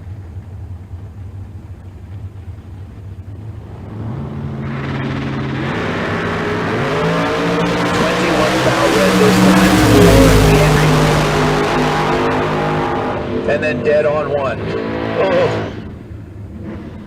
Travis is 47 green, 2 above, gets the win light. Henry, after being 21 thou red on a 654 dial, goes 6-5-4-1. Last time was dead 5, this time's dead 1. Difference in result. Win light heads the other way by way of the red light is Larry Cannon and Diane Burton going to be up next. Diane, 698 dial right side. Larry Cannon dialed 613 left lane is the Nova. Begins the chase.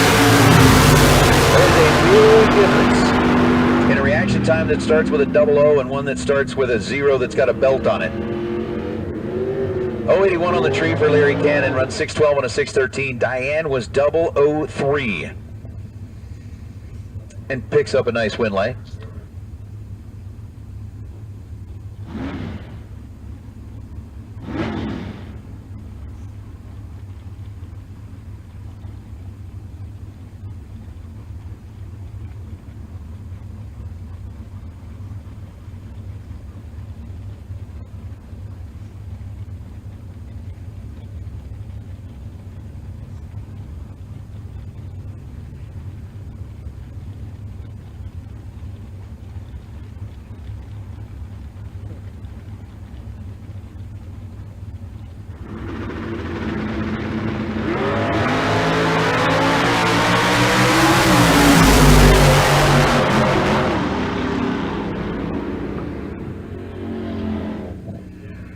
Scott Burton bows out as Tim O'More moves on. Scott was 44 green and goes 639 on a 636.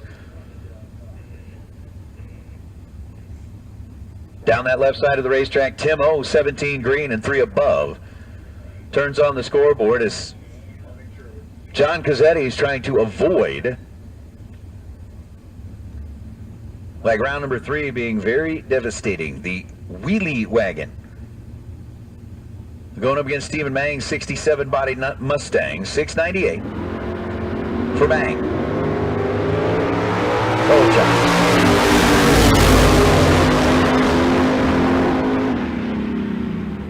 Yeah, you could hear the whomp, whomp, whomp. As Stephen Mang was 12 on the tree. The first 2 numbers in John's reaction time were a 1 and a 2. So unfortunately, a 637 on a 637 will not be enough against Stephen Mang, who goes 704 on a 698. So Mang moves on as Sasha Hofer will end up with the solo. So the 91 Firebird on a 749 dial, and Sasha, who is very comfortable going late into the rounds, ends up with a 752 on a 749. We're going to roll straight out of Pro round number 3, right on up into Super Pro at Door Car. Round number 3. Starting it off with Ken Sweo and Dustin Works.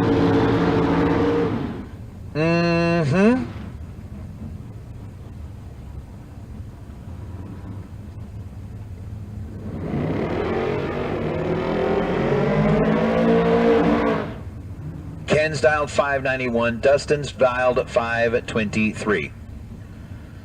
Idaho versus Oregon.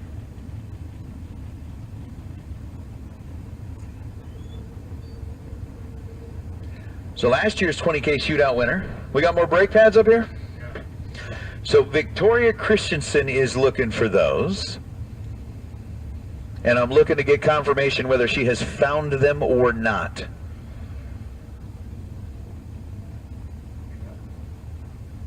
So we'll see.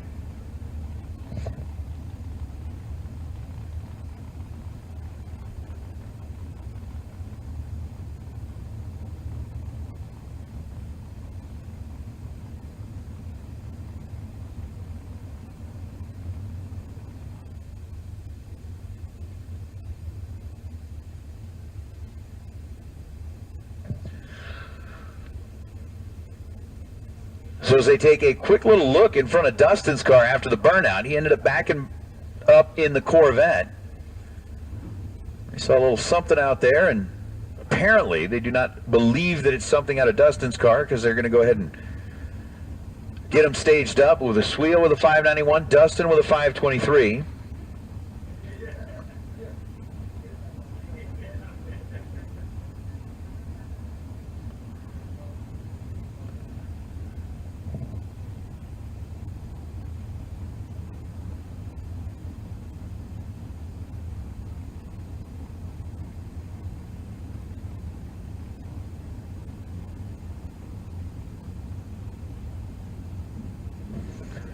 Taking a little extra time before we get them staged up and ready.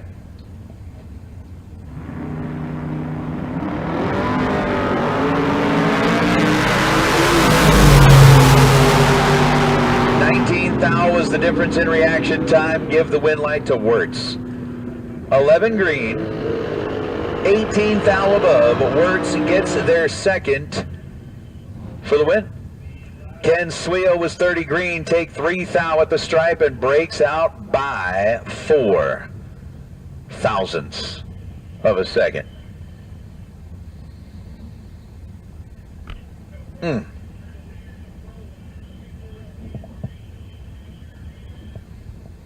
bring up Rodney Snyder. The Scotty Muffler car coming in out of Colorado, and Beto Dominguez. The 98 bodied Nissan.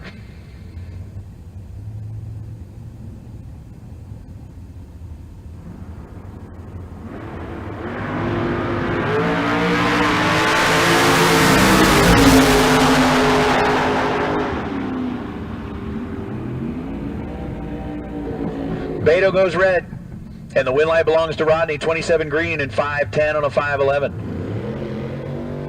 Ends up under by 2 thousandths of a second, but the win light was already on as Carl Gieb, at least I think it's Gieb,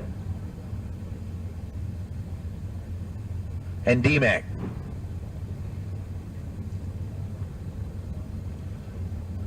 I just think that's one of the coolest things, right?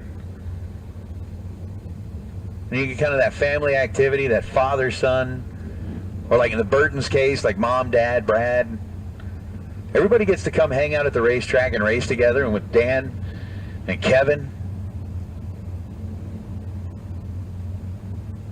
Or the Torres family. I mean, whoever it might be, the kids. There's so many of them. So many of them. But it's just awesome. Carl's dialed 634. Dan's dialed 555. And Dan is going to run 556 and come up 34 thou short. Carl, 17 dead 0. Gets the win line. McClellan was 39 green, 1 above. And with a 17 pack over to the other side, not much Dan was going to be able to do with that. A Super Pro Dragster. Super Pro Dragster. Your attention, please. Super Pro Dragster. We are ready for you in the staging lanes. Again, double enters to 3 and 4. Super Pro Dragster, if you are double entered, make your way to 3 and 4. We'll take all single entered dragsters in Super Pro round number 3 for your next run as well. Sammy Franco gets the win line over Sid Summers. Sid goes red. Red light by 20 thousandths of a second. Sammy Franco, 553 on a 553, and Sid is going to be a little frustrated as well. Know that he let one slip through his fingers. Sammy had a reaction time that started with a 1, and that's going to bring up Robin Croton, the 1970 GTX. I went out and took a close look at that car. I got to see it in Vegas last weekend at Muscle Cars at the Strip. Well, the only view I really got from it was from behind it in the tower. But was able to get out there. That thing has got like purple accents on the inside. It is beautiful from top to bottom. That car is just one of those really, really cool ones. 534 the dial for Robin. Faustino in the Vega dialed in at 632.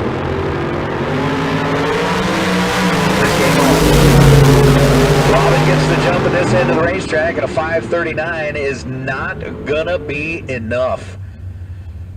Robin was 16 green and ends up 5 hun off the dial. Faustino 29 green, and 2 above. Moving the Vega into round number 3. Speaking of round number 3, Super Pro Dragster. Super Pro Dragster. We are looking for you to make your way back into the staging lanes. Again, double enter dragsters to 3 and 4. Chuck Hawk, Brad Pierce. Pierce in the 58 Corvette. Like real, honest to goodness, full-bodied 58 Corvette. It's just so cool. Dial 635, Chuck Hawk. That truck is wicked. Unfortunately, this time, wicked doesn't turn on the scoreboard. Chuck was 004, left second by 4 thousandths. He ends up going 500 on a 497. Brad Pierce is trip zip perfect and goes 638. Chuck is 31 thou above the dial. Brad is 31 thou above the dial. Chuck's 004. Brad's perfect. And the 4 thou margin traveled 1,320, or excuse me, 660 feet to be a 4 thou margin for the win. As Andrew Olson goes against Bill Ballard. Andrew looking over the shoulder, realizing that Bill's car is fully blacked out. It's going to be tough to see anyway at night, but he was nowhere to be found as unfortunately Bill leaves the line and the car goes silent. Andrew, 21 green, 623 on a 604. Well, they took a look under Bill's car and he's going to end up having to push it back. So once again, Super Pro Dragster. Super Pro Dragster, round number 3. If you are still in, if you are double entered, we're looking for you in lanes 3 and 4. If you're single entered, we're looking for all of our Super Pro Dragsters.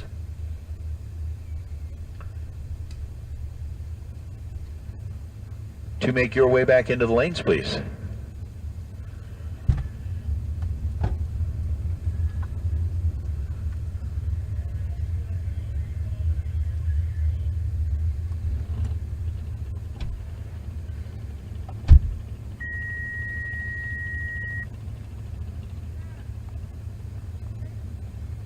No problem, brother.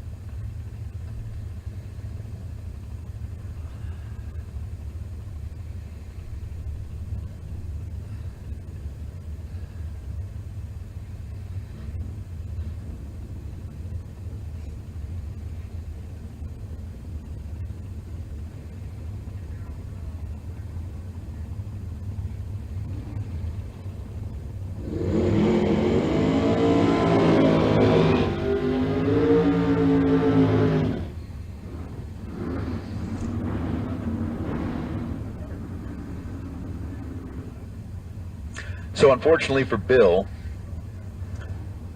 dealing with a broken race car down here in front of the tower, but getting a different view of the car as it parked in front of the tower. And the only thing I'm looking at, man, with the red light underneath of it, under the lights and all of that, is I'm having like total Mad Max flashbacks. Mad Max flashbacks.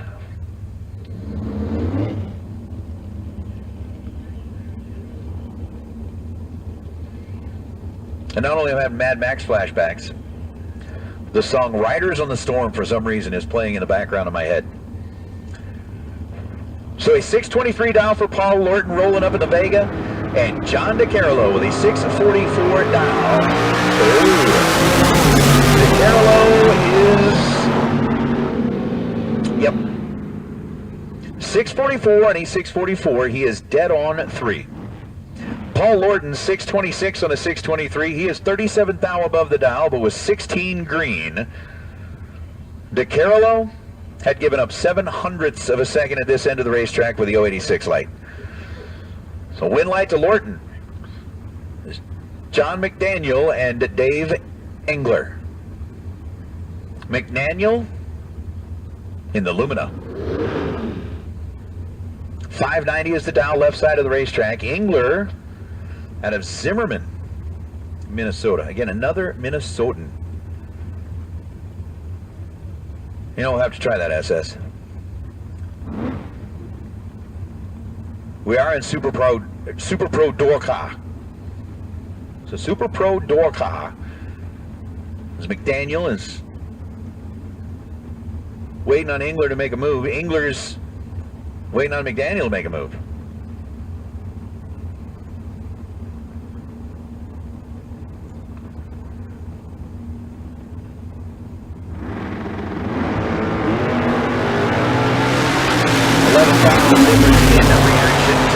Scoreboard turns on for McDaniel. McDaniel's 11 dead 6. Dave Engler's 22 dead 9. And by 14 thou margin at the stripe. John McDaniel's door car is going on to round number 4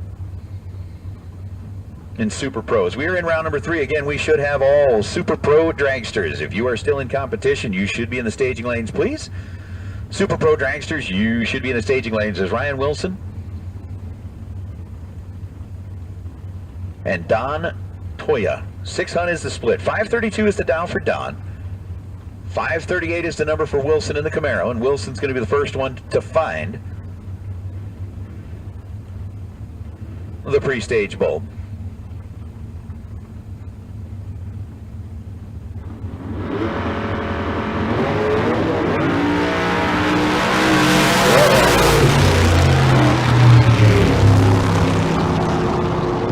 So yeah,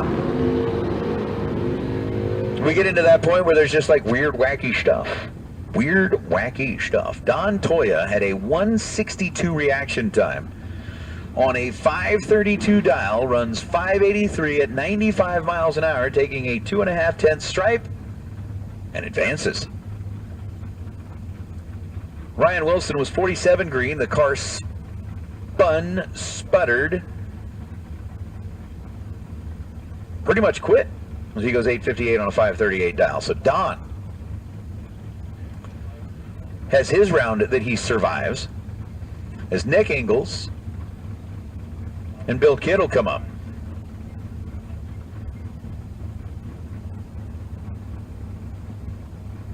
Bill's down 681 in the Nova.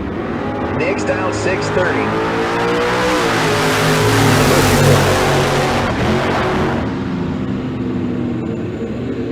Bill gave up 22 thousandths of a second advantage in reaction time, tried to make up for it by getting there first by 68 thou, and ends up breaking out 674 and a 681. Win light belongs to Ingles, 21 thou above. Ends up 33 thou total to Bill's 35 thou light. Ingles advances as Aaron Milton and David Ruiz.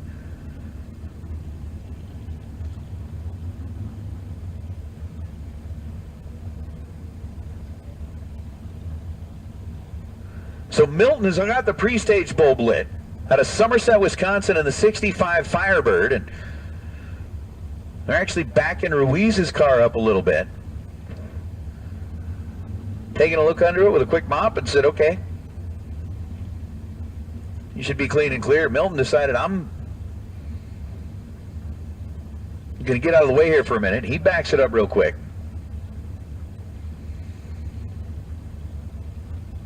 Ruiz gets in, lights the pre-stage bulb. He'll be leaving first. Aaron Milton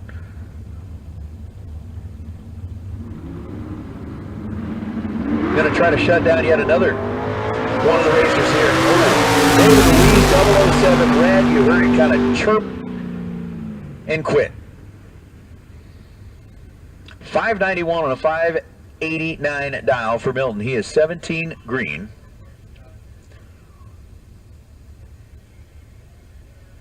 And moving on to round number 4 is Ruiz.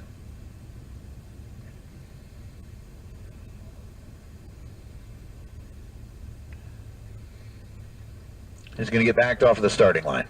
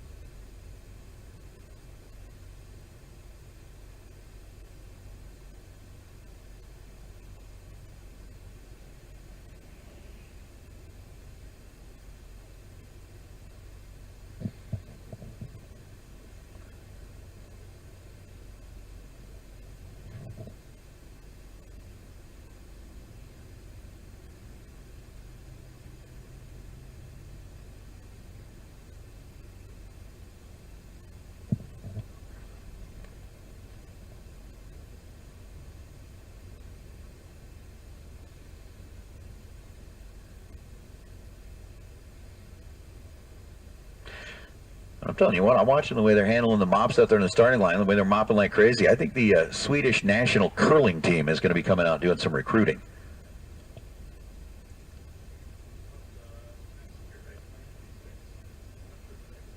Is it 2026 the winners? Uh-huh. Where are they at this year? Italy? I can't even remember. I know they're coming back to Salt Lake like in 2030 something. I think I'm definitely going to have to make that trip, get some tickets, and I don't know.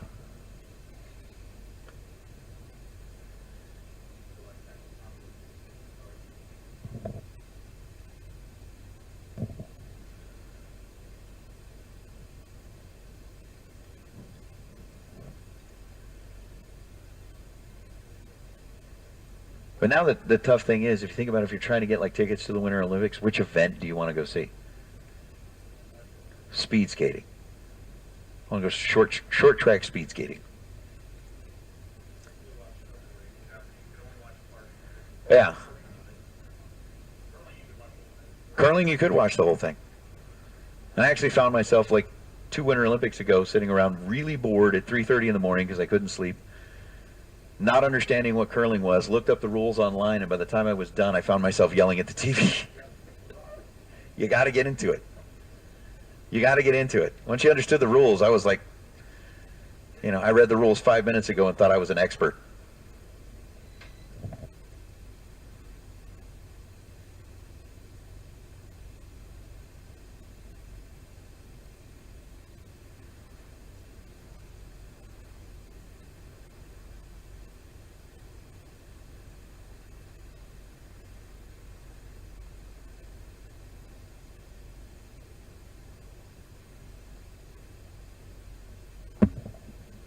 Awesome. I appreciate that, Carl. Thank you for coming up and letting me know. I wanted to know how badly had I failed, and the answer is badly, but we will correct it. So yeah, 2026 in Italy. Women's single sled. All right. So we'll throw out kind of that poll to those of you that are watching along in the chat bleachers, because there's not really anybody watching along in the bleachers here because it's just chilly. So we've talked about like which sport would you want to go watch at the Winter Olympics? Which sport would you want to go compete in at the Winter Olympics?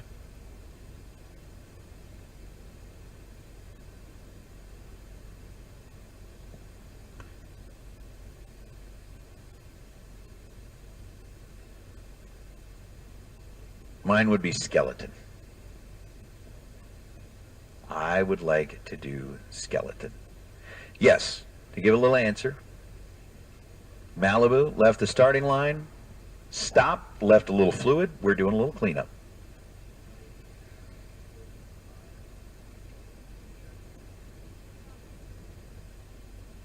I can see doing the hockey thing.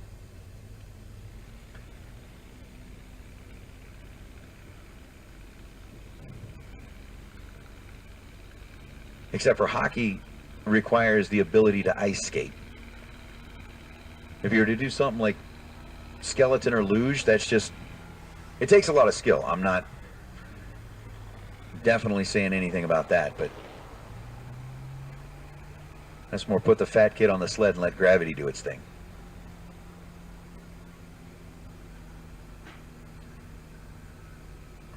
So hopefully just a quick little up and back with the drag. Once again, Super Pro Dragster, you have been called back in for round number 4.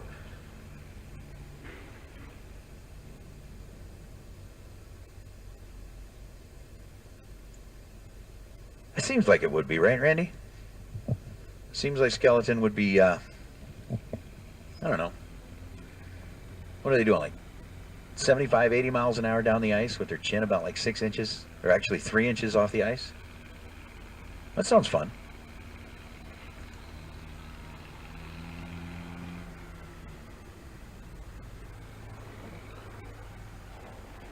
I'd totally do it.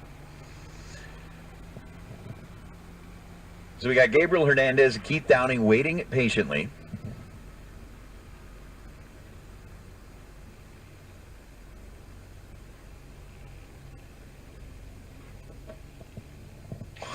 Brandon. Good to see you checking in. We've still got, what, 300 and just shy of 400 people. Just shy of 400 people that are watching along on the live feed. And according to what I see on my screen, we only have 187 likes.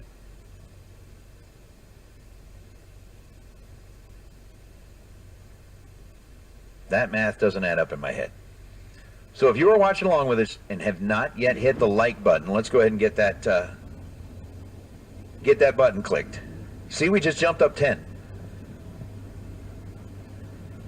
That's what we need to keep doing. So whether you're watching on your phone, wherever it is that you're watching from, just hit the like button. Bump that thing up. I fully and wholeheartedly believe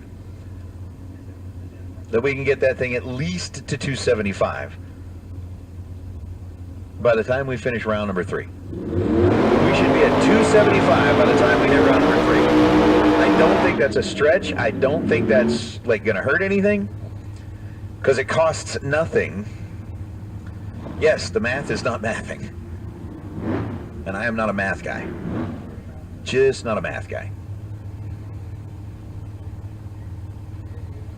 You know, you got those people that could go out there and figure, well, you know, distance traveled divided by time and this and the counter rotation of the earth. Well, not me.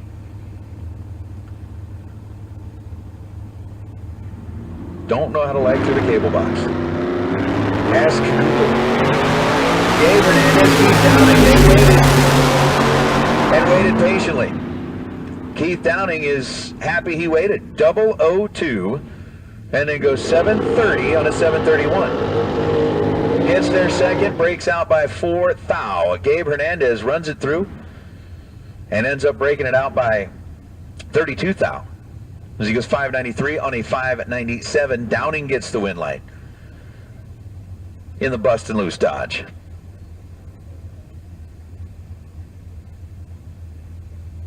See, we went from 78 to 215? Just like that. And we went from like just shy of 300 people watching, or just shy of 400 people watching, to almost 450 people watching. Red light start, but Hector Hernandez Jr. by 25 thousandths of a second. Karen Snyder, 20 green, 5:37 on a 5:38. Dow 5:38, ran 1 thou under that with a win light already on. Hector goes 6:21 on a 6:22. That's going to get us down to where we're like real close to swapping over to some dragsters. They now are at 217 and 455 people. So it should be really easy to get to 275 likes before the end of round number 3. I'm not trying to ask for like everybody to like it. I'm just setting like a reasonable goal in a reasonable amount of time for very reasonable and rational people. And I know you're all reasonable and rational people because you are spending your time watching the Bang Shift live feed.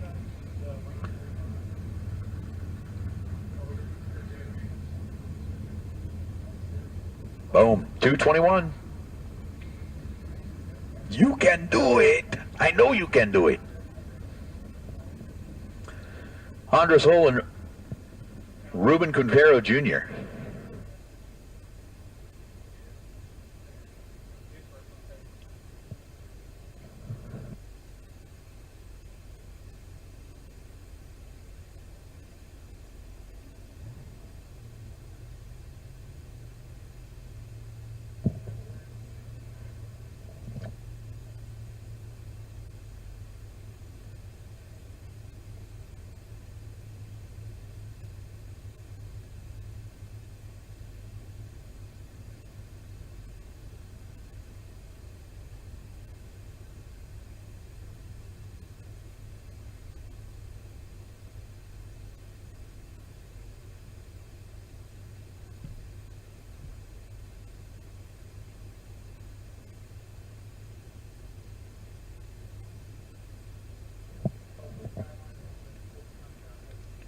What's up, Brad?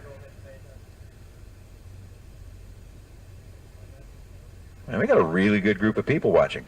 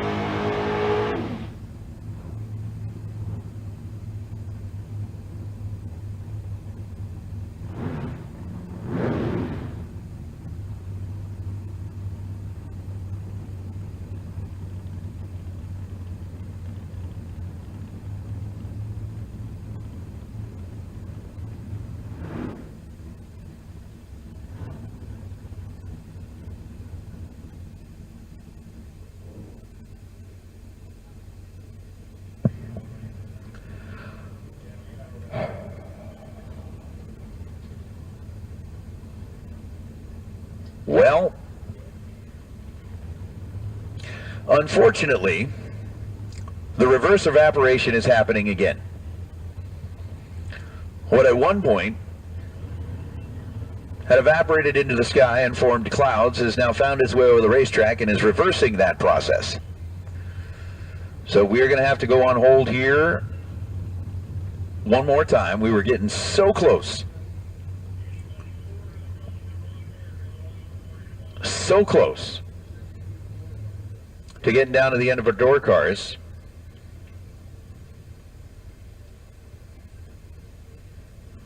But unfortunately, we're going to have to go on hold one more time.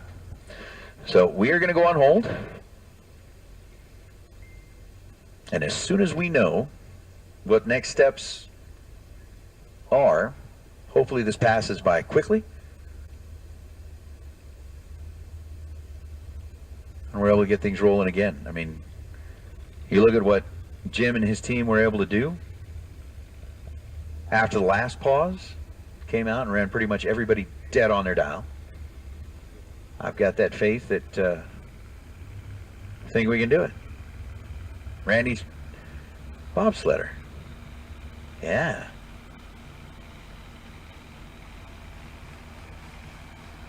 What is up, Mo? Are we playing like Where's Waldo with Where's Mo? Earlier in the day you said you were watching from where, like Flagstaff? No, Kingman. Now you're watching from Mesa. I feel like that's that. What was that whole little scary story that? Okay, gang. Once again, gotta move everything inside. So bear with me here, and we'll see. It's just sprinkling, but there's stuff on the radar. So hang tight and let's see what we can do here.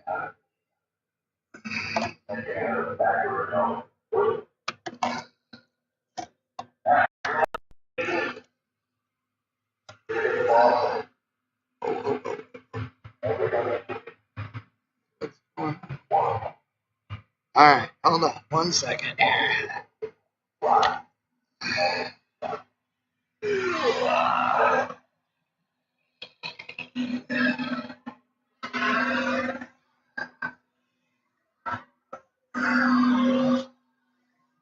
Watch Jim on the track.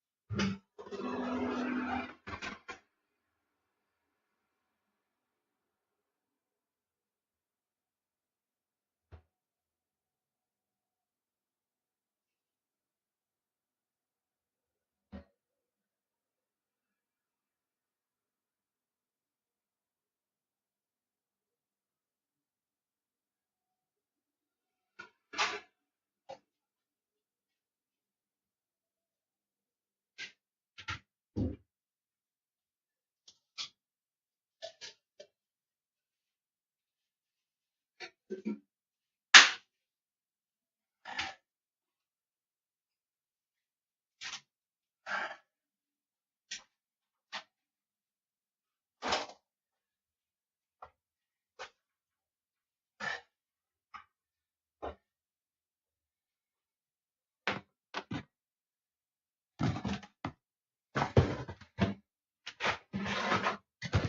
right, gang. Sorry about this, but trying to dry things off here.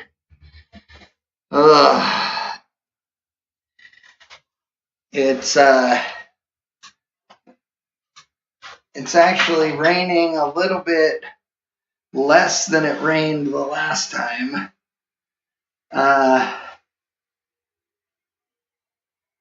But we shall see. They are sweeping and dragging.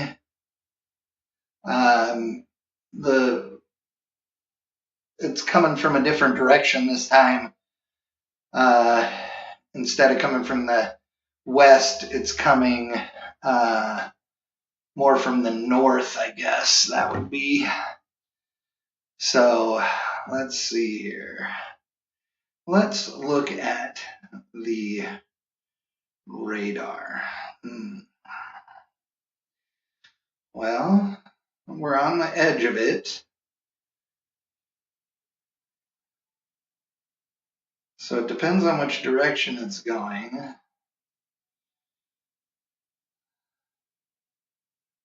And we'll see here. Oh.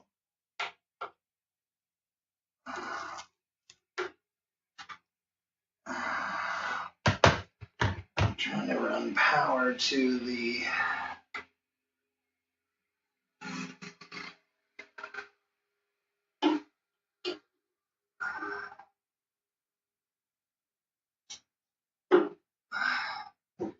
computer here. There we go. All right, we have power now. That's what matters. Let's see. Ooh. There's a lot of stuff that's going to be coming our way, but like early tomorrow morning. This right here looks like it could go skirting right by us, or it could be that we get it for 30 minutes or so. Just not sure.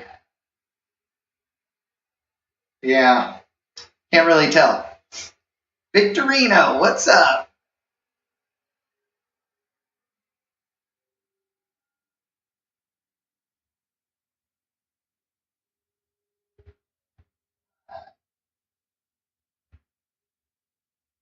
Yeah, it looks like mountains around here are going to get some snow tonight.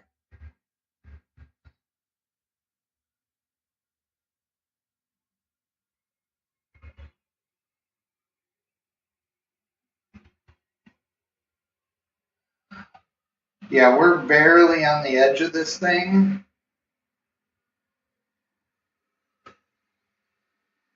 Well, shouldn't say that. It's right on us, but it's only on the edge. So we'll see. I can't risk having the camera and stuff out there if we get a downpour, you know, so that's why we gotta, I mean, 2 of the cameras are all right. They'll survive. So the starting line, or well, the camera that's close to the starting line and the scoreboard camera are both fine. In fact, the scoreboard camera's, well, it's not waterproof, but it's a water resistant camera, so that's fine. But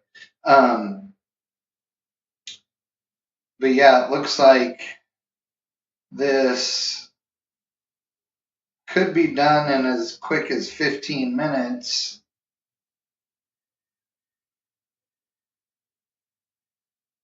Oh yeah, and then we could be clear until well, around midnight or something, and then then it's questionable. But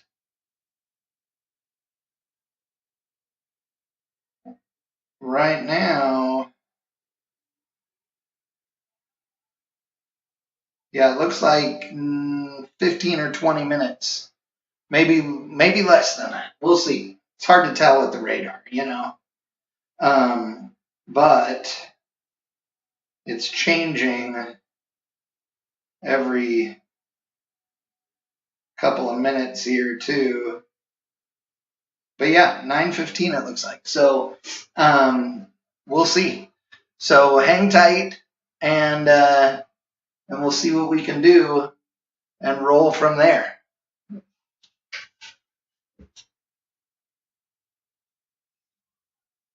Hold on, I have visitors.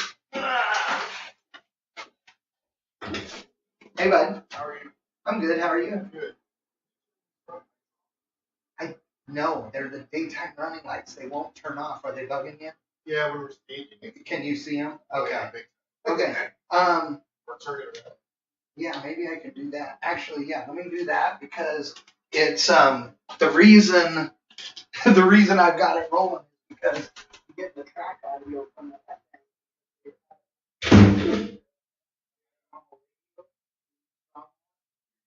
So I was, but I can pull the mic out, turn it around. Yeah, that's no problem. No, absolutely, dude. No. I don't want to be a pain in the ass. So yeah. Right. No, you're good. I appreciate it.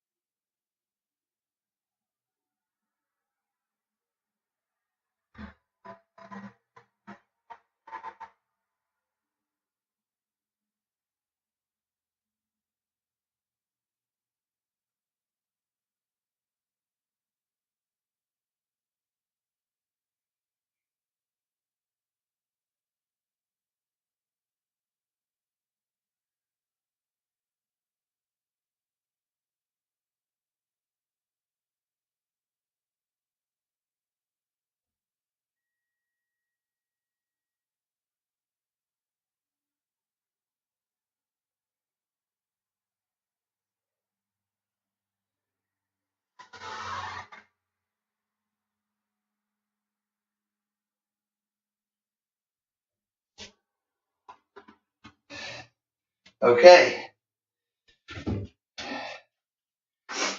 I'm back. Oof. All right. Jim just went up and down the track on the four-wheeler to see if he can, being in the tractor is not the same as being out there and feeling it. But he's spraying the track again, so that's a good sign. That is a good sign.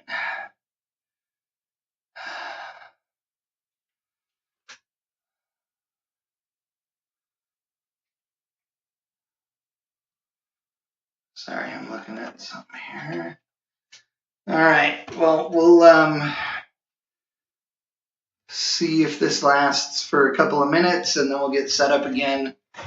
But this way, you can at least look at the racetrack.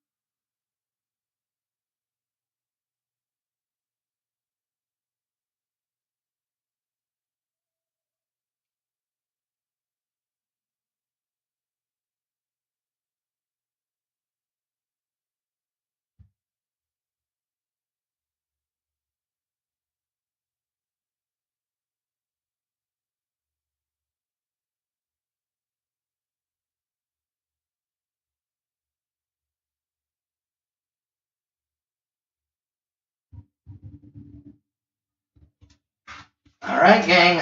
They're firing them back up. So give me a minute.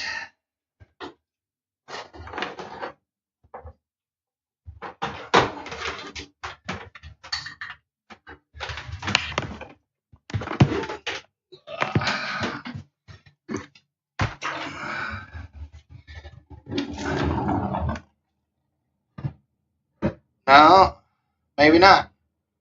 They're going to the pits.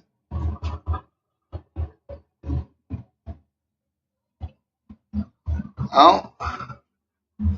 Okay, I lied. Oh, there's more water on the windows. Damn it.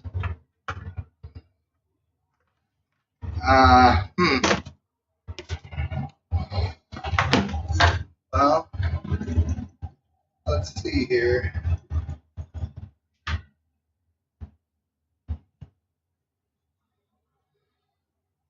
Thought they were firing them up to run them, but... Alright, well, Racers, as many of you have probably figured out by the parade of race cars that are making their way in front of the tower, unfortunately for this evening, we are going to have to be done. Based on kind of ambient temperatures, with what we're expecting for potential weather that might roll in here again, and trying to get the racetrack back into a condition that is suitable. Y'all, damn it. Alright, gang. Well, that is it for tonight. Nate's announcing that. I don't know if you can hear it. But yeah, it's starting to hit the window again. And, you know, Jim went up and down the racetrack and did the drag and everything too. And with the temperature dropping and all that, we're a long way from the dew point. The dew point's like at 30 degrees or something, but At the same time, with the humidity level that has risen and all of those things, you know, there's two things here. Obviously, first thing is being safe. You can't send race cars down a wet racetrack, and it only takes a tiny bit on slicks to be scary. But besides that, this racetrack has been on point all day long. I mean, you've seen it, guys going trip zip, running, you know, 1, 2, 3, 4 numbers off. They are, you know, this track is there. Everybody's running great. We have to give them a racetrack that they can do that on. So we'll be back tomorrow morning. Right now, we're scheduled to start at 8 a.m. with a time run for any of the new entries that are showing up for tomorrow. And we are scheduled to go live at 9 a.m. So I'm going to pack up what I need to tonight, and that way setup will be easier in the morning. And seriously appreciate you guys tuning in today and being patient with us for the cleanup. I have to give major credit. You know, those guys handled the last little bit of rain really well and got this thing cleaned up, and it was awesome. I mean, we went from wet to, well, not wet, but, you know, raining to racing again with guys going dead on the numbers. So obviously doing a great job. Jim Hughes is a racer, and he wants, you know, things to be right, and that's why this racetrack's amazing. So to all of you guys that tuned in today, thank you so much. And on behalf of Kid Performance and Dyno, thanks for joining us for Kid Performance and Dyno Friday. I want to thank Holly EFI and Holly for being longtime live broadcast sponsors here at Bang Shift, as well as RV Components and Hughes. Tomorrow is Hughes Performance Saturday. And we're going to have a great time. We have 2 shootouts scheduled for tomorrow evening. So everybody be safe. Hope you guys are going to enjoy the rest of your night. And again, thank you so much. And we will see you all tomorrow. And it's going to be a great day of drag racing tomorrow. There is just absolutely zero doubt in my mind that we are going to have a great time tomorrow. So if you guys are looking for some great entertainment tomorrow, then please come and join us. We would love to have you guys back. And again, thank you so much for sticking with us tonight.